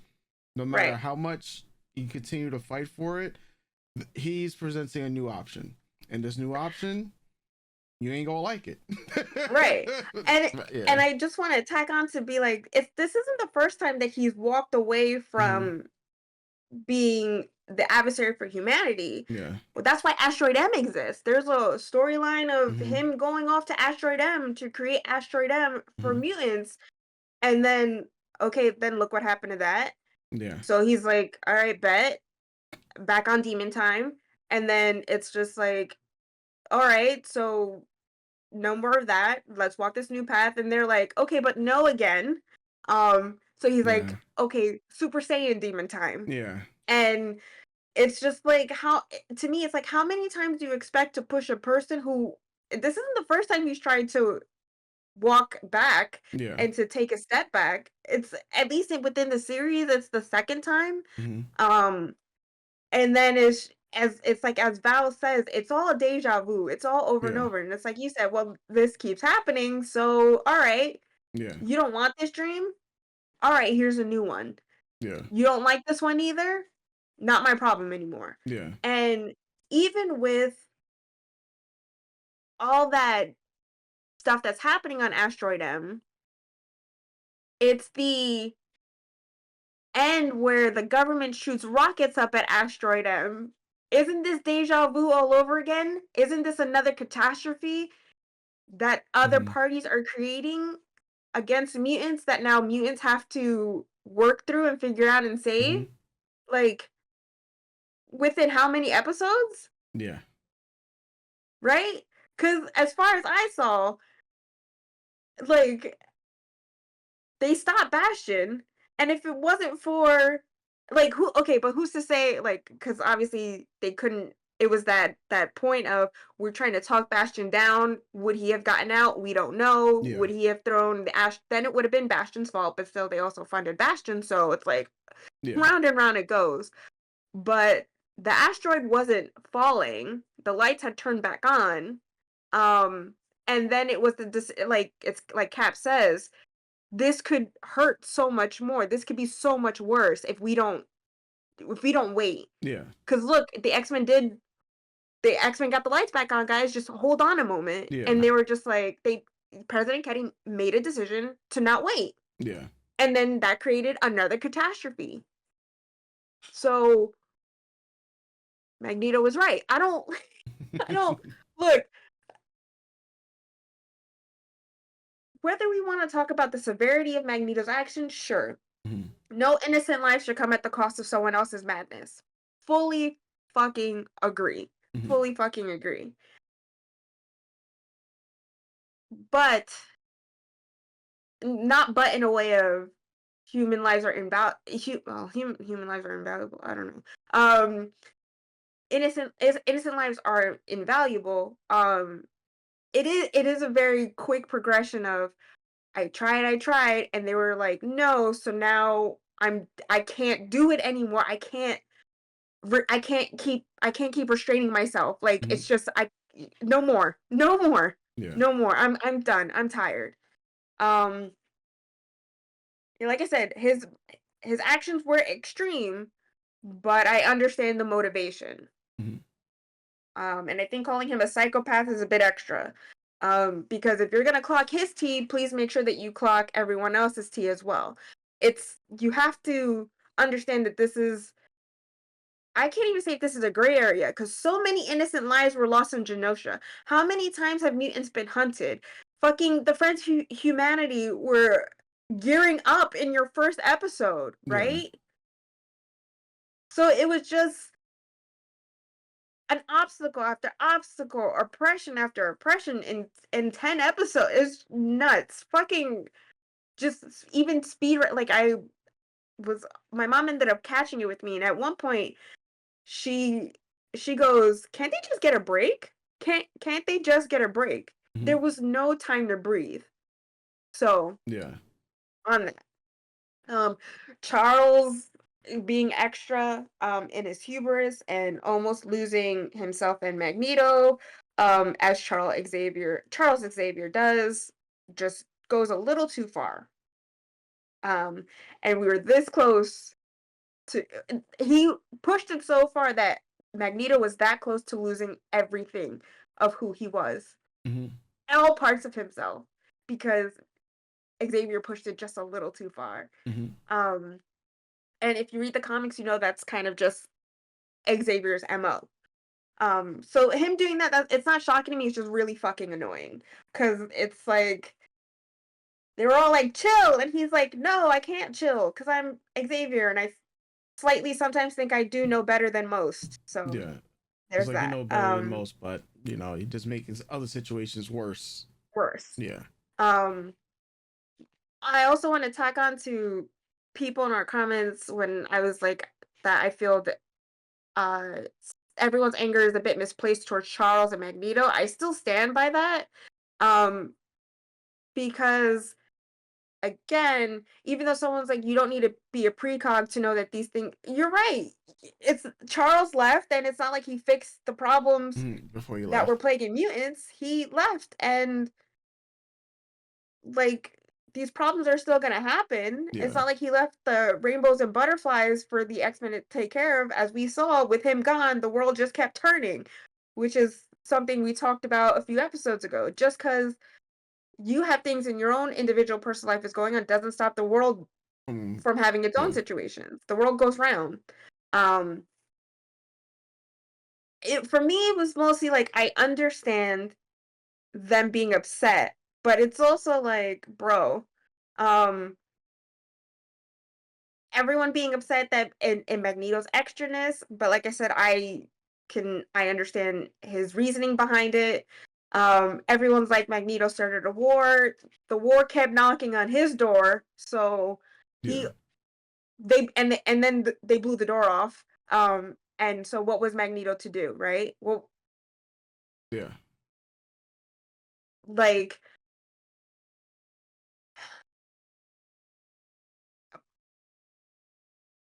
I know we talked about this off camera, but I also like for me it's also the story of, needing everyone to take a beat and a breath to realize your mentors aren't perfect. You putting them up on a pedestal does nothing for you or them, right? Your mentors, though they're for you, make mistakes. They are also human. So it is, I guess maybe at my big age, just trying to place it in needing people to understand that we all go through life. We all make mistakes. We all learn. We're all just trying to get by. So Xavier, look, I still think Xavier fucking off, like though it happens in the comics, it is very much but it is also this show ended in 97. Yeah. They have to figure out how to create these situations for a new season, right? Yeah. So I think with the Scott, Jean, and Xavier moment an episode ago, 2 episodes ago, it was just like looking at Scott and just seeing his anger towards Charles, like towards Xavier and Magneto, and I'm just like, I mean, it's also like again, no one got a chance to breathe, so I get emotions are high, but it is very much just like, okay, take a minute and he can't see the future. He even explained to you, I thought that I could leave it with someone who I trusted so that you guys can move on and live your lives as well. I just wanted you guys, because you guys have been so loyal to me. You lived your lives for me. And my dream, Yeah.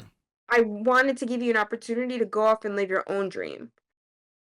And that's such a sweet and nice sentiment. Like like some parents, right? I want you to go off and live your own life, not to Yeah. live for me, right? but because we have these hopes, dreams, and sentiments, again, it doesn't stop the world from turning, and it doesn't stop the world from hating you. It really is just actions and reactions and how we get through life. So I still stand by. I feel like a lot of the anger was a bit much. Upset and disappointment, I understand. That's natural. Yeah, it's natural. Um, and Magneto clocking it with Logan, like, yeah, he meant to murder him. What was Magneto to do? Magneto was Yeah. defending Like himself. he's like, oh, he He went straight too up stabbed far. him in the back. Like, Yeah, Xavier's like, oh, you went too far. Hello, I have some claws in my back, sir. I am dying. What? Like, what? Am I not allowed to defend myself? Like, right. And I like how Xavier kind of brushed over it. Yeah. Like, if you clock the conversation, he just goes, "Okay, but," and Yeah. it's just like, What bro, do you he mean? straight up Okay, stabbed him in the back. Yeah, like on some dishonorable shit. Like, oh man, like Logan's Oh like, my you gotta god. be eliminated. All right, bro. If you go eliminate me, I'm gonna have to eliminate you, and Yeah. just yeah, Even Rogue clocks his teeth. That's why she tackles him. She's like, "You're aiming to kill. I'm not allowing that. We're not doing that yeah, right now. You're not, yeah. We're not that's not killing any. Yeah, happening." nobody's trying to die at all here. Like, this is not, knock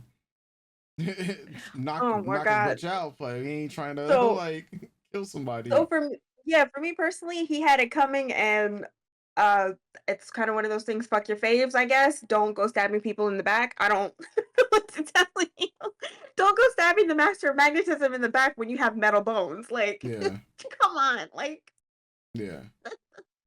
I also want to say, like, fuck, what was it? Not Magneto Rogue. Something happening. I'll clock it in a moment when it comes back to my brain. Again, super scatterbrain. But yeah, so like, just all that was just crazy. So it also became like a situation where it's like, if it wasn't for the world, this family would just be infighting with itself, and they would have had to figure it out, which does happen in X-Men every once in a while. Like, Yeah. famously, there's a event called Schism, where Logan and Scott create two separate schools in the X-Men universe. Not separate school. Well, Logan creates the Jean Grey school, and then Scott is off, doing X-Men shit. But so there is infighting in X-Men, and it's just like, if it wasn't for all the added stuff, they would have worked all their shit out eventually, as they do. Um, so yeah, just the beats of the episode, I thought at least the first half were very interesting. To me, it's just like watching. I understand. It's just a weird thing, because I think I find myself in the middle of the road when it comes to the dream of Xavier and the dream of Magneto, right? Whereas I believe violence begets violence, and you can only be pushed so far. But I do believe in the wider goal of community, right? I believe that, or I hope in the future, we live in a place where we're all protected, and we're all not struggling, right? And we're all not fighting for scraps that the 1% throw at us. That's the future I believe. But I also believe if people are going to keep blowing up my front door, Yeah. don't be upset when I blow up your front door too. Yeah. I can't be upset about resistance, and when resistance fighters are built and bred through oppression. Yeah. Right. They want everyone to just look the other way. It's like, oh, you Right. take it on the chin, right? And then it's like, all right, bruh, hit me again on the other chin as well. Right. Because I'm gonna like that. They want, that's what they want. They want Magneto to take it on the chin, to keep, just allowing the shit to happen, and still fight the good fight. But like, that's it's you can see how more human Magneto's becoming, because humans are very complicated, right? Yeah. And Not every human is go be like, all right, brother, you punched me on my right cheek, you can punch me now on my left cheek. Yeah, that bullshit does not happen in real life. Like if you get For for some some people people there it are does, yeah but yeah we're not those people. yeah and Magneto is shown that listen he tried like Yeah. he's like look I took it on the chin and you want me to take it on the other chin now? Like I cheek. I keep saying chin, but I mean cheek. I took it on one cheek. You want me to take another cheek now? I'm not sure about that. You know that seems kind of like BS. You know. Yeah. And people are always afraid of retaliation, but they'll be right there pointing the fingers like, "See, I knew it. I knew he was going to be like that." I was like, "What you expect? Like if you smoking me." And I'm just supposed to just sit there and take it, and it's just like when now it's time for me to retaliate, and it's like, oh my god, I knew they were just as bad as I thought they were. Yeah, And which at the end kind of is slightly playing out over the radio, right? Yeah. The fears of that. It's always the oppressor's fear that the oppressed are going to do the same thing to them that they did to the oppressed. And I'm of the mind that that's not so bad. That's not necessarily, but I am all of one person. So, like I said, I fall in the middle. I want the world to be better. I want cohesion. I want coexistence. I want us to love each other and come to an understanding. I mean, humans are humans. You're gonna have bad things happen. That's life. Everyone's got their own mind. But for the larger scale of things that happen in this world that really aren't a lot of the oppressed fault, I want that to stop. But it's also I am a big believer in resistance fighting and standing up to the man. And part of that is because I was raised on X-Men. Sometimes I just like to watch the world burn. Yeah, and sometimes the world needs the world needs to burn sometimes. Sometimes. Yeah. Not all but the like time with because but with the whole Magneto and Xavier thing in Magneto's mind, it is very much just like watching someone go, look, it's weird because I feel like I completely get why. No, I don't completely get, but there's an understanding of why Xavier had to stop Magneto because otherwise, it's huge detriment to the world, right? And where does that leave everyone else? So we have to figure out how to get the lights back on, right? How to fix the earth. And I understand that. And if he's so resistant into doing that and he's not making peace and you guys are out ahead, Charles is of the mind to use his mind to give him a leg up, and that's what he did, right? Because if it wasn't for Logan taking off the helmet, he wouldn't have been able to essentially stop Magneto. Yeah. But then the whole conversation in Magneto and Charles's mind, it's just a reminder of how, like I said, pushing it just too far. This man almost lost everything of who he is because you pushed it a little too far because you wanted to make your point of cohesion and coexistence to a man that's been punched in the face a bunch, right? Well, yeah. That people have now Super Saiyan demonized, and now he's on Super Saiyan demon time.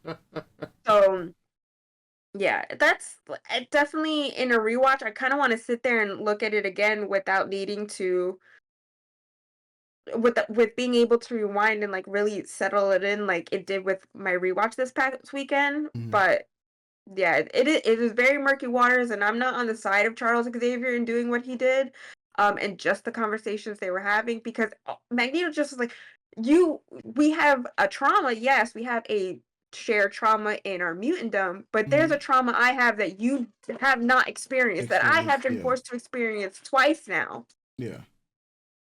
So who are you to tell me that I can't have the emotions of that trauma? Yeah. Right? Without the ability to breathe through it, to work through it, that he was trying to work through.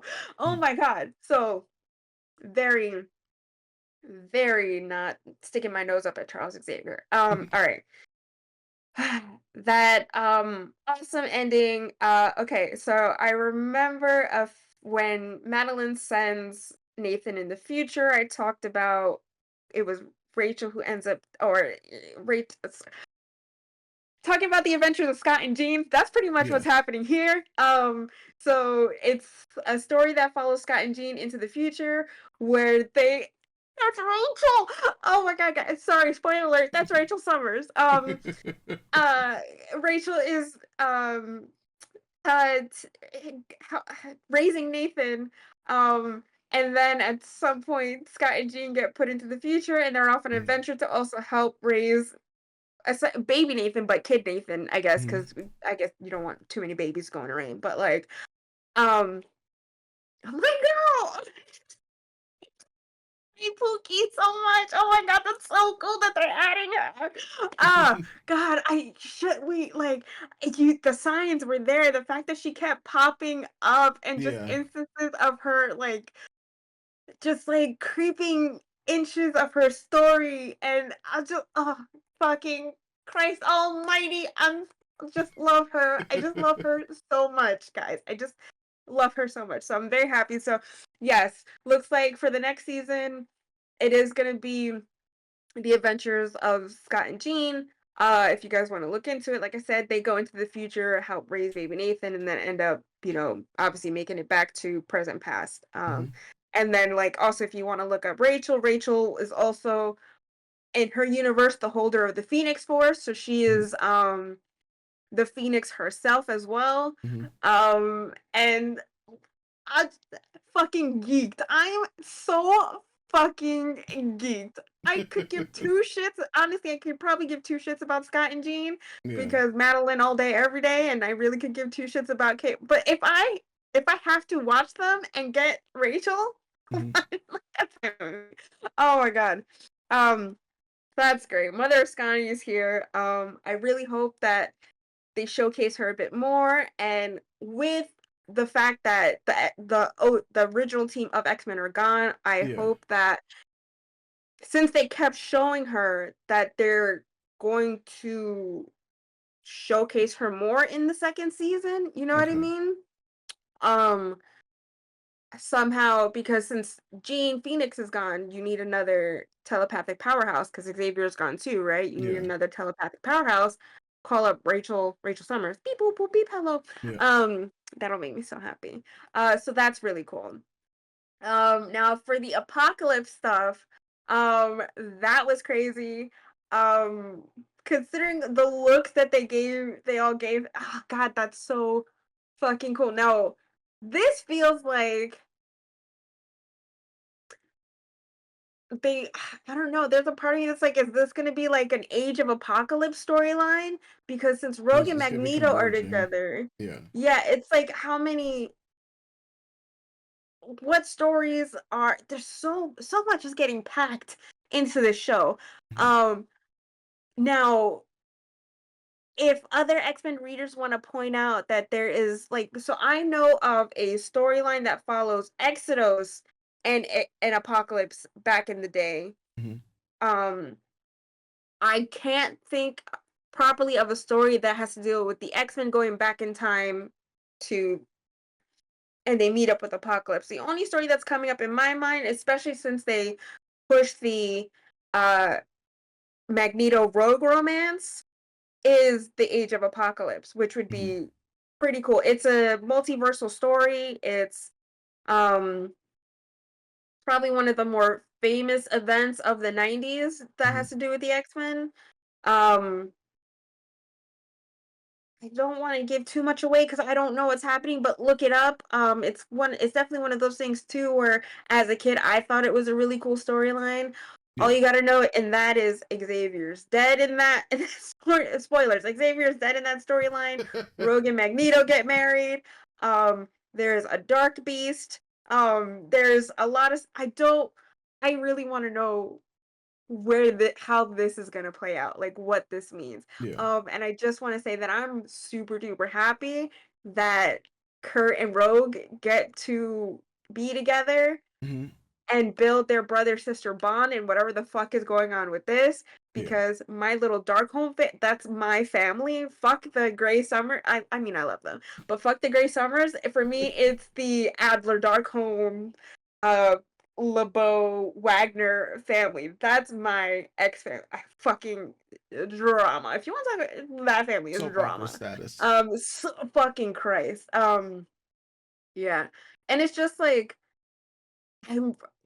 Yeah. So if other X-Men fans want to like chime in and be like, "Oh, it's actually I think they might be referring to this story," please do. And I feel like I always need to reiterate, I don't read every single X-Men comic. I'm quite good at the bullet points, and I'm more of a person who follows my favorite characters than the wider X-Men. But I can clock shit as I have been.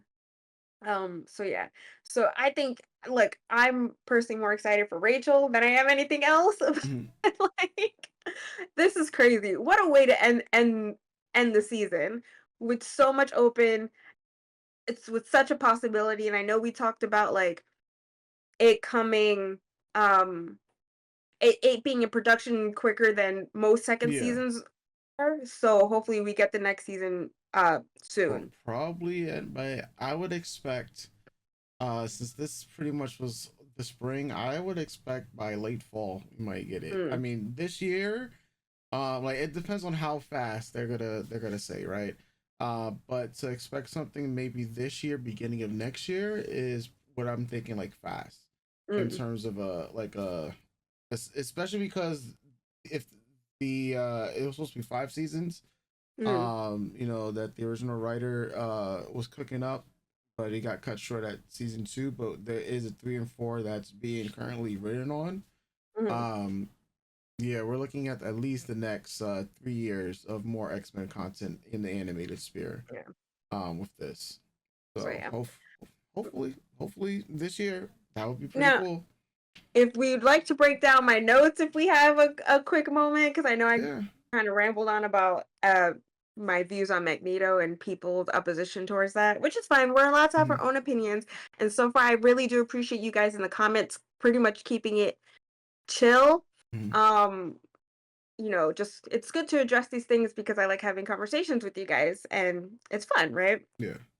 So I just want to say, in like rewatching the show all together, like binging it, I want to shout out all of Morph's transformation, all of Morph's. Mhm. So before we got this last where people were just themselves, right? Um, so we have the clock T that he transformed into Mr. Fantastic there at the Yeah. end. Yes. Nice. Reed Richards sighting. So he turned in I'm sorry, they turned into Angel after his Archangel turn, the Blob, Lady Deathstrike, Colossus, Magic Darkchild, Juggernaut, Hulk, Quicksilver, Spiral, Sabretooth, Psylocke. The fact that Yeah. they kept just like I thought that was so cool to showcase their powers, but give like little shout outs to other characters that have been in the show or storylines that or characters that connect to storylines in the comics, like with Mhm. Magic. I thought that was so fun, and just being able to take a moment and clocking each one. Good shit. Good morph shit. Good morph shit.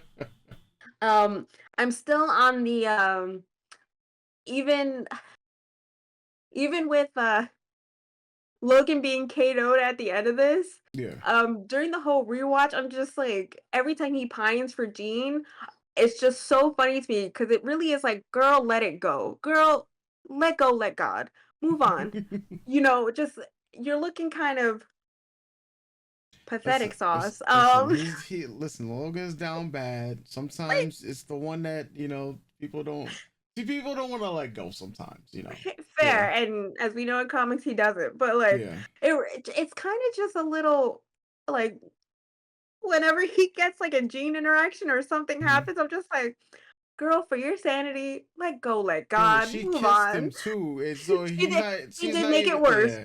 Like She did make it there's worse. no chance for this man to let it go. It's like, bro, like if she never kissed him too, like if she just let him down like slowly, but the fact that she kissed him and then just like, damn, bro, it's like, all right, if he was trying to get rid of these feelings, then you just bring it right back, and he's just like, yeah. Bro, the only person we didn't see at the end of the episode was Mhm. Logan.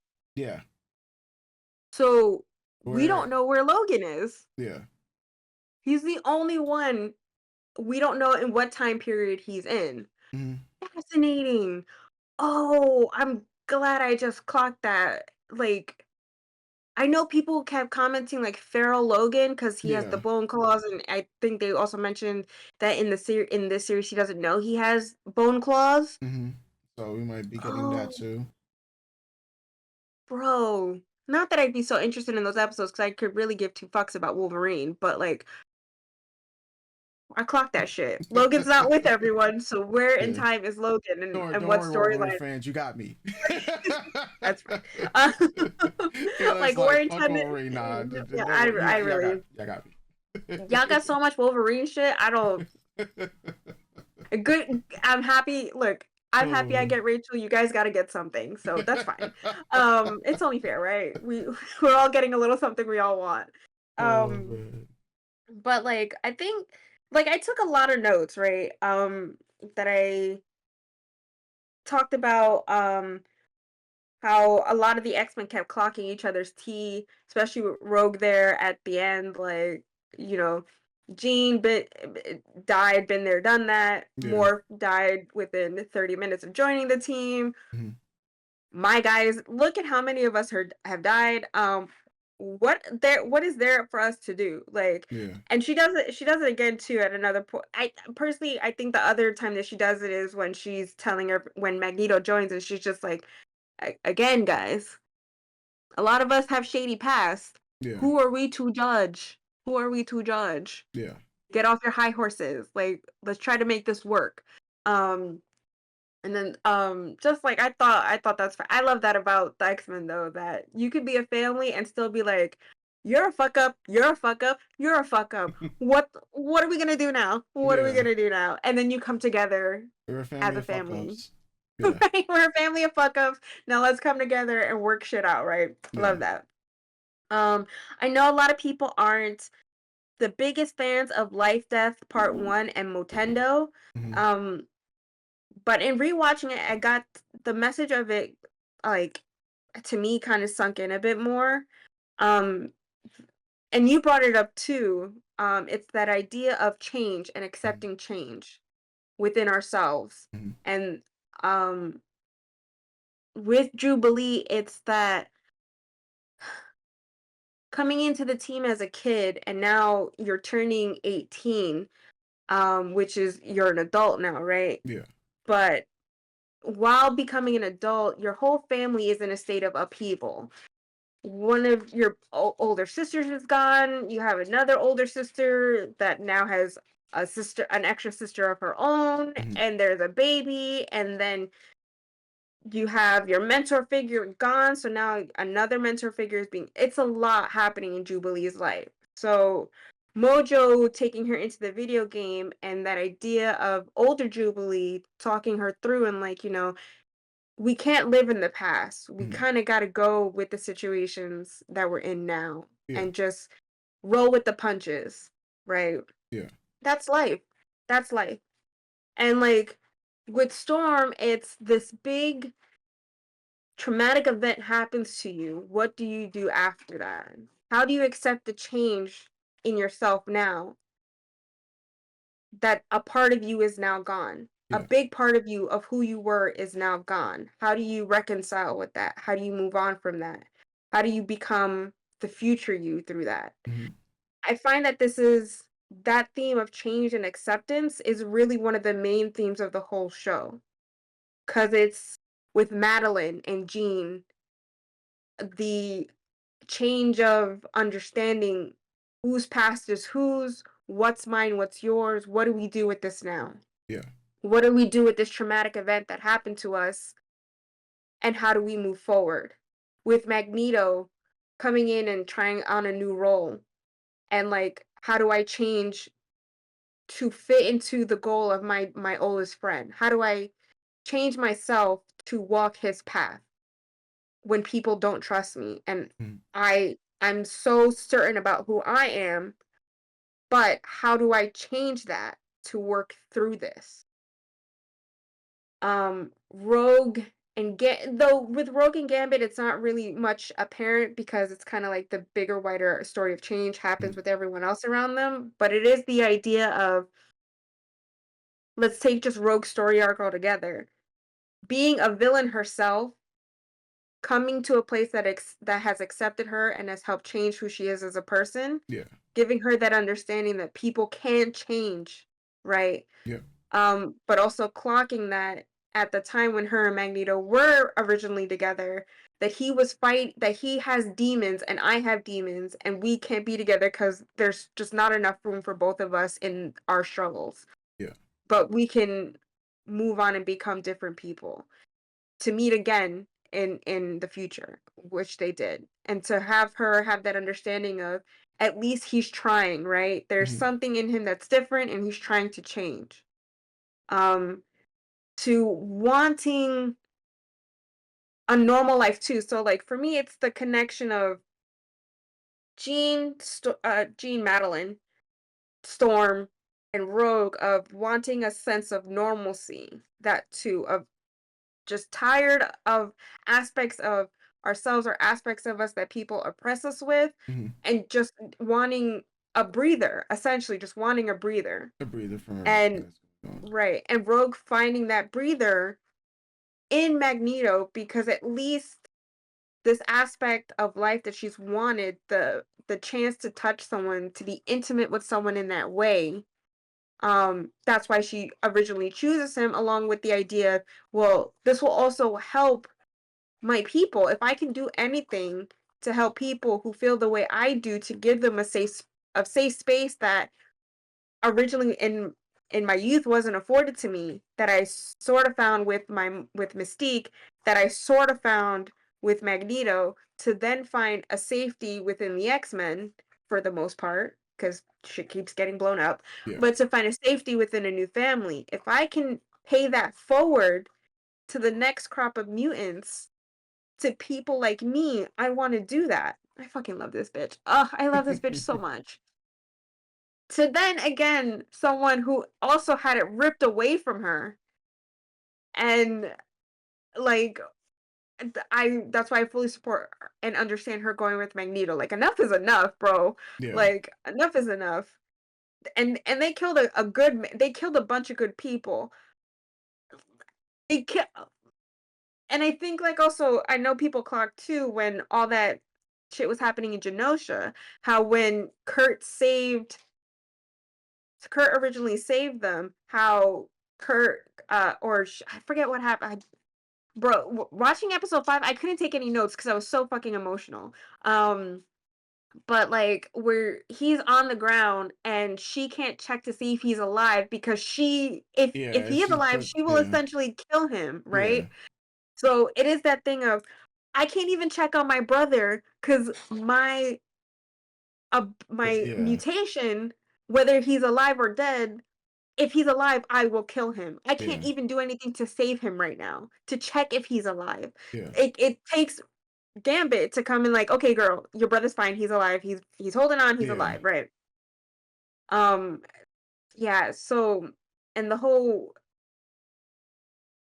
I want to harp on the connection between the rage that she feels of what happened to Genosha in Genosha, and how she deals with it, and how she deals with all her traumas of the past, compared to Magneto's traumas, and how he deals with what happened to in Genosha.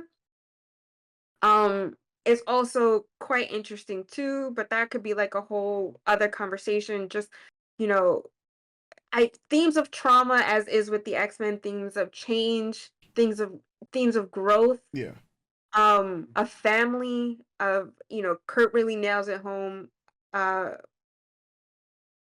We choose our family. It's X-Men are a found family trope, right? We make do.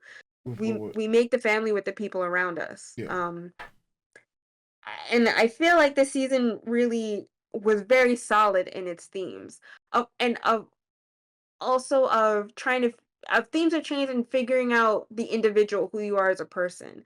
And that's in Scott trying to figure out who he is as a father, who he is in this role as no longer what he would assume have been leader of the X-Men, in losing his son and the choices he made in not saying goodbye,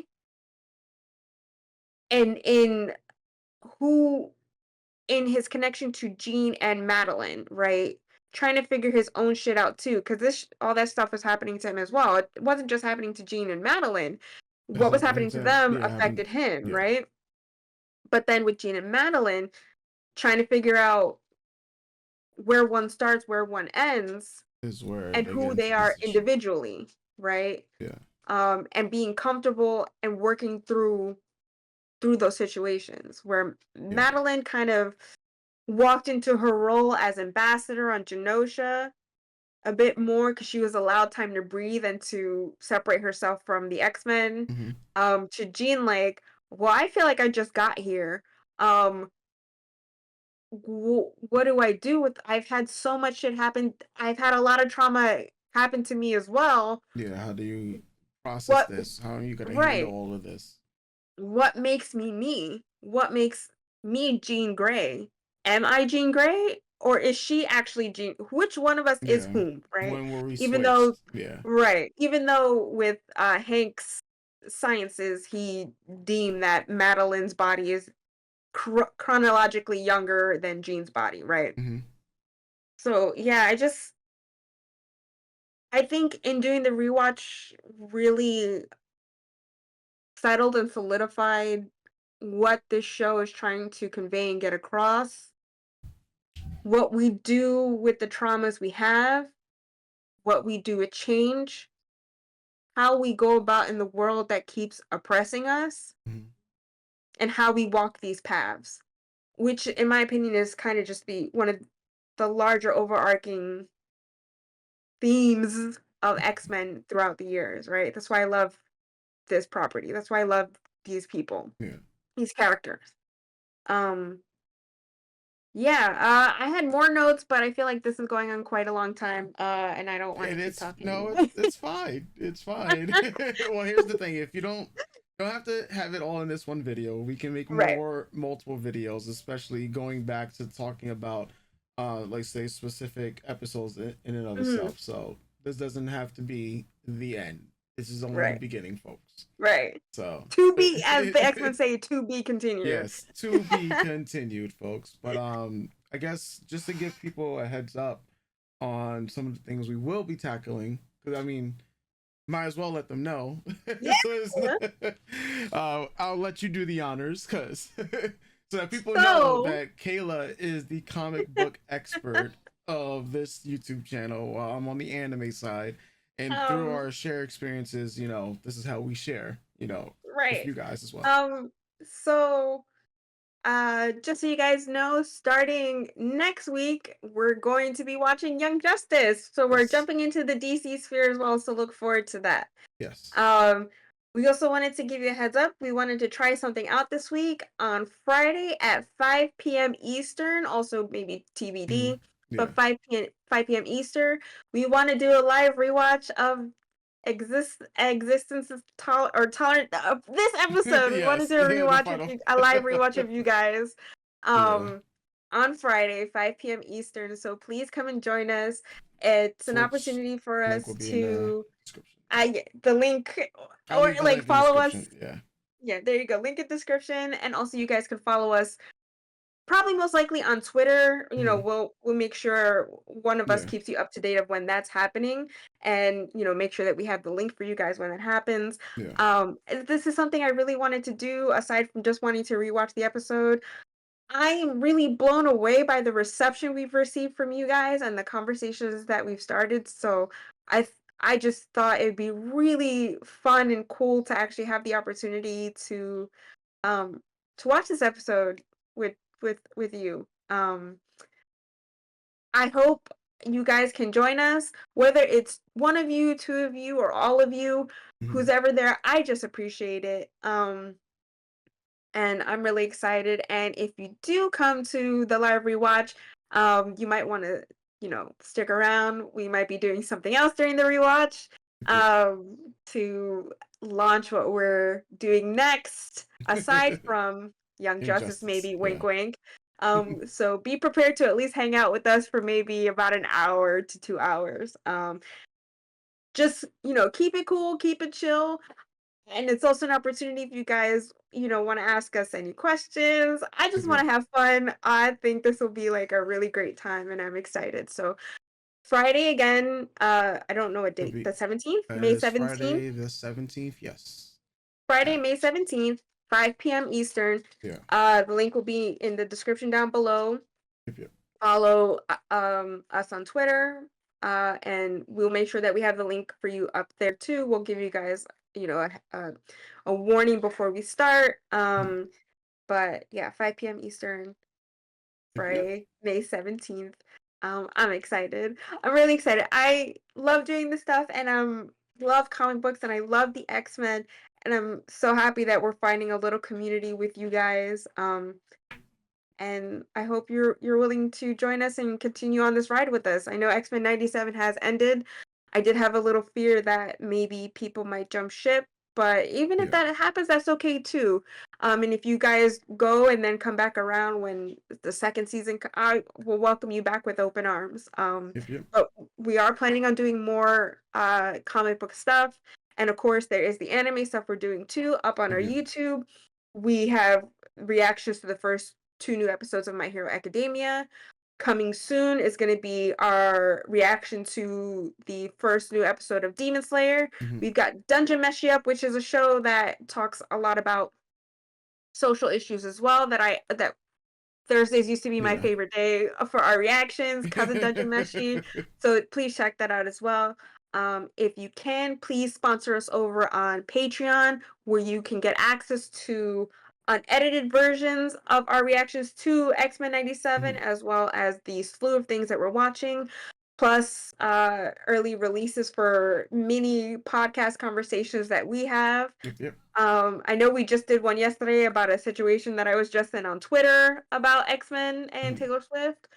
That's a whole video. Maybe we'll tackle that on Friday as well. So, hi guys. I know we just recorded a reaction and discussion, and we announced our plans for this Friday, 5 p.m. Eastern, about the rewatch of X-Men 97 live stream. Walking away from our reaction and recording, there were a few things that Twitter helped me realize that I got wrong, and also clocked that I missed, and I just want to take the time to throw this into the video and not put it in a comment, because it's kind of big, like really end of the day spoilers, and I kind of just don't want to do that to people who open the video and then all of a sudden are just like, what the fuck, because even though this show's been out since 3 a.m., I know a lot of you guys do wait to watch it with us, so I wanted to be mindful of that. So this is just to be real quick as I can, as we know I'm scatterbrained. So let's talk about, I clocked that Wolverine was missing. Also missing is Storm and Morph. I didn't clock that until someone else mentioned it, and I was like, oh yeah, they're not there at all. So it looks like we have 3 distributed in time teams. So it's the Jean and Scott with Ascani and Nathan, and the book is not called The Adventures of Scott and Jean. The book is called The Adventures of Cyclops and Phoenix. So if you did want to read that book, that is what the book is called. That's also something I wanted to fix, because I did state the book wrong. The book is called The Adventures of Cyclops and Phoenix. So if you want to read that, that's the name of the book. So yeah, it's that team. Then it's what everyone seems to be in agreement on. It looks like it is going to be, or what we assume is, Age of Apocalypse with Magneto, Xavier, Beast, Rogue, and Kurt. And then the team that we have no idea where they're at is Morph, Logan, and Storm. So mysteries upon mysteries. Where can they be? If you have any guesses yourself, please put those in the comments. Let's talk about it, or we'll talk about it on Friday. So yeah, just wanted to get that out of the way. I feel like that's definitely a huge spoiler I did not want to leave in the comments, because that's the very end of the episode. Let's talk about the cameos that appeared in the show. It's Dante Baker, Boss8527 on X. Twitter really broke it down, because there are people I missed and someone I got wrong.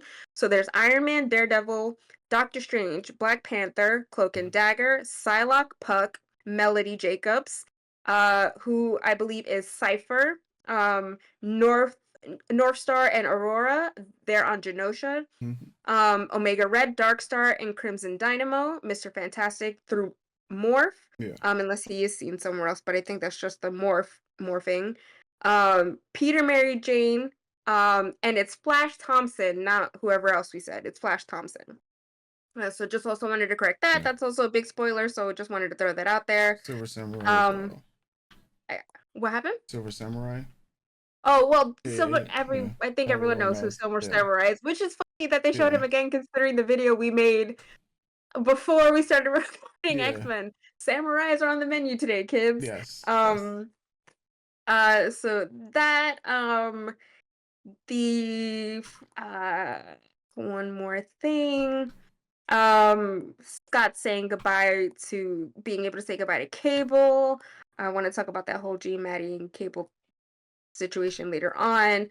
And just, small things like that. I just wanted to make sure I corrected them before this video went out so that you guys, know that we're catching on. It's there, and I didn't want to spoil anything for you guys. If anything else that I've got wrong, we can always discuss it on Friday or in a future review episode. But yeah, if there's anything I got wrong, please feel free to correct me. Let's talk about it. Please point it out.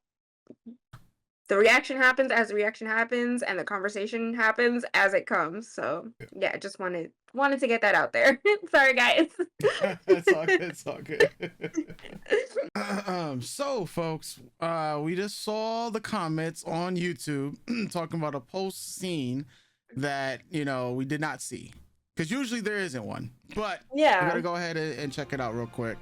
Oh, but as a MCU watcher, I should have predicted. I'm so stupid. I'm sorry, guys. That was my bad. But also, Madam Web didn't have a post-credit scene. They've not really been doing it with all their shows. So for a second, I thought it was you clicking on the X-Men. I don't. Oh. So much pain, my children. Oh. So much death. Oh. You was calling it. Fucking knew it. You was calling it and clocking it this entire time. I fucking knew it. I knew it. Yeah, so Bro, it is how did I Apocalypse. call- It's Apocalypse, and he's gonna bring back Gambit. That's what you've been calling for the longest. How did I call so much shit in the? I mean, look, I know the source material, but they could do whatever they want with the source material. They Yeah. don't need to follow it book for book. But how did I fucking call? How was this another thing I fucking called? What the hell? Yeah. What the hell? Yeah. Oh my god, this is gonna be so nuts. Guys, Yeah. this is gonna be fucking nuts. Bro, like, look, bro, okay, bros, Yeah. bros and hoes, look, okay. Look. There goes the monetization. Let me stop. Sorry. No, I'm just playing. If you guys were captivated by the drama that was Rogue, Magneto, and Gambit, it's gonna get turned up to an 11 if this is what's gonna happen in the second season. Be prepared for a lot of angst and a lot of heart-wrenching feelings. Your boy is gonna go through it. This relationship is gonna go through it. Like they changed a good, like I said, he in the comics he leads Sinister's Marauders into the Morlock tunnels. And then the mutant massacre gets committed. What they did in this series, instead of having that happen, he saves the Morlock, or he tries to save the Morlocks on Genosha. So like you see, that's a not a word for word of the books, right? But just like that's kind of one of the things that also puts a damper in the comics on Rogue and Gambit's relationship. It's like a whole drama. They're so dramatic, these two. But him not knowing that she chose him not knowing really if she survived or not, but wait a fucking minute, bros. She's gone. So if he comes back, but wait, they're in the past with They're bro. in the, Oh my yeah. god, they're in the past with Apocalypse right now. Hmm. Do you? What if he starts manipulating Gambit to be like Rogue is dead, but he knows Rogue's not dead, guys? Guys, this is gonna get crazy. Be prepared. Really, be. I cannot stress it enough. It's the angst is just gonna up to a 10. It's been That's turned up. crazy. That's crazy. That's crazy. Yes. Thank you for pointing that out that we Yeah, missed that. yeah. I'm glad because I Everybody, would have like just been literally going around. in real time, like we just finished recording like reactions to all the X-Men openings and whatnot. Because for those that don't know, I am still like like in terms of X-Men, I don't know as much. Like obviously, right? So this is why we have this shared experience between me sharing anime, Kayla sharing comics, especially if X-Men being her and all be all. Right. Yeah. And so when I just happened to double check the comments on the videos for the latest reaction that we just posted, and everybody's posting post credit scene, and like yo, yeah, that's crazy. Yeah. And shout outs to Vexer, to Griffin, and so many let me see, so many more. Yo, legit, y'all the real MVP. Thank you, because I Yeah. would have gone about my we were literally about to wrap up and Yeah. about to eat dinner, end our nights. Yeah. And then I was gonna check the comments. I would have been like already ready for bed, like Yeah. Yeah. So I mean, this is crazy. What's gonna end up happening? I mean, we might as well just transition into the reaction that we was gonna have for the X-Men openings. I mean, now that like it just makes more sense. Like just combine both of them. So just combine it. That's what you guys are gonna get in this. this video. Like this portion is happening in real time, but what you're about to see is the recorded reaction that we did do for the X-Men opening. So folks, that serves as our intro to what we're about to watch. But we thank you guys once again, and hopefully you guys will enjoy what you're about to see. Episode 10 for X-Men 97 conversation and reaction is now up. On Friday, May wow, I'm jumping weeks ahead. May 17th at 5 p.m. Eastern, we are going to do a live rewatch. Over on Twitch, maybe, I think. On Twitch, but links will be below, and just keep track of us and we'll let you guys know. So 5 p.m. Eastern, we are doing that. And we might have a little extra surprise for you guys during that live stream. So please join us if you can. I'm down, we're down to react with you guys and have a lot of fun. So go check that out. We're doing this for you guys. Mike is editing all our just basic reactions for a video. If you guys, please check that out as well when we post it. And then after a week, we figured let it all settle, let it all soak in and sink in. And we're gonna do a recap review of the whole series. Just to get all the thoughts out. And I did take a bunch of notes and didn't talk about much of anything after our last reaction. So I figured it'd be a cool thing just, to talk about a few things, to see how we both felt after the season has ended, and what we hope to see in season 2, and also all the information I'm getting from all the ex-girlies online, and just, kind of tagging in with all that stuff. So I hope you guys join us next week for that. And I hope you guys enjoy this and look forward to more DC and Marvel and other comic books, not just the big two, other comic book content from us. Yes. Oh, and also check out our Patreon. Yeah, of course. That you guys can see there. So I guess with that said, we'll officially catch you guys for the next video that we have coming soon on X-Men. So definitely stay tuned, folks.